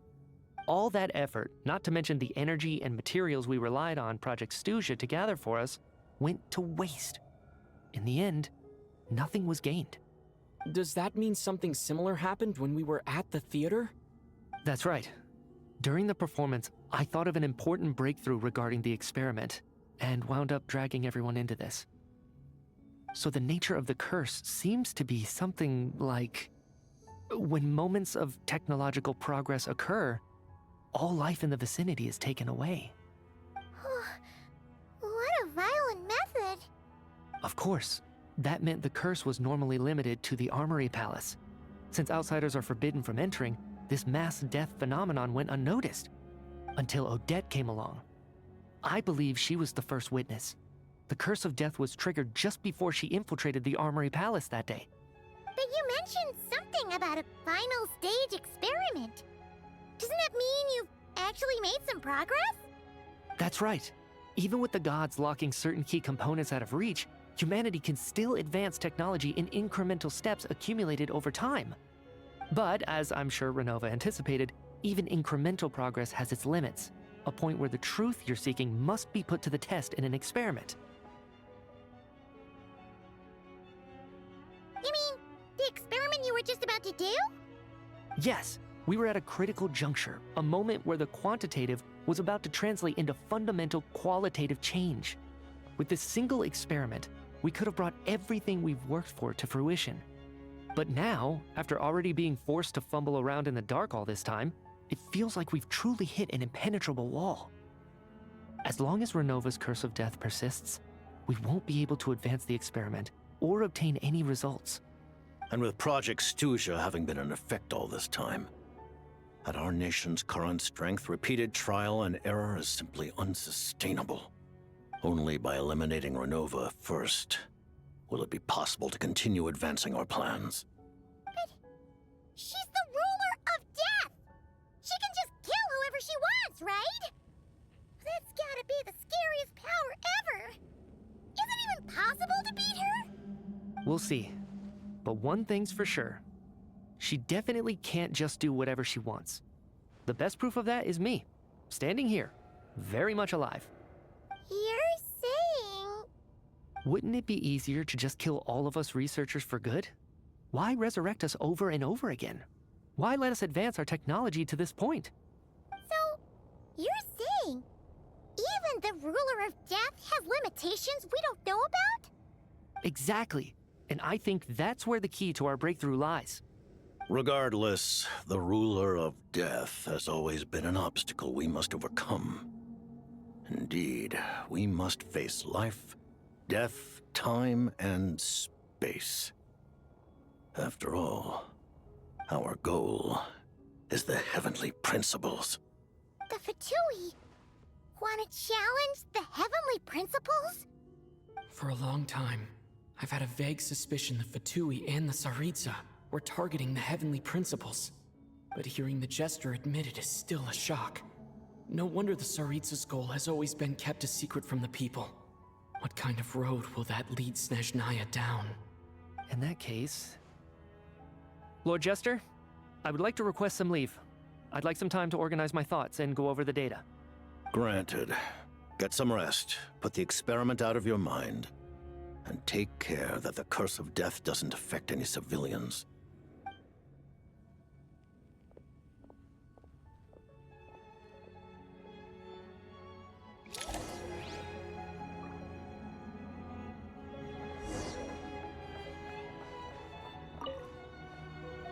While there is yet time, allow me to offer you my hospitality, honored guest of Snezhnaya. Is there anything you wish to know? I remember hearing the term Mistleton from Columbina. Yeah, Paimon wanted to ask about that when the name came up just now. What is it? Paimon's heard of Project Stuzha, but not this one. As you know, Project Stuzha is a series of measures enacted to consolidate our nation's resources, the greater purpose of which is to serve Project Mistleton. Many of the things you have encountered thus far are essentially for the advancement of that project. This includes the Kuvaki Experimental Design Bureau in Notdry. Researching Kuvaki was merely a facade. Its core objective was to use local resources and research findings to build Mistleton itself. And that's a weapon built for the final battle against the heavenly principles, isn't it? Huh? How did you know that? I was given some intel, and I made some deductions. Wait. You must mean that thing over there. Oh, Paimon's gotta take a closer look at this thing. Especially after you guys sent so many people to Notdry to work on it. Kuvaki alone will not break through Celestia's defenses, let alone challenge the heavenly principles. The heavenly principles are no doubt accustomed to combating the power of the light realm, and elemental energy is simply the power of the human realm, converted to that form by the heavenly principles themselves. Any attempt to use this power against its creator would be a futile endeavor. For now, therefore, we have set our sights on the form of energy associated with the third descender and the stellar linchpins. This may hold the potential to allow Mistleton to contend with the heavenly principles. You could say that by reverse engineering the stellar linchpins to extract the energy within, we have obtained a source of anti-Celestia energy. The Kuvaki Experimental Design Bureau, Project Stuzha, and the new energy experiments. Huh. So, Project Mistleton is what ties it all together. And it looks like your plan is almost complete. No wonder the ruler of death came after you.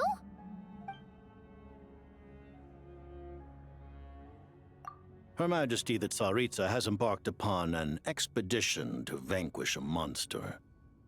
Were it not for this, I imagine she would have been delighted to grant you an audience. Seems like the powers that be in Snezhnaya don't intend to hold my past conflicts with the Fatui against me. The Harbingers have been granted significant autonomy in retrieving the Gnosis. But by the same token, they do not completely represent Snezhnaya's official stance. You read my mind. Speaking of the Gnosis, Paimon's been dying to ask this question since forever. Why exactly does the Tsaritsa want to collect them? Is it something to do with the fight against the Heavenly Principles? The Gnosis will undoubtedly serve as a key bargaining chip when she confronts the Heavenly Principles.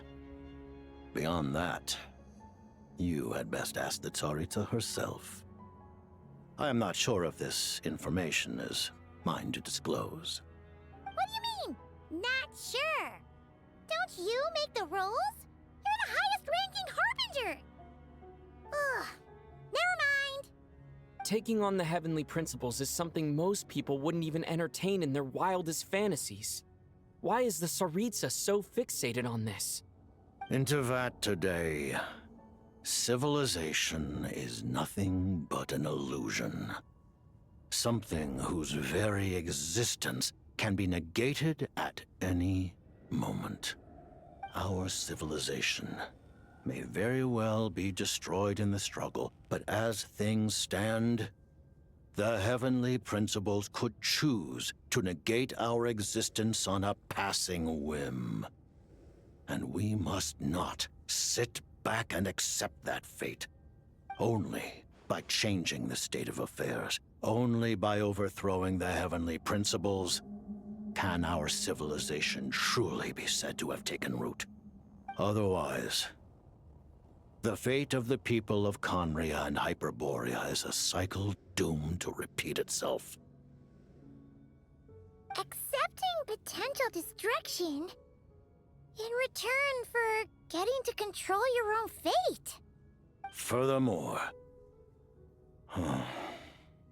perhaps this is still somewhat difficult for you to understand. Are you aware that all the rules of this world are made up of curses? Huh? All of them? Paimon knows about the curse of death you mentioned, and the curse of immortality that you and Dainsleif have. Then the birth of the Hilichurls, the rules of Natlan's Ode of Resurrection. Those are curses too? Farina's long life seems to stem from a curse placed on her by Focalor as well. Yes. Even a god's love for humanity is a curse the Heavenly Principles inflicted upon the gods. What? The Tsaritsa has always had ample reason to hate the Heavenly Principles.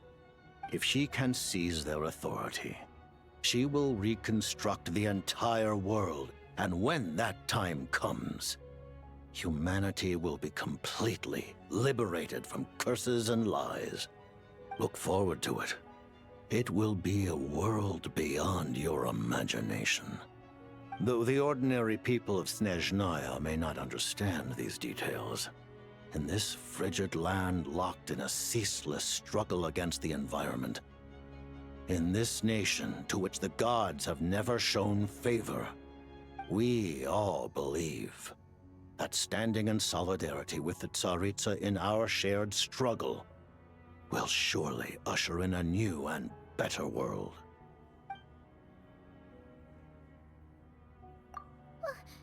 Paimon really doesn't remember.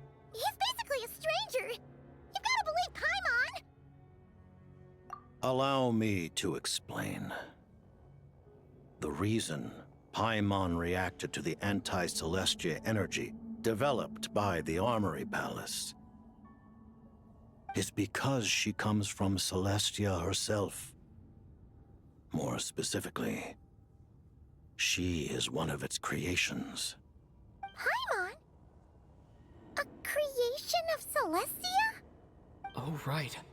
I was blinded by anger earlier, but thinking back on it, Renova also said that Paimon is a creation of Celestia. But she lacks Celestia's power or authority. As you know, the lunar fragments in Nodcry were pulled down from the sky using Fatui technology. But the first application of this technology was in Conria over 500 years ago. I used this technology upon the heavens, and the response I received was none other than Paimon descending from Celestia. I presented her to the Vinster King, but he took no interest in this gift, nor did it satisfy him. Paimon then took up temporary residence in my palace until, of course, the arrival of the Cataclysm. Wait, Paimon's a little confused. You're talking about things that happened in Conria 500 years ago. You're saying Paimon was there for that? But Paimon doesn't remember any of that. Falling from the sky? Being given away as a gift? None of it. Having lived through the Cataclysm, perhaps you too were burdened with some manner of curse. Although, losing your memories would indeed be the smallest price I've ever seen paid. But it's not just her memories from Conria. Paimon doesn't even know how she spent the last 500 years. She only has memories from the past few years. No matter how hard she tries to remember. What was Paimon like back in Conria? Did she know a whole lot because she came from Celestia? Was she super smart? Unfortunately, when you arrived in Conria, your consciousness was like that of a newborn infant. None could say what kind of being you once were in Celestia. During the time you lived in Conria, your personality was no different from how it is now. Aw, man! Paimon's plan to get her memories back and become super smart is ruined before it could even start. You know, even though Paimon lost her memories, she still feels weirdly close to you for some reason. That must mean you took pretty good care of Paimon back then, huh? On the contrary, I completely ignored your existence. I was entirely focused on my struggle against Troptatir the Wise. But now, as I see it, it is as if you are the only sane thing that survived that era of insanity. And thus, are worthy of protection. Noted. Man, Paimon's gotta stop projecting friendship on everyone she meets. But, Traveler? Even though you know Paimon's some creation of Celestia now, you still want her, right? You're not going to abandon her? Oh, phew! That's a relief. Paimon's just learning about this, too. She's barely even processed it.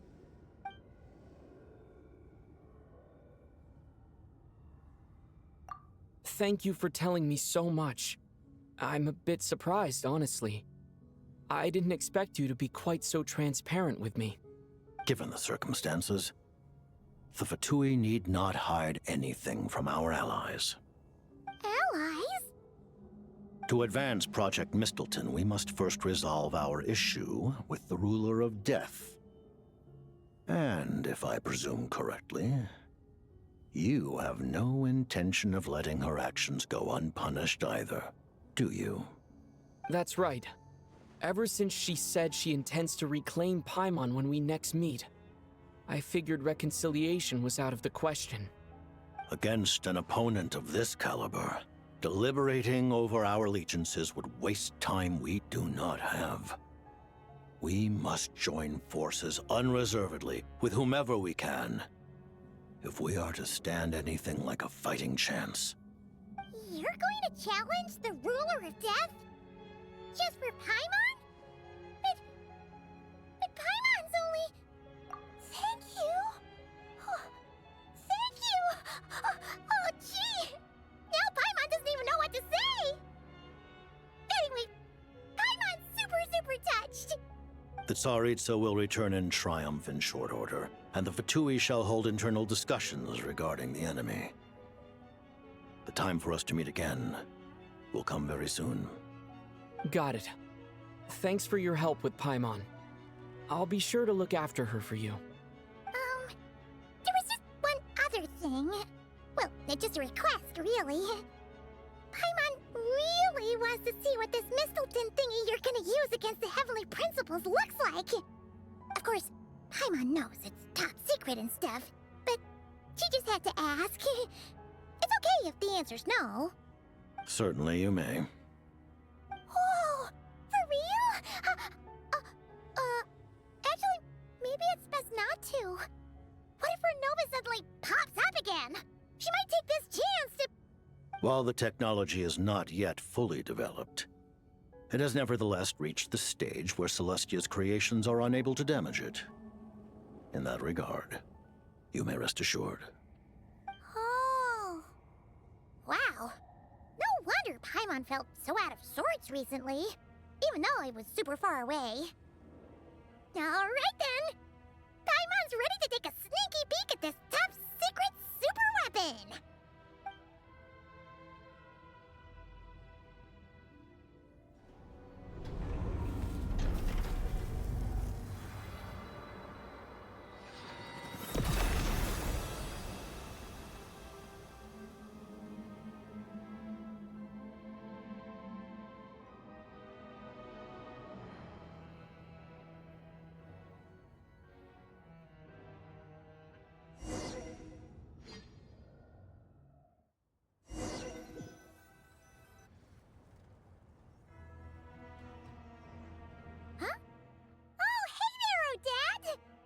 Paimon? You're okay. Thank goodness. You look well. Have you recovered? Long story short, yep, Paimon's all better. What are you doing here? Were you waiting for us? That's right. When I woke up, I wanted to go in after you, but the guards had woken up as well. It would have been tough to take them on alone, and there was no easy way to sneak past them. So I returned the way I came and waited for you here. It was thanks to you that my soul found its way back to my body so quickly. Thank you. Huh. That actually worked? Nice. I just figured I'd try my luck when that ominous feeling struck me. Really, you should be thanking this thing instead. Anyway, and now that things here are all taken care of, I have other things I should get back to.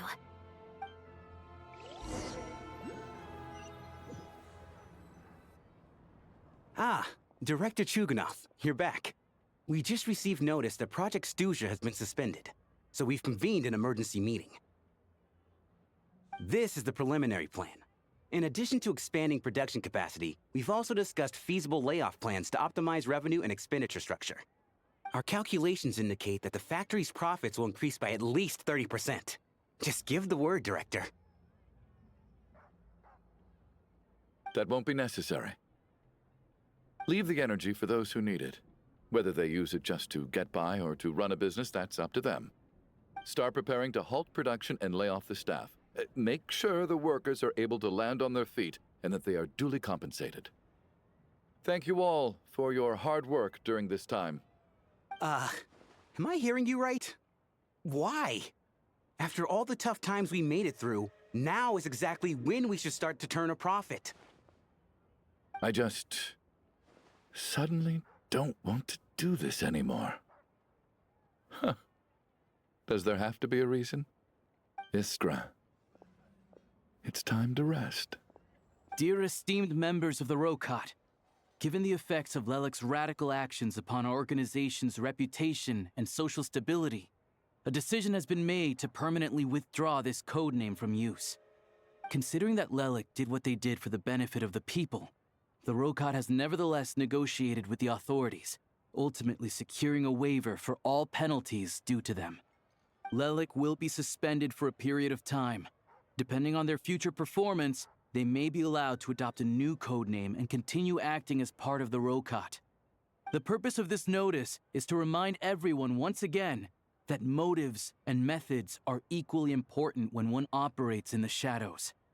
Even with Project Stuzha's suspension and our interim operational victory, we must guard against complacency and rashness and work to consolidate the progress we have made so far. We act only for the greater glory and solidarity of our nation. May the aurora shine ever on, and the tundra always stand firm. We act only for the greater glory and solidarity of our nation. May the aurora shine ever on, and the tundra always stand firm. Looks like it's finally over. You mean for us? Just thinking out loud. I've never seen the Snezhna Vecha so lively before. I never once thought I'd come here.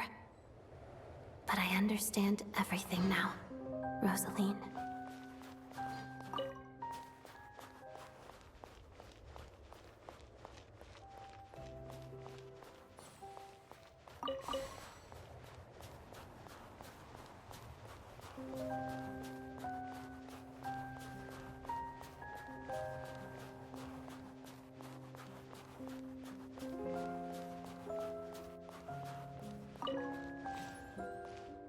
I've seen Spirit Seeker performed many times, including by your mother. Why do you bring that up all of a sudden? Even though the choreography is always identical, every dancer finds a way to make it her own.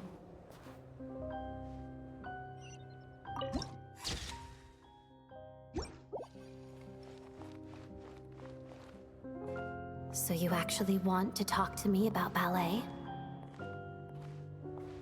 I just think it would be a pity if the dance was lost to history. She didn't teach it to you, did she? That was an unusually subtle taunt for you.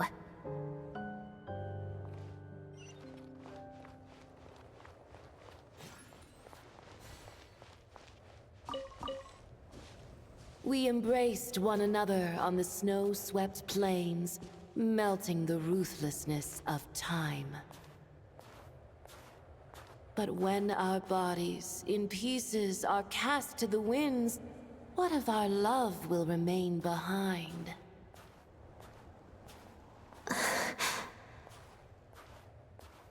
Don't tell me you can't sing. Shush.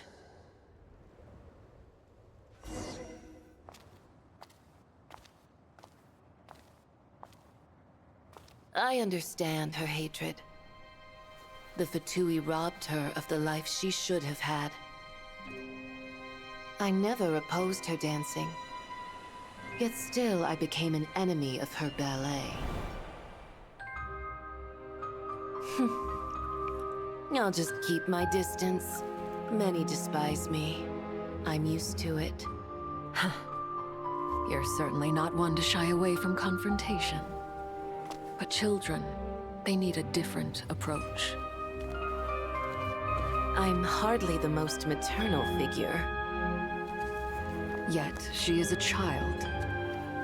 In my experience, while a father commands authority, he must still yield to love. You should tell her what you think about her dancing.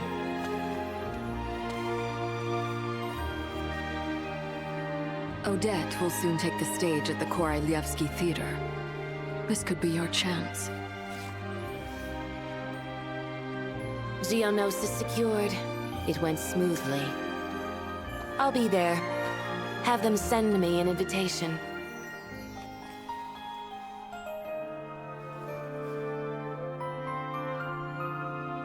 Sadly, things didn't work out. Her final words are inside that block of ice. This? Aren't these for monitoring her subordinates? Not yours. This one isn't her witch's flame, but my two worlds' flames. The two worlds' flames can burn away memories. It was my parting gift to Rosaline.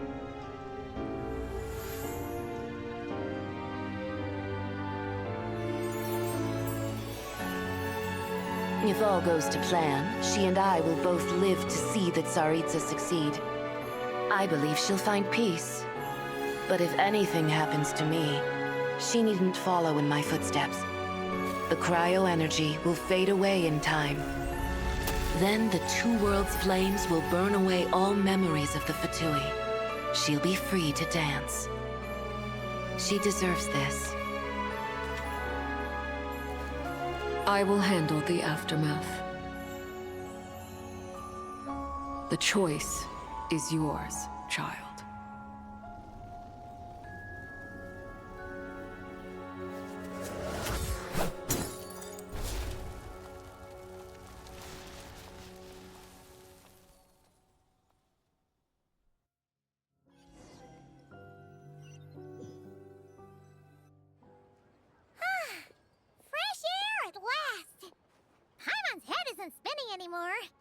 power's all gone. Paimon's finally free to fly again. Oh, it's nice to finally know where Paimon came from, too. It did make Paimon a little nervous at first, but it's such a relief now. Like, who cares if Paimon's a creation of Celestia? She's probably not anyone that important. Probably just the fairy of food and fun or something. And like you said, this doesn't have to change anything between us. You're not gonna just... Hey, hurry up! Why are you walking so slowly? You've spent the last few days lying in bed and stuffing your face. I didn't think you'd be able to fly this fast. Says who? Paimon's as agile as ever. They don't call her White Floaty for nothing. Paimon originally wanted to check out the bookstores in Snezhnaya, but she's more in the mood for flying around right now, so let's save that for later. Wait, they've got light novels from Yai Publishing House here too. Huh? And this is Paimon's favorite mystery story from Fontaine! Wow! It got a sequel! The local Snezhnaya books look pretty interesting too, but also kinda heavy. Not the easiest things to lug around. I thought you were in the mood for flying around. Paimon can read while she flies. Hey! Look at these two dolls! Which do you like better?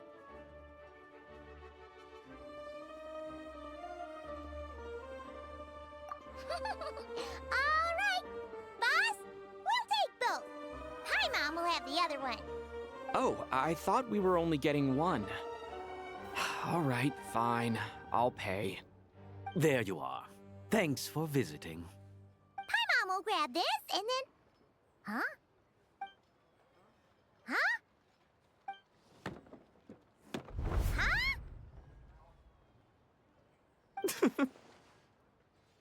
How many layers does this thing have? And what are you laughing at? Huh. You knew all along, didn't you? A whole bunch of people are gathered over by the plaza. Hey, look! That looks like Tartaglia! Hey, Tartaglia! I know that voice. Of course. If it isn't Paimon and my old comrade. You're looking well, Paimon. All better? Yeah! The jester knew I was wrong and fixed Paimon right up! Thanks for sending someone to keep Paimon safe, too. Oh, yeah. About that. That was kind of embarrassing. Who could have known that our director would go looking for you in person? So sorry for the misunderstanding. Oh, right. Let me introduce you. This is my little sister, Tonya. Hello, Tonya. Hello. Firstly, I'm really sorry about my brother. Sounds like he's caused you no end of trouble. Hey now, why'd you have to start with that? Not that it isn't true, of course. So she's the real Tonya. She said you two didn't manage to meet up at the theater. She waited ages for me, and when I didn't show, she got a little worried and went outside. I know, right? He didn't bother to say a word to me. I searched up and down the city for him, and he only told me about it when I finally caught him at the gates of Glupov. I've been rushed off my feet lately, so I didn't get the chance to go home. I just figured the Traveler would fill you in when he got there. Well, the snow was bad, and you're never late. So I was really worried about you. How was I supposed to know that you'd stood me up? I'm sorry, Tonya. I really am. I'll make it up to you somehow. Just... please don't tell Mom and Dad. Although the mix-up led to a series of misunderstandings, it's probably for the best that the real Tonya didn't get caught up in that mess. Besides, it's obvious that Tartaglia isn't usually one to break a promise. He only gave his ticket to me because he had to look into Lelik. No, it's fine. It just meant I didn't get to see the show in the end.